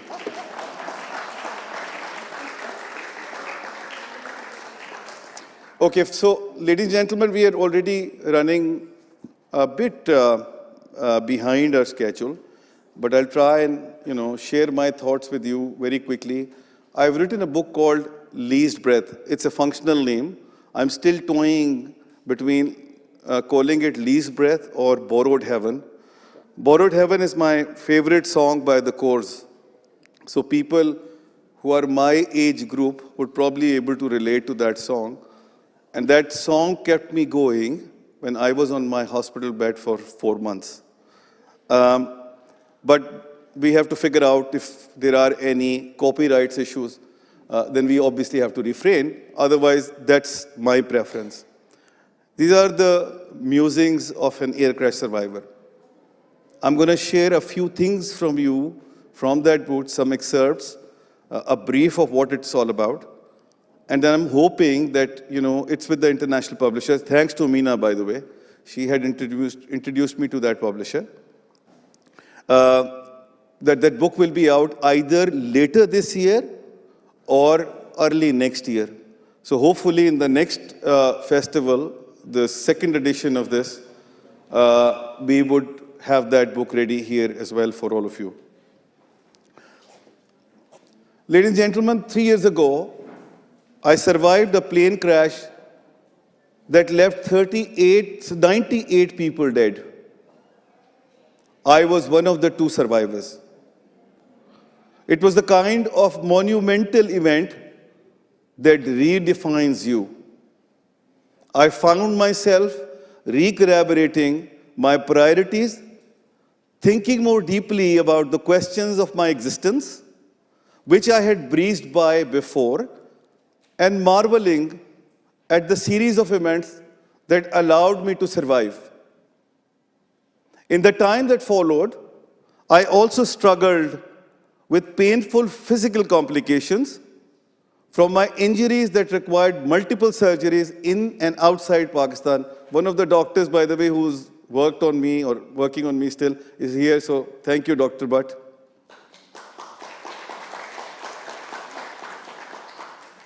I found this process of coming to terms with my mortality and my newfound physical limitations to be both isolating and incredibly humbling in equal measure. I was at once alone in my predicament in going through a devastatingly traumatic event that very few people could claim to have experienced and survived. And also, paradoxically, bowled over by the outpouring of love and support I received from family and friends, and above all, the people that I had hardly known. Surviving a plane crash does that to you. It introduces you to bizarre thoughts that you would have never thought would exist simultaneously in your brain. You feel horrified and devastated by the tragedy that surrounds you, but you also feel relieved at your survival. And despite that relief, you question why you survived. And when that survivor's guilt gains so much as a toehold in your mind, you find yourself wrecked by it. You recognize that what happened is senseless, and you still look for meaning in the debris left behind. It is a constant, unrelenting struggle, finding and coming to terms with grief and joy, pain and relief, depression, and a renewed will to live all at once. Like most people who have not experienced a distressing event, I had never given much thought to how these complicated emotions could chase one another in a survivor's mind with such blinding swiftness. I was fortunately oblivious to this kind of struggle. I had been employed in senior positions by multinational banks across Pakistan and abroad. At the time my flight went down, I was the president and CEO of the Bank of Punjab, a position which I still hold today. And even though I had grown up in a family tied to arts and literature, the foremost struggles in my life were corporate in nature and not philosophical. So when I confronted these baffling, discomforting, eccentric thoughts, I did the only thing I could think of. I write a book about it. And when I was writing it, I found myself exploring everything from the mechanics of the crash to my feelings during recovery and the evolution of life, learnings post the crash, even today. The book is both a labor of love and a means of purification and emotional release for me. And I have come out the other side with a stronger, clear sense of who I am and what my renewed lease on life means to me. The crash itself was a complicated mess. PK 8303 was a local flight from Lahore to Karachi in Pakistan. Minutes from landing in the coastal city, air traffic control had flagged the flight for being higher than the required descent profile, and ground officials had asked the pilot to abort the frenzied descent for a slower approach. The advice was ignored.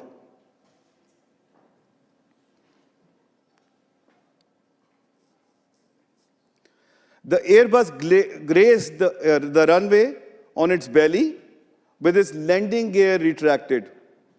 Its engine scrubbed the tarmac 3 times. The pilot eventually discontinued the landing and decided to circle the airport once again.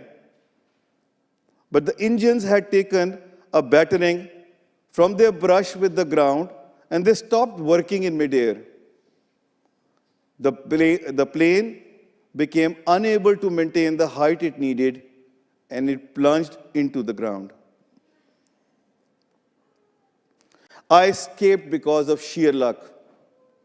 When the plane broke apart, a miraculous opening formed near my seat, and the seat was thrust outwards, away from the rest of the burning wreckage. I fell straight onto a 3rd-floor rooftop, instead directly on the road, and the angle of the fall reduced the damage to my body. It then slid off the rooftop and onto a bonnet of the car, instead of landing on the hard surface of the road below. 6 to 7 people had to wrench me away from the rubble and carry me to safety. Seconds later, the car burst into flames. I do talk about the details of this acutely distressing experience in my book, and the way that disorderly politics and economics combined to create the roiling mess that sank domestic infrastructure ecosystem, including the airlines in Pakistan. This was, after all, the 6th Pakistani plane in crash in a decade. But mostly, I use this book to reflect on life since the crash. I talk about how systematic arrogance led to industry-wide collapse and how it affected individuals and business leaders. How cognitive dissonance can railroad recovery when your perception of your body's limits does not match the reality. And how developing your willpower can help you to overcome significant psychological and physical deficits. The crash propelled me into thinking and reading about more spiritual things. Things like rituals and miracles, and humanity's obsession with both, perhaps. For one, our understanding of miracles has been shaped by centuries of cultural and religious conditioning. This conditioning led me to believe I had to be worthy of being saved, and I struggled to explain why I had received these miracles.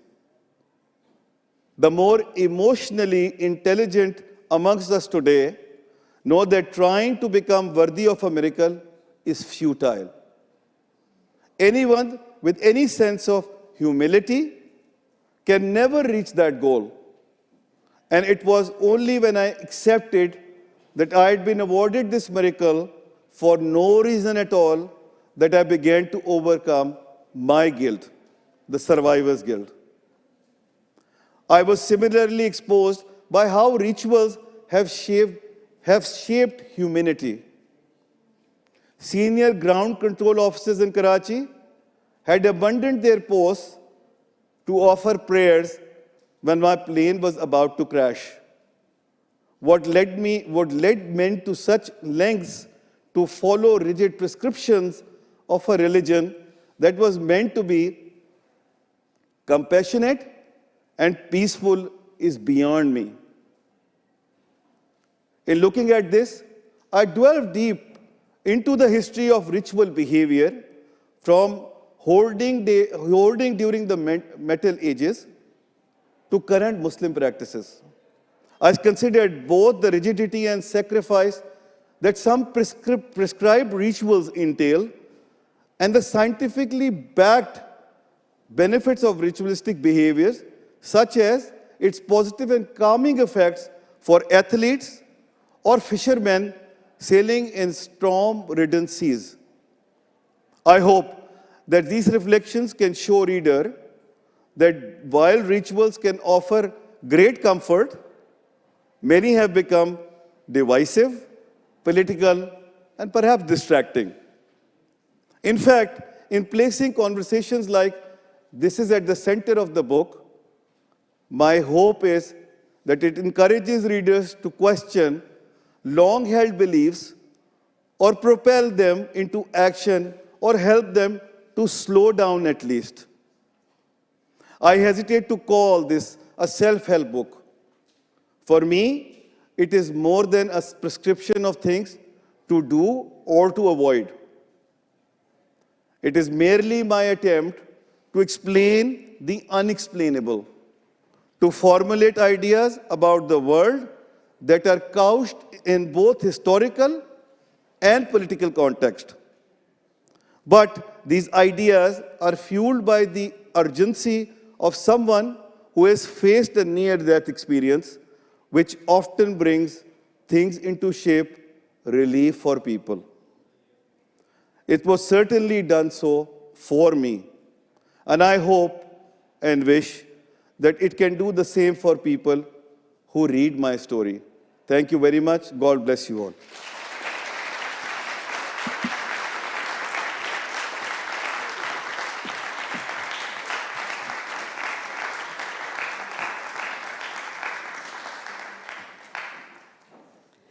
Thank you very much, Mr. Zafar Masood, for your really moving and powerful, compelling story. Now I'm happy to tell you that we will be organizing a mushaira here with poets from Pakistan, Bangladesh, India, the UK. So please stay. I think it'll take probably 15 minutes to set up the stage for the mushaira, and then you're in for a treat. I think some wonderful poetry is going to be read. Thank you. Assalamu alaikum. Good evening.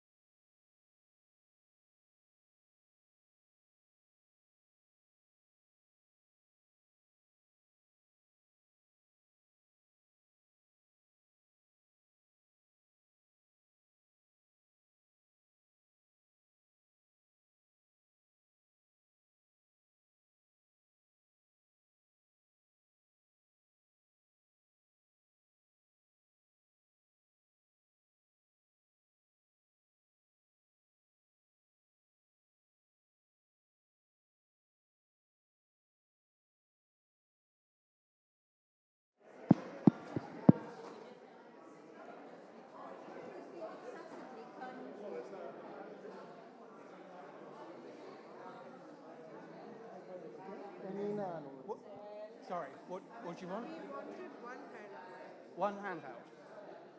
And that one will be on, right? That will be on. Okay, thank you.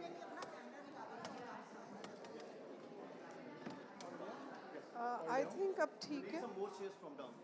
हाँ, दो चार और ले. दो चार और ले आओ. और इधर पीछे रख दो. अच्छा.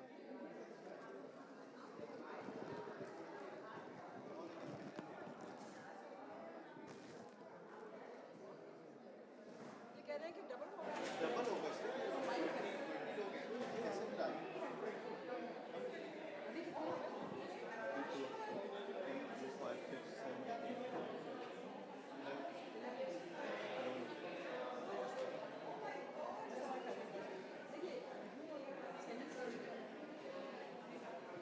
या तो इसको स्क्वायर में ऐसे करें. ठीक है. बेटा इसको ना यूँ लगा दो, यूँ और यूँ. बेसिकली हमें 20 कुर्सी है.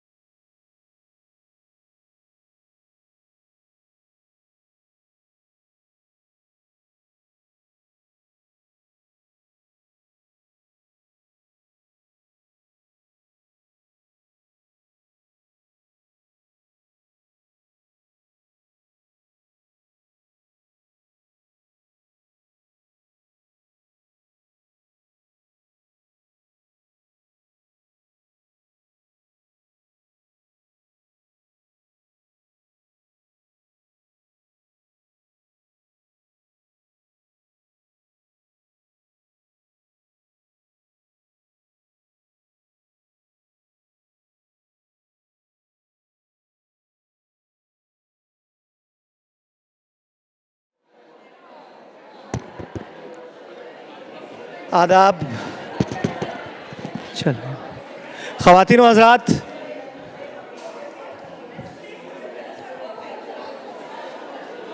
आप लोग तशरीफ़ रखें, मुशायरा शुरू होने वाला है।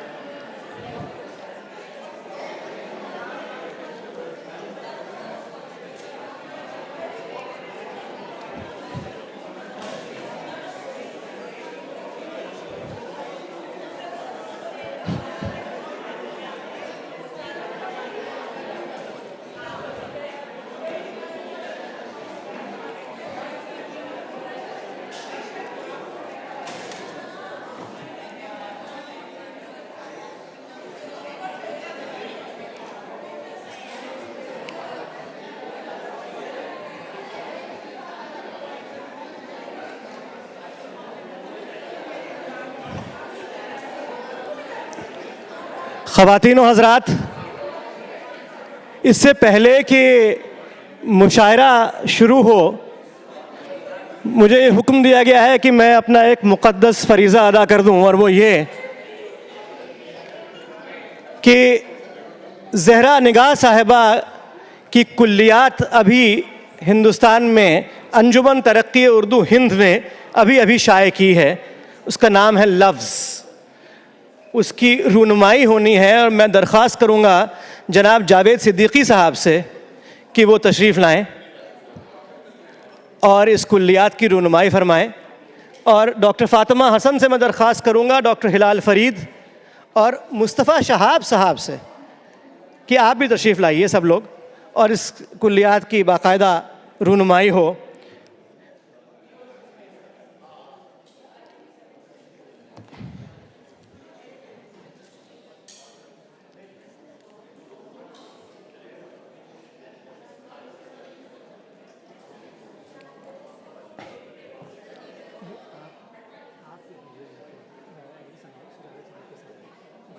जी जी,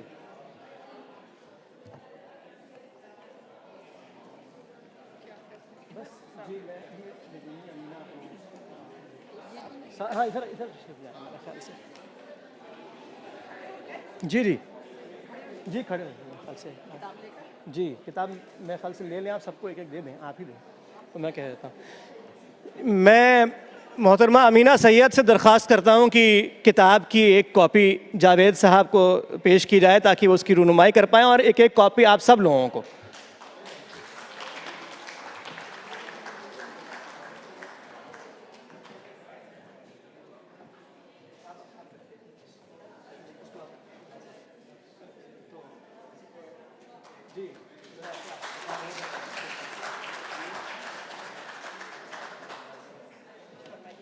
बहुत बहुत शुक्रिया आप सबका। मुझे जावेद साहब ने हुक्म दिया था कि मैं ज़हरा आपा की एक नज़म सुना दूं, तो वो बहुत छोटी सी एक नज़म मैं पेश कर रहा हूं, और उसके बाद मुशायरे का आगाज़ होगा।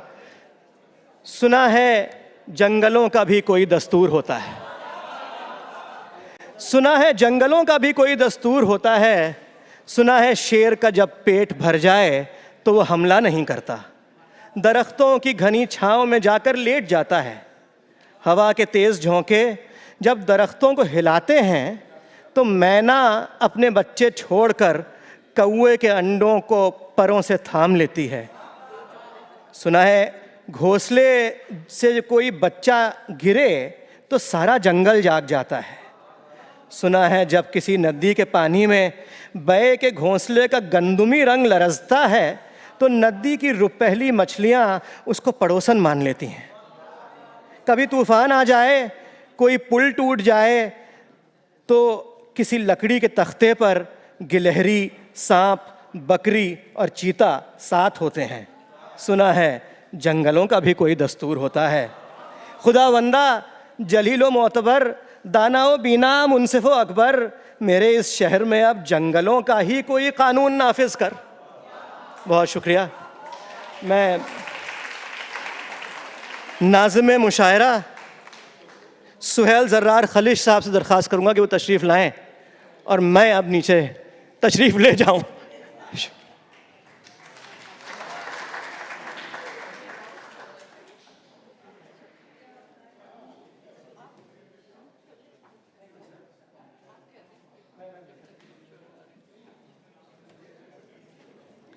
जब तक शौरा तशरीफ़ ला रहे हैं, डॉक्टर फातिमा हसन साहिबा कुछ ज़रा से बात करेंगी जहरा आपा के बारे में। डॉक्टर फातिमा हसन साहिबा।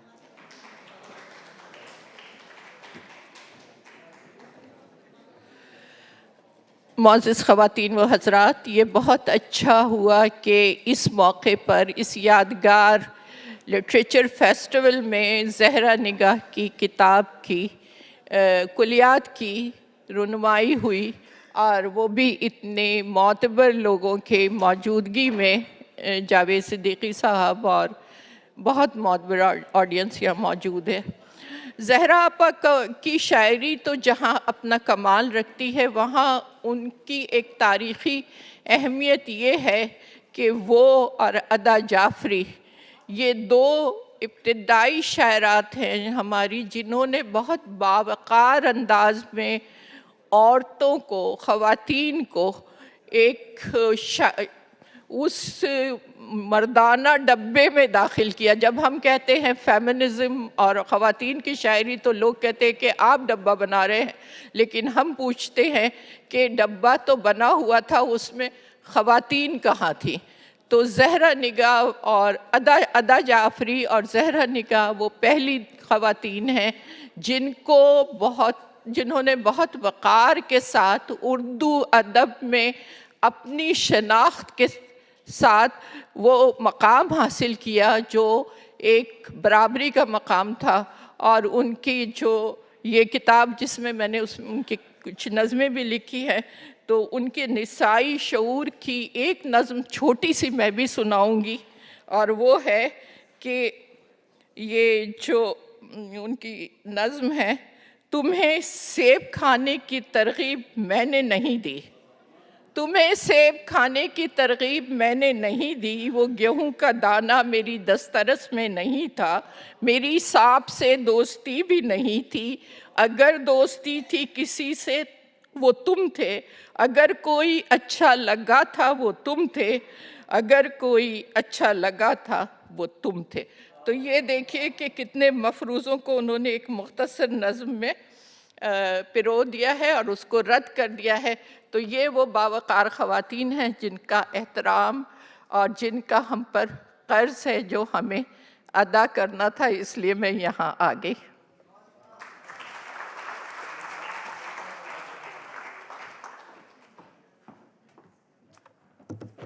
जी, अस्सलाम वालेकुम और आदाब। मैं आपका मेज़बान सुहेल ज़रार खलिश, जिसे बहुत कम नज़र आ रहा है, सामने रोशनी माशाल्लाह बहुत तेज़ है, तो मुझे पता कैसे चलेगा कि आप सब मौजूद हैं? आपकी तालियों से। बहुत शुक्रिया। मैं दिल की गहराइयों से शुक्रिया अदा करता हूँ पाकिस्तान लिटरेरी फेस्टिवल का और ब्लूम्सबरी पाकिस्तान का, कि उन्होंने लंदन शहर को ये रौनक बख्शी। अल्हम्दुलिल्लाह यहाँ बहुत प्रोग्राम्स होते हैं, बहुत मुशायरे, बहुत तक़रीब होती हैं, लेकिन इस तरह की तकरीब जो मल्टीलिंगुअल हो, जहाँ मुख्तलिफ़ लोगों ने अपनी अपनी शिरकत पर आमादगी की हो, जहाँ बांग्लादेश के लोग भी हों, इंडिया के भी हों, पाकिस्तान के भी हों और बरतानिया के लोग भी हों, जहाँ उर्दू में भी बात हो रही हो, अंग्रेज़ी में भी बात हो रही हो, बंगला में भी बात हो रही हो, तो एक दफ़ा भरपूर तालियां ज़रा पाकिस्तान लिटरेरी फेस्टिवल के लिए बजाइए।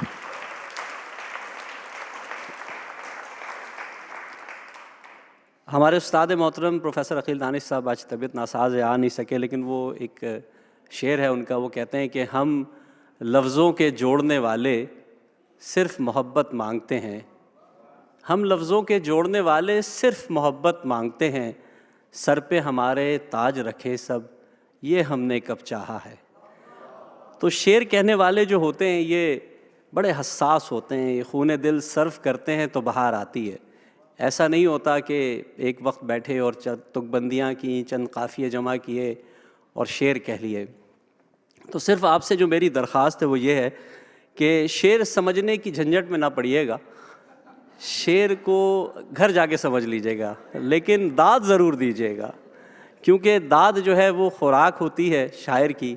एक दाद ना मिले और वाह ना हो तो फिर मज़ा नहीं आता। वो कहा है ना कि शायर को मस्त करती है तारीफ़ शेर अमीर, शायर को मस्त करती है तारीफ़ शेर अमीर, 100 बोतलों का नशा है इस वाह वाह में। तो आप सबको वाह वाह करनी है और भरपूर इसको एंजॉय करना है, शेर समझना है, दाद देनी है। कुछ अहबाब हैं वो मैं दरख्वास्त उनसे करूँगा कि वो तनकीद भी कर सकते हैं। जी जी बिल्कुल, बहुत शुक्रिया। कहा गया है कम बोले और बुला ले जल्दी से, तो मैं इंशाल्लाह कोशिश करता हूँ। सबसे पहले अगर आपकी इजाज़त तो मैं शोरा को बुला लूँ स्टेज पे। जी बहुत शुक्रिया। तो मैं मुख्तसर सिर्फ नाम लेके गुजारिश करूँगा स्टेज पे आने की, उसके बाद जब वक्त आएगा तो इंशाल्लाह बुला लेंगे। मैं दरख्वास्त करूँगा मोहतरम जनाब बासिर काज़मी साहब से कि स्टेज पे तशरीफ़ लाएँ। मैं दरख्वास्त गुजार हूँ जनाब इनाम नदीम साहब से पाकिस्तान से तशरीफ़ लाएँ कि स्टेज पे तशरीफ़ लाएँ। मोहतरमा नजमा उस्मान साहिबा से दरख्वास्त करूँगा कि स्टेज पे तशरीफ़ लाएँ। जनाब खलीलुर रहमान साहब मौजूद हैं, इंशाल्लाह स्टेज पे तशरीफ़ लाएँ। बहुत शुक्रिया। यशब तमन्ना साहब से दरख्वास्त है कि स्टेज पे तशरीफ़ लाएँ। फैज़ान आरिफ मुझे नज़र नहीं आ रहे गालिबन, अगर फैज़ान आरिफ मौजूद हैं तो प्लीज़ स्टेज पे तशरीफ़ लाइए। अरशद लतीफ़ साहब से दरख्वास्त करूँगा कि स्टेज पे तशरीफ़ लाएँ। मोहतरमा गज़ल अंसारी साहिबा से दरख्वास्त करूँगा कि स्टेज पे तशरीफ़ लाएँ। इसी तरह सब पर तालियां बजाएं जनाब। डॉक्टर हिलाल फरीद साहब से दरख्वास्त करूँगा। डॉक्टर निकत इफ्तिखार साहिबा से दरख्वास्त करूँगा कि स्टेज पर तशरीफ़ लाएँ। मोहतरमा तस्नीम हसन साहिबा से दरख्वास्त करूँगा कि स्टेज पर तशरीफ़ लाएँ। और जो अगली सीटें खाली हो रही हैं इसको भी भर दें, अच्छा लगेगा ज़रा। निसा सैयद साहिबा से दरख्वास्त करूँगा कि स्टेज पर तशरीफ़ लाएँ।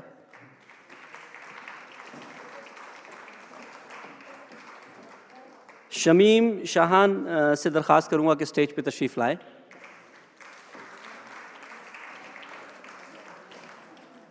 दरख्वास्त गुजार हूँ तंजीना नूर सिद्दीकी से कि स्टेज पे तशरीफ़ लाएँ।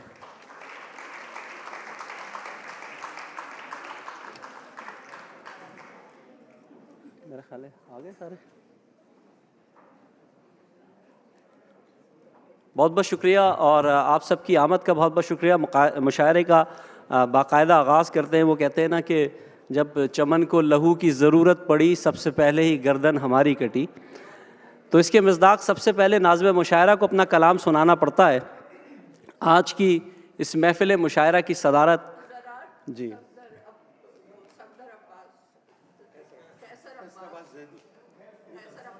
अच्छा कैसर अब्बास जैदी साहब से भी दरख्वास्त है कि वो स्टेज पे तशरीफ़ लाएँ। डॉक्टर कैसर अब्बास बड़े ज़बरदस्त ये में तो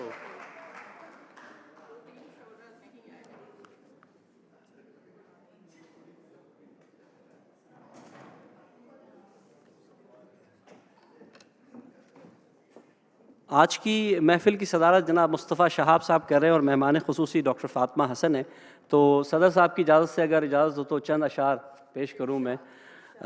चंद लफ्ज़ों को जोड़ा है, देखिएगा अगर किसी काबिल हों तो शायद आपकी तरफ से दाद मिले कि तुम्हारी तर्जुमानी कर रहा हूँ, तुम्हारी तर्जुमानी कर रहा हूँ, तुम्हारी तर्जुमानी कर रहा हूँ, जो सबसे बदज़ुबानी कर रहा हूँ, तुम्हारी तर्जुमानी कर रहा हूँ, जो सबसे बदज़ुबानी कर रहा हूँ। बहुत देखे हैं ये ईमान वाले, बहुत देखे हैं ये ईमान वाले, जभी तो बेईमानी कर रहा हूँ। बहुत शुक्रिया, बहुत शुक्रिया। बहुत देखे हैं ये ईमान वाले, जभी तो बेईमानी कर रहा हूँ। और उधर अहबाब मेरी जान के दर पे, देखिए कराची का एक ख़ास लफ्ज़ कोशिश की लाने की इसमें कि उधर अहबाब मेरी जान के दर पे, इधर मैं चाय पानी कर रहा हूँ। बहुत शुक्रिया, बहुत शुक्रिया। उधर अहबाब मेरी जान के दर पे, इधर मैं चाय पानी कर रहा हूँ। और जो मुझसे बदगुमानी कर रहे हैं, मैं उनकी मेज़बानी कर रहा हूँ। बहुत शुक्रिया। जो मुझसे बदगुमानी कर रहे हैं, मैं उनकी मेज़बानी कर रहा हूँ। खामोशी बेसुकूनी याद माज़ी, खामोशी बेसुकूनी याद माज़ी, मैं यूं तक़लीद फ़ानी कर रहा हूँ। मैं यूं तकलीदे फ़ानी कर रहा हूँ, फिर उनकी दीद की हो ईद यारब, फिर उनकी दीद की हो ईद यारब, दुआए फ़ज़ले सानी कर रहा हूँ, फिर उनकी दीद की हो ईद यारब, दुआए फ़ज़ले सानी कर रहा हूँ। और खलिश यूं ही नहीं रखा तखल्लुस, खलिश यूं ही नहीं रखा तखल्लुस, दिलों पे हुक्मरानी कर रहा हूँ। बहुत शुक्रिया, बहुत शुक्रिया, बहुत शुक्रिया। खलिश यूं ही नहीं रखा तखल्लुस, बहुत शुक्रिया, दिलों पे हुक्मरानी कर रहा हूँ। चंद अशार एक गज़ल के और अगर इजाज़त हो तो। ये जो आपा देखिएगा कि ये जो खालीपन होता है, ये जो खालीपन होता है, ये जो खालीपन होता है, इसका भी रीज़न होता है।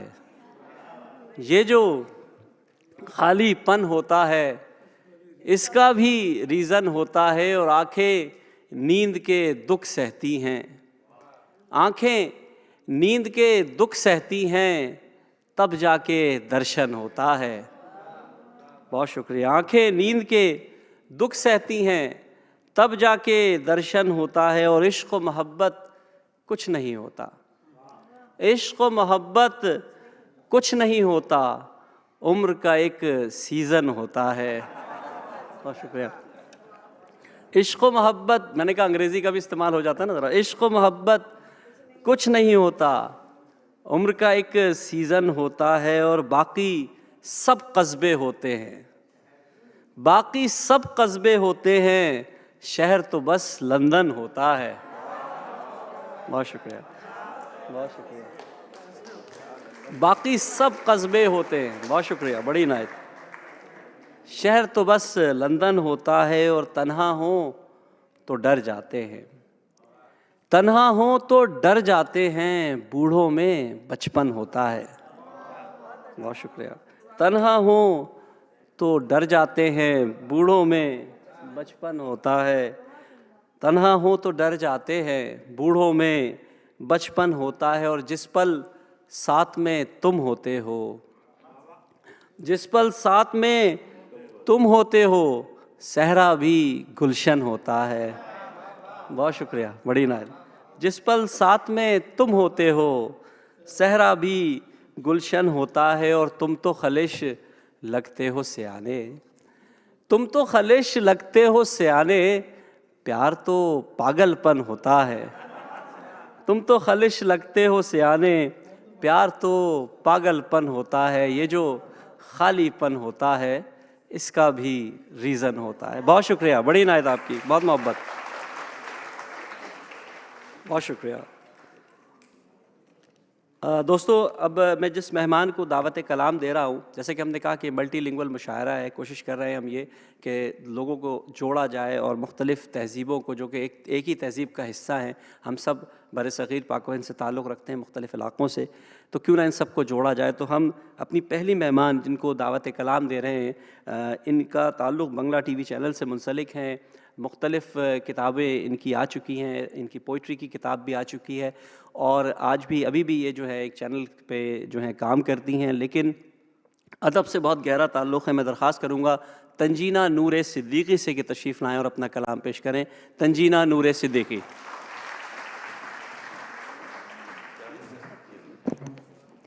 শুভেচ্ছা সবাইকে। In English it means greetings to all, ladies and gentlemen. I'm Tanjina, and it's such an honor to be presenting here and reading some of my poetry. I try both in English and Bengali, and hopefully you like it.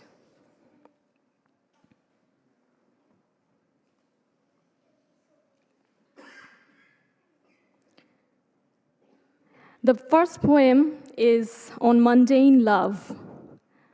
For love tastes sweet and pleasant like colostrum, they say. For love tastes sweet and pleasant like colostrum, they say. And since I've had this voice so long, I decided to lose my amour proper and surrender to you. The ecstasy of my eyes and nerves reciprocates just by the thought of losing in your smile. your skin tanned more than the midsummer night's dream. And your breath harvests in me more of the oxygen.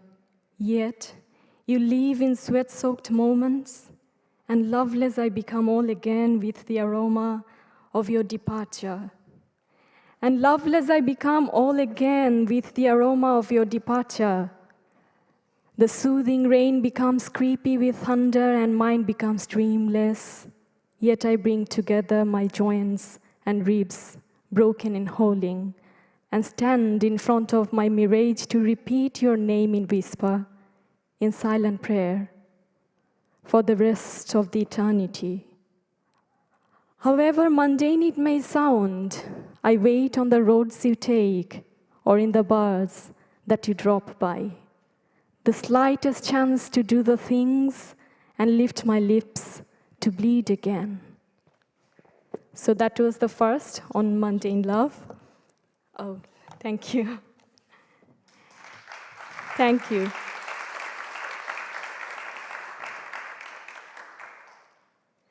So I've been a fan of Nusrat Fateh Ali Ji because my upbringing from my parents that I received, I remember from my childhood I've been listening to his qawwalis and stuff. Because I'm standing in front of you and there are so many people from South Asian part mostly, so I can't resist myself to sing a few lines from the famous qawwali. Hopefully you like it. Because it's very much relatable to my poems. That's why I was thinking just give it a try for a little bit. So. मेरे rush के कमर तूने पहली नजर जब नजर से मिलाई मजा आ गया. Is that okay? Did I sing? I tried a little bit. So. Yeah, sure. I just tried. So. This is my first poetry book, which was published by Bangla Academy in Ekushe Mela Book Fair. And I would try one of my own poem from that one. And the first one, obviously, was written by me, of course, and that was also published in a newspaper in Bangladesh, Shomukal. And this one is from my own poetry book. কে যেন আসে রোজ নিয়মে না অনিয়ম মেনে কে তা জানে জানতে ইচ্ছে করে খুব টুকরো টুকরো অবসরে জড়ায় না বিগত কোনো শোকে আসে আর যায় নীরবে কে যে রোজ আসে কে তা জানে ঘুমোতে যায় যে বিছানা ঘুম থেকে ওঠে প্রতি ভোরে কথারা হারিয়ে যায় কথারা এসে যায় গোপনে এসে রোজ পড়ে থাকে কথা গোপনে সে এসে জানে সব জানি না সে আসে রোজ গোপনে জানতে ইচ্ছে করে খুব কে তা জানে Thank you very much for having me, and it's such an honor and privilege to be mingled with all of you. And I'd like to take the privilege as well to thank you for having me here tonight, and my greetings from my own motherland, my country, Bangladesh. And hopefully someday this Pakistan Lit Fest would be truly an amalgamation of all the poets and writers from all around the world, and we'll be sharing the same platform someday. So I'm becoming so hopeful for that. Thank you very much for having me. Thank you. Thank you and very good and खूब भालो छे. So बहुत अच्छा लगा आपने इतना अच्छा कलाम सुनाया.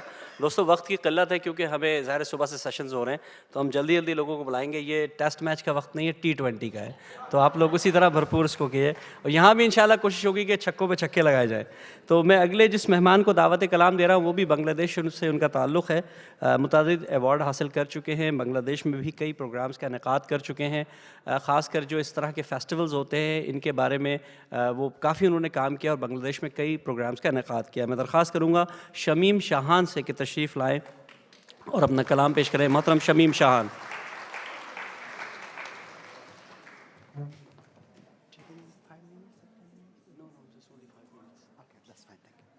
Thank you so much. My name is Shamim Shahan. I'm coming from Bangladesh, but I'm living in London.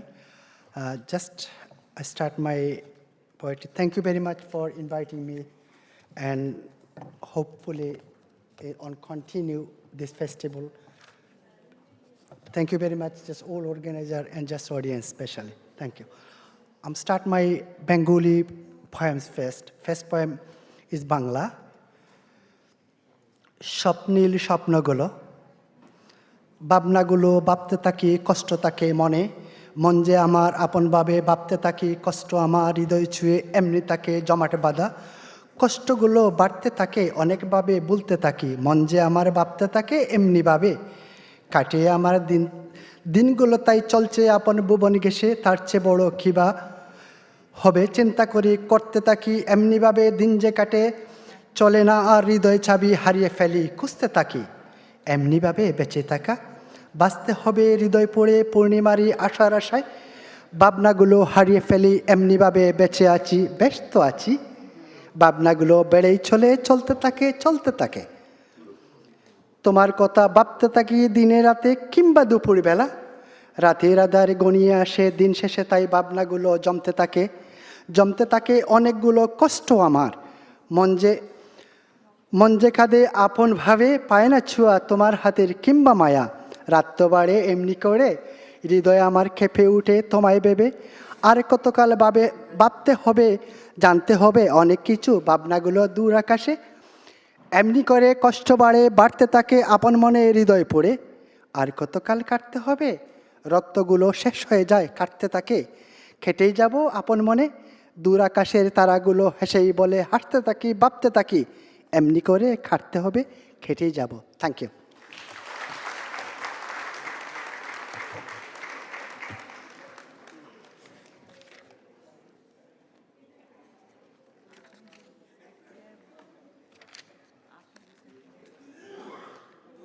Second poem in Bangla again. শেষ যাত্রা কবে হবে আমার ভালোবাসারে বেড়ি দুপায়ে ঠিক আছে ক্ষোভ দিনের সূর্যের মাঝে পেঁচার গঙ্গানো শব্দ অশ্রুসিক্ত চোখ নিয়ে রাতের অপেক্ষায় শেষ যাত্রা কবে হবে জীবনের শুরুতে যারা ছিল আমার আপন একান্ত কাছের লোক আজ তারা পলাতক সহসা দেখা হয়ে যায় কথা বলা তো দূরে চোখ বেঁকে আকাশের দিকে তারা গুনে কেন আমাকে যন্ত্রণার খাঁচার মধ্যে আটকে রেখেছে তাদের কি ইচ্ছে হয় না আমাকে দেখার কেন এমন হলো বিবেক তুমি ধরা দাও আমি দেখি দ্বার খুলে দেখি শেষ যাত্রা কবে হবে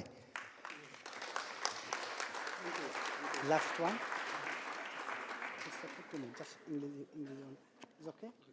okay thank you so much okay wait rust piles up in the dustbin because I could not stop myself. I stay naked beside the street because I could not kill myself yet. This insult hurted. The treatment as if I am invisible in the world has made me absolutely sick. I'm waiting for the final call. I'm waiting for the final peace. I'm waiting for someone to take me away from here. Thank you. Thank you very much. क्योंकि वक्त की किल्लत है तो हम जल्दी सबको बुलाना चाहते हैं ताकि सबका कलाम सुने मैं दोस्तों से दरख्वास्त करूँगा कि बहुत पीछे से हमारे कानपुरी दोस्त बैठे लेकिन वो तालियां नहीं बज रही ना कुछ वाह हो रही तो ज़रा एक दफ़ा होना चाहिए भरपूर अगली जिस शायरा को मैं दावत कलाम दे रहा हूँ इनका ख़ानदान बरसा बरस से अदब की खिदमत में लगा हुआ है इनके वालिद साहब तकी अहमद सैयद बरसा बरस तक BBC में रहे फिर यहाँ भी खिदमत उन्होंने अंजाम दी ये ख़ुद बहुत अच्छी शायरा है और वाहिद शायरा है जो सनद याफ्ता है यानी कि इन्होंने मास्टर्स किया है पोइट्री में तो इसके अलावा ये बहुत अच्छी अंग्रेज़ी में शायरी करती हैं मुझे नहीं पता कि उर्दू में शायरी करती हैं कि नहीं करती हैं मैं दरख्वास्त करूँगा निसा सैयद साहिबा से कि तशरीफ़ लाएँ और अपना कलाम पेश करें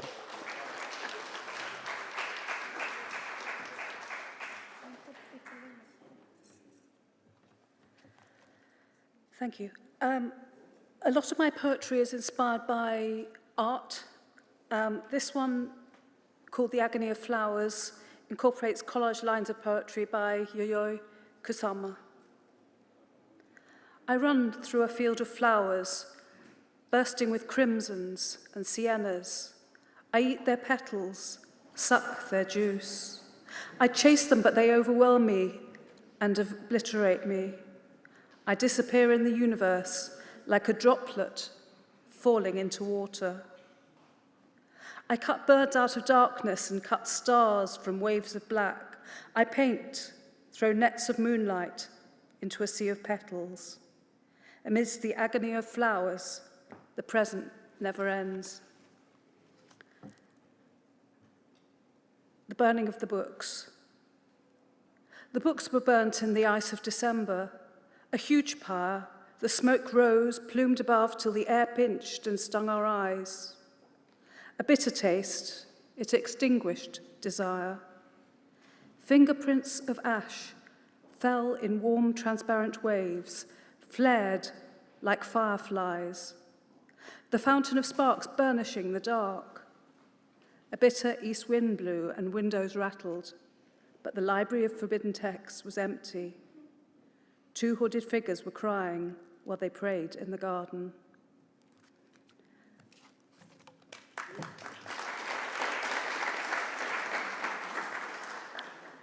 This last one is very short.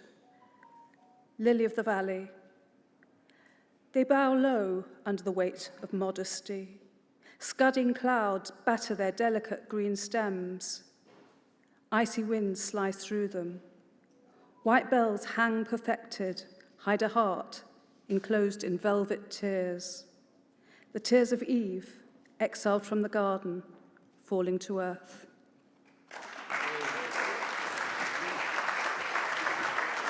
बहुत बहुत शुक्रिया, थैंक यू। बहुत आपने मुख्तसर और जामे कलाम पेश किया। दोस्तों वापस आते हैं अब उर्दू की तरफ, और उर्दू से ज़ाहिर है हम सबको मोहब्बत है। शायरी आहंग और बहर और औज़ान के साथ साथ मौसीक़ी और मानवियत का नाम है। जैसे कि क्यों तुझे डर है कि मौत आई तो मर जाऊंगी, क्यों तुझे डर है कि मौत आई तो मर जाऊंगी, मैं तो नखत हूँ फ़ज़ाओं में बिखर जाऊंगी, सारी दुनिया से कटी हूँ तुझे पाने के लिए, तूने ठुकरा दिया मुझको तो किधर जाऊंगी। आपकी भरपूर तालियों में डॉक्टर नखत इफ्तिखार।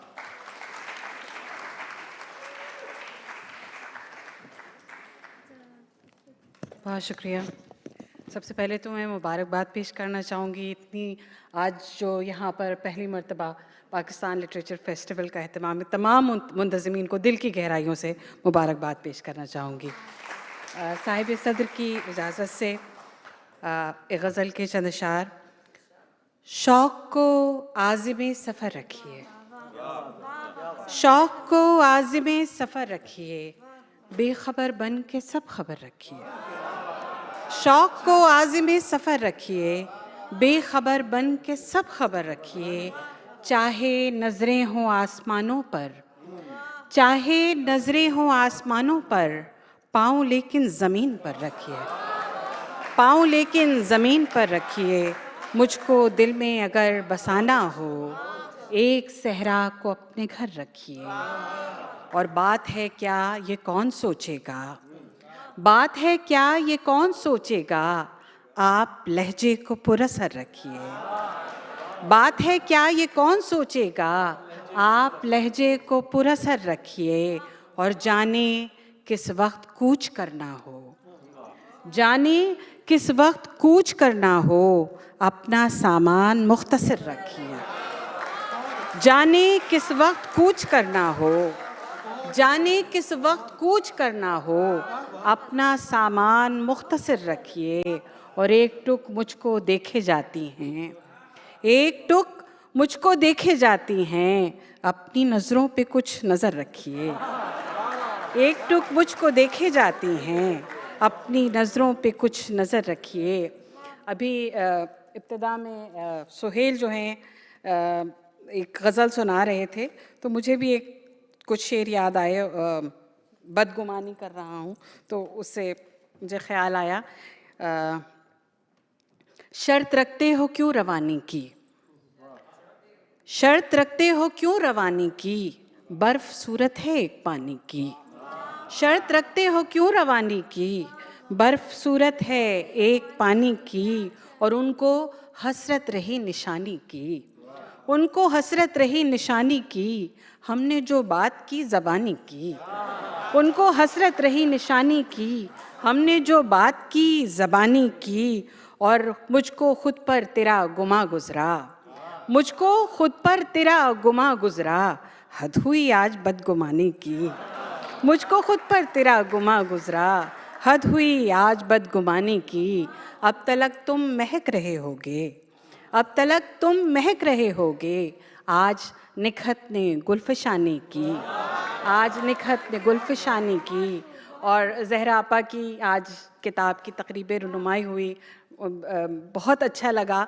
निसाई लहजे में जो सबसे पहली ख़वातीन जिन्होंने ये बुनियाद रखी, तो मैं भी निसाई लहजे में गज़ल के चंद अशार पेश करने की इजाज़त चाहूँगी कि उसका मामूल है हर रोज़ शिकायत साहब, उसका मामूल है हर रोज़ शिकायत साहब, मुझ पे लाजिम है कि देनी है वजाहत साहब, मुझ पे लाजिम है कि देनी है वजाहत साहब, और हाय जिंदा की घुटन में तेरा एहसान मुझ पर, हाय जिंदा की घुटन में तेरा एहसान मुझ पर, सांस लेने की मुझे दे दी इजाज़त साहब, सांस लेने की मुझे दे दी इजाज़त साहब, और आसमानों को मेरे छीन लिया उसके एवज़, आसमानों को मेरे छीन लिया उसके एवज़, दी गई है मुझे एक छत की सहूलत साहब, आसमानों को मेरे छीन लिया उसके एवज़, दी गई है मुझे एक छत की सहूलत साहिब, और धूप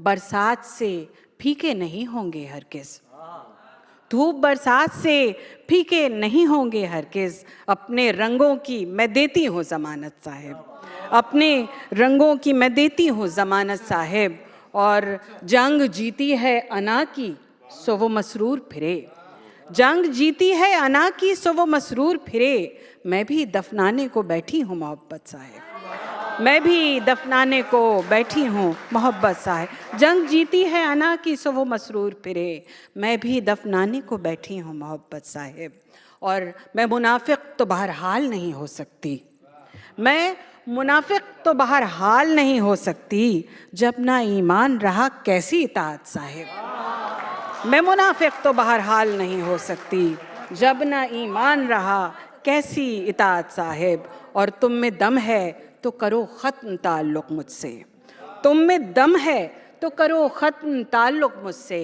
कर रही हूँ सरे महफ़िल में बगावत साहिब, कर रही हूँ सरे महफ़िल में बगावत साहिब, कभी निखत कभी आंसू कभी पत्थर कर दे, कभी निखत कभी आंसू कभी पत्थर कर दे, वो दबाव है कि बदले मेरी हयत साहिब। बहुत शुक्रिया। वाह वाह वाह, क्या कहने। जाने किस वक्त कूच कर रहा हो, अपना सामान मुख्तसर रखिए, मेरा पैगाम भी यही है मुशायरे के अगले हिस्से के लिए। बहुत शुक्रिया। मेरे जो अगले मेहमान हैं वो भी पेशे के लिहाज से डॉक्टर हैं, लेकिन ख़यालात और एहसासात के नश्तर से अल्फाज व मानी की रूहानी जर्राही भी कर लेते हैं। तो मैं चाहूँगा कि आप ज़रूर इनकी शायरी से महजूज़ हों और भरपूर तालियां ज़रूर बजाइएगा डॉक्टर हिलाल फरीद साहब के लिए। तशरीफ़ लाते हैं डॉक्टर हिलाल फरीद।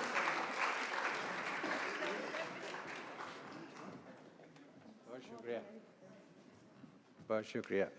मैं पाकिस्तान लिटरेरी फेस्टिवल का बहुत ममनून हूँ कि मुझे इस खूबसूरत महफ़िल में मदऊ किया और इसमें शामिल होने का मौका दिया। महफ़िल में डॉक्टर जावेद सिद्दीकी साहब और डॉक्टर जावेद शेख और डॉक्टर एहसन ज़फ़र ज़ैदी साहब मौजूद हैं। उनकी खिदमत में आदाब पेश करता हूँ और जनाब सदर की इजाज़त से गज़ल के शेर पेश करता हूँ। जैसे ये भी फ़कत एक तमाशा हुआ, लोग देखा किए,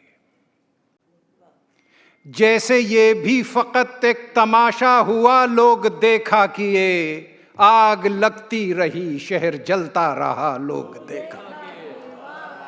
जैसे ये भी फ़कत एक तमाशा हुआ, लोग देखा किए, आग लगती रही शहर जलता रहा लोग देखा किए, सच पे हावी हुआ झूठ का सिलसिला लोग देखा किए। सच पे हावी हुआ झूठ का सिलसिला लोग देखा किए, कोई शिकवा गिला कब किसी ने किया लोग देखा किए। सच पे हावी हुआ झूठ का सिलसिला लोग देखा किए, कोई शिकवा गिला कब किसी ने किया लोग देखा किए। और बात कहनी थी जो कैसे कहते भला लोग देखा किए। बात कहनी थी जो कैसे कहते भला लोग देखा किए, बोल बाला सितमगर का होता रहा लोग देखा किए। बात कहनी थी जो कैसे कहते भला लोग देखा किए, बोल बाला सितमगर का होता रहा लोग देखा किए। और हाथ जोड़े हुए सर झुकाए हुए नाम जपते रहे। हाथ जोड़े हुए सर झुकाए हुए नाम जपते रहे, इतना पूजा के बंदा खुदा बन गया लोग देखा किए। हाथ जोड़े हुए सर झुकाए हुए नाम जपते रहे, इतना पूजा के बंदा खुदा बन गया लोग देखा किए। वो आई कैसी घड़ी क्यों वतन पे हमारे ये बिपता पड़ी। आई कैसी घड़ी क्यों वतन पे हमारे ये बिपता पड़ी, जुल्म बढ़ता गया कत्ल होता रहा लोग देखा किए। आई कैसी घड़ी क्यों वतन पे हमारे ये बिपता पड़ी, जुल्म बढ़ता गया कत्ल होता रहा लोग देखा किए। वो ऐसा जादू हुआ होश जाते रहे धुंध छाने लगी। ऐसा जादू हुआ होश जाते रहे धुंध छाने लगी, देखना था बहुत कुछ न कुछ भी दिखा लोग देखा किया। ऐसा जादू हुआ होश जाते रहे धुंध छाने लगी, देखना था बहुत कुछ न कुछ भी दिखा लोग देखा किए। ओ हमसे पूछे कोई क्या कमाल आपका, हमने देखा हिलाल। हमसे पूछे कोई क्या कमाल आपका, हमने देखा हिलाल। शेर पढ़ते गए नक्श बनता गया लोग देखा किए। एक कथा सुनाता हूँ। करता है शेख जो वो इबादत तो है नहीं। करता है शेख जो वो इबादत तो है नहीं, दिल में हवस भरी है मोहब्बत तो है नहीं। करता है शेख जो वो इबादत तो है नहीं, दिल में हवस भरी है मोहब्बत तो है नहीं। आज़ाद फिक्र लोग भी शामिल हैं रिंद भी। करता है शेख जो वो इबादत तो है नहीं, दिल में हवस भरी है मोहब्बत तो है नहीं। आज़ाद फिक्र लोग भी शामिल हैं रिंद भी, इस्लाम मौलवी की रियासत तो है नहीं। बहुत शुक्रिया। एक गज़ल के और चंद शेर सुनाऊं? जी। उन्हें साथ साथ करेंगे तय वो जो फासले अभी आएंगे। उन्हें साथ साथ करेंगे तय वो जो फासले अभी आएंगे। कई रास्तों से गुजर चुके कई रास्ते अभी आएंगे। उन्हें साथ साथ करेंगे तय वो जो फासले अभी आएंगे। कई रास्तों से गुजर चुके कई रास्ते अभी आएंगे। जावेद भाई ज़रा देखें शेर कि नई रोशनी अभी आएगी, नए जाविये अभी आएंगे।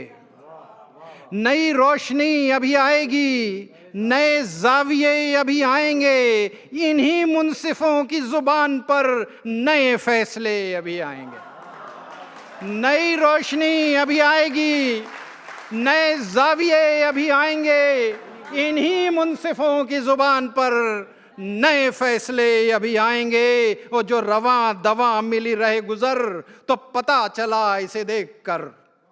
जो रवां दवा मिली रहे गुजर, तो पता चला इसे देखकर। कई काफले अभी जाएंगे, कई काफले अभी आएंगे। जो रवां दवा मिली रहे गुजर, तो पता चला इसे देखकर। कई काफले अभी जाएंगे, कई काफले अभी आएंगे। जरा दिल को थाम के बैठिए, जरा आप सब्र तो कीजिए। जरा दिल को थाम के बैठिए, जरा आप सब्र तो कीजिए। अभी दास्तां की है इब्तिदा, बड़े वाक़ये अभी आएंगे। जरा दिल को थाम के बैठिए, जरा आप सब्र तो कीजिए। अभी दास्तां की है इब्तिदा, बड़े वाक़ये अभी आएंगे। और इस महफिल की नज़र कर रहा हूँ, ये शेर है ये शाम, शाम गज़ल मियाँ। जो यहाँ हुनर, वो हुनर कहाँ है? ये शाम, शाम गज़ल मियाँ। जो यहाँ हुनर, वो हुनर कहाँ? जिन्हें सुन के सर को धुनोगे तुम, वो भी काफ़िये अभी आएंगे। यह शाम, आदाब, यह शाम, शाम गज़ल मियाँ। जो यहाँ हुनर, वो हुनर कहाँ? जिन्हें सुन के सर को धुनोगे तुम, वो भी काफ़िये अभी आएंगे। और मेरा यार भी है कमाल का, सुनी बात मेरी तो यूं कहा। मेरा यार भी है कमाल का, सुनी बात मेरी तो यूं कहा। ये तो इश्क का है मुआमला, बड़े मसले अभी आएंगे। मेरा यार भी है कमाल का, सुनी बात मेरी तो यूं कहा। ये तो इश्क का है मुआमला, बड़े मसले अभी आएंगे। और मेरी जुस्तजू है अजीम तर, न किसी का खौफ न कोई डर। मेरी जुस्तजू है अजीम तर, न किसी का खौफ न कोई डर। मैं करूँगा खुद ही उन्हें भी सर, वो जो मरहले अभी आएंगे। मेरी जुस्तजू है अजीम तर, न किसी का खौफ न कोई डर। मैं करूँगा खुद ही उन्हें भी सर, वो जो मरहले अभी आएंगे। सभी दाग दिल के दिखाओगे, कि उन्हें न कुछ भी बताओगे। सभी दाग दिल के दिखाओगे, कि उन्हें न कुछ भी बताओगे। ज़रा तुम हिलाल ये सोच लो, कि वो सामने। बहुत शुक्रिया। वाह वाह वाह, माशाल्लाह। डॉक्टर हिलाल फरीद साहब थे। बोलबाला सितमगर का होता रहा, लोग देखा कि ये वाली सिचुएशन थी। बहुत शुक्रिया आपका। दोस्तों, इसी तरह जितने भी शोरा कराम आ रहे हैं, आप सबको इसी तरह सराहते रहें। मेरे अगले जो मेहमान हैं, उनके सामने हमेशा इस तरह का मैंने वाक़या देखा है, मेरे प्रोग्राम में भी आए और हम बहुत महसूस हुए इस प्रोग्राम में। वहाँ लफ्ज़ इनके सामने हाथ बांधे खड़े रहते हैं। याददाश्त ऐसी है कि याद को भी नाज होता है। आवाज़ की घनगरज और शेर पढ़ने का अंदाज़ दिल में घर कर लेता है और रंग बातें करे और बातों से खुशबू आए वाली सिचुएशन होती है। तो मैं दरख्वास्त करूँगा, बहुत ज़बरदस्त कानूनदान हैं, अदीब हैं, मुहक्किक़ हैं। मुख्तलिफ़ औक़ात में आपने इनको मुख्तलिफ़ मक़ालात पढ़ते हुए सुना होगा। आज इनकी शायरी का कमाल भी देखेंगे। जनाब एडवोकेट खलीलुर रहमान साहब, भरपूर तालियों में एडवोकेट खलीलुर रहमान साहब।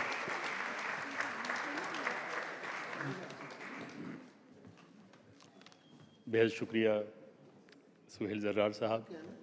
मैं ममनून हूँ फ़ातिमा साहिबा का, जिनकी हुक्म था कि मैं हाज़िर हुआ और यहाँ आज मेरी शमूलियत मुझे अपने लिए बाइस इफ्तिखार और एज़ाज़ महसूस होती है। जनाब सदर की इजाज़त से दो चार अशार और एक गज़ल छोटी सी, क्योंकि मेरा ख़्याल है मुख्तसर पढ़ना चाहिए, शोरा की तादाद भी ज़्यादा है। कुछ तो हल इस बेकरारी का निकाला चाहिए, कुछ तो हल इस बेकरारी का निकाला चाहिए। लड़खड़ाते डूबते दिल को संभाला चाहिए, लड़खड़ाते डूबते दिल को संभाला चाहिए। नामुकम्मल गुलसिता हैं बस हंसी से फूल की, नामुकम्मल गुलसिता हैं बस हंसी से फूल की। बुलबुले शोरीद अब तेरा भी नाला चाहिए, बुलबुले शोरीदा अब तेरा भी नाला चाहिए, शब गजीदों से हुई है गुम सहर जाने कहाँ, शब गजीदों से हुई है गुम सहर जाने कहाँ, ढूंढने को इसके यारब कुछ उजाला चाहिए, ढूंढने को इसके यारब कुछ उजाला चाहिए। फातिमा साहिब बशीर, दुश्मनों से कब बचाया आहनी दीवारों ने, दुश्मनों से कब बचाया आहनी दीवारों ने, वो बचाए तो फ़कत मकड़ी का जाला चाहिए।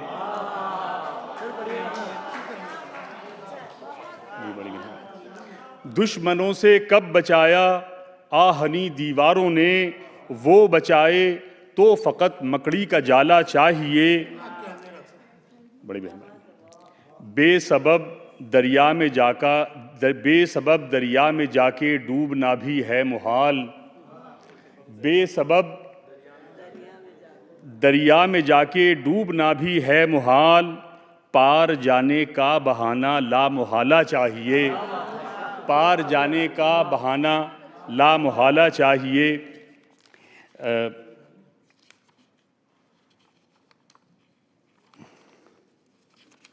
एक गज़ल हमारे मेरे मुरब्बी मोहब्बी अज़ीज़ दोस्त डॉक्टर जावेद शेख,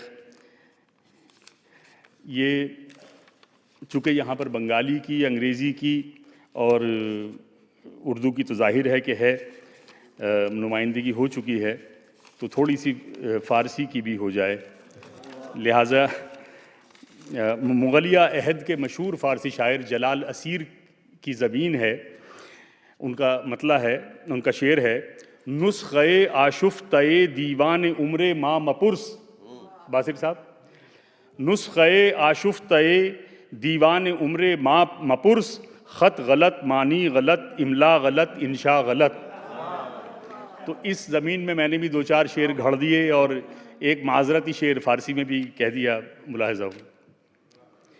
ज़िंदगी का है फसाना सारे का सारा गलत, ज़िंदगी का है फसाना सारे का सारा गलत, ख़त गलत, मानी गलत, इमला गलत, इंशा गलत।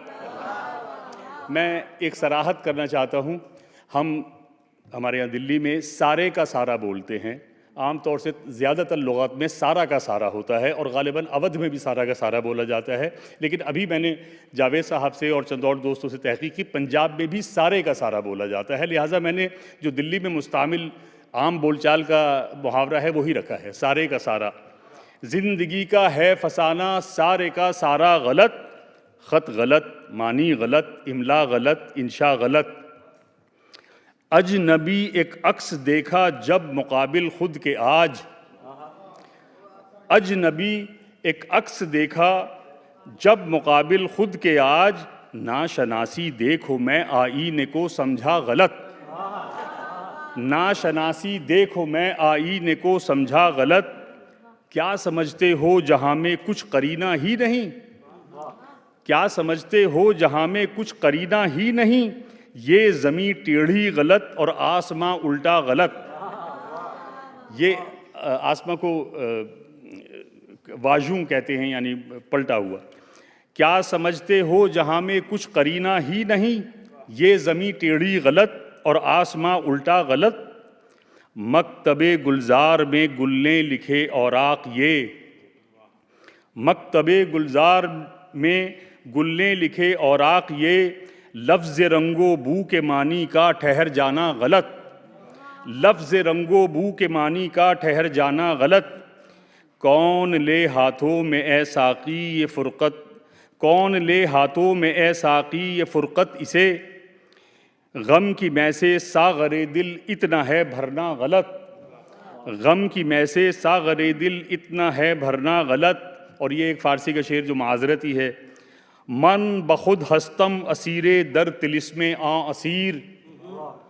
फातिमा साहिब, मन बखुद हस्तम असीरे दर तिलिस्मे आ असीर, जुरअते मन बर ज़मीने ऊ गज़ल पैमा गलत, जुर्अते मन बर ज़मीने ऊ गज़ल पैमा गलत, वो मसीहाई में मेरी जान ले बैठा खलील, वो मसीहाई में मेरी जान ले बैठा खलील, हो गया लो मेरा ही अब खून का दावा गलत।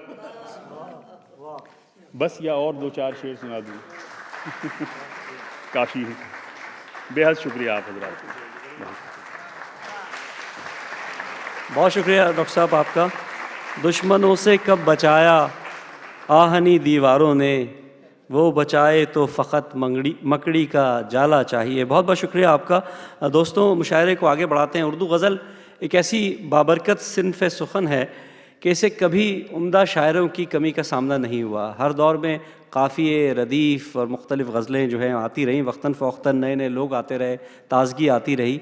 अभी आप देखिए कि मैं चंद अशार पढ़ूँगा, इनका भी एक नया मजमूआ कलाम भी आया है याफ्त के नाम से, और आप देखिएगा कि आप ख़ुद तालियां बजाएंगे कि चेहरे पे जो देखे हैं आसार खुशी के, दुख बेच के लाए हैं 100 आज़ार खुशी के, बेटे की हंसी भाई का सुख बाप की गैरत, औरत ने उठाए हैं सभी बार खुशी के।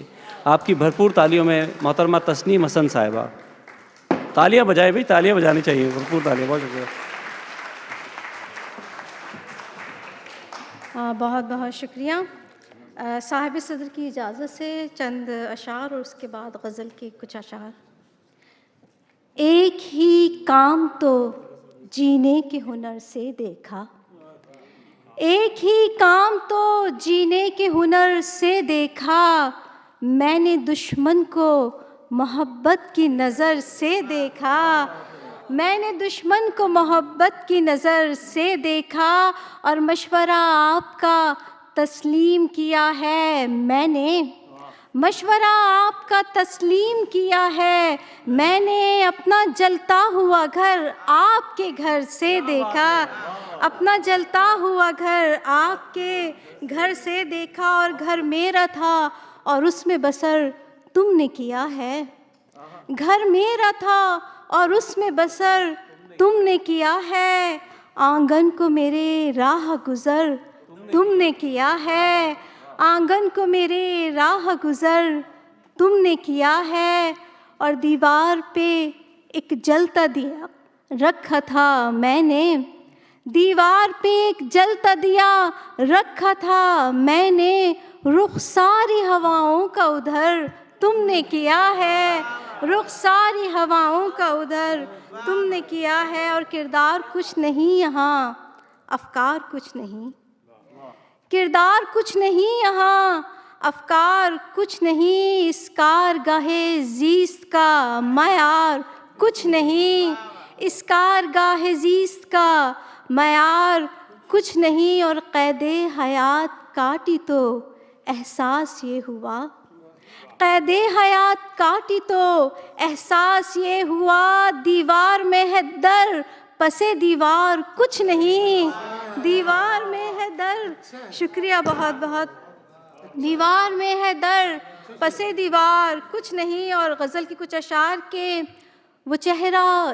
जो मेरी चाहत रहा है, वो चेहरा जो मेरी चाहत रहा है, मगर ऐसा कहीं देखा सुना है, मगर ऐसा कहीं देखा सुना है, और ख़ुद अपनी ज़ात का मेरी अना से, ख़ुद अपनी ज़ात का मेरी अना से बड़ी मुश्किल से समझौता हुआ है, बड़ी मुश्किल से समझौता हुआ है, और उजाले सब समेटे जा चुके हैं, उजाले सब समेटे जा चुके हैं, मेरे रास्ते में अब टूटा दिया है, मेरे रास्ते में अब टूटा दिया है, और मेरा अपना असासा कुछ नहीं है, मेरा अपना असासा कुछ नहीं है, मेरा तो नाम भी रखा हुआ है, मेरा अपना असासा कुछ नहीं है,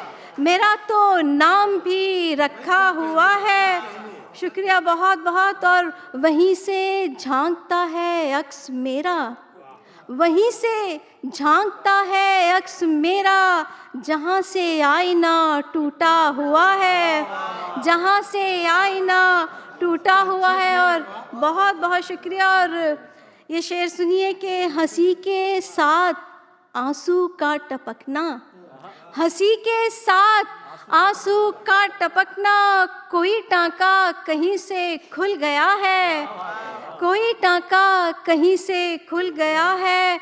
और मक्ता है कि मुझे तस्नीम वो लगता है ऐसे, मुझे तस्नीम वो लगता है ऐसे, लिबासों की तरह पहना हुआ है, वो चेहरा जो मेरी चाहत रहा है, मगर ऐसा कहीं देखा सुना है। शुक्रिया बहुत खूब। ये था खालिस नसाई लहजा। मेरा अपना असासा कुछ नहीं है, मेरा तो नाम भी रखा हुआ है। भरपूर तालियां होनी चाहिए मोहतरमा तस्नीम हसन साहिबा के लिए। दोस्तों, वो कहते हैं ना कि ज़िंदगी पर शायरी तो सभी करते हैं, लेकिन शायरी में ज़िंदगी का एहसास पैदा करना ये है बड़ी बात। तो हमारी जो अगली मेहमान है, वो उनकी तो किताब का नाम भी ज़िंदगी है, और वो इस तरह के अशार कहती हैं कि बिफरे दरिया की रवानी से निकल आया है, बिफरी दरिया की रवानी से निकल आए हैं, हम बिना भीगे ही पानी से निकल आए हैं।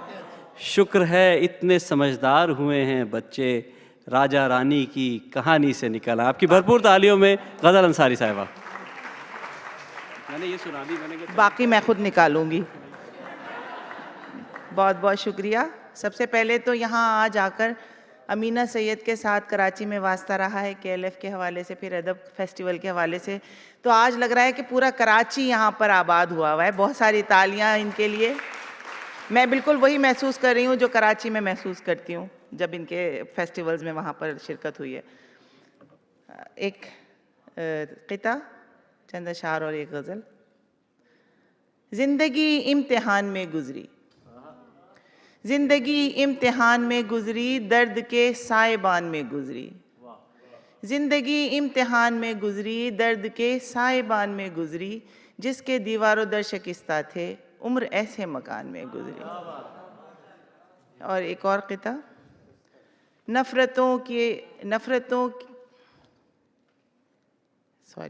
खुद ही भूल गई।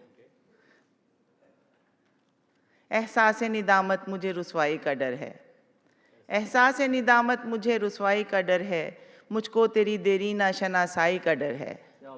एहसास निदामत मुझे रुसवाई का डर है, मुझको तेरी देरी ना शनासाई का डर है।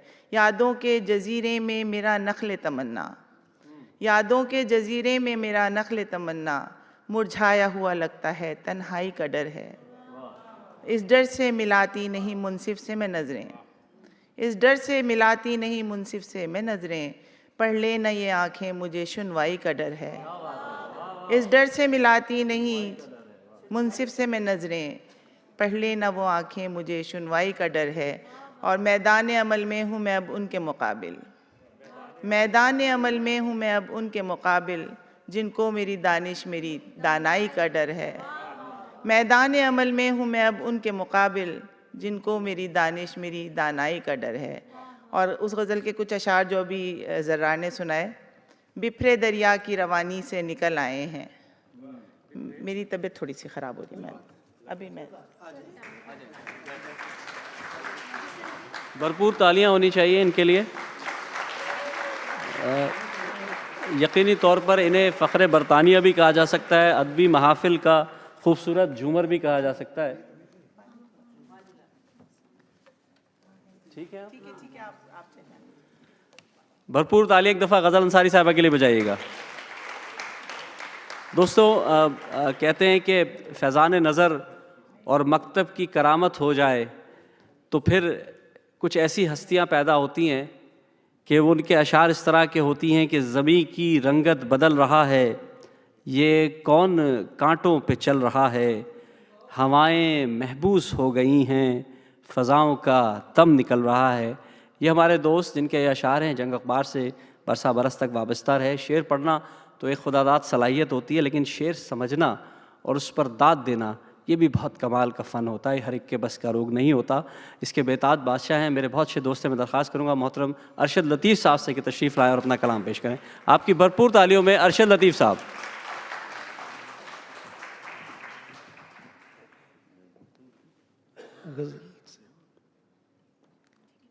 ज़मीं की रंगत बदल रहा है, ज़मीं की रंगत बदल रहा है, ये कौन कांटों पे चल रहा है। ज़मीं की रंगत बदल रहा है, ये कौन कांटों पे चल रहा है तेज नफरत की आग ऐसी, है तेज नफरत की आग ऐसी कि सब्ज जंगल भी जल रहा है। है तेज नफरत की आग ऐसी कि सब्ज जंगल भी जल रहा है। हवाएं महबूस हो गई हैं, हवाएं महबूस हो गई हैं, फिजाओं का दम निकल रहा है।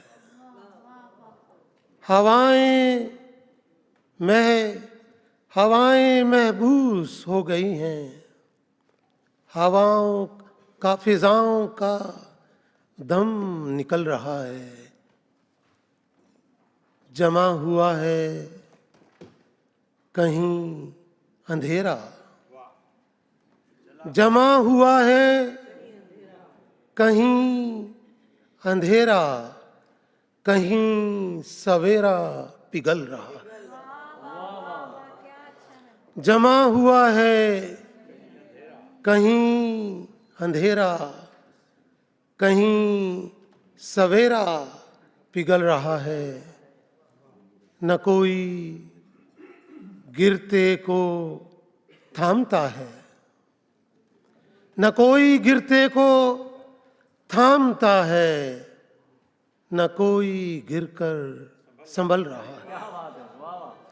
न कोई गिरते को थामता है, न कोई गिरकर संभल रहा है।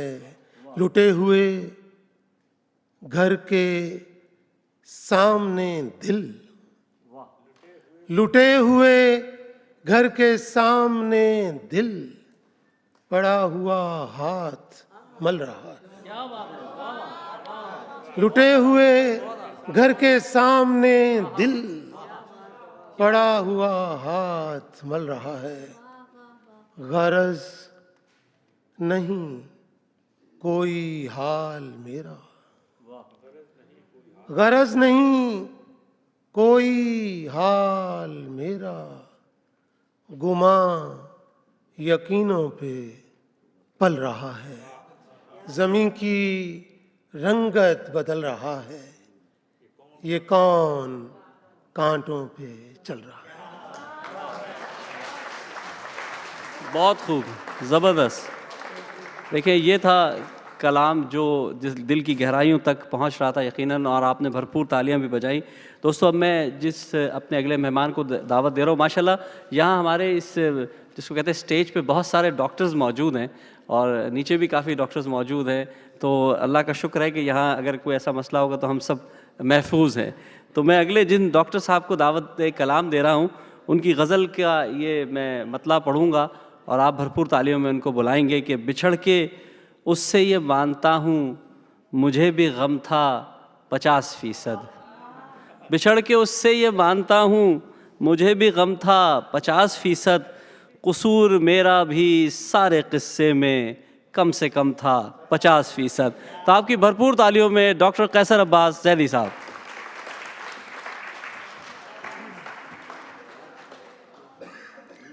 जब यजीद वक्त करता है जफा का फैसला, जब यजीद वक्त करता है जफा का फैसला, मानना पड़ता है उसको करबला का फैसला। जब यजीद वक्त करता है जफा का फैसला, मानना पड़ता है उसको करबला का फैसला। और एक बुलंद आवाज़ होती है सदाए जब्र की, एक बुलंद आवाज़ होती है सदाए जब्र की, एक होता है नवाए बेनवा का फैसला। और ज़ोमे बातिल कर चुका है इब्तिदाए रज़्म नौ, ज़ोमे बातिल कर चुका है इब्तिदाए रज़्म नौ, हौसला हक़ का करेगा इंतहा का फैसला। और गिर पड़ेगा टूट कर एक दिन रऊनत का महल, खुद ब खुद मनसूख होगा अश्किया का फैसला। और देखना मजलूमियत छा जाएगी फिर जुल्म पर, खुद करेगा नासज़ा अपनी सज़ा का फैसला। और मुस्तकिल होते नहीं मनसब फजीलत कर रुफर, दस्ते इंसान में नहीं कदर क़ज़ा का फैसला। फैसले करते हुए ए कैसरे मकरो दगा, याद रखना आखिरी होगा खुदा का फैसला। ये ज़िंदगी है इसे खुद पे आश्कारा कर, ये ज़िंदगी है इसे खुद पे आश्कारा कर, हर एक बात पे शिकवा न कर गुजारा कर। ये ज़िंदगी है इसे खुद पे आश्कारा कर, हर एक बात पे शिकवा न कर गुजारा कर। खुद अपने दर्द का करना है गर इलाज तुझे, खुद अपने दर्द का करना है गर इलाज तुझे, किसी के दर्द का गर हो सके तो चारा कर। और ये शेर जो है ये डॉक्टर फातिमा हसन की नज़र के नहीं है सारे जहां में कोई तेरे जैसा, नहीं है सारे जहां में कोई तेरे जैसा, जो हो सके तो खुद अपनी नज़र उतारा कर।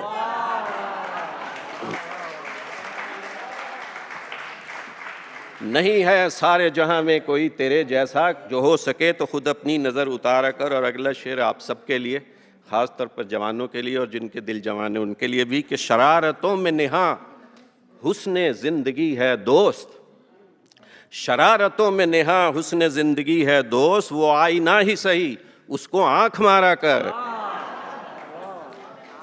शरारतों में नेहा हुस्न ज़िंदगी है दोस्त, वो आईना ही सही उसको आँख मारा कर। वो काम हो गया नाकाम जिसमें तू कैसर, नहार मान उसी काम को दोबारा कर, नहार मान उसी काम को दोबारा कर। जल्दी जल्दी चंद शेर सुनाऊंगा। मतलाए जी बिछड़ के उससे ये मानता हूँ मुझे भी गम था 50%, बिछड़ के उससे ये मानता हूँ मुझे भी गम था 50%, कसूर मेरा भी सारे किस्से में कम से कम था 50%। और मेरी भी आंखों से चंद आंसू निकल के पलकों पर आ गए थे, मेरी भी आंखों से चंद आंसू निकल के पलकों पर आ गए थे। और उसका चेहरा भी लग रहा था मुझे कि नम था 50%। और 50% थी मुस्कुराहट जो मुझ पे जादू सा कर गई थी, और उसमें शामिल वो उसके लहजे का ज़ेरो बम था 50%। अगर वो भटका 50% मेरे मुक़द्दर का फेर था वो, अगर वो भटका 50% मेरे मुक़द्दर का फेर था वो, अगर मैं उलझा वो उसकी जुल्फ़ों का पेचो खम था 50%। और नहीं कि गुल पैराहन नहीं था, वफ़ा का उसमें चलन नहीं था, जभी तो मीज़ान आरज़ू में वो मोहतरम था 50%। और मैं छोड़ रहा हूँ शेर, मोहब्बतों में इबादतें थीं, इबादतों में मोहब्बतें थीं, मोहब्बतों में इबादतें थीं, इबादतों में मोहब्बतें थीं। सनम खुदा था 50%, खुदा सनम था 50%। और कभी रुलाकर गले लगाया, गले लगाकर कभी रुलाया, कभी रुलाकर गले लगाया, गले लगाकर कभी रुलाया। कभी सितम था 50%, कभी करम था 50%। जो लोग मैथमेटिक्स समझते हैं वो ज़रा गौर करें कि बिछड़ के मुझसे 50% वो क्योंकि खुश था मुझे खुशी थी, बिछड़ के मुझसे 50% वो क्योंकि खुश था मुझे खुशी थी, 50% मैं गमज़दा था उसे ये गम था 50%।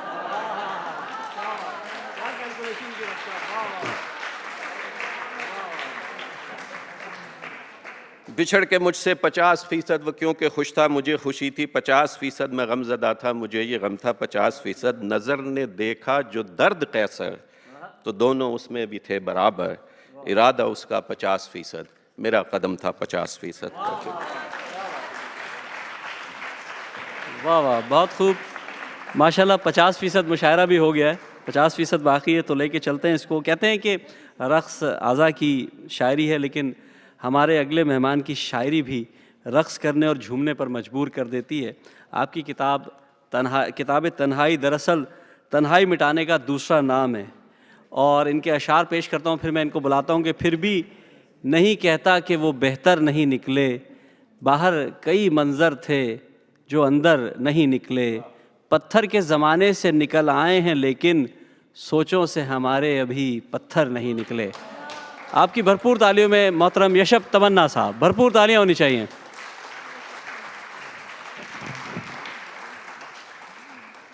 बहुत शुक्रिया साहिब सदर, आपकी इजाज़त से। वो जो एक चेहरा दमक रहा है जमाल से, वो जो एक चेहरा दमक रहा है जमाल से, उसे मिल रही है खुशी किसी के ख्याल से। वो जो एक चेहरा दमक रहा है जमाल से, उसे मिल रही है खुशी किसी के ख्याल से। मैंने सिर्फ एक ही दायरे में सफ़र किया, मैंने सिर्फ एक ही दायरे में सफ़र किया, कभी बेनियाज भी कर मुझे महुसाल से।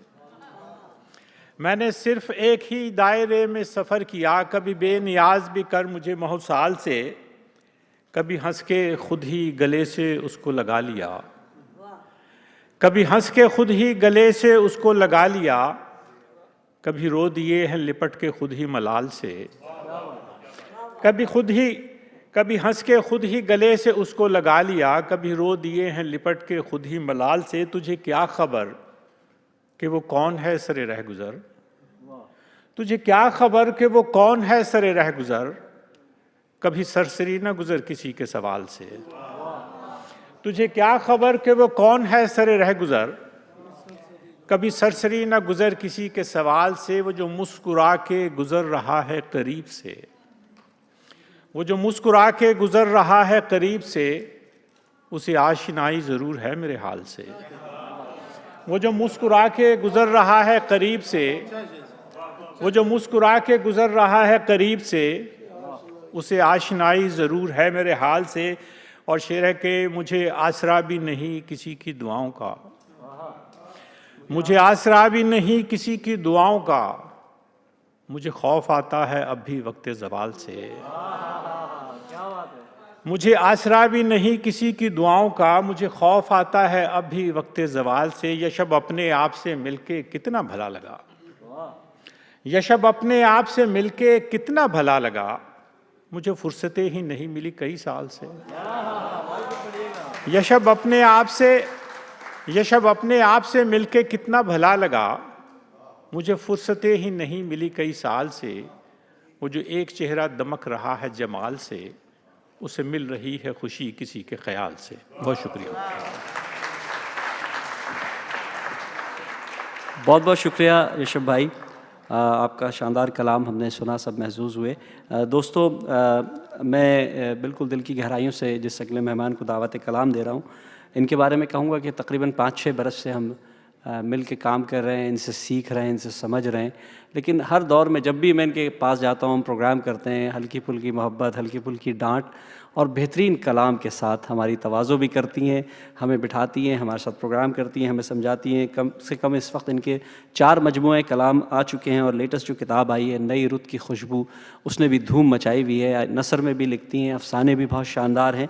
बरतानवी उर्दू अदब की मुतहरिक और फ़ाल तरीन शख्सियत मैं कहूँगा इन्हें। आपकी भरपूर तालियों में मोहतरमा नजमा उस्मान साहिबा, भरपूर तालियों में।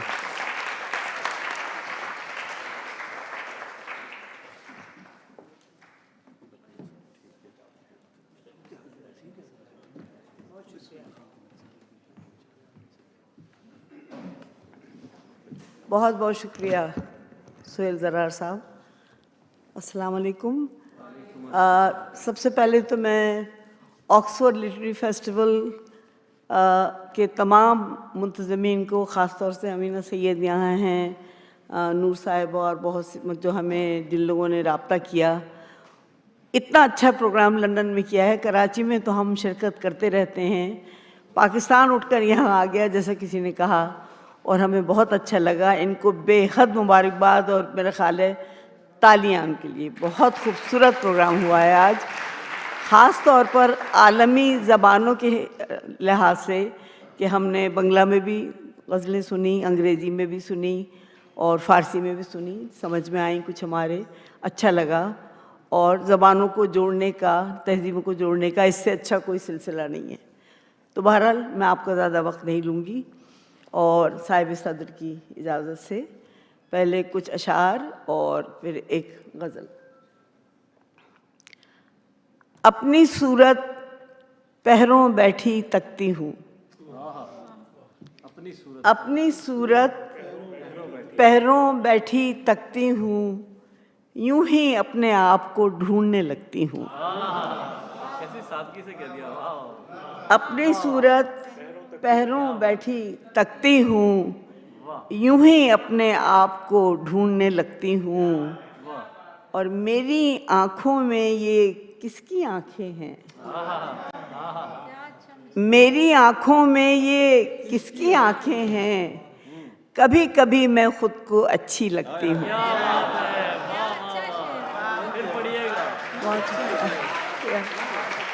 मेरी आँखों में ये किसकी आँखें हैं?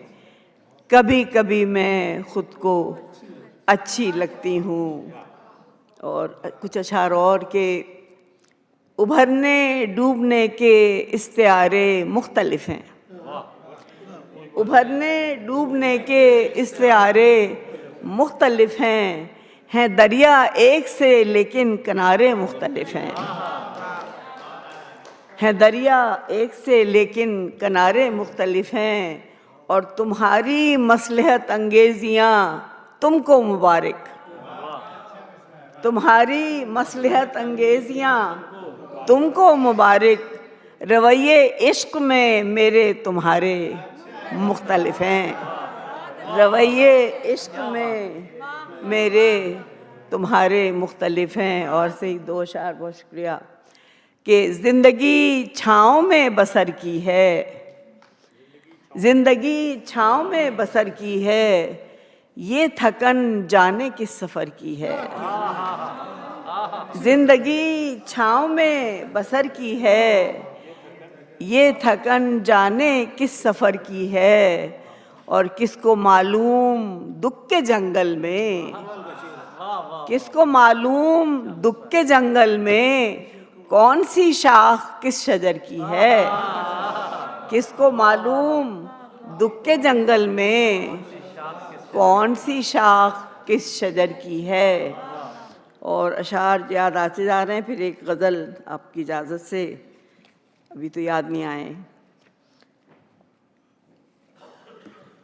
गज़ल के कुछ अशार। बेबसी गर्दिशे अदवार में रखी हुई है, बेबसी गर्दिशे अदवार में रखी हुई है, जिंदगी कौन से आज़ार में रखी हुई है, जिंदगी कौन से आज़ार में रखी हुई है। और इतनी पुरशोर सी आवाज़ों के इस मेले में, इतनी पुरशोर सी आवाज़ों के इस मेले में खामशी भी मेरी गुफ्तार में रखी हुई है। इतनी पुरशोर सी आवाज़ों के इस मेले में खामशी भी मेरी गुफ्तार में रखी हुई है। बहुत शुक्रिया, बहुत शुक्रिया। और नर्म लहजे की खनक और मोहब्बत की ज़बान, नर्म लहजे की खनक और मोहब्बत की ज़बान मेरे एहसास में अशार में रखी हुई है। नर्म लहजे की खनक और मोहब्बत की ज़बान मेरे एहसास में अशार में रखी हुई है। और शेर अर्ज़ है कि जो लिखी और न सुनाई गई उस महफिल में, जो लिखी और ना सुनाई गई उस महफिल में, वो कहानी तेरे किरदार में रखी हुई है। जो लिखी और ना सुनाई गई उस महफिल में, वो कहानी तेरे किरदार में रखी हुई है। बहुत शुक्रिया, बहुत शुक्रिया। और मेरे चेहरे की, तेरे चेहरे की उदासी है मेरे चेहरे पर, तेरे चेहरे की उदासी है मेरे चेहरे पर, ये सिफत भी मेरे अतवार में रखी हुई है। बहुत शुक्रिया, बहुत शुक्रिया। तेरी आँखों की उदासी है मेरे चेहरे पर, ये सिफत भी मेरे अतवार में रखी हुई है। और बैरून मुल्क रहने वालों के लिए शेर ख़ास तौर से तवज्जो का। पेड़ की शाख में एक झूला पड़ा झूलता है, पेड़ की शाख में एक झूला पड़ा झूलता है, माँ की ममता अभी अशजार में रखी हुई है। पेड़ की शाख में एक झूला पड़ा झूलता है, माँ की ममता अभी अशजार में रखी हुई है।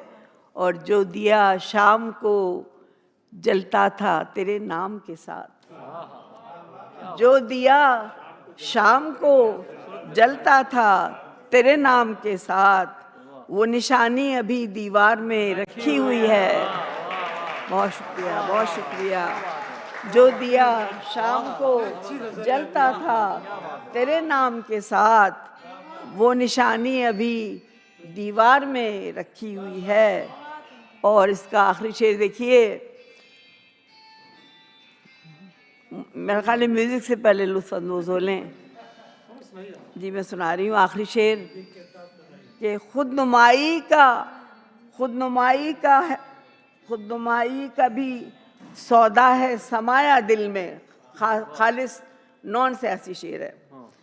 खुदनुमाई का भी सौदा है समाया दिल में, इज़्ज़त नफ्स भी दस्तार में रखी हुई है। बहुत बहुत शुक्रिया, बहुत बहुत शुक्रिया, बहुत बहुत शुक्रिया।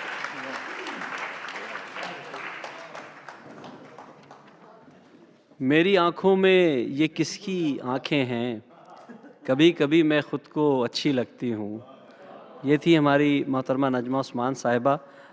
दोस्तों चलते हैं पाकिस्तान की तरफ। हमारे शहर कराची से तशरीफ़ लाए हैं एक ऐसे शायर जो बहुत ही अच्छे अदब नवाज़ शख्सियत आसिफ़ असलम फ़ारूक़ी साहब के भी हम असर रहे और उन पर उन्होंने किताब भी लिखी, कई किताबों के मुतरज्जिम भी हैं, बहुत अच्छी शायरी भी करते हैं। मुख्तलिफ़ प्रोग्राम्स का इनेकाद भी ख़ास कर कराची में, पाकिस्तान में मुख्तलिफ़ मकामात पे करते रहे। मैं भरपूर तालियों में दरख्वास्त करूँगा मोहतरम इनाम नदीम साहब से कि तशरीफ़ लाएँ और अपना कलाम पेश करें। आपकी भरपूर तालियों में इनाम नदीम साहब। बहुत बहुत शुक्रिया। ख़वातीन व हज़रात, सबसे पहले मैं अमीना सैयद साहिबा को बहुत मुबारकबाद पेश करना चाहूँगा पाकिस्तान लिटरेचर फेस्टिवल की।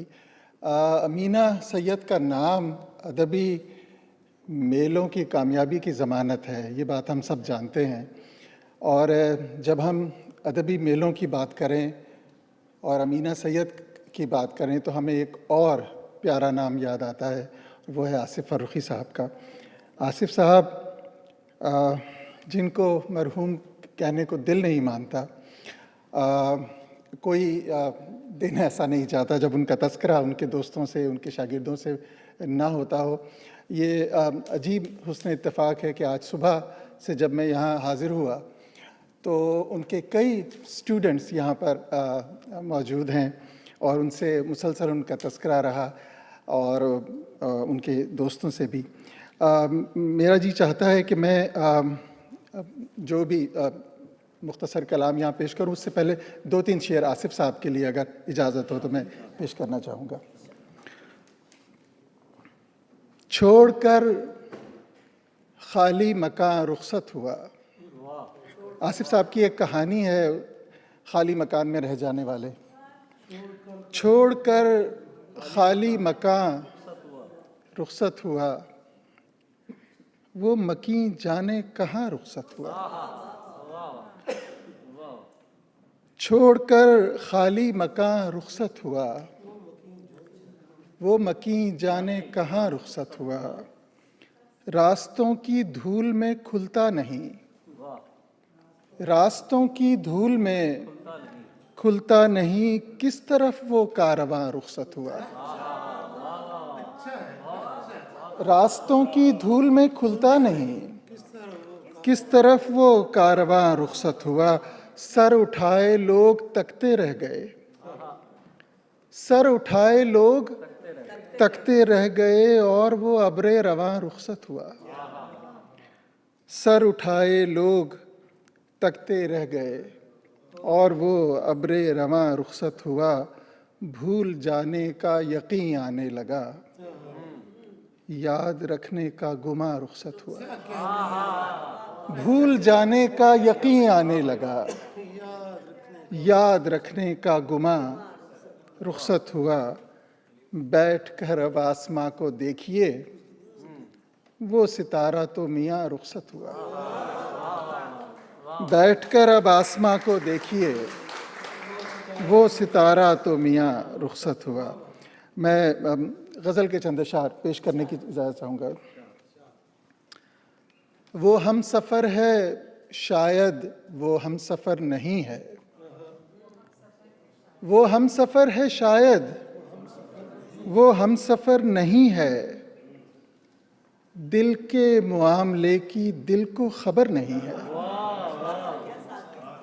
वो हम सफ़र है शायद वो हम सफ़र नहीं है, दिल के मुआमले की दिल को खबर नहीं है।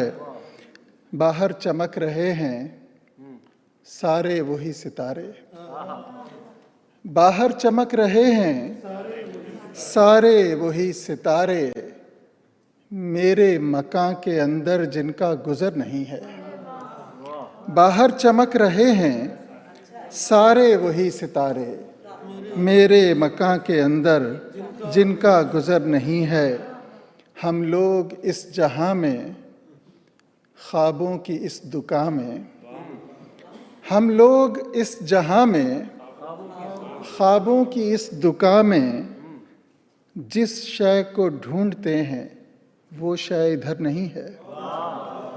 हम लोग इस जहां में ख्वाबों की इस दुकान में, जिस शय को ढूंढते हैं वो शय इधर नहीं है।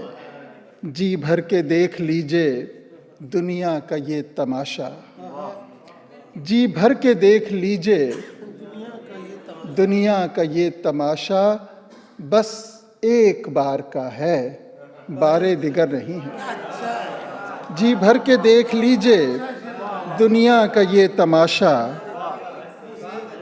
जी भर के देख लीजिए दुनिया का ये तमाशा, बस एक बार का है बारे दिगर नहीं है। मैं चंद अशार और पढ़ के इजाज़त लूँगा। आँख ने धोखा खाया था या साया था, आँख ने धोखा खाया था या साया था, वो खिड़की में आया था या साया था। आँख ने धोखा खाया था या साया था, वो खिड़की में आया था या साया था।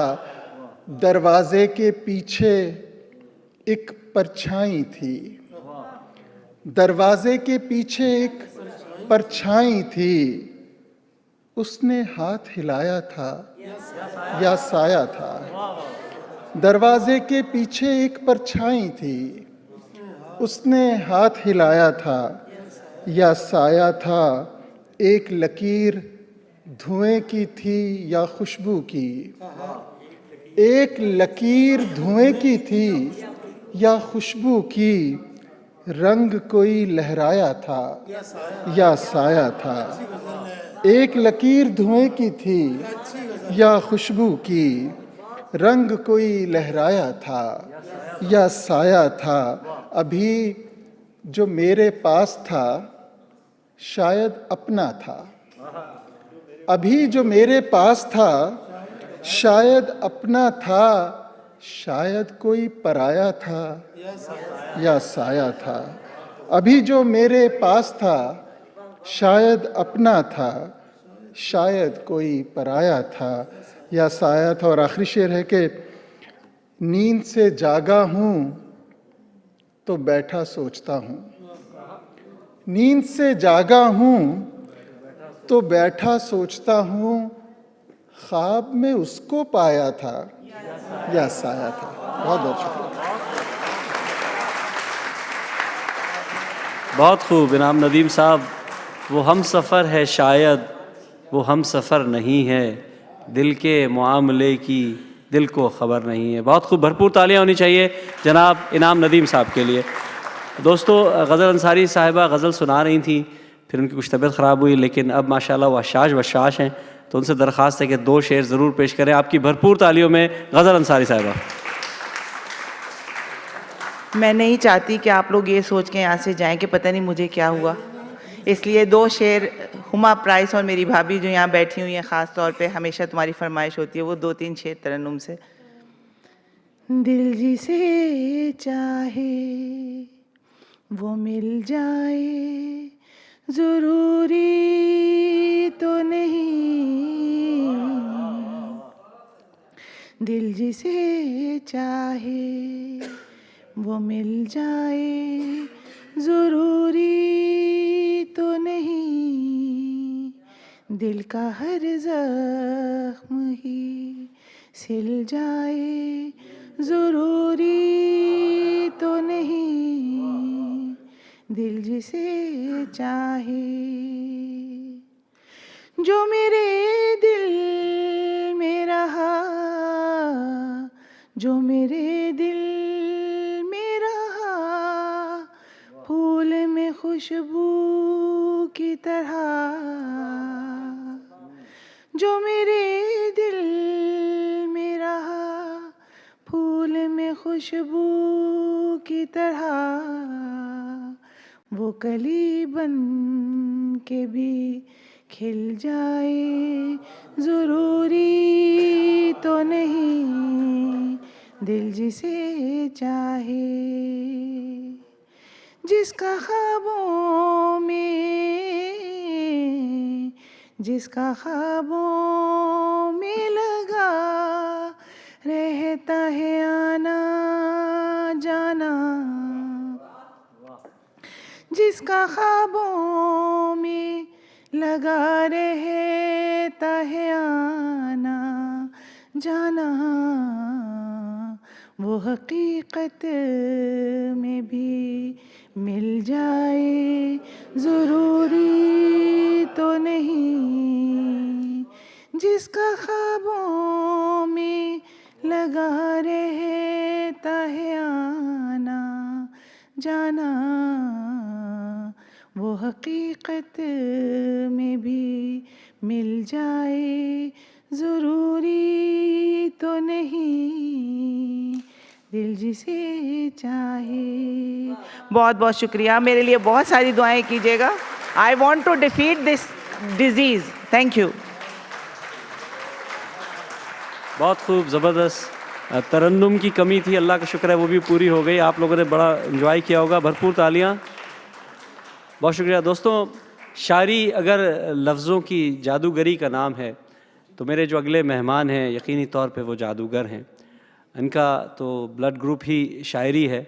उर्दू अदब के घने सायादार दरख्त की छाँव जिन्हें मैसर तो रही, लेकिन ख़ुद उन्हीं के अल्फाज में बनानी पड़ती है हर शख्स को जगह अपनी, मिले अगरचे बज़ाहिर बनी बनाई जगह।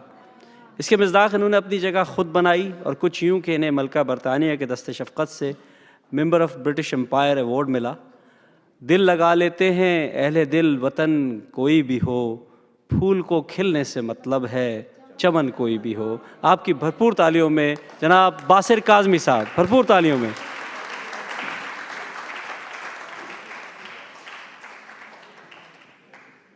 बहुत शुक्रिया। जनाब सदर की इजाज़त से सबसे पहले तो मैं पाकिस्तान लिटरेचर फेस्टिवल और ख़ास तौर पे अमीना सैयद साहिबा और इनकी टीम को मुबारकबाद पेश करना चाहूँगा, और शुक्रिया अदा करूँगा कि मुझे मौका दिया इसमें शिरकत का और आपसे मुलाकात का। एक गज़ल के चंद अशार। बैठे रहेंगे वो तो हमेशा दबा के बात, बैठे रहेंगे वो तो हमेशा दबा के बात, हम ही करेंगे उनसे किसी रोज जाके बात। बैठे रहेंगे वो तो हमेशा दबा के बात, हम ही करेंगे उनसे किसी रोज जाके बात। कुछ भी निकाल सकते हैं मतलब वो बात का, कुछ भी निकाल सकते हैं मतलब वो बात का, करता हूँ इसलिए मैं बहुत बच बचा के बात। कुछ भी निकाल सकते हैं मतलब वो बात का, करता हूँ इसलिए मैं बहुत बच बचा के बात। और पेचीदा हो गए हैं हमारे ताल्लुकात, पेचीदा हो गए हैं हमारे ताल्लुकात, करनी पड़ी है मुझको घुमा के फिरा के बात। बहुत शुक्रिया।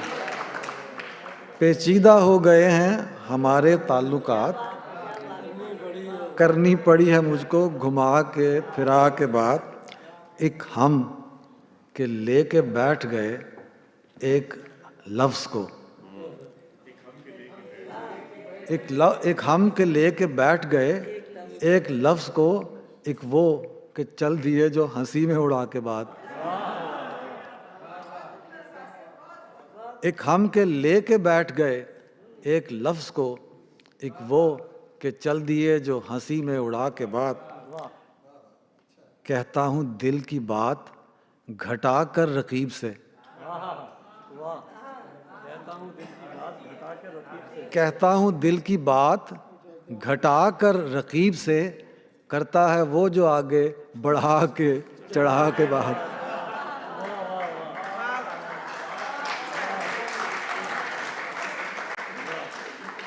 बहुत शुक्रिया। कहता हूँ दिल की बात घटा कर रकीब से, करता है वो जो आगे बढ़ा के चढ़ा के बात। वो जो बनी हुई है रुकावट सी दरमियाँ, वो जो बनी हुई है रुकावट सी दरमियाँ, मिलना हो अब हमें तो मिले वो हटा के बात। बहुत शुक्रिया।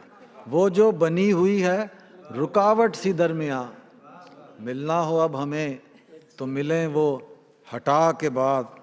और मतलूब वाइज़ों को हैं शायद हमारे अश्क, मतलूब वाइज़ों को हैं शायद हमारे अक्स, हंसने की भी वो करते हैं अक्सर रुला के बाद।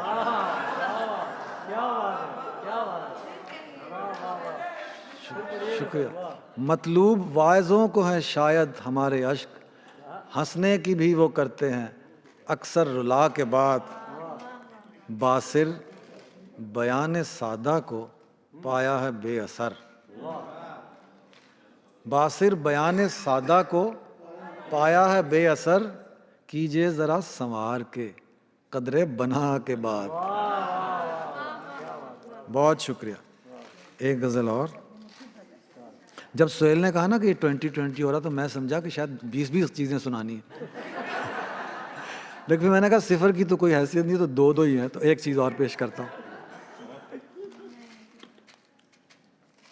हजार कहता रहा मैं कि यार एक मिनट, हजार कहता रहा मैं कि यार एक मिनट, किया ना उसने मेरा इंतज़ार एक मिनट। हजार कहता रहा मैं कि यार एक मिनट, किया ना उसने मेरा इंतज़ार एक मिनट। मैं जानता हूँ कि है ये खुमार एक मिनट, मैं जानता हूँ कि है ये खुमार एक मिनट। इधर भी आई थी मौजे बहार एक मिनट। बहुत शुक्रिया। मैं जानता हूँ कि है ये खुमार एक मिनट, इधर भी आई थी मौजे बहार, एक मिनट पता चले कि हमें कौन कौन छोड़ गया। पता चले कि हमें कौन कौन छोड़ गया, जरा हटे तो ये गर्दो गुबार। एक मिनट पता चले कि हमें कौन कौन छोड़ गया, जरा छटे तो ये गर्दो गुबार। एक मिनट और अबद तलक हुए हम उसके वसवसों के असीर। अबद तलक हुए हम उसके वसवसों के असीर, किया था जिस पे कभी एतबार। एक मिनट और अगरचे कुछ नहीं औकात एक हफ्ते की, अगरचे कुछ नहीं औकात एक हफ्ते की, जो सोचिए तो हैं ये 10,000। एक मिनट अगरचे कुछ नहीं औकात एक हफ्ते की, जो सोचिए तो हैं ये 10,000। एक मिनट और फिर आज काम से ताख़ीर हो गई बासिर, फिर आज काम से ताख़ीर हो गई बासिर। कहा किसी ने हमसे कहा बार बार। एक मिनट फिर आज काम से ताख़ीर हो गई बासिर, किसी ने हमसे कहा बार बार। एक मिनट 1000 कहता रहा मैं कि यार, एक मिनट किया ना उसने मेरा इंतज़ार। एक मिनट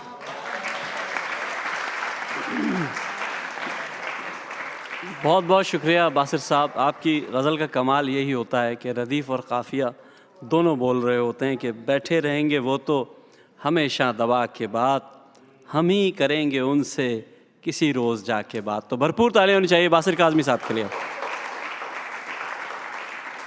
दोस्तों अब आखिरी दो जो मेहमान हैं, एक तो हमारी मेहमान ख़ुसूसी हैं, इनके काम इतने हैं और इनकी इतनी एफ़र्ट्स हैं, इतनी इनकी चीज़ें हैं कि मैं जब बनाने बैठा तो 4 पेजेस तकरीबन बन गए थे। फिर मैंने कम करते करते करते उसको 4 लाइनों में लाना जो है वो वाकई, उसके लिए तो आप मेरे लिए भी तालियां बजाइए क्योंकि वो बड़ा मुश्किल था। अब आप देखें ना कि अंजुमन तरक्की उर्दू पाकिस्तान की मोतमद की ज़िम्मेदारी रही, वहाँ उन्होंने उर्दू बाग की तामीर का पूरा इंतज़ाम किया। अंजुमन के दफ्तर में जो कायम लाइब्रेरी है, अगर आप उसको जाके देखें, मैंने ख़ुद उसका विज़िट किया है कि वहाँ इतनी कदीम किताबें हैं, वहाँ यहाँ बहुत सारे डॉक्टर्स बैठे हैं, वहाँ MBBS की किताबें भी उर्दू में हमने देखी, जो पुरानी किताबें वहाँ पे पढ़ी हुई हैं। फिर अभी जो इनकी आर्ट्स काउंसिल में ज़िम्मेदारी है, जोशमली आबादी लाइब्रेरी की इनके पास ज़िम्मेदारी है, सिंध एम्प्लॉइज़ की डायरेक्टर ताल्लुकात आमा भी रहीं, जामे कराची में भी पढ़ाती रहीं, मुख्तलिफ़ जामियात में। फिर दुनिया भर में जो उर्दू अदब के हवाले से कॉन्फ्रेंसेस होती हैं उसका हिस्सा बनती हैं, अपनी किताबों पर काम करती हैं, प्लस जो फलाही काम जो करती हैं वो मुख्तलिफ़ हैं। सिंध भर में सैलाब के दौरान जो कुछ हुआ वो बहरहाल बहुत सी बातें यहाँ बताने की भी नहीं है, लेकिन दुनिया शाहिद है इस बात की। शायरी में कैसा कमाल करती हैं वो आप सब जानते हैं, ख़ासकर निसाइयत के हवाले से भरपूर इनका कलाम होता है। मैं दरख्वास्त करूँगा आज की महफ़िल की मेहमान ख़ुसूसी डॉक्टर फ़ातिमा हसन से, आपकी भरपूर तालियों में।